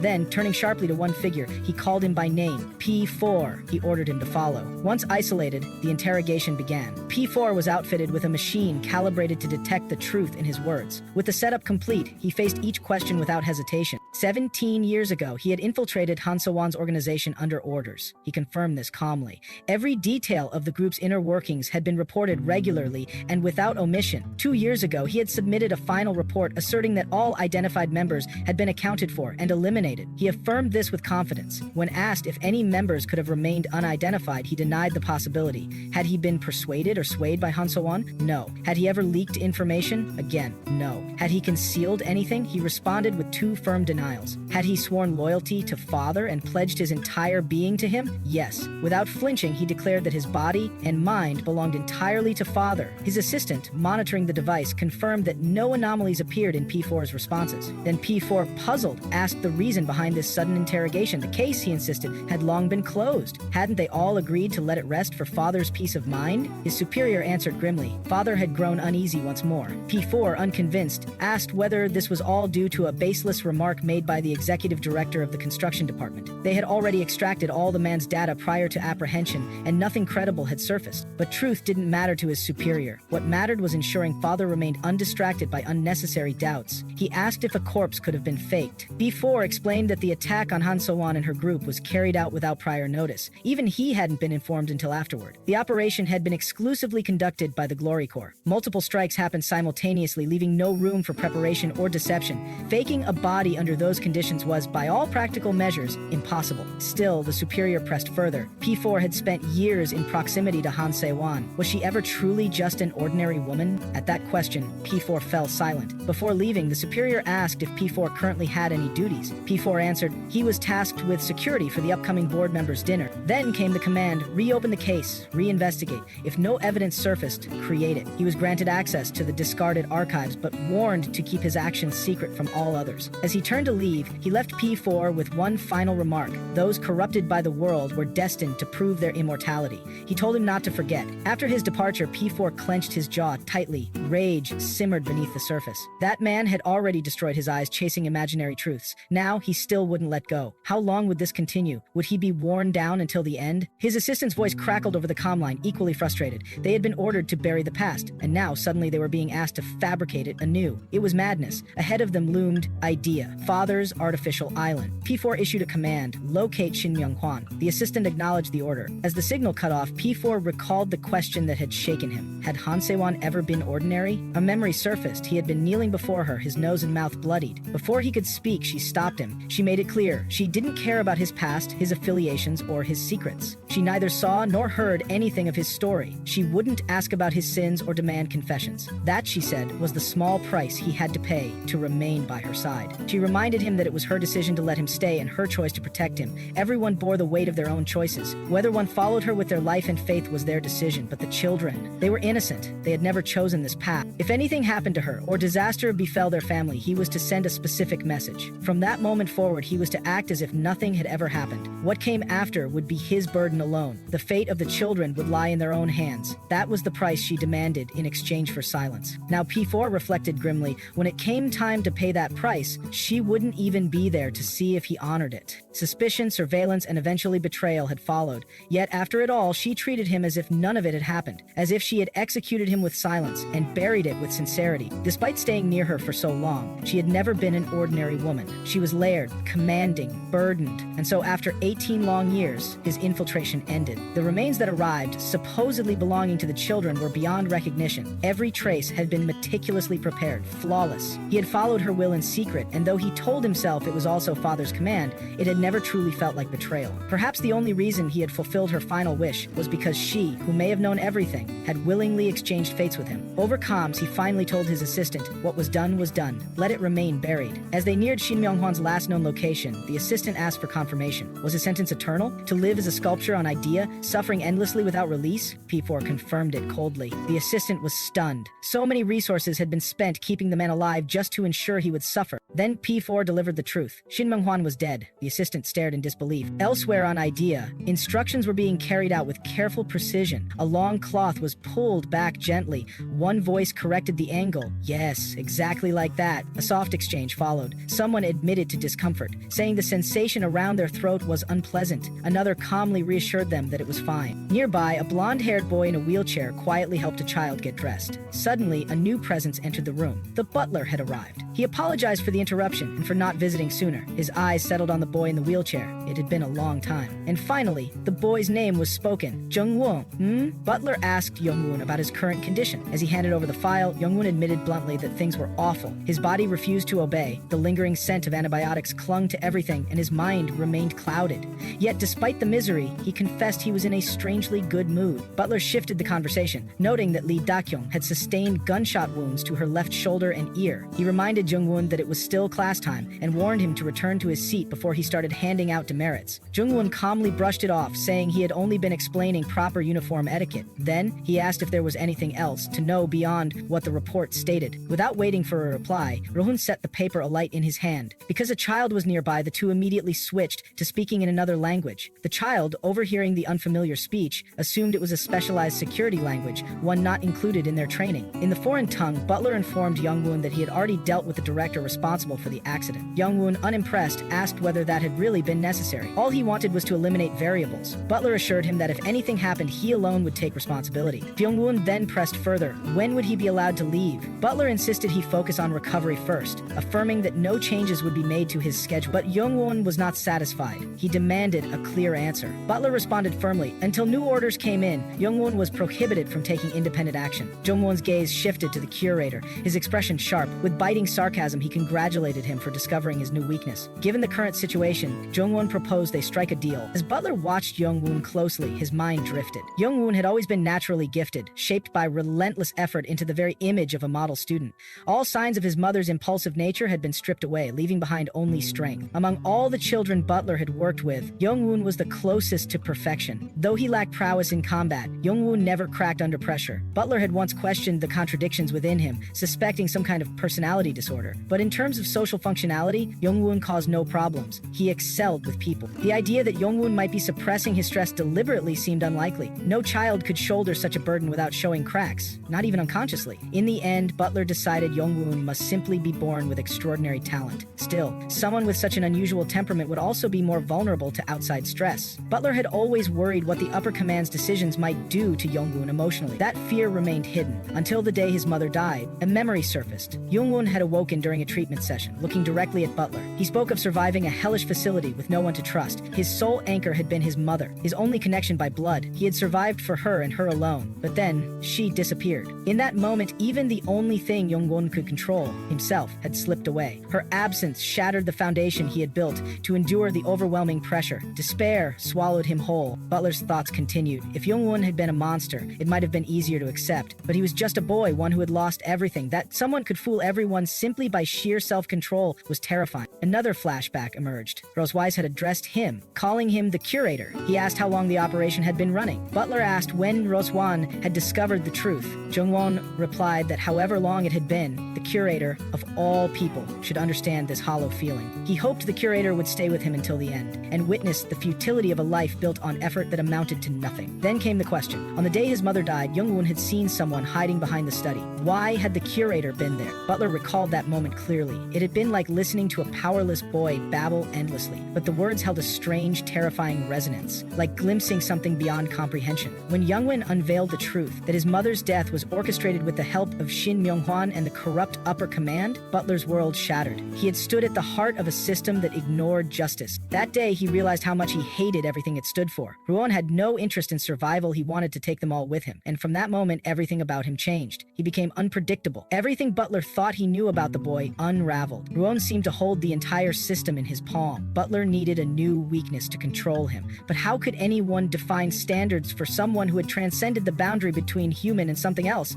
Back in the present, Butler warned Jung Won, no matter the reason, the chance to escape came only once, and when it did, he must return immediately. Jung Won replied that it didn't matter. Butler asked why he was going to such lengths. Jung Won explained that on that day he had seen light hidden within the deepest darkness. He had grown fond of that boy and wanted to see his foolish face once again. Butler, now deep in contemplation, began searching through the computer. He typed weakness of Han Jung-woo, and then, opening Dakyong's ID, he reached a quiet conclusion. Jung-woon's weakness was love. Time passed, and soon Dakyong appeared. Her security escort advanced toward Jaehyung's house. Jaehyung's companion spotted Dakyong and observed her with confusion. She didn't look like a typical watchdog. What was she doing here? At the crack of dawn, Jaehyung stood at the doorway, her eyes narrowing in confusion. This wasn't the sight she expected. Clearly, the woman before her wasn't a hired caretaker. Something felt off. Her mind raced with suspicion. Why was this woman in Jaehyung's home? With a firm tone, Jerry demanded to know where her brother was and why the woman was there. Calmly, Dakyong responded that Jerry was still asleep. It was early after all. She offered to wake him, but Jerry refused. Instead, Jaehyung suggested they talk. They would have had to meet eventually, she reasoned.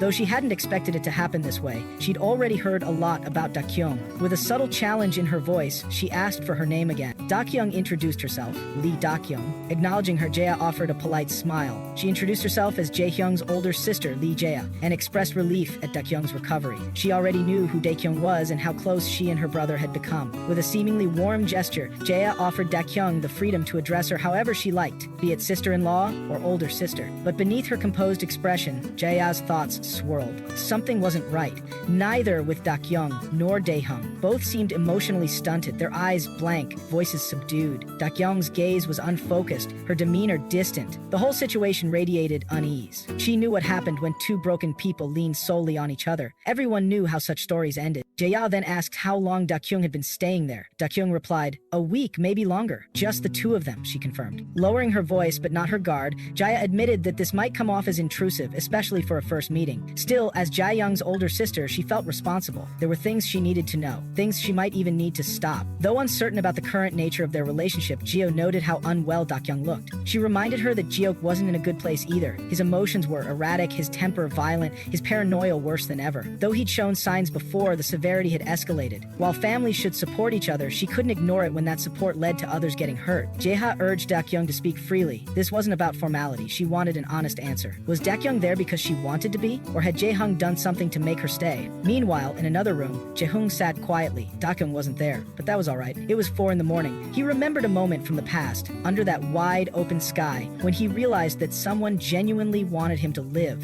For once, even the deep mistrust buried within him, the instinct to see kindness as manipulation, began to fade. He wondered if she'd just gone to the bathroom. Dakyong's words echoed in his mind. She'd said she'd stay unless he told her to leave, and she had stayed. She sat with him, shared her stories, listened to his. She never forced him out of his isolation. She simply stayed, quietly waiting. That silent presence gave him strength, but it also terrified him, even now. As clarity slowly returned to him, the idea of confronting reality, facing both their broken selves, filled him with fear. He wasn't ready to see the damage for what it was. The more his hatred faded, the more comfort he found in her, and the more her presence consumed him, growing beyond mere love into something more frightening and deeper. A sudden chill ran through him. His darker self stirred, whispering temptations. If he could guarantee she'd stay by his side forever, would the fear disappear? That voice knew how to make it happen. He was still in pain, still lonely. He deserved love, and he remembered, hadn't she used his sincerity once to reach her own goals? If revenge could justify everything, then why not him too? That voice urged him. Remove the fear. Isolate Jung, make her dependent.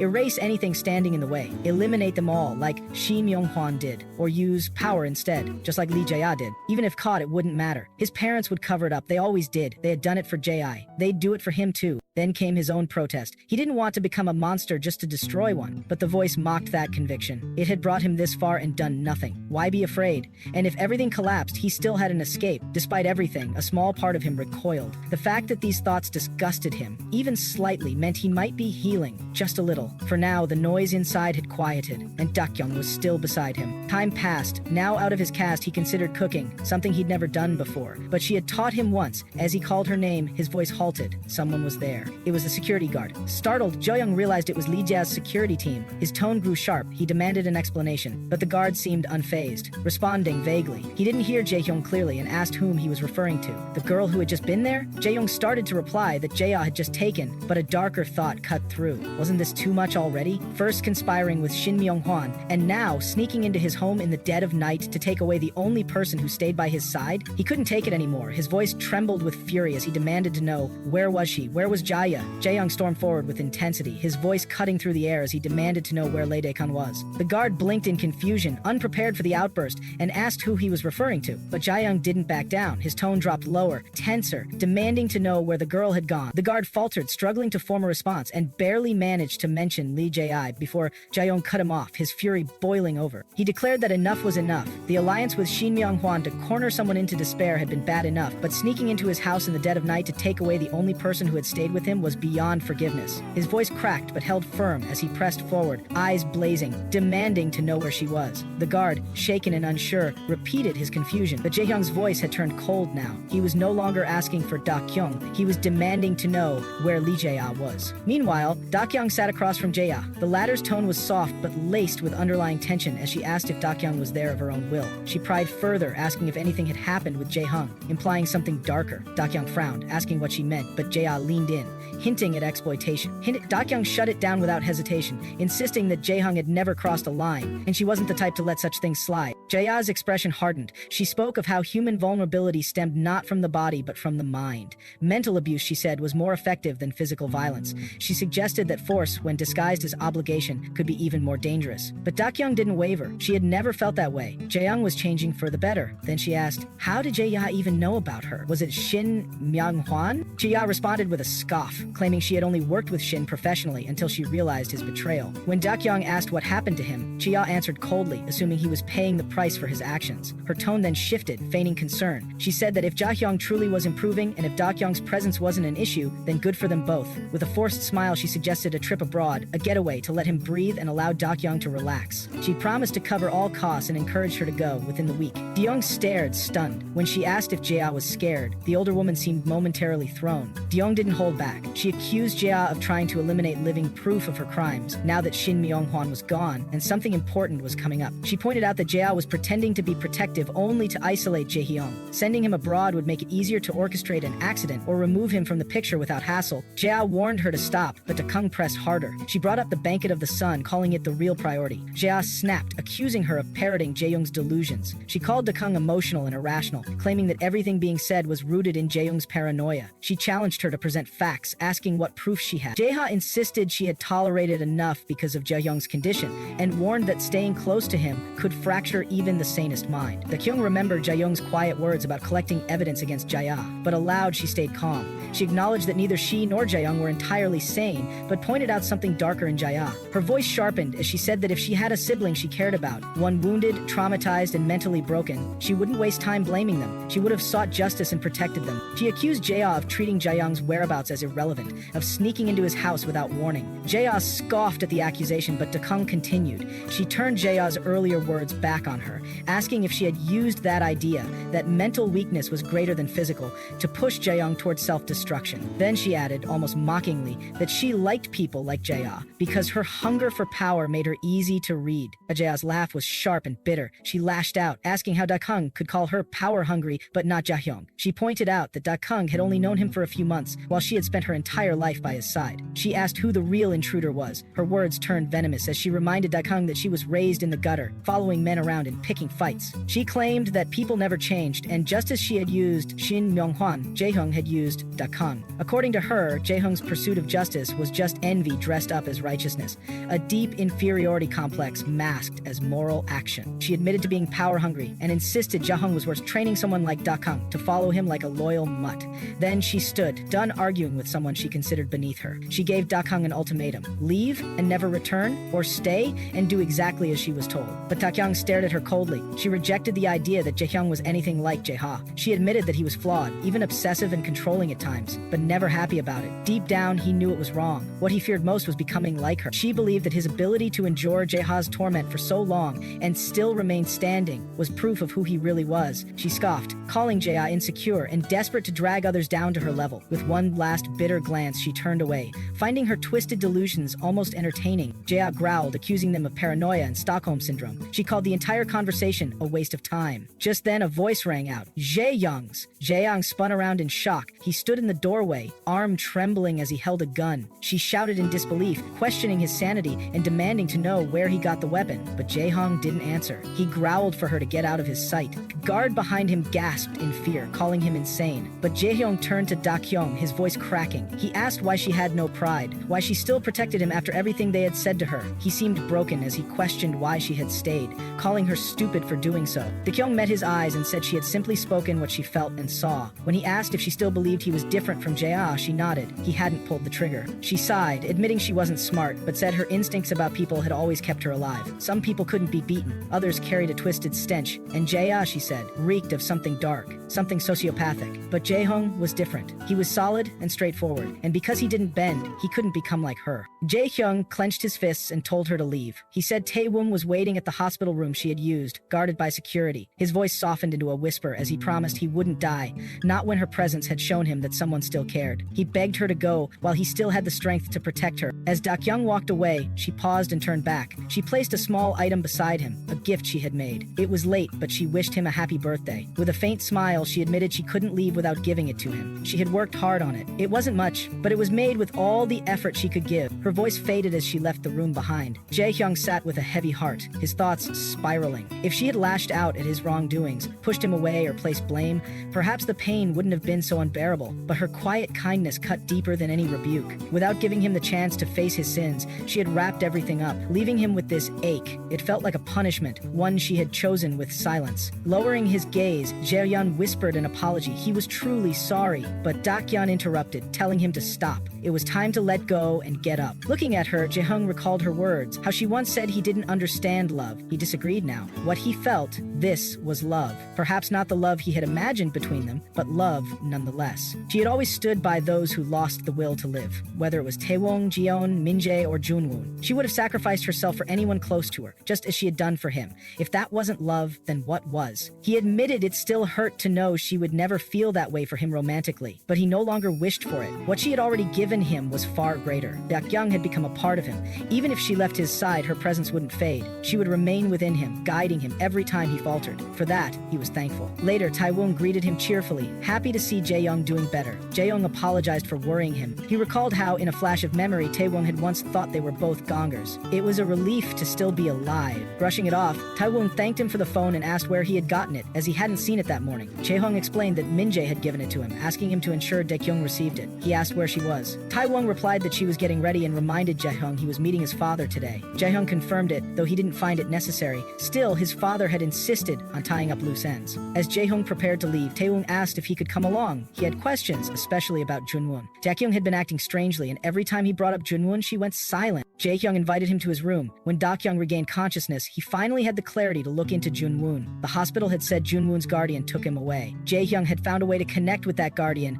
through the school. He explained that a direct approach wouldn't work. The school's security was too tight. With law enforcement's help, he had contacted the school, but they were met with silence. The officials quickly pulled back, likely influenced by Jae, who didn't want things to escalate. Jaeyoung suspected pressure from Jung Wun's side as well and realized he couldn't pursue this through conventional means. He had to use more covert methods. He hadn't hacked the system himself. He hired someone long ago to access the school's internal server, which stored student records. Initially, he suspected Dakyong of using a false identity because of what he found, but then Taewon noticed something unusual. There was no data under Jung Wun's name. Jaeyoung confirmed that there used to be. The record had included a suspicious, unreachable guardian contact, and otherwise blank or encrypted information. But following a certain incident, someone erased everything. It wasn't just about deleting Jung Wun's data, it was as if they tried to erase his very existence from the school. Normally, a student's record would be updated, not deleted, even in cases of transfer, leave, or death.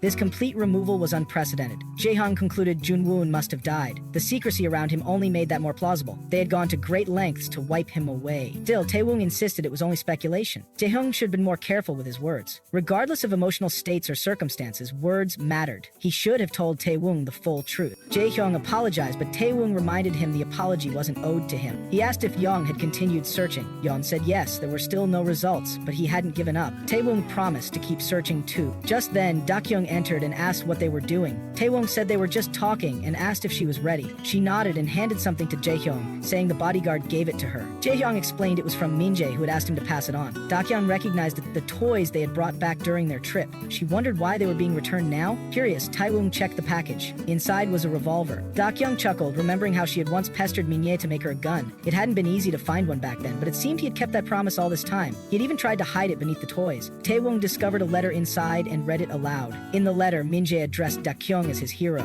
After the trip, he realized everyone except him and Jaehyun had been in danger. He wondered if things would have changed had he made the gun earlier. He apologized for taking so long to make up his mind and expressed hope that the gift would eventually reach her. He said they all missed everyone dearly, especially Jaehyun. If things worked out, he hoped Dakyong could send her a greeting, even a small one. But if that wasn't possible, that was fine too. Her safety and happiness were the most important things. He ended the letter with a heartfelt prayer for her well-being, signing off as her loyal servant. Dakyong was overwhelmed. She wondered what kind of person she was to deserve such deep affection. Taewon found a postscript. Minjae hadn't found a detonator, so the bullets weren't included. It was a gun with no ammunition. Dakyong laughed, missing both Minjae and Jaehyun. She had been so preoccupied she hadn't had time to think of them. Then she turned to Jaehyung. She asked if he could meet his father and leave right after, skipping dinner. Jaehyung agreed. She told Taewon to go ahead and check on the kids. He was confused, but she reassured him she would catch up. She wanted him to explain everything to the children, who they were, why they were leaving. She didn't trust herself to say it properly. She wanted him to say goodbye for her. Taeyong asked if she wasn't coming back to school. She confirmed it. There was no longer any reason. More than that, she didn't want to endanger anyone again. She had enough.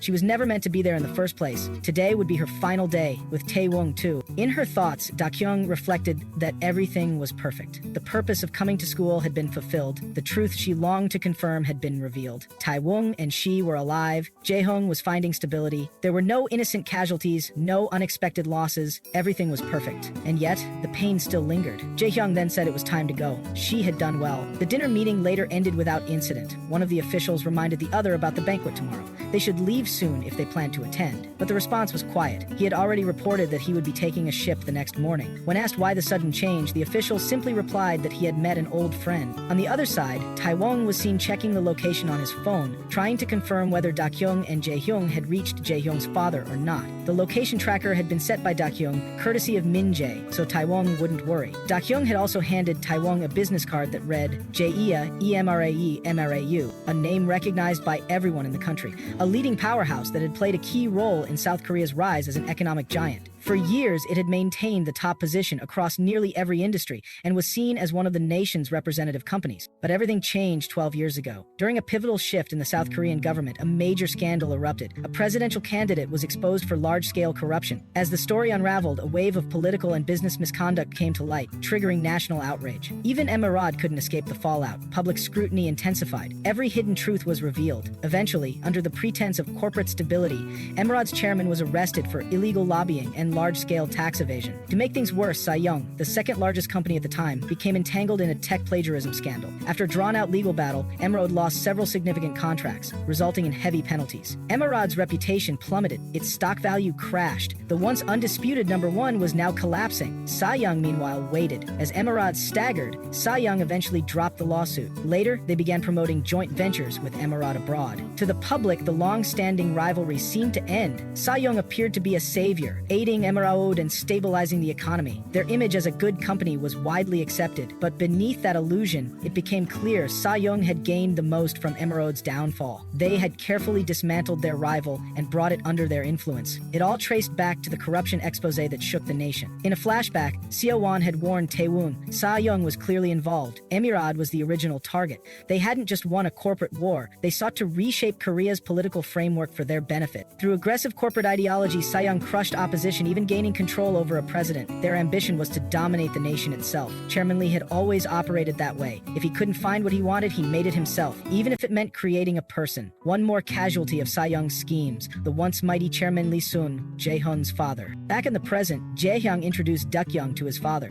Chairman Lee Sung welcomed her, shaking hands and offering her a seat. Elsewhere, Minji received an update. A woman had exited the VIP room. Minji instructed her subordinate to keep the wiretap active. Her curiosity had been piqued. Why was their little one with that young master? Her source confirmed he had checked the student list from the school she had asked about. A student named Lee Dakyong matched both name and face. That was the answer. Minji pieced it together. She couldn't understand how Dakyong had pulled off such a clever plan to get into the school. Doubts remained, but she admitted it had been a while since she'd had this much fun. Meanwhile, Dakyong stood in the restroom, speaking to Taewon on a call. She had finally met Chairman Lee Sung. In her mind, it still didn't feel real. She thought she would feel excited or at least relieved after wrapping everything up, but all she felt was emptiness. She decided it was enough. She would just say goodbye to the kids. After that, she and Taewon would return to the quiet life they deserved. No more fights, no more sacrifices. Just as she ended the call and prepared to leave, Minji appeared in front of her with a smirk. His words, "Long time no see, little one," froze her in place. Dakyong turned and ran, Minji close behind. Confusion filled her thoughts. She had spent her previous life with Minji, her precious comrade. She had believed he died the same way the boss had, but he was alive. How? The memory struck her. Minji's earlier words, "It would be better if you didn't catch my eye, or stay close to that young master from Emirad. Since I've seen you now, if you stay alive, it'll be a problem." Running with desperation, Dakyong asked herself, why always her? Behind her, Minji called out, teasing that, had he known she would run, he would have brought a gun. Threw something at her leg, cutting her and making her fall. Minji closed in, chuckling. He said he wasn't in the mood for a fight, but didn't want her dragged to the chairman and tortured forever either. For old time's sake, he'd kill her quickly. Dakyong shouted in defiance. He should have died with honor. Instead, he clung to life and sided with Chairman Lee just to survive. How dare he betray the one who killed the boss? But Minji revealed the truth. He had always been with the chairman. From the very beginning, Dakyong was stunned. She screamed in disbelief. He had tricked all of them for so long. How could the boss not know? Minji answered that the boss had known. He had simply closed his eyes to it. Then Minji brought up a name, Jung Wun. Dakyong was shaken. How did Minji know? The boss had never said that name aloud, but Minji pressed further. He suspected something more. Then realization hit Dakyong. He was the boss's son. As she lay where she had fallen, she noticed a small mouse hole in the wall. She broke through and attacked, but Minji dodged. She dove into the passageway and kept running. In her mind, one name repeated.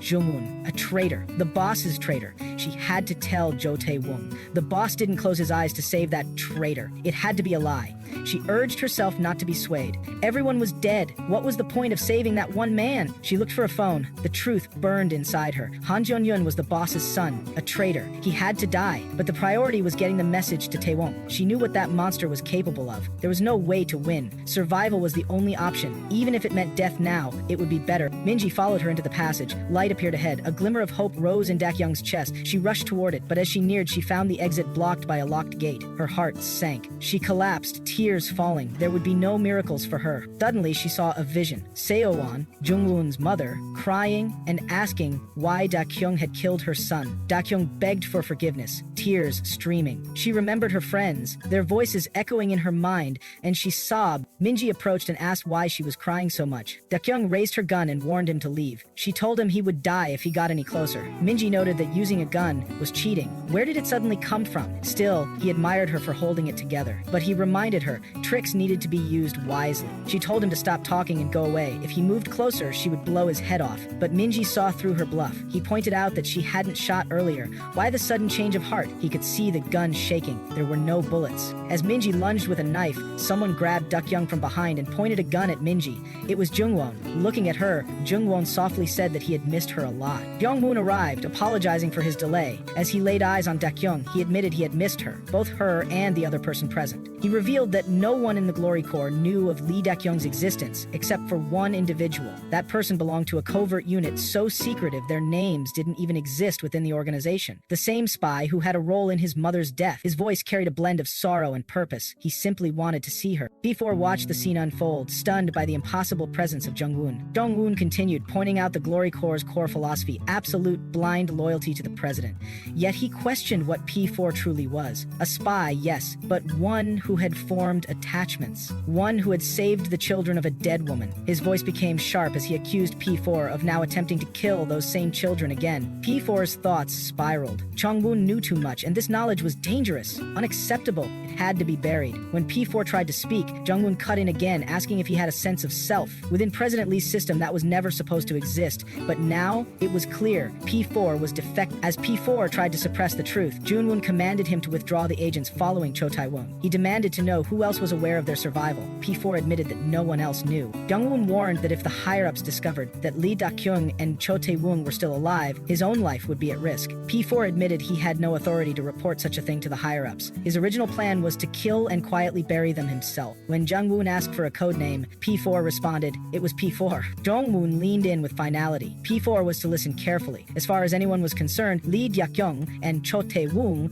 had been killed by him 2 years ago. Therefore, what was happening here had never taken place. The words echoed inside P4's mind. Never happened. Only now did he truly understand their meaning. What the boss had given him that day wasn't mercy. It was a trap. A simple, cruel trap. And by fulfilling his promise to the boss, P4 had willingly walked right into it. As long as the two targets remained alive, the trap would never close. It would become an eternal shackle tightening around his neck, tormenting him endlessly. It drove him to madness, but in the end, he had spared them. Resigned, P4 ordered the withdrawal. Whether the boss intended it or not, this was his punishment. He acknowledged it silently. Then, after a brief pause, he claimed he had mistaken the targets. He corrected the call and let it go. This, he whispered to himself, was clearly his sentence. Leon Wun responded with a quiet farewell. Then, in a sudden flash of violence, he shot P4, but with the threat neutralized, Jung Wun turned his attention fully to Dakyong. He called her name, repeating it with deep emotion. He told her how much he had missed her and asked if she was all right. He said the world had been cruel to her, but now it was over. Dakyong's mind reeled. The voice she heard was too vivid to be a hallucination, the touch too real to be a dream. She was hearing a conversation in a language she couldn't even identify. Events unfolded one after another, each more surreal than the last. She questioned if she were dreaming or perhaps already dead, hovering on the edge of the afterlife. Yet Jung Wun's reassuring words brought her back. That familiar tone told her it was all real. Tears welled in her eyes as she softly called his name. It was really him. Jung Wun confirmed it. He was alive. She pointed out a lever on his side and asked him to open it. She wanted to see him properly. Leon Wun quietly responded, calling her name again. Young stared at him in disbelief. He was alive, vivid and real. Her voice trembled as she said she had thought he was dead and asked where he had been all this time. He apologized repeatedly, telling her not to cry. Just then, a presence interrupted them. The guardian appeared, urging Dakyong to stop. He asked if she was safe and scolded her for being reckless. He warned that she would have to leave soon. The Jung Wun pleaded for more time. They had only just reunited and he had spent so long searching for her. But the guardian insisted he had to leave. Dakyong, confused, asked who the figure was. Jung Wun explained it was his guardian. She asked if he was leaving, and if so, where would he go? He replied that he had to return home. Dakyong's voice shook. Now? After finally meeting again, she couldn't accept it. She said no. The guardian called his name again, urging him to stop. Dakyong begged him not to go. Jung Wun tried to reassure her. He said he would just talk and return, that he wasn't going anywhere. The guardian shouted for him to stop, his voice filled with panic. But Jung Wun snapped back, shouting that he wasn't leaving. And then, in a sudden act of desperation, Dakyong shot the guardian. The force caused her to stagger, but she didn't hesitate. She grabbed Jung Wun's hand and began to pull him away. Tried to reason with her, insisting he would just talk and come back, that he truly wasn't going to leave. But the guardian kept screaming, trying to stop them. Jung Wun, pulled forward by Dakyong, shouted back he wasn't going anywhere. Jung Wun stared at Dakyong with a heavy gaze, calling her a troublemaker and demanding if she realized what she had done. The person she nearly shot and killed was an NIS agent. Dakyong, stunned, repeated the word back.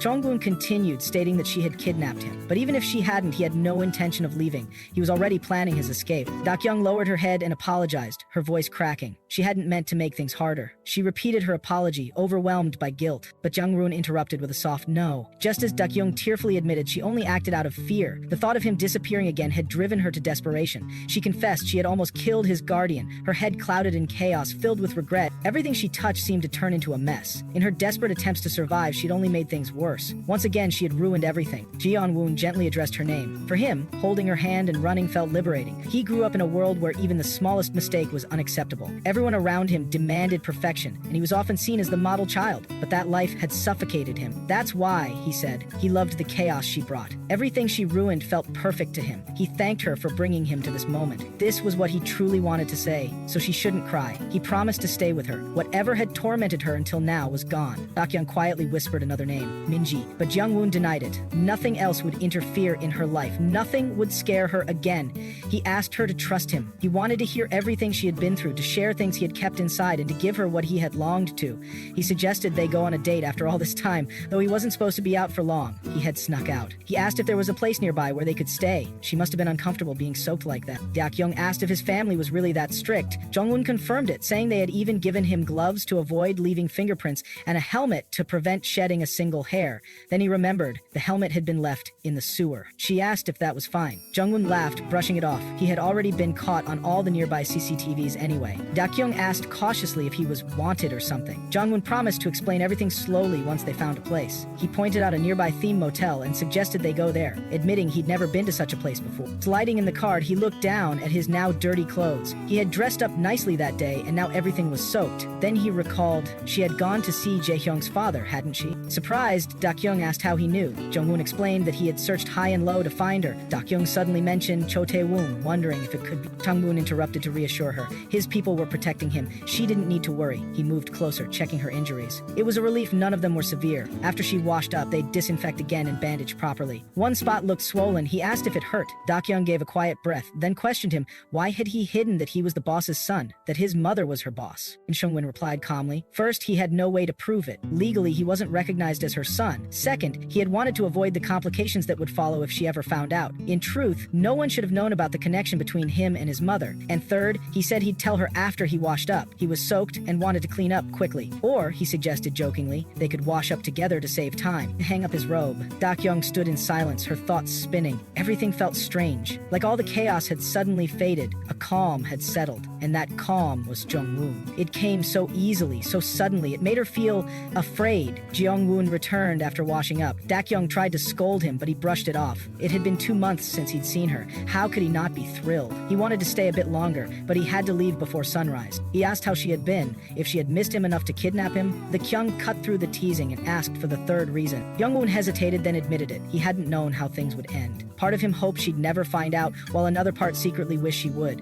His feelings were a mess. Whenever it came to her, he became a fool. Still, he had made up his mind. He handed her something with a smile. A photo. It was the photo the boss had taken. Memories surfaced in Dakyong's mind. The boss had teased her, telling her to stop covering her face, taking pictures with exaggerated enthusiasm. Dakyong had protested, saying she hated photos, but the boss had insisted. A rare solo picture of their youngest. She wanted to keep it, even if only briefly. Moments always slipped away. That was why she wanted to hold on to just one. She had shouted as Dakyong covered her face once again. Back in the present, Jung Wun explains, it was the only keepsake he had of his mother. He had found it in her wallet before it drifted away. Dakyong quietly said he had once told her he'd burned everything. She called him a liar. Jung Wun replied that he had known about her name, her half-smiling face, that she was the same age as him and a troublemaker. His mom had talked about her so much he had gotten sick of hearing it. He told her to take the photo. When she asked what about him, he said it was hers, her only keepsake. He had stayed to witness his mother's final moments, so he'd be fine. Then, his voice quiet, he admitted something deeper. Whenever he was near the sea, he suffered PTSD. He saw visions of his mother floating lifelessly, a child imagining their mother's death just to numb himself to grief. It was darkly ironic.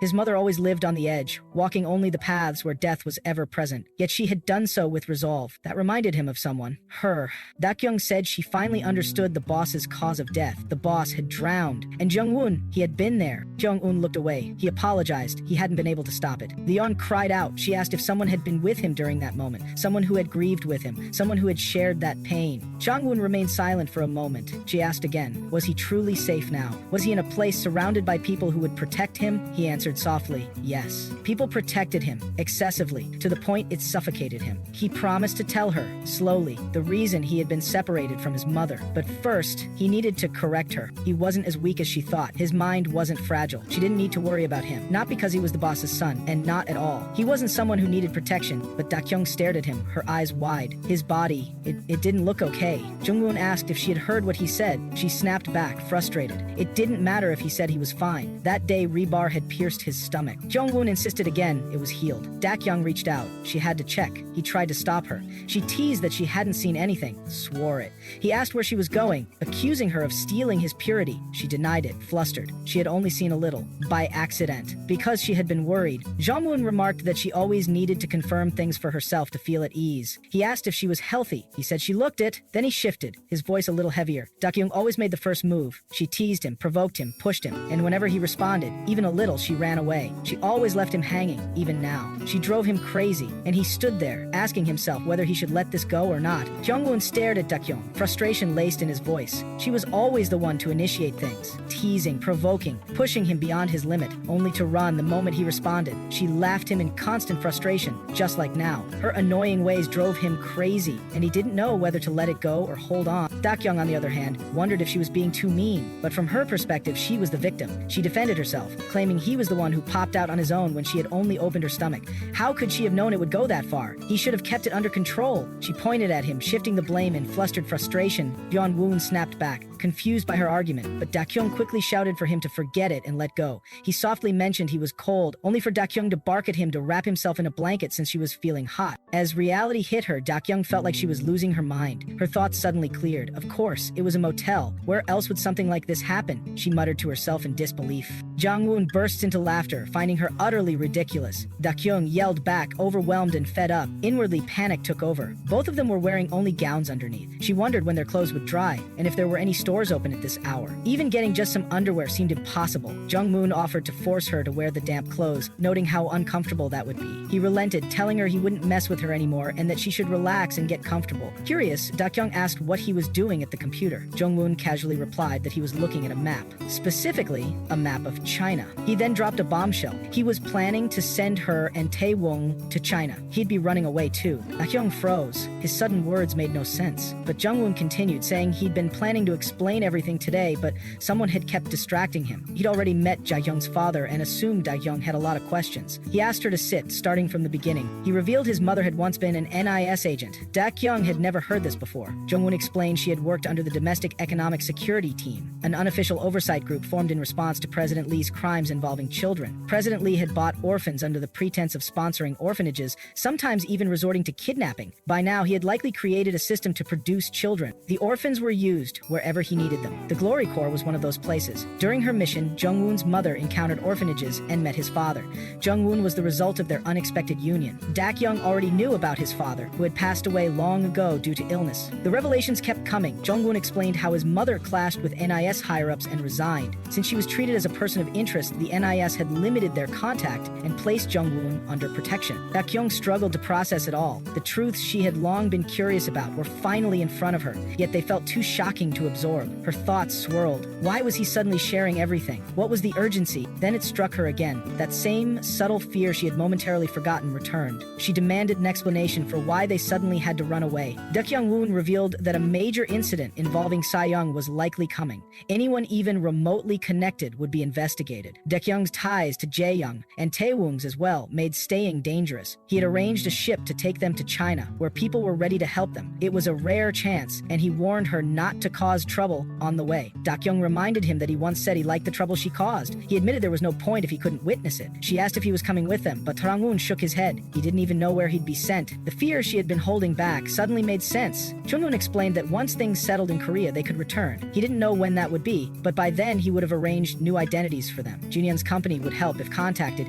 even reuniting them with the people they missed. They could return to normal life, but Dakyong needed to know. What about him? Would he be back in Korea too? Jung Wun replied with a soft no. It had all been planned for a while. Thinking about the end made him sad, so he delayed it as long as he could. He apologized. Dakyong stared at him, shocked by how calm he seemed. Just hours ago, she had seen him again. He tried to downplay it, saying it wasn't like he was dying just studying abroad. But deep down, she knew this was just another sudden farewell. She wanted to part with a smile this time. Her thoughts spiraled. Was she supposed to spend the rest of her life holding on to some formless hope that he was alive and well? How was that any different from him dying? There was no sadness this time. He had come back, promised to live. If everything he said was true, then it was for the better. She no longer needed to stay in school. Though she enjoyed her friends, today had always been the final day, due to the danger. Now, it wasn't the end. The biggest concern, Taewong and her identity, would soon be resolved. They even had support to prepare for future threats. A safe life surrounded by protection. That's what she had always wished for, but it was a life without him. The life she dreamed of now felt unbearable and frightening.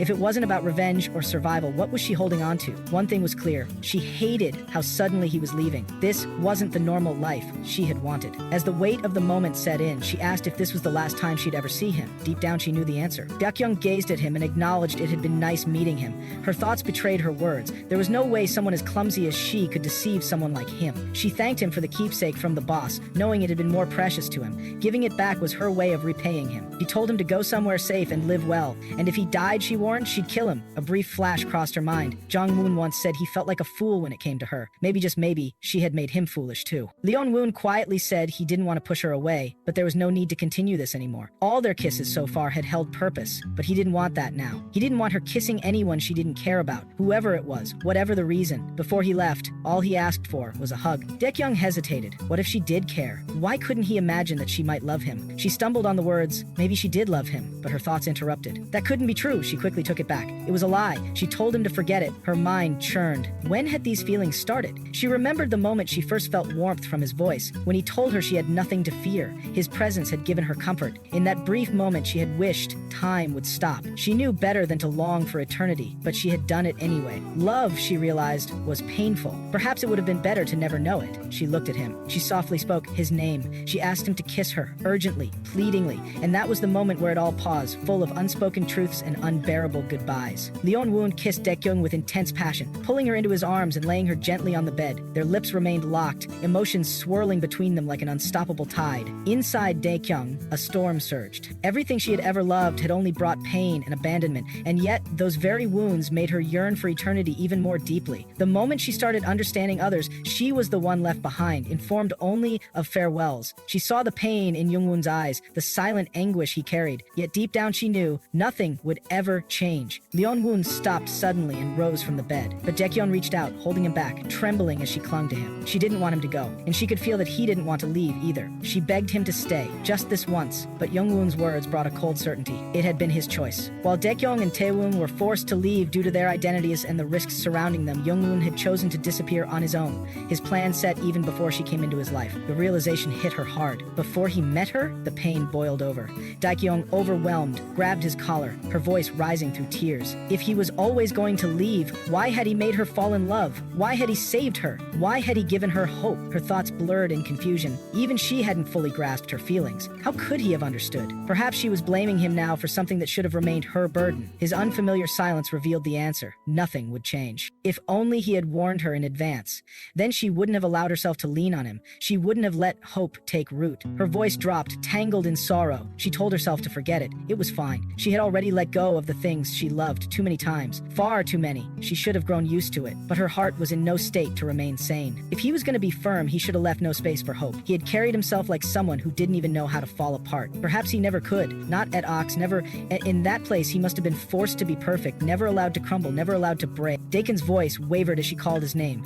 Jung Wun! She felt like she was losing her mind. If this truly was their last time together, it wasn't fair for him to leave with his heart intact while she unraveled alone. There was nothing left to fear now, nothing left to hide. She confessed the truth in her heart. She liked him. She liked Jung Wun. This was the first and last time she would ever feel this deeply for anyone, and now she wanted to know. She wanted to be shown what love really was, what it meant. Surely it wasn't only pain. And Wun responded gently. He kissed her neck, then trailed down her body, his lips brushing her breasts, moving lower. When he reached her most sensitive place, Dakyong lost all control. Her fingers tangled in his hair, her hands gripping the bedsheet tightly as her body trembled in waves of pleasure. Her thoughts blurred into sensation. Facing the end, the wall between them finally crumbled. No layers remained. His urgency pushed her closer to the edge. The farewell loomed clearer with every touch, yet when his skin brushed against hers, her mind emptied. Forgetting the pain became vital. Jung Wun spoke with quiet intensity. He would tell her everything. Variables, imperfections, contradictions, chaos. These were the things that made him irrational,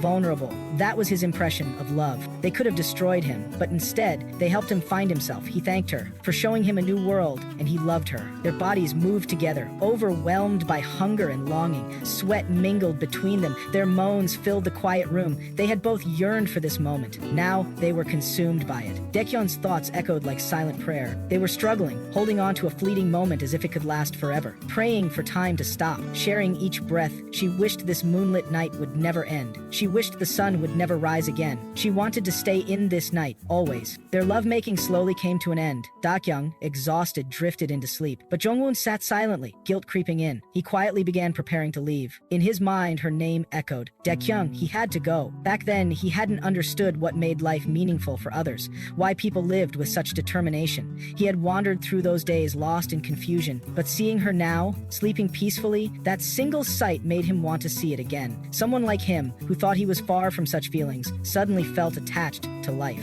Ever since she had spoken those words, his mind had been flooded with thoughts. He had searched for ways to stay by her side, but every possibility ended the same. She was always the one left broken. Just moments ago, he had realized one thing. He could not bear to watch her fall apart. They had been different from the start. He had nothing to lose but her. She, however, still had meaning. She still had something to protect. Remaining with him would only bring her misfortune. As long as he lived, she would never be safe. He had lived through it before. He knew too well. There were too many things in this world he wished he had never learned. He looked at her one last time, then quietly stepped away. Goodbye. Outside, his thoughts spiraled. Loving her alone was never the problem. Carrying that love in silence had never been an issue. Coming here just to see her one last time, that had been a mistake. Thinking she didn't know what love was, that too had been wrong. He had been drawn to her light, reaching for her. The memory shifted. In the past, Jung Wun had once lain in bed, staring at a photo of Dakyong beside him. His whisper lingered in the silence. Goodbye, Dakyong. Finding her hadn't been easy. Asking the butler might have helped, but he didn't want anyone discovering the one thing he cared about. They would have used it against him. Where had his mother hidden her? Or worse, had she been killed that day? He prayed she was alive. He had finally reached the freedom he had always sought. He had done everything he once dreamed of, but it all felt empty. None of it brought joy. This couldn't be the freedom he had longed for. Would seeing her once more before the end change anything? He had no answer. No plan. He just wanted to say goodbye. Then his mother's voice echoed in memory. Next time she sent Dakyong in her place. Jung Wun made his final decision. If he couldn't find her, he would make sure she found him instead. Jung Wun kept recalling the fragmented clues. Taken in by his mother when just a 4-year-old child, a name barely remembered, a face only half seen.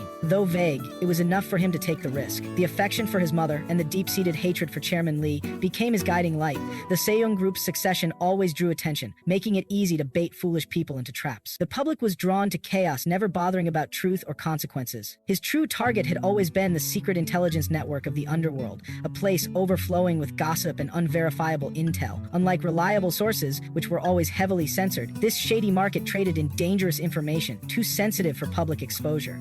Jung Wun knew that even doubtful intel could become a beacon for someone desperate enough. The only uncertainty was whether Dakyong's reach extended that far. In the present, Dakyong's location had been tracked, and Tae-woong arrived at the spot, only to be stunned at the sight of Jung Wun. But before he could react, Jung Wun's bodyguard blocked his path. Jung Wun approached, took his hand, and signaled urgency. There was no time to waste. The bodyguard restrained Tae-woong and pulled him away. Tae-woong shouted, trying to resist, calling out in desperation. His voice echoed, pleading, confused, and helpless. As his cries faded, the scene shifted to a memory from Jung Wun's past. He had once entered the principal's office at his school. The principal expressed concern about his frequent visits, asking him to consider the students and staff. Jung Wun simply inquired if there had been any suspicious activity, strangers lurking near the school, or even temporary workers like janitors. The principal, puzzled by his obsession with suspicious outsiders, admitted he didn't know about janitors or passersby. But there was one odd case. A student's enrollment had been delayed due to unclear identity, and the administrative office had flagged the file with multiple red flags. The principal had set it aside just in case. Jung Wun looked at the admission form and saw the name Lee Dakyong. The sight of that name stirred something deep inside him. She had seriously considered infiltrating the school as a student without even using an alias. The rest of the details were so carelessly filled that they would have been caught immediately. He couldn't believe her recklessness. If he didn't intervene now, the file would go up the chain and end in a full investigation. She had left him no room to pretend ignorance. He made the decision. He would have the principal approve Daekung's admission. The memories of her first day, their first conversation, and every interaction came rushing back to him. Back in the present, Jung Wun stood silently while his security staff tried to get his attention. His mind was elsewhere. The female agent continued speaking, but he barely registered it until she took off her wig. It was the same woman who had once worked with Minji at Glory Corps. She reminded him that the previous plan had been canceled due to delays. Now he would board the morning ship with her, disguised as logistics staff, heading toward Idea. She brought up something else. Word had spread that Jung Wun had met P4 face-to-face, and she requested details. Jung Wun studied her, asking whom she truly followed. Chairman Lee, the butler, or the NIS warning team leader? She clarified that she followed the team leader's orders, but once they disembarked, her duty as P7 of Glory Corps would take over. She would ensure his disguise and guide him to the ship. After that, her mission would end unless new orders came in, and in the absence of new directives, she would follow her father. Roswan looked at her life, bound to orders, no autonomy, serving others without question. He questioned how she endured such suffocation. She acknowledged the pain of living as a mere tool, belonging to no one, loyal without choice, prepared to die for the state. Jung Wun's voice softened. He envied her, not for her life, but for the clarity of her path. He turned inward. He remembered the morning rain, his mother's lifeless body lost to the waves, slipping from his grasp no matter how desperately he tried. All he had managed to hold onto was a small wallet, and even that had been taken. That moment shattered him. Somewhere inside, a faint hope had still lived. But when the wallet flew from his hands, even that hope vanished. That day, he had set out to kill Chairman Lee. His memories were fractured, his mind unstable.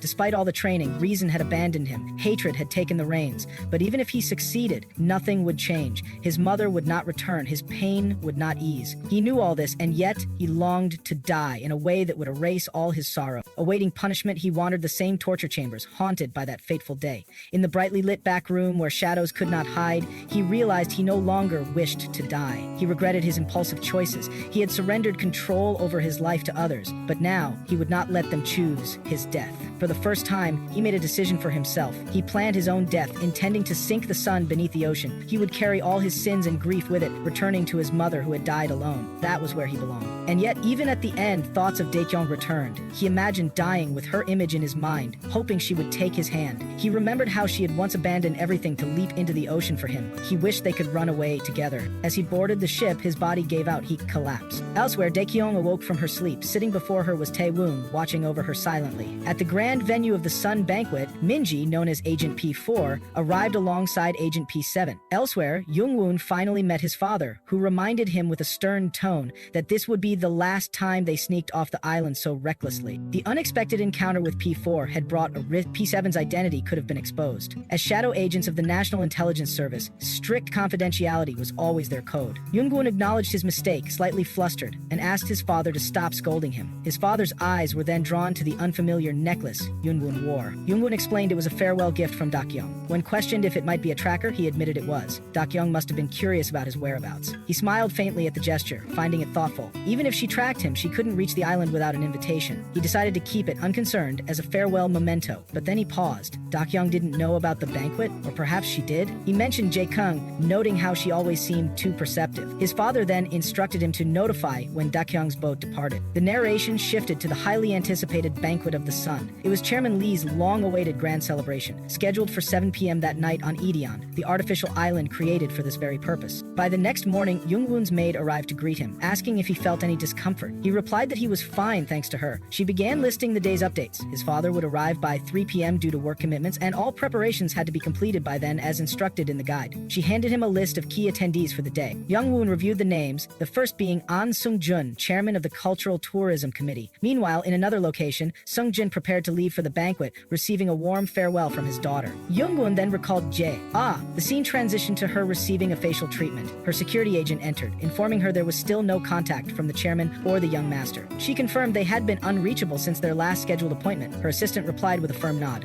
When she inquired about Jae-hyun's residence, the security team explained they couldn't approach further due to tight personal security. Back on the island, Jung Wun estimated about 200 guests would attend the banquet. Meanwhile, the butler spoke on the phone with P1 Sayong. P1 asked for a final confirmation, questioning if everything was fully prepared. The butler replied, reflecting silently. This banquet was not just a political spectacle for Sayong. It was a carefully coordinated operation involving the National Intelligence Service. Every detail had been planned for months. The likelihood of any major disruptions was low. Still, as he ended the call, unease lingered in his mind. Today could be the day Han Jung-won's old warnings became real. He recalled 2 years ago, after the death of Jung-won's biological mother, Han Se-won. In a burst of grief and rage, Jung-won had confronted Chairman Lee and had been locked away in the torture chamber for a long time. At the brink of death, he was brought before the chairman one last time. In that room, Jung-won had fought desperately, pleading for his life. The butler couldn't fully read his intentions then, but he had sensed something deeply unsettling. After his release, Jung-won underwent treatment and education. He lived peacefully among children, appearing calm and stable. But the butler, having once seen his true nature, never let his guard down. He had even advised Seong to expel the boy from the island. Following Seon's death, Jung-won's time on the island had been short. There was no logical way he could have planned anything. Still, instinct clashed with reason. The butler's unease grew, perhaps because Jung-won was behaving so strangely. Back at the villa, Jung Wun prepared for the banquet. He confirmed with his maid that the banquet invitation was ready. She nodded, handing over the uniquely printed card designed to prevent forgery.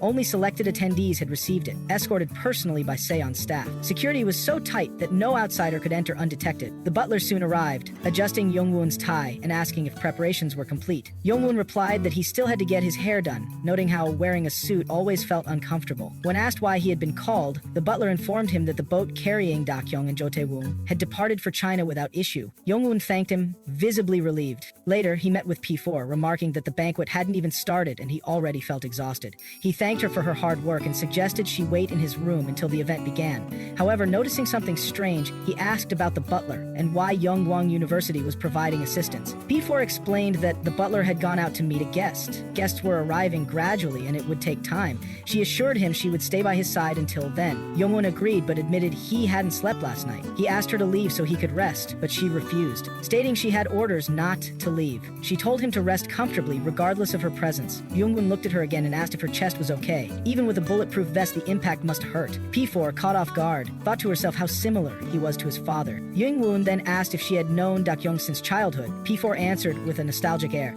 Dakyong had been a troublemaker. She never listened the first time, always did as she pleased, and never considered the consequences. Her unpredictability was constant. Jung-won muttered to himself, processing her words, then told her to leave. Left alone, he stared out the window, deep in thought. Chairman Lee's obsession with the sun had colored everything, from the company's logo to the staff brooches and even the shape of the island. It represented his twisted hunger for power. But today, Runwon intended to make that sun shine brighter than ever, before extinguishing it forever. This would be the day. Not far away, Lee Jaya approached Jung-won's location, her presence adding to the tense atmosphere. Jung-won's thoughts darkened. Corrupt figures from Sayong and agents from national institutions would all gather here tonight. It was the perfect stage for a grave. Amid the crowd, he would make his move. Explosives had already been planted and would detonate 5 minutes after the banquet began. At that moment, celebration would turn into horror. Whether the venue burned or sank into the sea, Lumwon was ready to perish with them. He thought of Dakyong. His name would never appear in any public list of the dead. No agency would admit to losing a child during a covert operation. His disappearance would be buried in silence. The Dakyong, he would simply vanish. Her pain would fade, and the torment haunting them both would finally end. Then, a voice called from behind. Turning around in surprise, Jung-won saw her. It was Dakyong, disguised as Jae-ah, walking toward him with intense eyes. Her thoughts raced. The student, the heir to Sayong, the son of the boss, the agent of the National Intelligence Service. He had too many identities, but standing before her now, the only undeniable truth, the one she hadn't wanted to accept, was clear. From the very beginning, it had always been him, the one who guided her into the world, the one she had vowed revenge against, the son of the man who had once saved her, and the first person to awaken love in her heart. At last, she greeted him softly. Jung Wun stood frozen, staring at her in stunned silence. The scene shifted into a flashback where Dakyong was seen speaking with Tae-woong. He told her about a discovery. He had confirmed that Jung Wun was going abroad. He had tracked the last recorded location of the necklace Jung Wun wore and compared it with a map. After a thorough comparison, he found only one possible route from that point. Chairman Lee's artificial island, known as Idea. That, he believed, was the only destination Jung Wun could be heading toward. Hearing this, Dakyong reacted with confusion and disbelief, repeating the words, Chairman Lee's artificial island? And wondering why Jung Wun would go there. That's when a memory resurfaced, something Jaya had mentioned earlier. Everything suddenly clicked in her mind. The mention of the son's banquet came flooding back, and with that realization, Dakyong hurriedly packed her bag and rushed out, determined to attend the banquet abroad. Tae-woong followed closely behind, trying to stop her. He reminded her of their difficulties during the previous escape to China, questioning if it was really okay for her to run away like this. He was visibly anxious, warning her about the dangers of getting involved with a foreign intelligence agency. Just then, Dakyong's phone rang. The caller ID was restricted. Suspicion and hesitation filled her mind. No one except Jaehyung should have her number. Despite Tae-woong's warning to ignore the call, she answered. On the other end, a calm voice introduced himself as Jung Won's guardian and the person in charge of the China departure. He informed her that he had just received a report from an agent at the scene. According to the report, she had fled just before the scheduled departure. He demanded to know what her plan was now. Dakyong immediately understood. This man was also with the National Intelligence Service. She asked directly if the son's banquet was being held in Idea. The agent hadn't provided her with any explanation, and she wondered if Han Jung-un's trip to Idea was related to that event. The man on the call didn't deny it, but then his tone darkened. He warned her that it was dangerous and urged her to hang up. Even so, he continued, hanging up wouldn't change anything. No matter where she went, he claimed he could find her if he wanted to. He told her not to believe she had the upper hand in this situation. Then he revealed something crucial. They didn't have much time. A month ago, Han Jung-un had requested him to move Dakyong to a North Korean defector protection facility in China. He had honored that request only because of a deal he made with Jung-un. Meanwhile, Jae-hyung remained worried about Dakyong. His concern was evident. Just then, he received a call from Tae-woong, asking for help regarding an urgent matter. Dakyong and Tae-woong soon arrived at Dakyong's home. As soon as they met, Jae-hyung asked what was going on. He was confused. He thought Dakyong had left the day before, but Dakyong didn't waste time. She asked him directly where his sister was, then got straight to the point. She needed to go to the son's banquet. Dakyong was stunned, unable to understand the sudden urgency. Tae-woong tried to mediate, suggesting they take things one step at a time. But Dakyong interrupted with the shocking truth. Han Jung-un was alive. Daehyung froze in disbelief. Taekyung repeated herself. Han Jung-un was alive. She didn't want to argue. There was no time for explanations. All she needed was confirmation that he was still alive. She told them she had met Han Jung-un the previous day. He had warned her that it would be their last meeting and said something big was about to happen. Then he sent her away, saying he would run as well. Dakyong reflected on her meeting with Han Jung-un the previous day. He had told her it would be their final meeting, warning that something significant was about to occur. He urged her to leave and stated he would escape as well. Jae-hyung and Tae-woong were caught off guard by this revelation. Neither knew what major event Jung-un was referring to, and Jae-hyung admitted this was the first time he had heard of it. Dakyong acknowledged that mystery but shifted to a more pressing matter. She had confirmed Jung-un's current location at Chairman Lee's artificial island banquet hall. She could not understand why he was there when he had claimed he was fleeing because of imminent danger. Jae-hyung immediately noted that the situation did not add up. Students were prohibited from attending such an event. The banquet was exclusively for individuals actively involved in politics or management, and only those aligned with the SA Group were allowed. With Emerald handling external affairs for SA Group, only Lee Jae-ah had been granted attendance from their side. For a student like Han Jung-un, unless he was Chairman Lee's son, the possibility stunned Dakyong. Jae-hyung reminded her of the boss he had once mentioned, the one who had taken in him and Jo Tyung. Han Jung-un was the son of that very person. Tae-woong struggled to process the revelation, still unable to believe it. Dakyong explained further. Jung-un, now 21, had grown up under the constant protection of the National Intelligence Service since childhood. He was neither a student, businessman, nor politician, which meant he could potentially be attending the banquet as a representative of a national agency. Daeyoung, uneasy, posed another possibility he disliked considering. He wondered if it was possible that the boss and Chairman Lee had once been married. Despite their years together, they knew almost nothing about the boss's past. They had only learned the boss was an NIS agent because of Jung Wun. Dakyong dismissed that theory. She reminded them of when she had extracted files from Kwon Dae-hyun's computer at the start of the semester. The orphanage director had indeed been the boss's husband and was Han Jung-won's biological father. She shifted the focus back to their immediate concern, demanding to know the banquet's start time and the details of the invitation, insisting she be allowed to meet Jaehyung's sister. Jaehyung addressed her directly, explaining that Lee Jae-ah would not be attending the banquet and would not be able to meet her. He revealed that just an hour earlier his father had summoned Jae-ah. A brief glimpse revealed Lee Jae-ah restrained by her father's men. Her anger flared as she hurled curses toward Jae-hyung. She accused him of hiding until now, only to reappear and cause her to be summoned. She demanded to know what he had told the old man the day before to trigger her current situation. Her fury intensified as she blamed him for deliberately ruining her position on the day of the banquet. She questioned whether he could handle the fallout after she finished her meeting. Back in the present, Taeyong demanded clarity on the sudden developments. Jaehyung explained that the previous evening's dinner with his father had been complicated. He confirmed that what he had said to his father had worked as intended. Taeyong pressed him, asking if he had confessed about the succession fight, but Jaehyung clarified that it had not escalated that far. He said there was no time to explain everything, but his father had deemed it necessary to summon Lee Jae-ah, which had effectively prevented her from attending the banquet. Taeyong accepted the explanation reluctantly, deciding to hear the details later. He then turned to Dakyong, acknowledging that their plan to access the banquet through Jaehyung's sister was now useless. Dakyong, however, stated that this outcome was better. She requested to use Jaehyung's sister's identity temporarily. The ship carrying Lee Dakyong and Jo Taeyong had already departed without issues. Meanwhile, Jung Wun allowed himself a moment of relief, telling the butler he could finally relax. The butler assured him he would escort him to his next destination, and Jung Wun expressed his gratitude. The butler's mind drifted back to a recent phone conversation with Dakyong. She had been frustrated when he told her she could not attend the banquet. He had explained that only individuals close to Chairman Lee were allowed entry, and every attendee required a specially printed identity-coded invitation. All staff, except for designated guides, had already arrived on the island, making it impossible to forge or deceive their way in. Dakyong had suggested leveraging someone she knew who was attending, referring to Emerald's Lee Jae-ah, and proposed entering as that person's security detail. The butler had rejected the idea, clarifying that escorting attendees was strictly the job of SA Group's employees, specifically the guides he had mentioned. When Dakyong demanded to know his alternative, the butler had revealed his plan. He intended to make Han Jung-un believe she was present at the banquet, though only for his perception, and for that, he needed her cooperation. Dakyong refused, choosing to handle the matter on her own. The butler cautioned her against reckless action, warning that any trouble would result in her and her companions being executed immediately. Dakyong dismissed the warning, declaring that she had been prepared for such risks since abandoning plans to evacuate to China. She now understood why Han Jung-un had endured such a suffocating life. Privately, the butler reflected on the situation. He had thought exploiting Jung-won's weakness to secure insurance had been a reasonable decision, but events had grown far beyond his control. If circumstances continued in this direction, he would be forced to execute them. It posed no problem, as Jung Wun would not know their whereabouts anymore. The scene shifted to Dakyong as she prepared for the banquet, selecting her outfit in secret.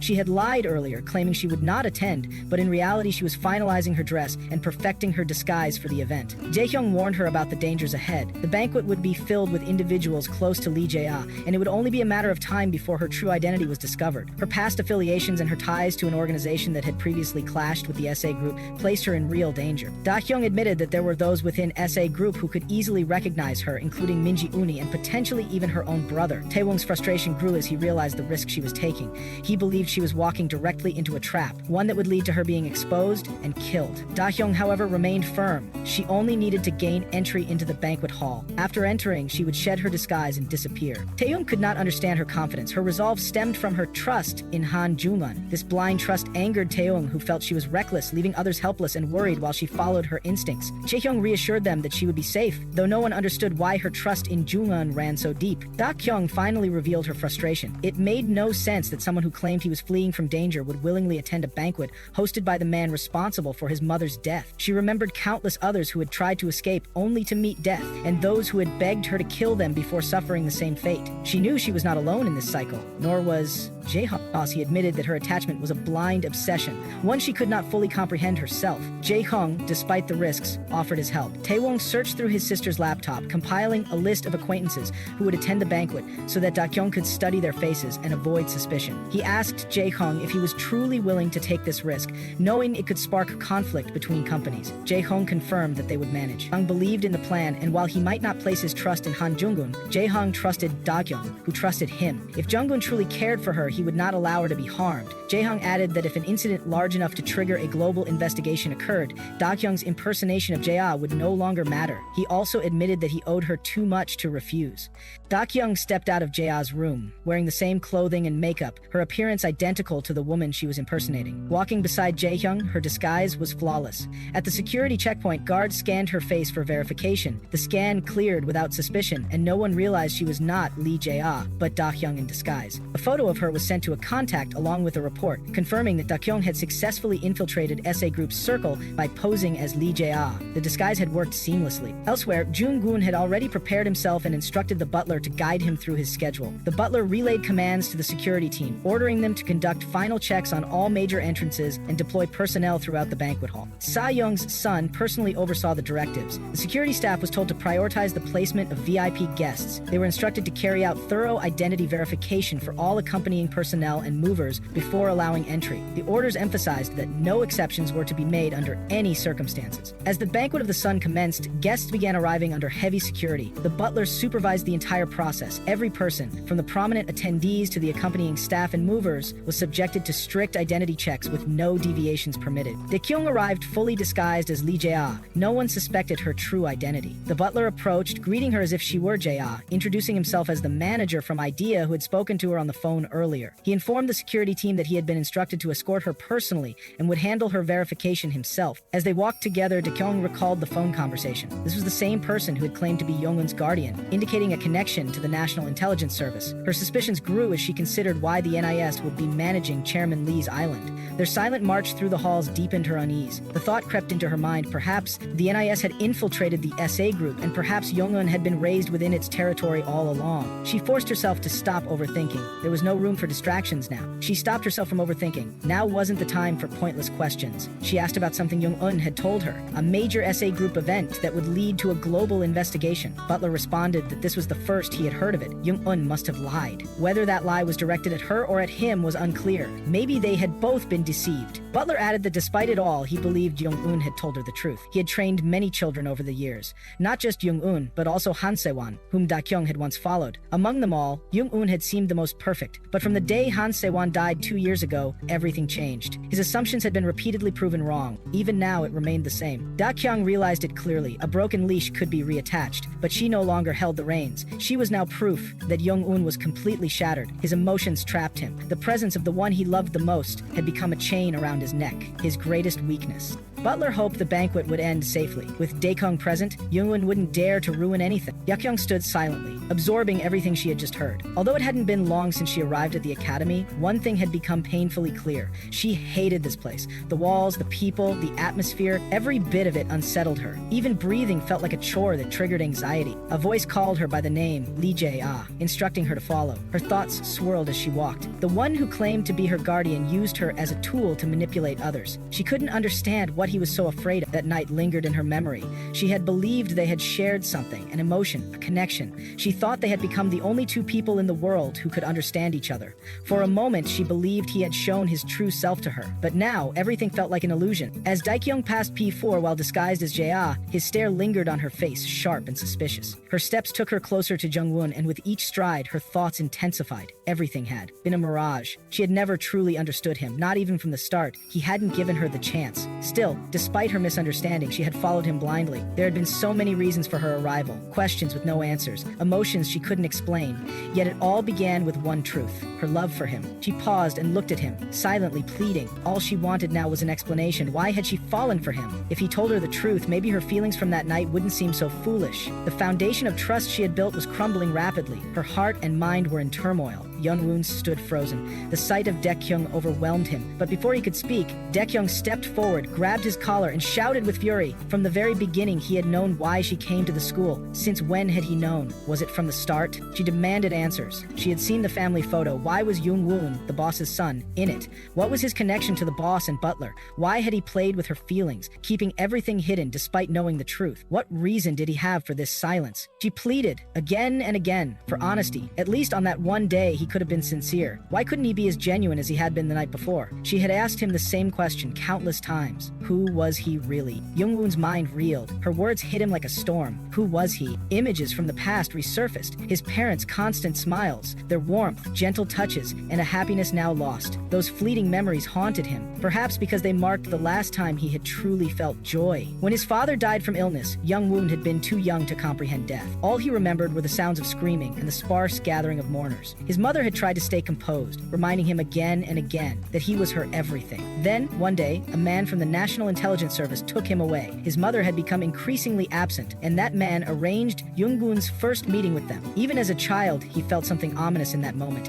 He knew something was wrong, something neither he nor his mother could fully grasp. When he first saw Butler, he realized his fears were justified. Elsewhere, Sa-young was seen discussing Jung Wun. His gaze had been fixed on the boy since childhood. When Jung Wun's mother learned the truth, that they intended to use him, her fury erupted. She fought them, refusing to let her child be turned into a tool. One of the men coldly reminded her that she had never been allowed to raise the child in the first place. They had already shown leniency by ignoring that she had given birth to him without upper authorization. Angered beyond measure, Jung Wun's mother retired from the company and made a solemn vow. One day she would return and take Jung Wun back. And so, that's how Jung Wun said goodbye to his mother. The scene shifted to their very first meeting. Jung Wun, still a baby, faced Butler. Butler asked if he knew why he was there. Baby, Jung Wun innocently answered that he had come to take an exam. Butler affirmed his answer. It was then that Jung Wun first heard them speak in another language. Unlike the other children, he wasn't allowed to participate in the usual activities. He was isolated, and all he was given were books. He didn't like it, but he had no choice. He had to obey. He needed to understand the situation he had been forced into. His mother's life and death depended on his worth. Though the sadness and fear were overwhelming, he didn't even understand why he felt that way. That exam was to determine his qualifications to become the successor of So-young. One morning, fate arrived without warning. Jung Wun had no choice but to accept it. He had to survive. Watching to see what they want, beyond just corporate management, I immersed myself in the structure to become the ideal that Chairman Lee hoped for. Later, Jung Wun was seen speaking with Sa-young and his son. If So-young could become number one, they would be able to control the country directly. Sa-young's son felt they had already interfered enough and warned against taking more risks. But Jung Wun saw things differently. It wasn't just business. This was politics. The two realms had merged, forming an immense network. If they tore that network apart, they could take down both power and influence in one move. They asked how, Jung Wun explained. Instead of launching a direct assault on Emerald, they should use the very foundation it was built on to form a more efficient system. Controlling political channels would slowly force Emerald out of business. Sa-young hesitated for a moment, then agreed. He wanted to hear more. Jung Wun had officially become the primary candidate to succeed the Sa-young group. Soon after, he was seen riding in a car with the butler. As the butler drove, he expressed his admiration for Jung Wun's decision, praising it as perfect, not just in theory but also in practical execution. He spoke of the importance of having backups for variables,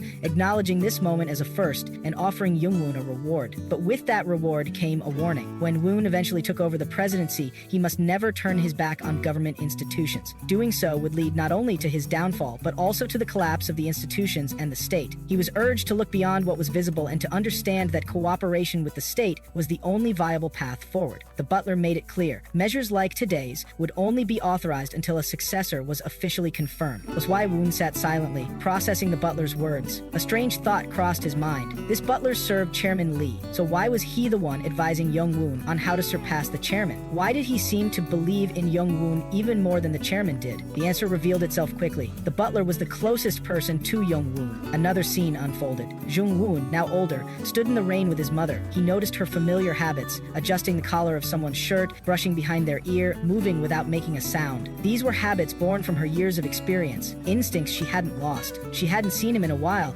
yet remained curious about these details. Later, Jung Wun painted alone, deep in thought. A realization surfaced. The butler wasn't just a loyal servant to the Sa-young group or its president. He was most likely an undercover agent of the National Intelligence Service, part of the same network his mother once belonged to. Jung Wun had not merely been raised as the next heir of Sa-young. There was a deeper reason behind it all. Why would a government agent go to such extremes? Jung Wun formed a hypothesis. The government, recognizing its inability to control Chairman Lee or the Sa-young group directly, had chosen to invest in the future. The NIS had interfered in the successor selection process by planting an agent within the deepest inner circle of the group. They introduced a child, an impressionable candidate to be groomed from the ground up. The chairman had insisted on raising an heir himself, one whose mind was still unshaped. The butler's role became clear. He was sent to influence the children's education, find those most vulnerable, monitor them, and begin the slow process of brainwashing. The plan was absurd on paper, nearly impossible. To become the chairman's favorite while simultaneously obeying secret orders from the NIS seemed contradictory. Yet, there existed one person capable of achieving this contradiction, Jung Wun himself. By becoming Chairman Lee's trusted successor and inheriting control over Saiyong, Jung Wun would also secretly serve the National Intelligence Service. His purpose was to uncover the group's darkest secrets and deliver control to the agency, a puppet chairman. This was his fate, not the life he had wished for, but the one he had accepted. And so, he lived without ever being himself. Then, a memory returned, his mother's voice reminding him to protect himself. The world had forced him to live a life not of his choosing, given him a name that wasn't truly his, and tried to erase his real self. But one truth remained, his blood. He was her son, Han Jung-won. She had been the only one who ever allowed him to exist as himself. Her promise echoed she would bring him back, no matter how long it took. To Jung Wun, her memory was always a symbol of hope, but it had all been fleeting. He wondered what he had truly been holding on to. Perhaps in some way he felt relief, with no reason left to cling to a false identity, to endure endless pain and live someone else's life. He reached a breaking point. The day the world called him a fake, he would end it all. He remembered another moment. Dakyong had kept asking him who he really was. Jung Wun had repeatedly stated his full name, frustrating her. In that moment, Jung Wun saw himself in her. He too had only wanted to be remembered. The present returned. Dakyong had her hand tightly wrapped around Jung Wun's throat. He gripped her hand and calmly acknowledged everything. The successor to the Saiyong group, the adopted son of President Lee, the one she had so desperately wanted to kill. It was all him. She had come all this way from school to end his life. But this was goodbye. Dakyong asked if this truly was his answer. Rosewai didn't waver. She had seen everything for herself. He admitted he had lied to her from the start. He only wanted to meet the person his mother had once cherished. He wanted to live a single, normal day with her, knowing that this moment would come. His mother had started the organization out of a desperate wish to bring him back after he was kidnapped. But now, his mother was dead. Every member of the organization that Dakyong once believed was her family had perished, all because of him. He was her misfortune. That was why she had come for him, leaving behind everyone and her own future. This was the truth she had been searching for. And now that she knew, Jung Wun slowly released her hand from his throat and began to walk away. She knew who he was now. What would she do with that knowledge? He warned her gently. He couldn't run away with her. There was nowhere left for him to run but heaven. He didn't know about her plans, but Dakyong declared her own. She would go back to the beginning. She asked if he was planning to kill her. Rodyong denied it. She would never be able to kill or spare him. He was both her enemy's son and her savior. There was nothing she could do except leave. In the next moment, the butler was seen making a phone call. His cryptic words floated through the line. Jump into the sea, hang from the stern of a ship. His questions weren't over yet, but the person on the other end cut him off, saying they had no time. He suggested jumping from the back terrace. Frustrated, the voice yelled for silence. The butler then contacted a patrol unit, instructing them to investigate IDEA's facilities. The officer asked for clarification. Back in the confrontation, Jung Wun kept urging Dakyong to leave, but she shouted in rage, refusing. If leaving had been so easy, she would have done it long ago. She accused him of trying to end everything by himself. She cursed. Kidnapped by Chairman Lee, raised as his successor, she demanded to know who Jung Wun truly was. What was he planning to do today? Why was the butler taking advantage of him? She believed he knew everything, and she pleaded for answers. She called his name, Han Jung-won. Then, Jung Wun drank something and kissed her. Through that kiss, he passed medicine into her mouth. He pinned her down gently, covering her mouth and choking her just enough to subdue her, laying her down carefully. He whispered this was the worst ending his actions had ever led to. He asked for forgiveness. Jung Wun had given her only a sleeping pill and a tranquilizer.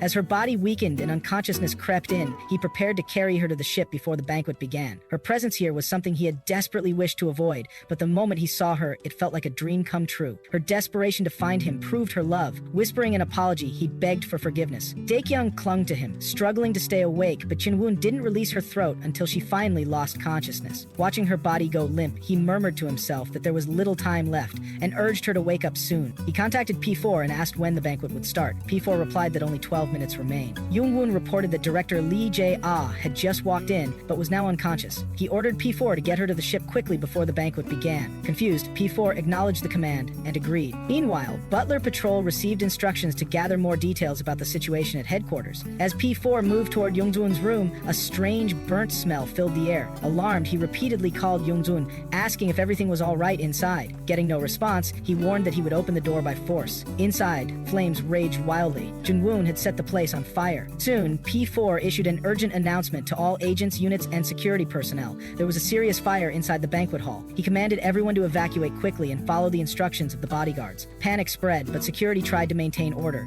VIPs were escorted away while the top floor security was instructed to report the situation. As chaos unfolded, darkness began to rise, holding a liquor bottle. She hurled it into the fire, intensifying the blaze. She cursed loudly, condemning Jung Wun's answer. Seeing her actions, Jung Wun stood, stunned. Dakyong, unfazed by the fire, accused him of planning to die. She told him to do as he pleased, as nothing he planned on this island mattered anymore. She admitted she couldn't stop him, and revealed that her only plan was to be with him. She declared her intent to die beside him that night. Jung Wun raised his hand to his head, overwhelmed, admitting to himself that there was no way he could win against her. Elsewhere, P1 demanded to know the extent and exact location of the fire. An agent responded, stating they were still confirming the details, and instructed that the alarm be shut off immediately. Someone reminded him how long the president had waited for this day and insisted the banquet continue. But another voice opposed, demanding immediate evacuation, warning it wasn't just a fire. Back in the burning hall, Dakyong faced Jung Wun, declaring it all a waste of time. From the moment she entered, she was prepared to die with him.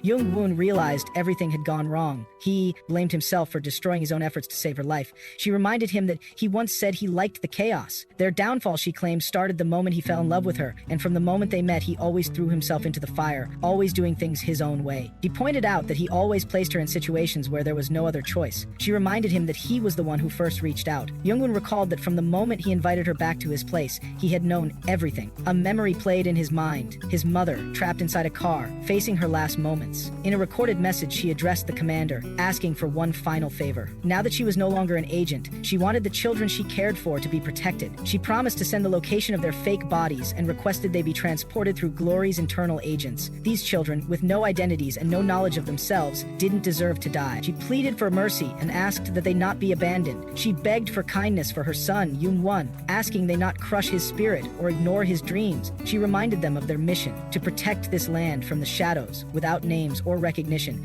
and to shine a light on injustice. Even in death, their mission was eternal. As Lun and Dakyong tried to reach his mother through different paths, they were too late. The butler, listening to her last message, saluted solemnly. Jung Wun reflected that his mother must have known how shattered he would be if he lost the only thing that gave his life meaning. She had the courage to save Dakyong, leaving Jung Wun with a fragile will to live. Perhaps she wanted him to continue living, even in pain. In the end, Dakyong had become the life his mother had left behind for him. Leon Wun told her she would never understand how it felt to think she had given up, or the torment of almost killing her himself. She replied that he would never understand the burden she carried, always clinging to his last words. Leon Wun realized they had been bound by fate from the start, endlessly searching for each other, and that search had saved them both. Dakyong reminded him that her boss and colleagues had died to protect him. She asked how he could let all of that go to waste. They had always stopped each other from dying. She said the president would never forgive her, yet she was still here, ready to die with him. For Jo Tae-woong and Lee Jae-hyung, she asked what more could she do. She admitted she knew well that the desire to die couldn't be changed by others. Still, she called him a fool for fighting so hard just to die alone. She hated him so much she wanted to kill him, but since it was their final moment, she let it go. She spoke of words her boss once said,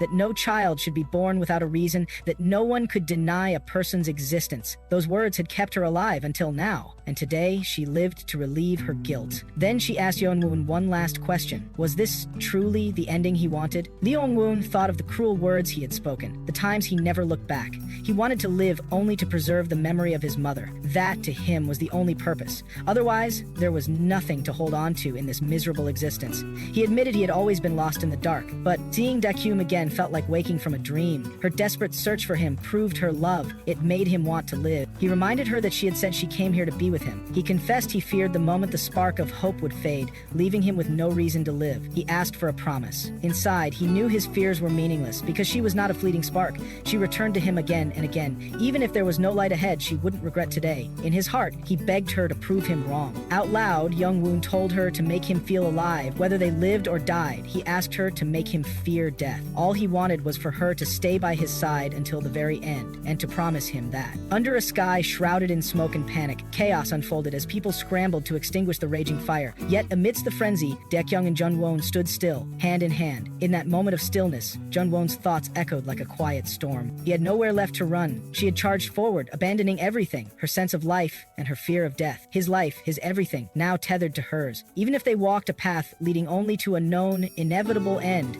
And even if the end held no light, only eternal darkness, they would still press forward together. With that resolve, the two of them leapt down from the ledge. Elsewhere, P1 urgently briefed the team. 3 helicopters were ready for immediate departure, each with a capacity for 18 people. Seats had already been secured for the president and the young master. He instructed everyone to maintain the chain of command in this emergency. Idea would be destroyed in just 10 minutes, and the magnitude of the explosion was still unknown. They were to get as far away from the island as possible. Team 1 was ordered to secure the helicopter, and if waiting time exceeded, they were to force departure. The president and young master were the top priority. They were to be escorted without delay. In case of unforeseen complications, the entire security team would be alerted to guarantee the master's safe return. The situation was driving him to the brink of madness. Team 2 was tasked with securing the sea route and ensuring VIPs boarded first. Team 3 was to block the rear. Once the path cleared, they were to report the final retreat and proceed immediately. As special guests boarded helicopters and others ran for safety, a countdown began. An agent monitored the time: 3 seconds, 2 seconds, 1 second, leaving 11 minutes and 58 seconds before impact. Running amid the confusion, Sa-young's wife voiced her fury. She demanded to know how the explosives had made it in, why it happened today, and how her repeated warnings had been ignored. She shouted in disbelief, furious and overwhelmed. Given the unknown extent of the damage, the impossibility of repairing it, and the urgency of the situation, evacuation remained the only option. In despair, she cursed whoever was responsible. P1 addressed her as mother, explaining that they still lacked critical information. However, it was clear the explosives had been planted inside the structure. The perpetrator had bypassed security, suggesting insider knowledge and a personal vendetta. When she repeated in disbelief, "An insider?" P1 assured her they would investigate everything as soon as evacuation was complete. They were leaving now, but she wasn't finished. She demanded to know what would happen to Idea, to the special guests, and to their new son. At that, P1, now burning with frustration, ordered her to stop talking. Meanwhile, Sa-young's family had boarded a helicopter. Everything was under control. The back left entrance remained open for last-minute boarding. Passengers were urged to jump in. A voice helped her secure the seatbelt. They asked where the master was. The security team was escorting him to a different helicopter. All seats were now occupied. The pilot confirmed preparations for takeoff with 7 minutes left before the explosion. Time was running out. P1 turned to the butler, reminding him that he had assured them nothing was wrong with Idea. They would hold him accountable. The butler remained silent. Elsewhere, Jung Wun carried Dakyong in his arms, sprinting through smoke and debris.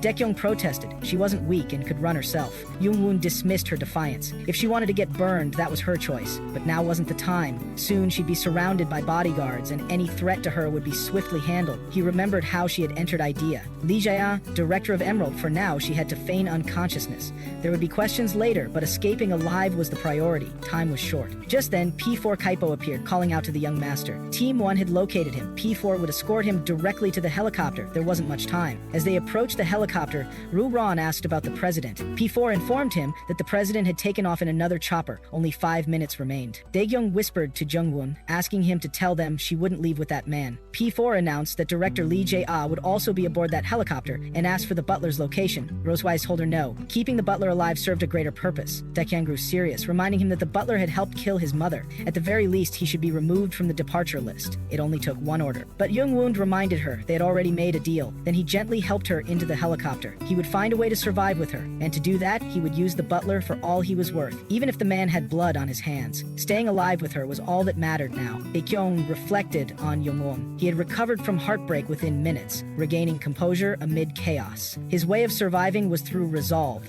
Despite being trapped on an island surrounded by an ocean of fear and haunted by the faces of his mother's killers. And in that, she finally understood what it meant for him to live. The helicopter took off. The butler boarded alongside them. P4 reported in. The VIPs had boarded and an emergency takeoff was underway. The master was safe. 4 people were aboard, the butler and director Lee Jae-ah among them. Dakyong remained silent. She was the one disguised as director Lee Jae-ah. As the countdown continued, 23 seconds, 22 seconds, warnings were issued not to open windows until safely away from the explosion site. But Jung Wun stood at the edge with Dakyong, dangerously close to the blast zone. She asked what he was doing. He had once been questioned about his intentions. Now he wanted her to witness it with him. The beginning of the banquet of the sun, the collapse of Idea. According to Mate, humans came from the world of ideas, and the mind remembered that place. President Lee's goal had been to bring Idea into the world by creating a perfect human. His utopia, his laboratory for the perfection of human nature, had consumed countless children's lives. Jung Wun had been raised there, molded into the successor the president dreamed of. He admitted it was because of his natural abilities, being the illegitimate child of a black agent